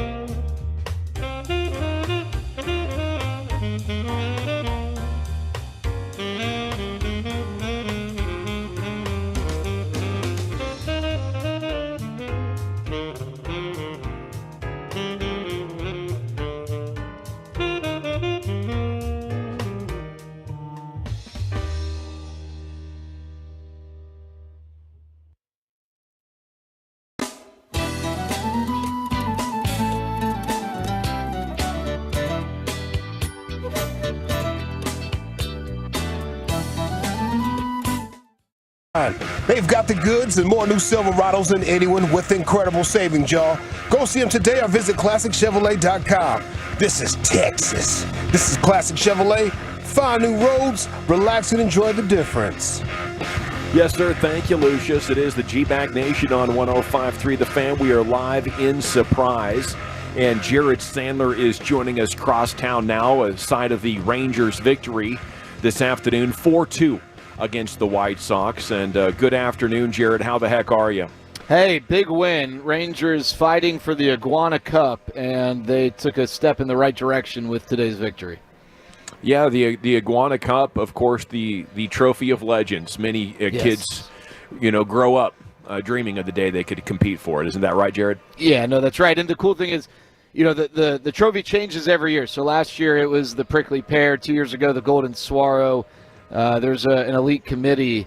They're kind of like the Illuminati. No one really knows who's a part of the committee, but there is a committee, and they determine the trophy each year. And this year it was determined that it is the Iguana Cup. So, yes, kids definitely have grown up desiring for that Cactus League trophy. And the cool thing is it's different every year. So when you win it, it's a one-of-a-kind trophy. So did Evan Carter play today? No, he didn't, but he went through today as if he normally would. He would not have played anyway. He's currently early in camp on an every other day game routine, which is normal. Had it been his turn to play today, then he would have. He's totally fine. He was just more frustrated than anything, but he engaged in all baseball activity. He did play in the backfield game and hit a big home run in that one. So, I mean, I guess to answer your question, he did play, not in the Cactus League game, in the backfield game, and looked pretty good apparently doing it. Jarrett, when you're coming off a World Championship series, and we were out here last spring, and you get an idea of how the routine and all goes. Is there anything different, or do you just go back to square one with what you're seeing in the preparation, what you're hearing from Bochy, the front office? How do you come off a World Series and then get into the spring training? It was really a short off season for him. Yeah, so in each sport there are various challenges to repeating. Some are similar sport to sport, others maybe are sport specific. I do think that one of the challenges in baseball is that you have to work a month harder than most of your competition. And for pitchers, maybe more specifically, that could be taxing. You have distractions. I mean, these aren't bad distractions, but, maybe the World Series adds to your offseason schedule and you're out of your routine. Right. I know people, Broadus, I know people always say that, there's more of a target on your back. I guess maybe, I think, in Major League Baseball, when there's so many games, I think guys are going hard always, no matter who they're playing. But I do think maybe there's more internal pressure. The expectations are up. Now, on the flip side, and again, I think this is probably, across all sports, when you win a World Series, you come back that next year with an air of confidence. Last year at this time, we talked about how, things go right. The Rangers, they could win the division. They have a really good shot to make the playoffs. And, we'll go from there. Let's take it one step at a time. Now, the conversation is not about whether or not they can do it. And even those guys last year, they might have been able to look around the clubhouse in spring training and say, we got a good group. Like, we could do some cool things. I think even they would have to admit that to some degree you still have to go out and do it when you haven't done it as a core group before. And they did it. And so now I just think the mindset is the biggest difference. I think physically they're going about things the exact same or, more or less, obviously evolving as needed. But, I think it's the mental side of it. The core guys who return, I think there's definitely a confidence that, they can do it because they've done it. And they know what it's like to do it together. And then for the guys who are now a part of it, I think there's a level of confidence that they feed off of that, which is, well, we weren't there last year, but we're now a part of this group that did it, and they feel like they can do it again, so let's party. They didn't really get to take a break, right? I mean, do you think it's a good thing that they went straight from basically winning the World Championship to the season being here and ready to go? Well, I guess because it means you won the World Series, then yeah, it's still 3 months. Obviously, for guys who, and this is a lot more guys than maybe we even realize, who end the season with more than just a bump and a bruise. Some of that time's dedicated to just recovering. But I guess that's just sort of the beast of the baseball schedule. You don't. Right. You have not only a super long regular season, but you got an obnoxiously long spring training. And, the postseason isn't, it's not any longer than any other postseason in any sport, but it is more games just by the nature of how it all tends to play out. I guess the NBA and NHL compete from a game standpoint in the postseason as well. But, I guess that's just kind of the burden and one of the challenges that is baseball specific is that, instead of a 3-week spring training or build up at 7 weeks and 5 weeks worth of games. So, that does cut into your off season. And I think, Broadus, it's one reason why maybe certain guys are being handled a little bit differently. So if you want to be specific with your question, guys like Jonah Heim and Adolis Garcia. Adolis has yet to play in a game. He did get some B game at bats today. Jonah Heim DH'd yesterday, but he is yet to catch, and he's not going to catch until Wednesday. So I think for certain guys, you're monitoring the workload. So I guess that would be one of the player-specific differences with how they're handling it. But I'd say that also to some degree is injury-related too. Maybe Jonah's workload on the whole, but, with Adolis, with the knee thing, that ended the season. I think some of it's in regards to that. Live in Surprise, Arizona, talking Rangers baseball with Jared Sandler here in the G-Bag Nation. Who stood out to you today? I know Cole Winn, your guy Church I saw was getting it done a little bit, and then offensively showed a little life today. Yeah, Mark Church is the guy who really stood out along with Diego Castillo, and not to leave others out of the equation, but these are two guys who could break camp with the team, and but not guaranteed spots. Castillo faced a really representative trio from the White Sox at a scoreless inning. The velocity is back for Castillo. This is a guy from 2018 through 2022 had an ERA right around 3 as a reliever. He was one of the better relievers in the game and was consistent, which is tough to find from a reliever. Last year, some injuries, drop in velocity, not so much. I think the Rangers betting on a bounce back, and he's 30 years old. It's not like he's 38, and you're hoping he still has some gas in the tank. And with Mark Church, he's on the front side of it. He's just teeing off. And, he's a young guy who's on the rise who could probably eat up some late-inning opportunities, when he really settles into his own, but perhaps could be called upon as a middle reliever or kind of the down 1 or 2 when everyone is rested and healthy type of role. But he's got really good stuff, and he looked really good. Mixed bag from Cole Winn. You just would love to come out of an outing without anything to say, well, but there was that. The command was not there early on. He did bounce back nicely. And then offensively for the Rangers, it wasn't an explosion, but Blaine Krim continues to hit the ball hard. He had a big hit for the Rangers today. Justin Foscue with another rocket. He's the guy that stands out to me. I'm really paying attention to his plate appearances. Not overly so. You can't expect him to be perfect, not going to live and die on every swing, but he just looks really comfortable. He takes good swings, and he hits the ball hard. And I think the Rangers have a tough decision to make with him. I just still, right now, my gut is telling me that Justin Foscue makes the team and is the opening day DH. But obviously, a lot can change between now and then. Jared, do you think something with Winn, he's starting to kind of hear the whispers? I think he's been hearing it, Broadus. Yeah, I think you're spot on with that. There's a blessing and curse to being a first-round pick. The blessing is that, Matt and I talked about it. If Cole Winn was a 17th-round pick, he would not be pitching for the Rangers, anymore. They would have moved on. Now, he was a first-round pick for a reason, because there's a ton of talent that put him in that ilk, and so you're not just going to give up on him. But first-round picks are going to get more opportunities than 17th-round picks. That's the blessing of it. The curse of it is when you're a first-round pick who's really struggling to take steps in the right direction, is it's anticipated, there's more focus on that. You hear the chatter. There's more pressure. When you're a 17th round pick and you don't make it, no one looks at you as a bust or a failure. When you're a first round pick and you're struggling, you hear those words. And some guys are able to block it out. Other guys aren't. And I'm not saying that Cole Winn for sure is, in one group or the other, but I do think you're right. I think there's a level of pressure when you start to scuffle. And I feel for Cole Winn. He's a good kid. He works his tail off. He went to Puerto Rico this offseason to pitch in the Winter League there. He's doing all the right things, but, hopefully he's able to put together a good year, because this seems like a make-or-break year for Cole Winn, with this organization at least. John Smoltz tomorrow with Sean and RJ at 9 a.m., Sands.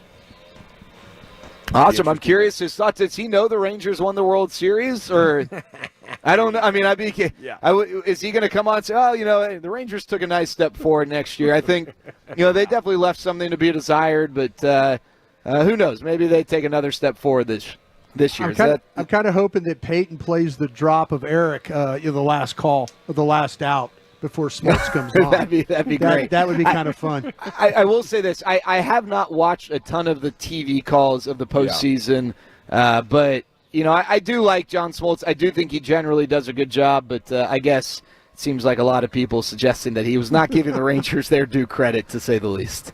I'm pretty sure he thinks Arizona can still come back and get the job done. Yeah, there's still time. Appreciate you, Sands. See you guys. Take care. We'll see you tonight. There he goes, Jared Sandler. Really an unofficial host when we're out here in Surprise, isn't he? He does a great job of trying to keep everybody organized and make sure we're all fed and all that. Appreciate all the hospitality he shows. But then he's got guys like Broadus that show up and decide they want to punt on his Chili's plans, for dinner last minute. I had fried ravioli last night, and I'm going to tell you, it's better than anything I'd eaten at Chili's. I don't know. I asked Mike. I'm 60 years old. I don't need to eat in a Chili's, okay? I got a lot of jobs. I'm able to eat where I want to eat, and Chili's was not on the game plan last night for the big bald head guy, okay? Let's go there. When Sean McFarland joined us last week and said, man, the best thing about Surprise is all the chain restaurants, I was like, wow, surely nobody thinks the same as him. No. But here comes Mike Bassick wanting to travel 1,000 miles to get here to Surprise and enjoy their culinary's finest. No. We're going for chain food. No, he says, Chili's, and he said it with excitement. And I said, no, I'm going to eat fried ravioli at this place. So, come to think of it, I think that would have been like the 4th or 5th time I'd eaten at Chili's with Mike over the years. This time I just finally put my foot down. Yeah, it was 2 for 2. Yeah, I see what you did. Training. You didn't put your foot down. You just didn't respond. I did. I texted with him personally. Oh. I was like, "Are you trolling us, or do you really like Chili's?" He And did said, say "I that at the really like airport. Chili's." He Yes. did go. He goes, I think Mike's trolling us. No, he's serious. He wants the Verdi burger for the 85th time this week. He's a huge fan. Yeah. Okay, we got to run, nation. When we come back, it's time for football's finest. Chief, where are you taking us? Mozzie Smith wants his stuff back, and we make fun of Russell Wilson next here in the nation. Looking forward to that, but not before I get a chance.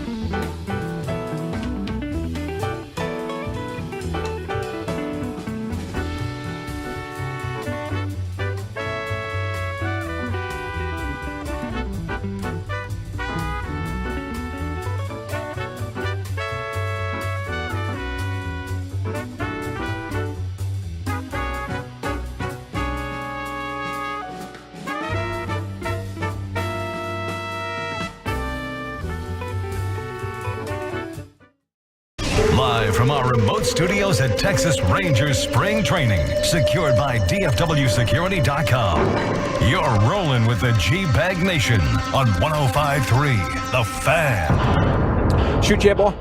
It's hour 4 of the G-Bag Nation on 105 through The Fan. We are live in Surprise, Arizona, home of spring training. Our coverage is presented by Sonic. Good.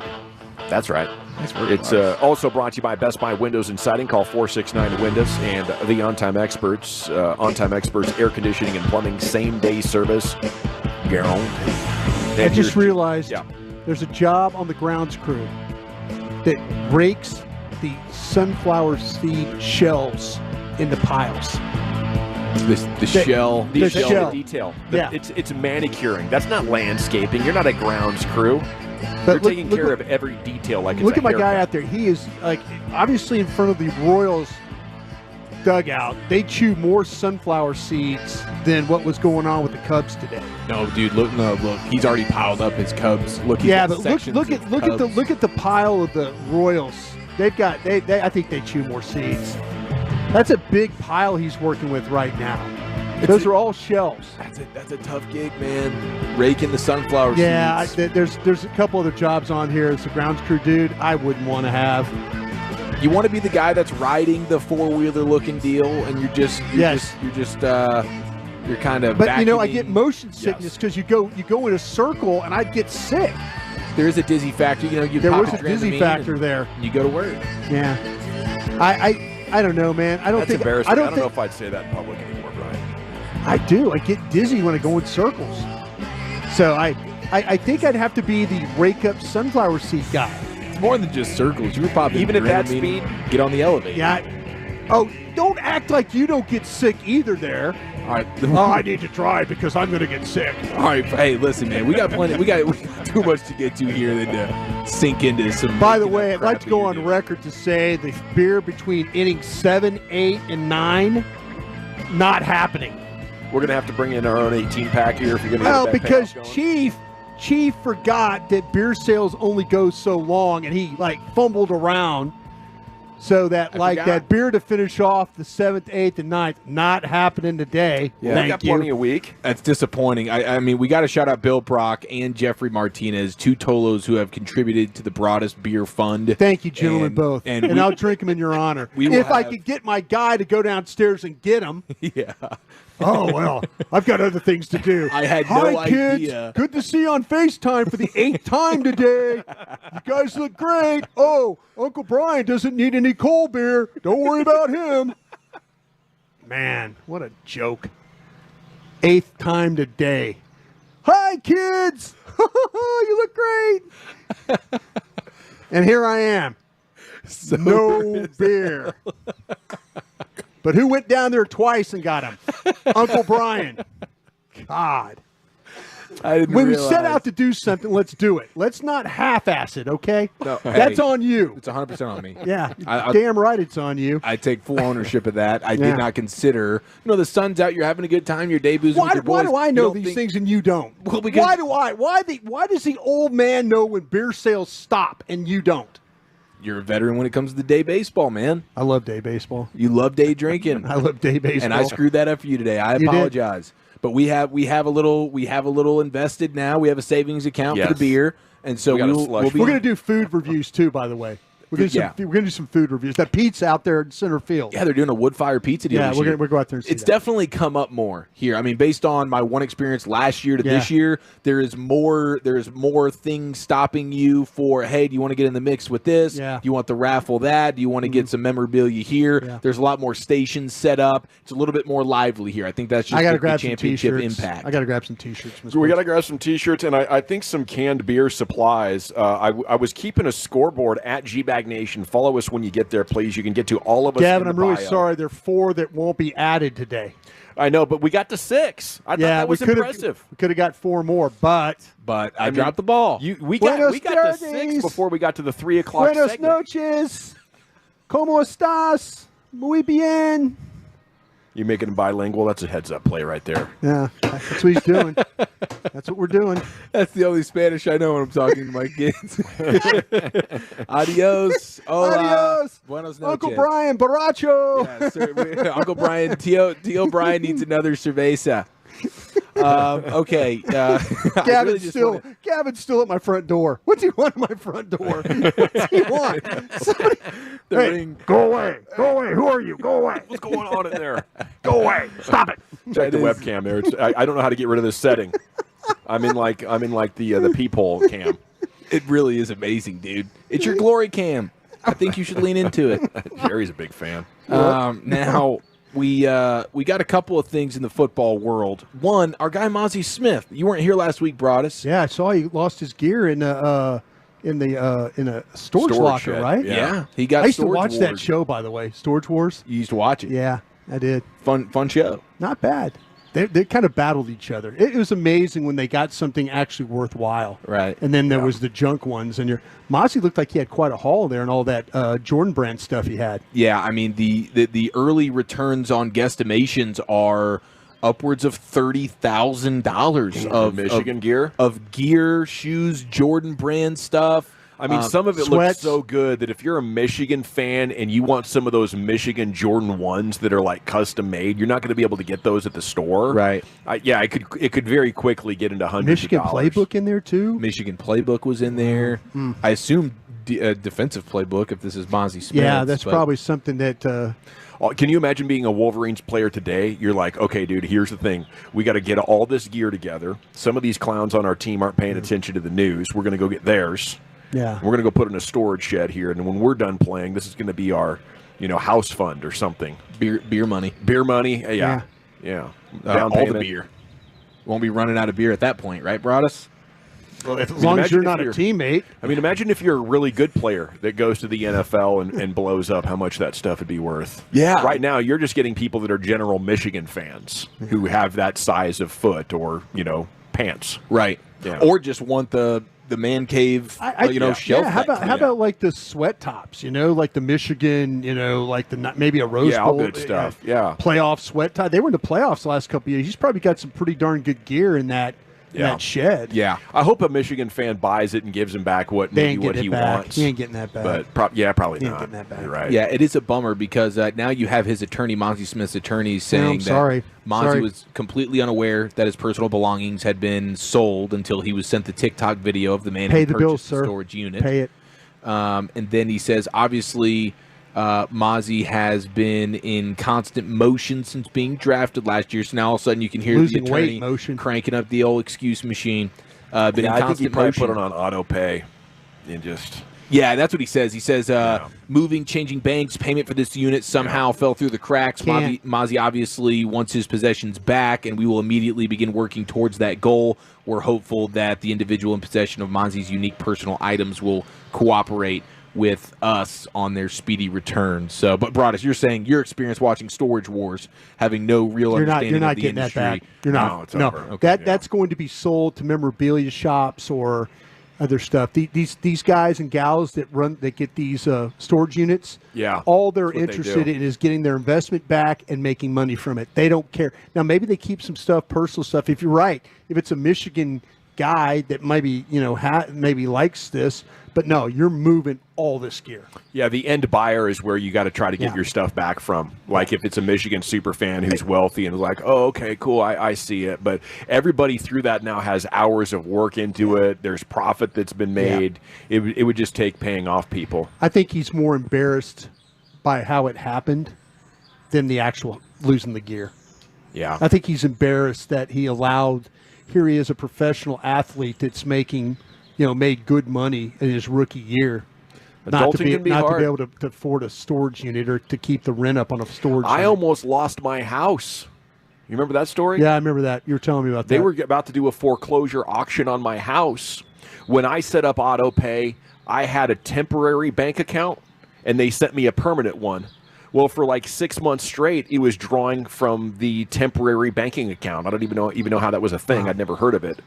But yeah, they started sending me foreclosure notices, and I was like, wait a minute, what's going on here? I was like, oh, wow. Derek Eagleton tells a story Yeah, my money had gone into a black hole, and they thought I was lying. I couldn't get somebody on the phone who would take me seriously. I was like, no, seriously, I've been paying the bill. They're like, yes, sir, we understand, but everything you say is going to be used against you in a court of law. And I'm like, okay, I need to get some help. So luckily, my guy Brad Sullivan at Dream Lending, longtime client of us, Mortgage Financial Services, he was such a heavyweight with the banks that he just called and was like, hey, it's Brad. Let me talk to the president. We got this guy, Gavin. Otherwise, they might have come to my house and foreclosed on me that January weekend. Derek Eagleton tells a story how they almost lost the domain name to DallasCowboys.com. They were a credit card payment away from that, or from like minutes or hour away from that them losing that, going on DallasCowboys.com, going on the domain name, going on where somebody could have purchased that. Oh, he threw his credit card down to redo to keep the name in the business and to keep it with the Cowboys. Wow, that's crazy. That is crazy. Think about somebody else owning that name. Yeah, that would have cost him millions of bucks to get back. Yeah, Jerry would have had to buy that back. Exactly. That would have hurt. Yeah. Wow. Okay. Well, we'll see. We'll see what the deal is with Mozzie. It doesn't sound like Broadus is confident. No, I don't. I mean, unless he goes to the guy and offers maybe double, triple what. Yeah, it's not worth it. If I'm the guy that owns the storage unit, I'm getting a value on it. I'm going to look at the value and I'm going to say, if you want it, this is my price. I'm going to get value on everything in that storage unit, and if you want to buy it back from me, here's my number. Maybe you could do some sort of a deal where Mozzie's going to tweet about how amazing you are, and everybody in Michigan should take their storage business to him. Maybe everybody could win in a way. I like that idea. He's going to pay, but he wants it back. Clarence Hill said that it was not the coaching staff who ordered Mozzie to lose a bunch of weight. His own. Yeah, Mozzie's dealing with a lot of things, it sounds like. Okay, so that was Mozzie's choice to lose a bunch of weight. Yeah. Okay. Yeah. Appreciate that confirmation. Yeah, man, and hopefully he can get a right body composition for him. I mean, 290 pounds. No. If you're not quick twitch. No. You got to win it. And I think this comes down to the new coaching staff giving him a job that he is naturally built to do. Yeah. Not trying to fit square peg round hole. Right. Oh, well, thank you, Chief. Football's finest most afternoons, 5 o'clock here in the G-Back Nation on 105 through the Fan. It's time to hit the expressway. We'll take you commercial-free to the top. We'll tell you about the national anthem crisis we witnessed while we were sitting down to open up the show and everything that's been developing in the world of broadcast sports news since our day began here in the nation. Let's get you on over to Platinum Ford, though, ladies and gentlemen. Gilchrist Automotive, proud to announce the all-new Platinum Ford store in Terrell, between I-20 and Highway 80, located just minutes from the Metroplex. Trust me, it is worth the short drive to Terrell to save a lot more if you're looking for a brand new Ford at Platinum Ford. Why would you buy that Ford anywhere else? That's a great question. When you come see the all-new Platinum Ford like I did, you'll be blown away at the facilities. Everything is state-of-the-art, top to bottom, first class. Then you walk in and you're greeted by General Manager Adam Vinci, and Adam's a big-time Tolo, so he's just going to roll out that Tolo VIP red carpet for you, get you in your dream Ford vehicle at your dream price, bar none, guaranteed the best price possible on a brand new Ford car, truck, or SUV. You're getting that at Platinum Ford. And also, I mean, I was in the car business for a couple of years. I'll guarantee you the best buying experience you've ever had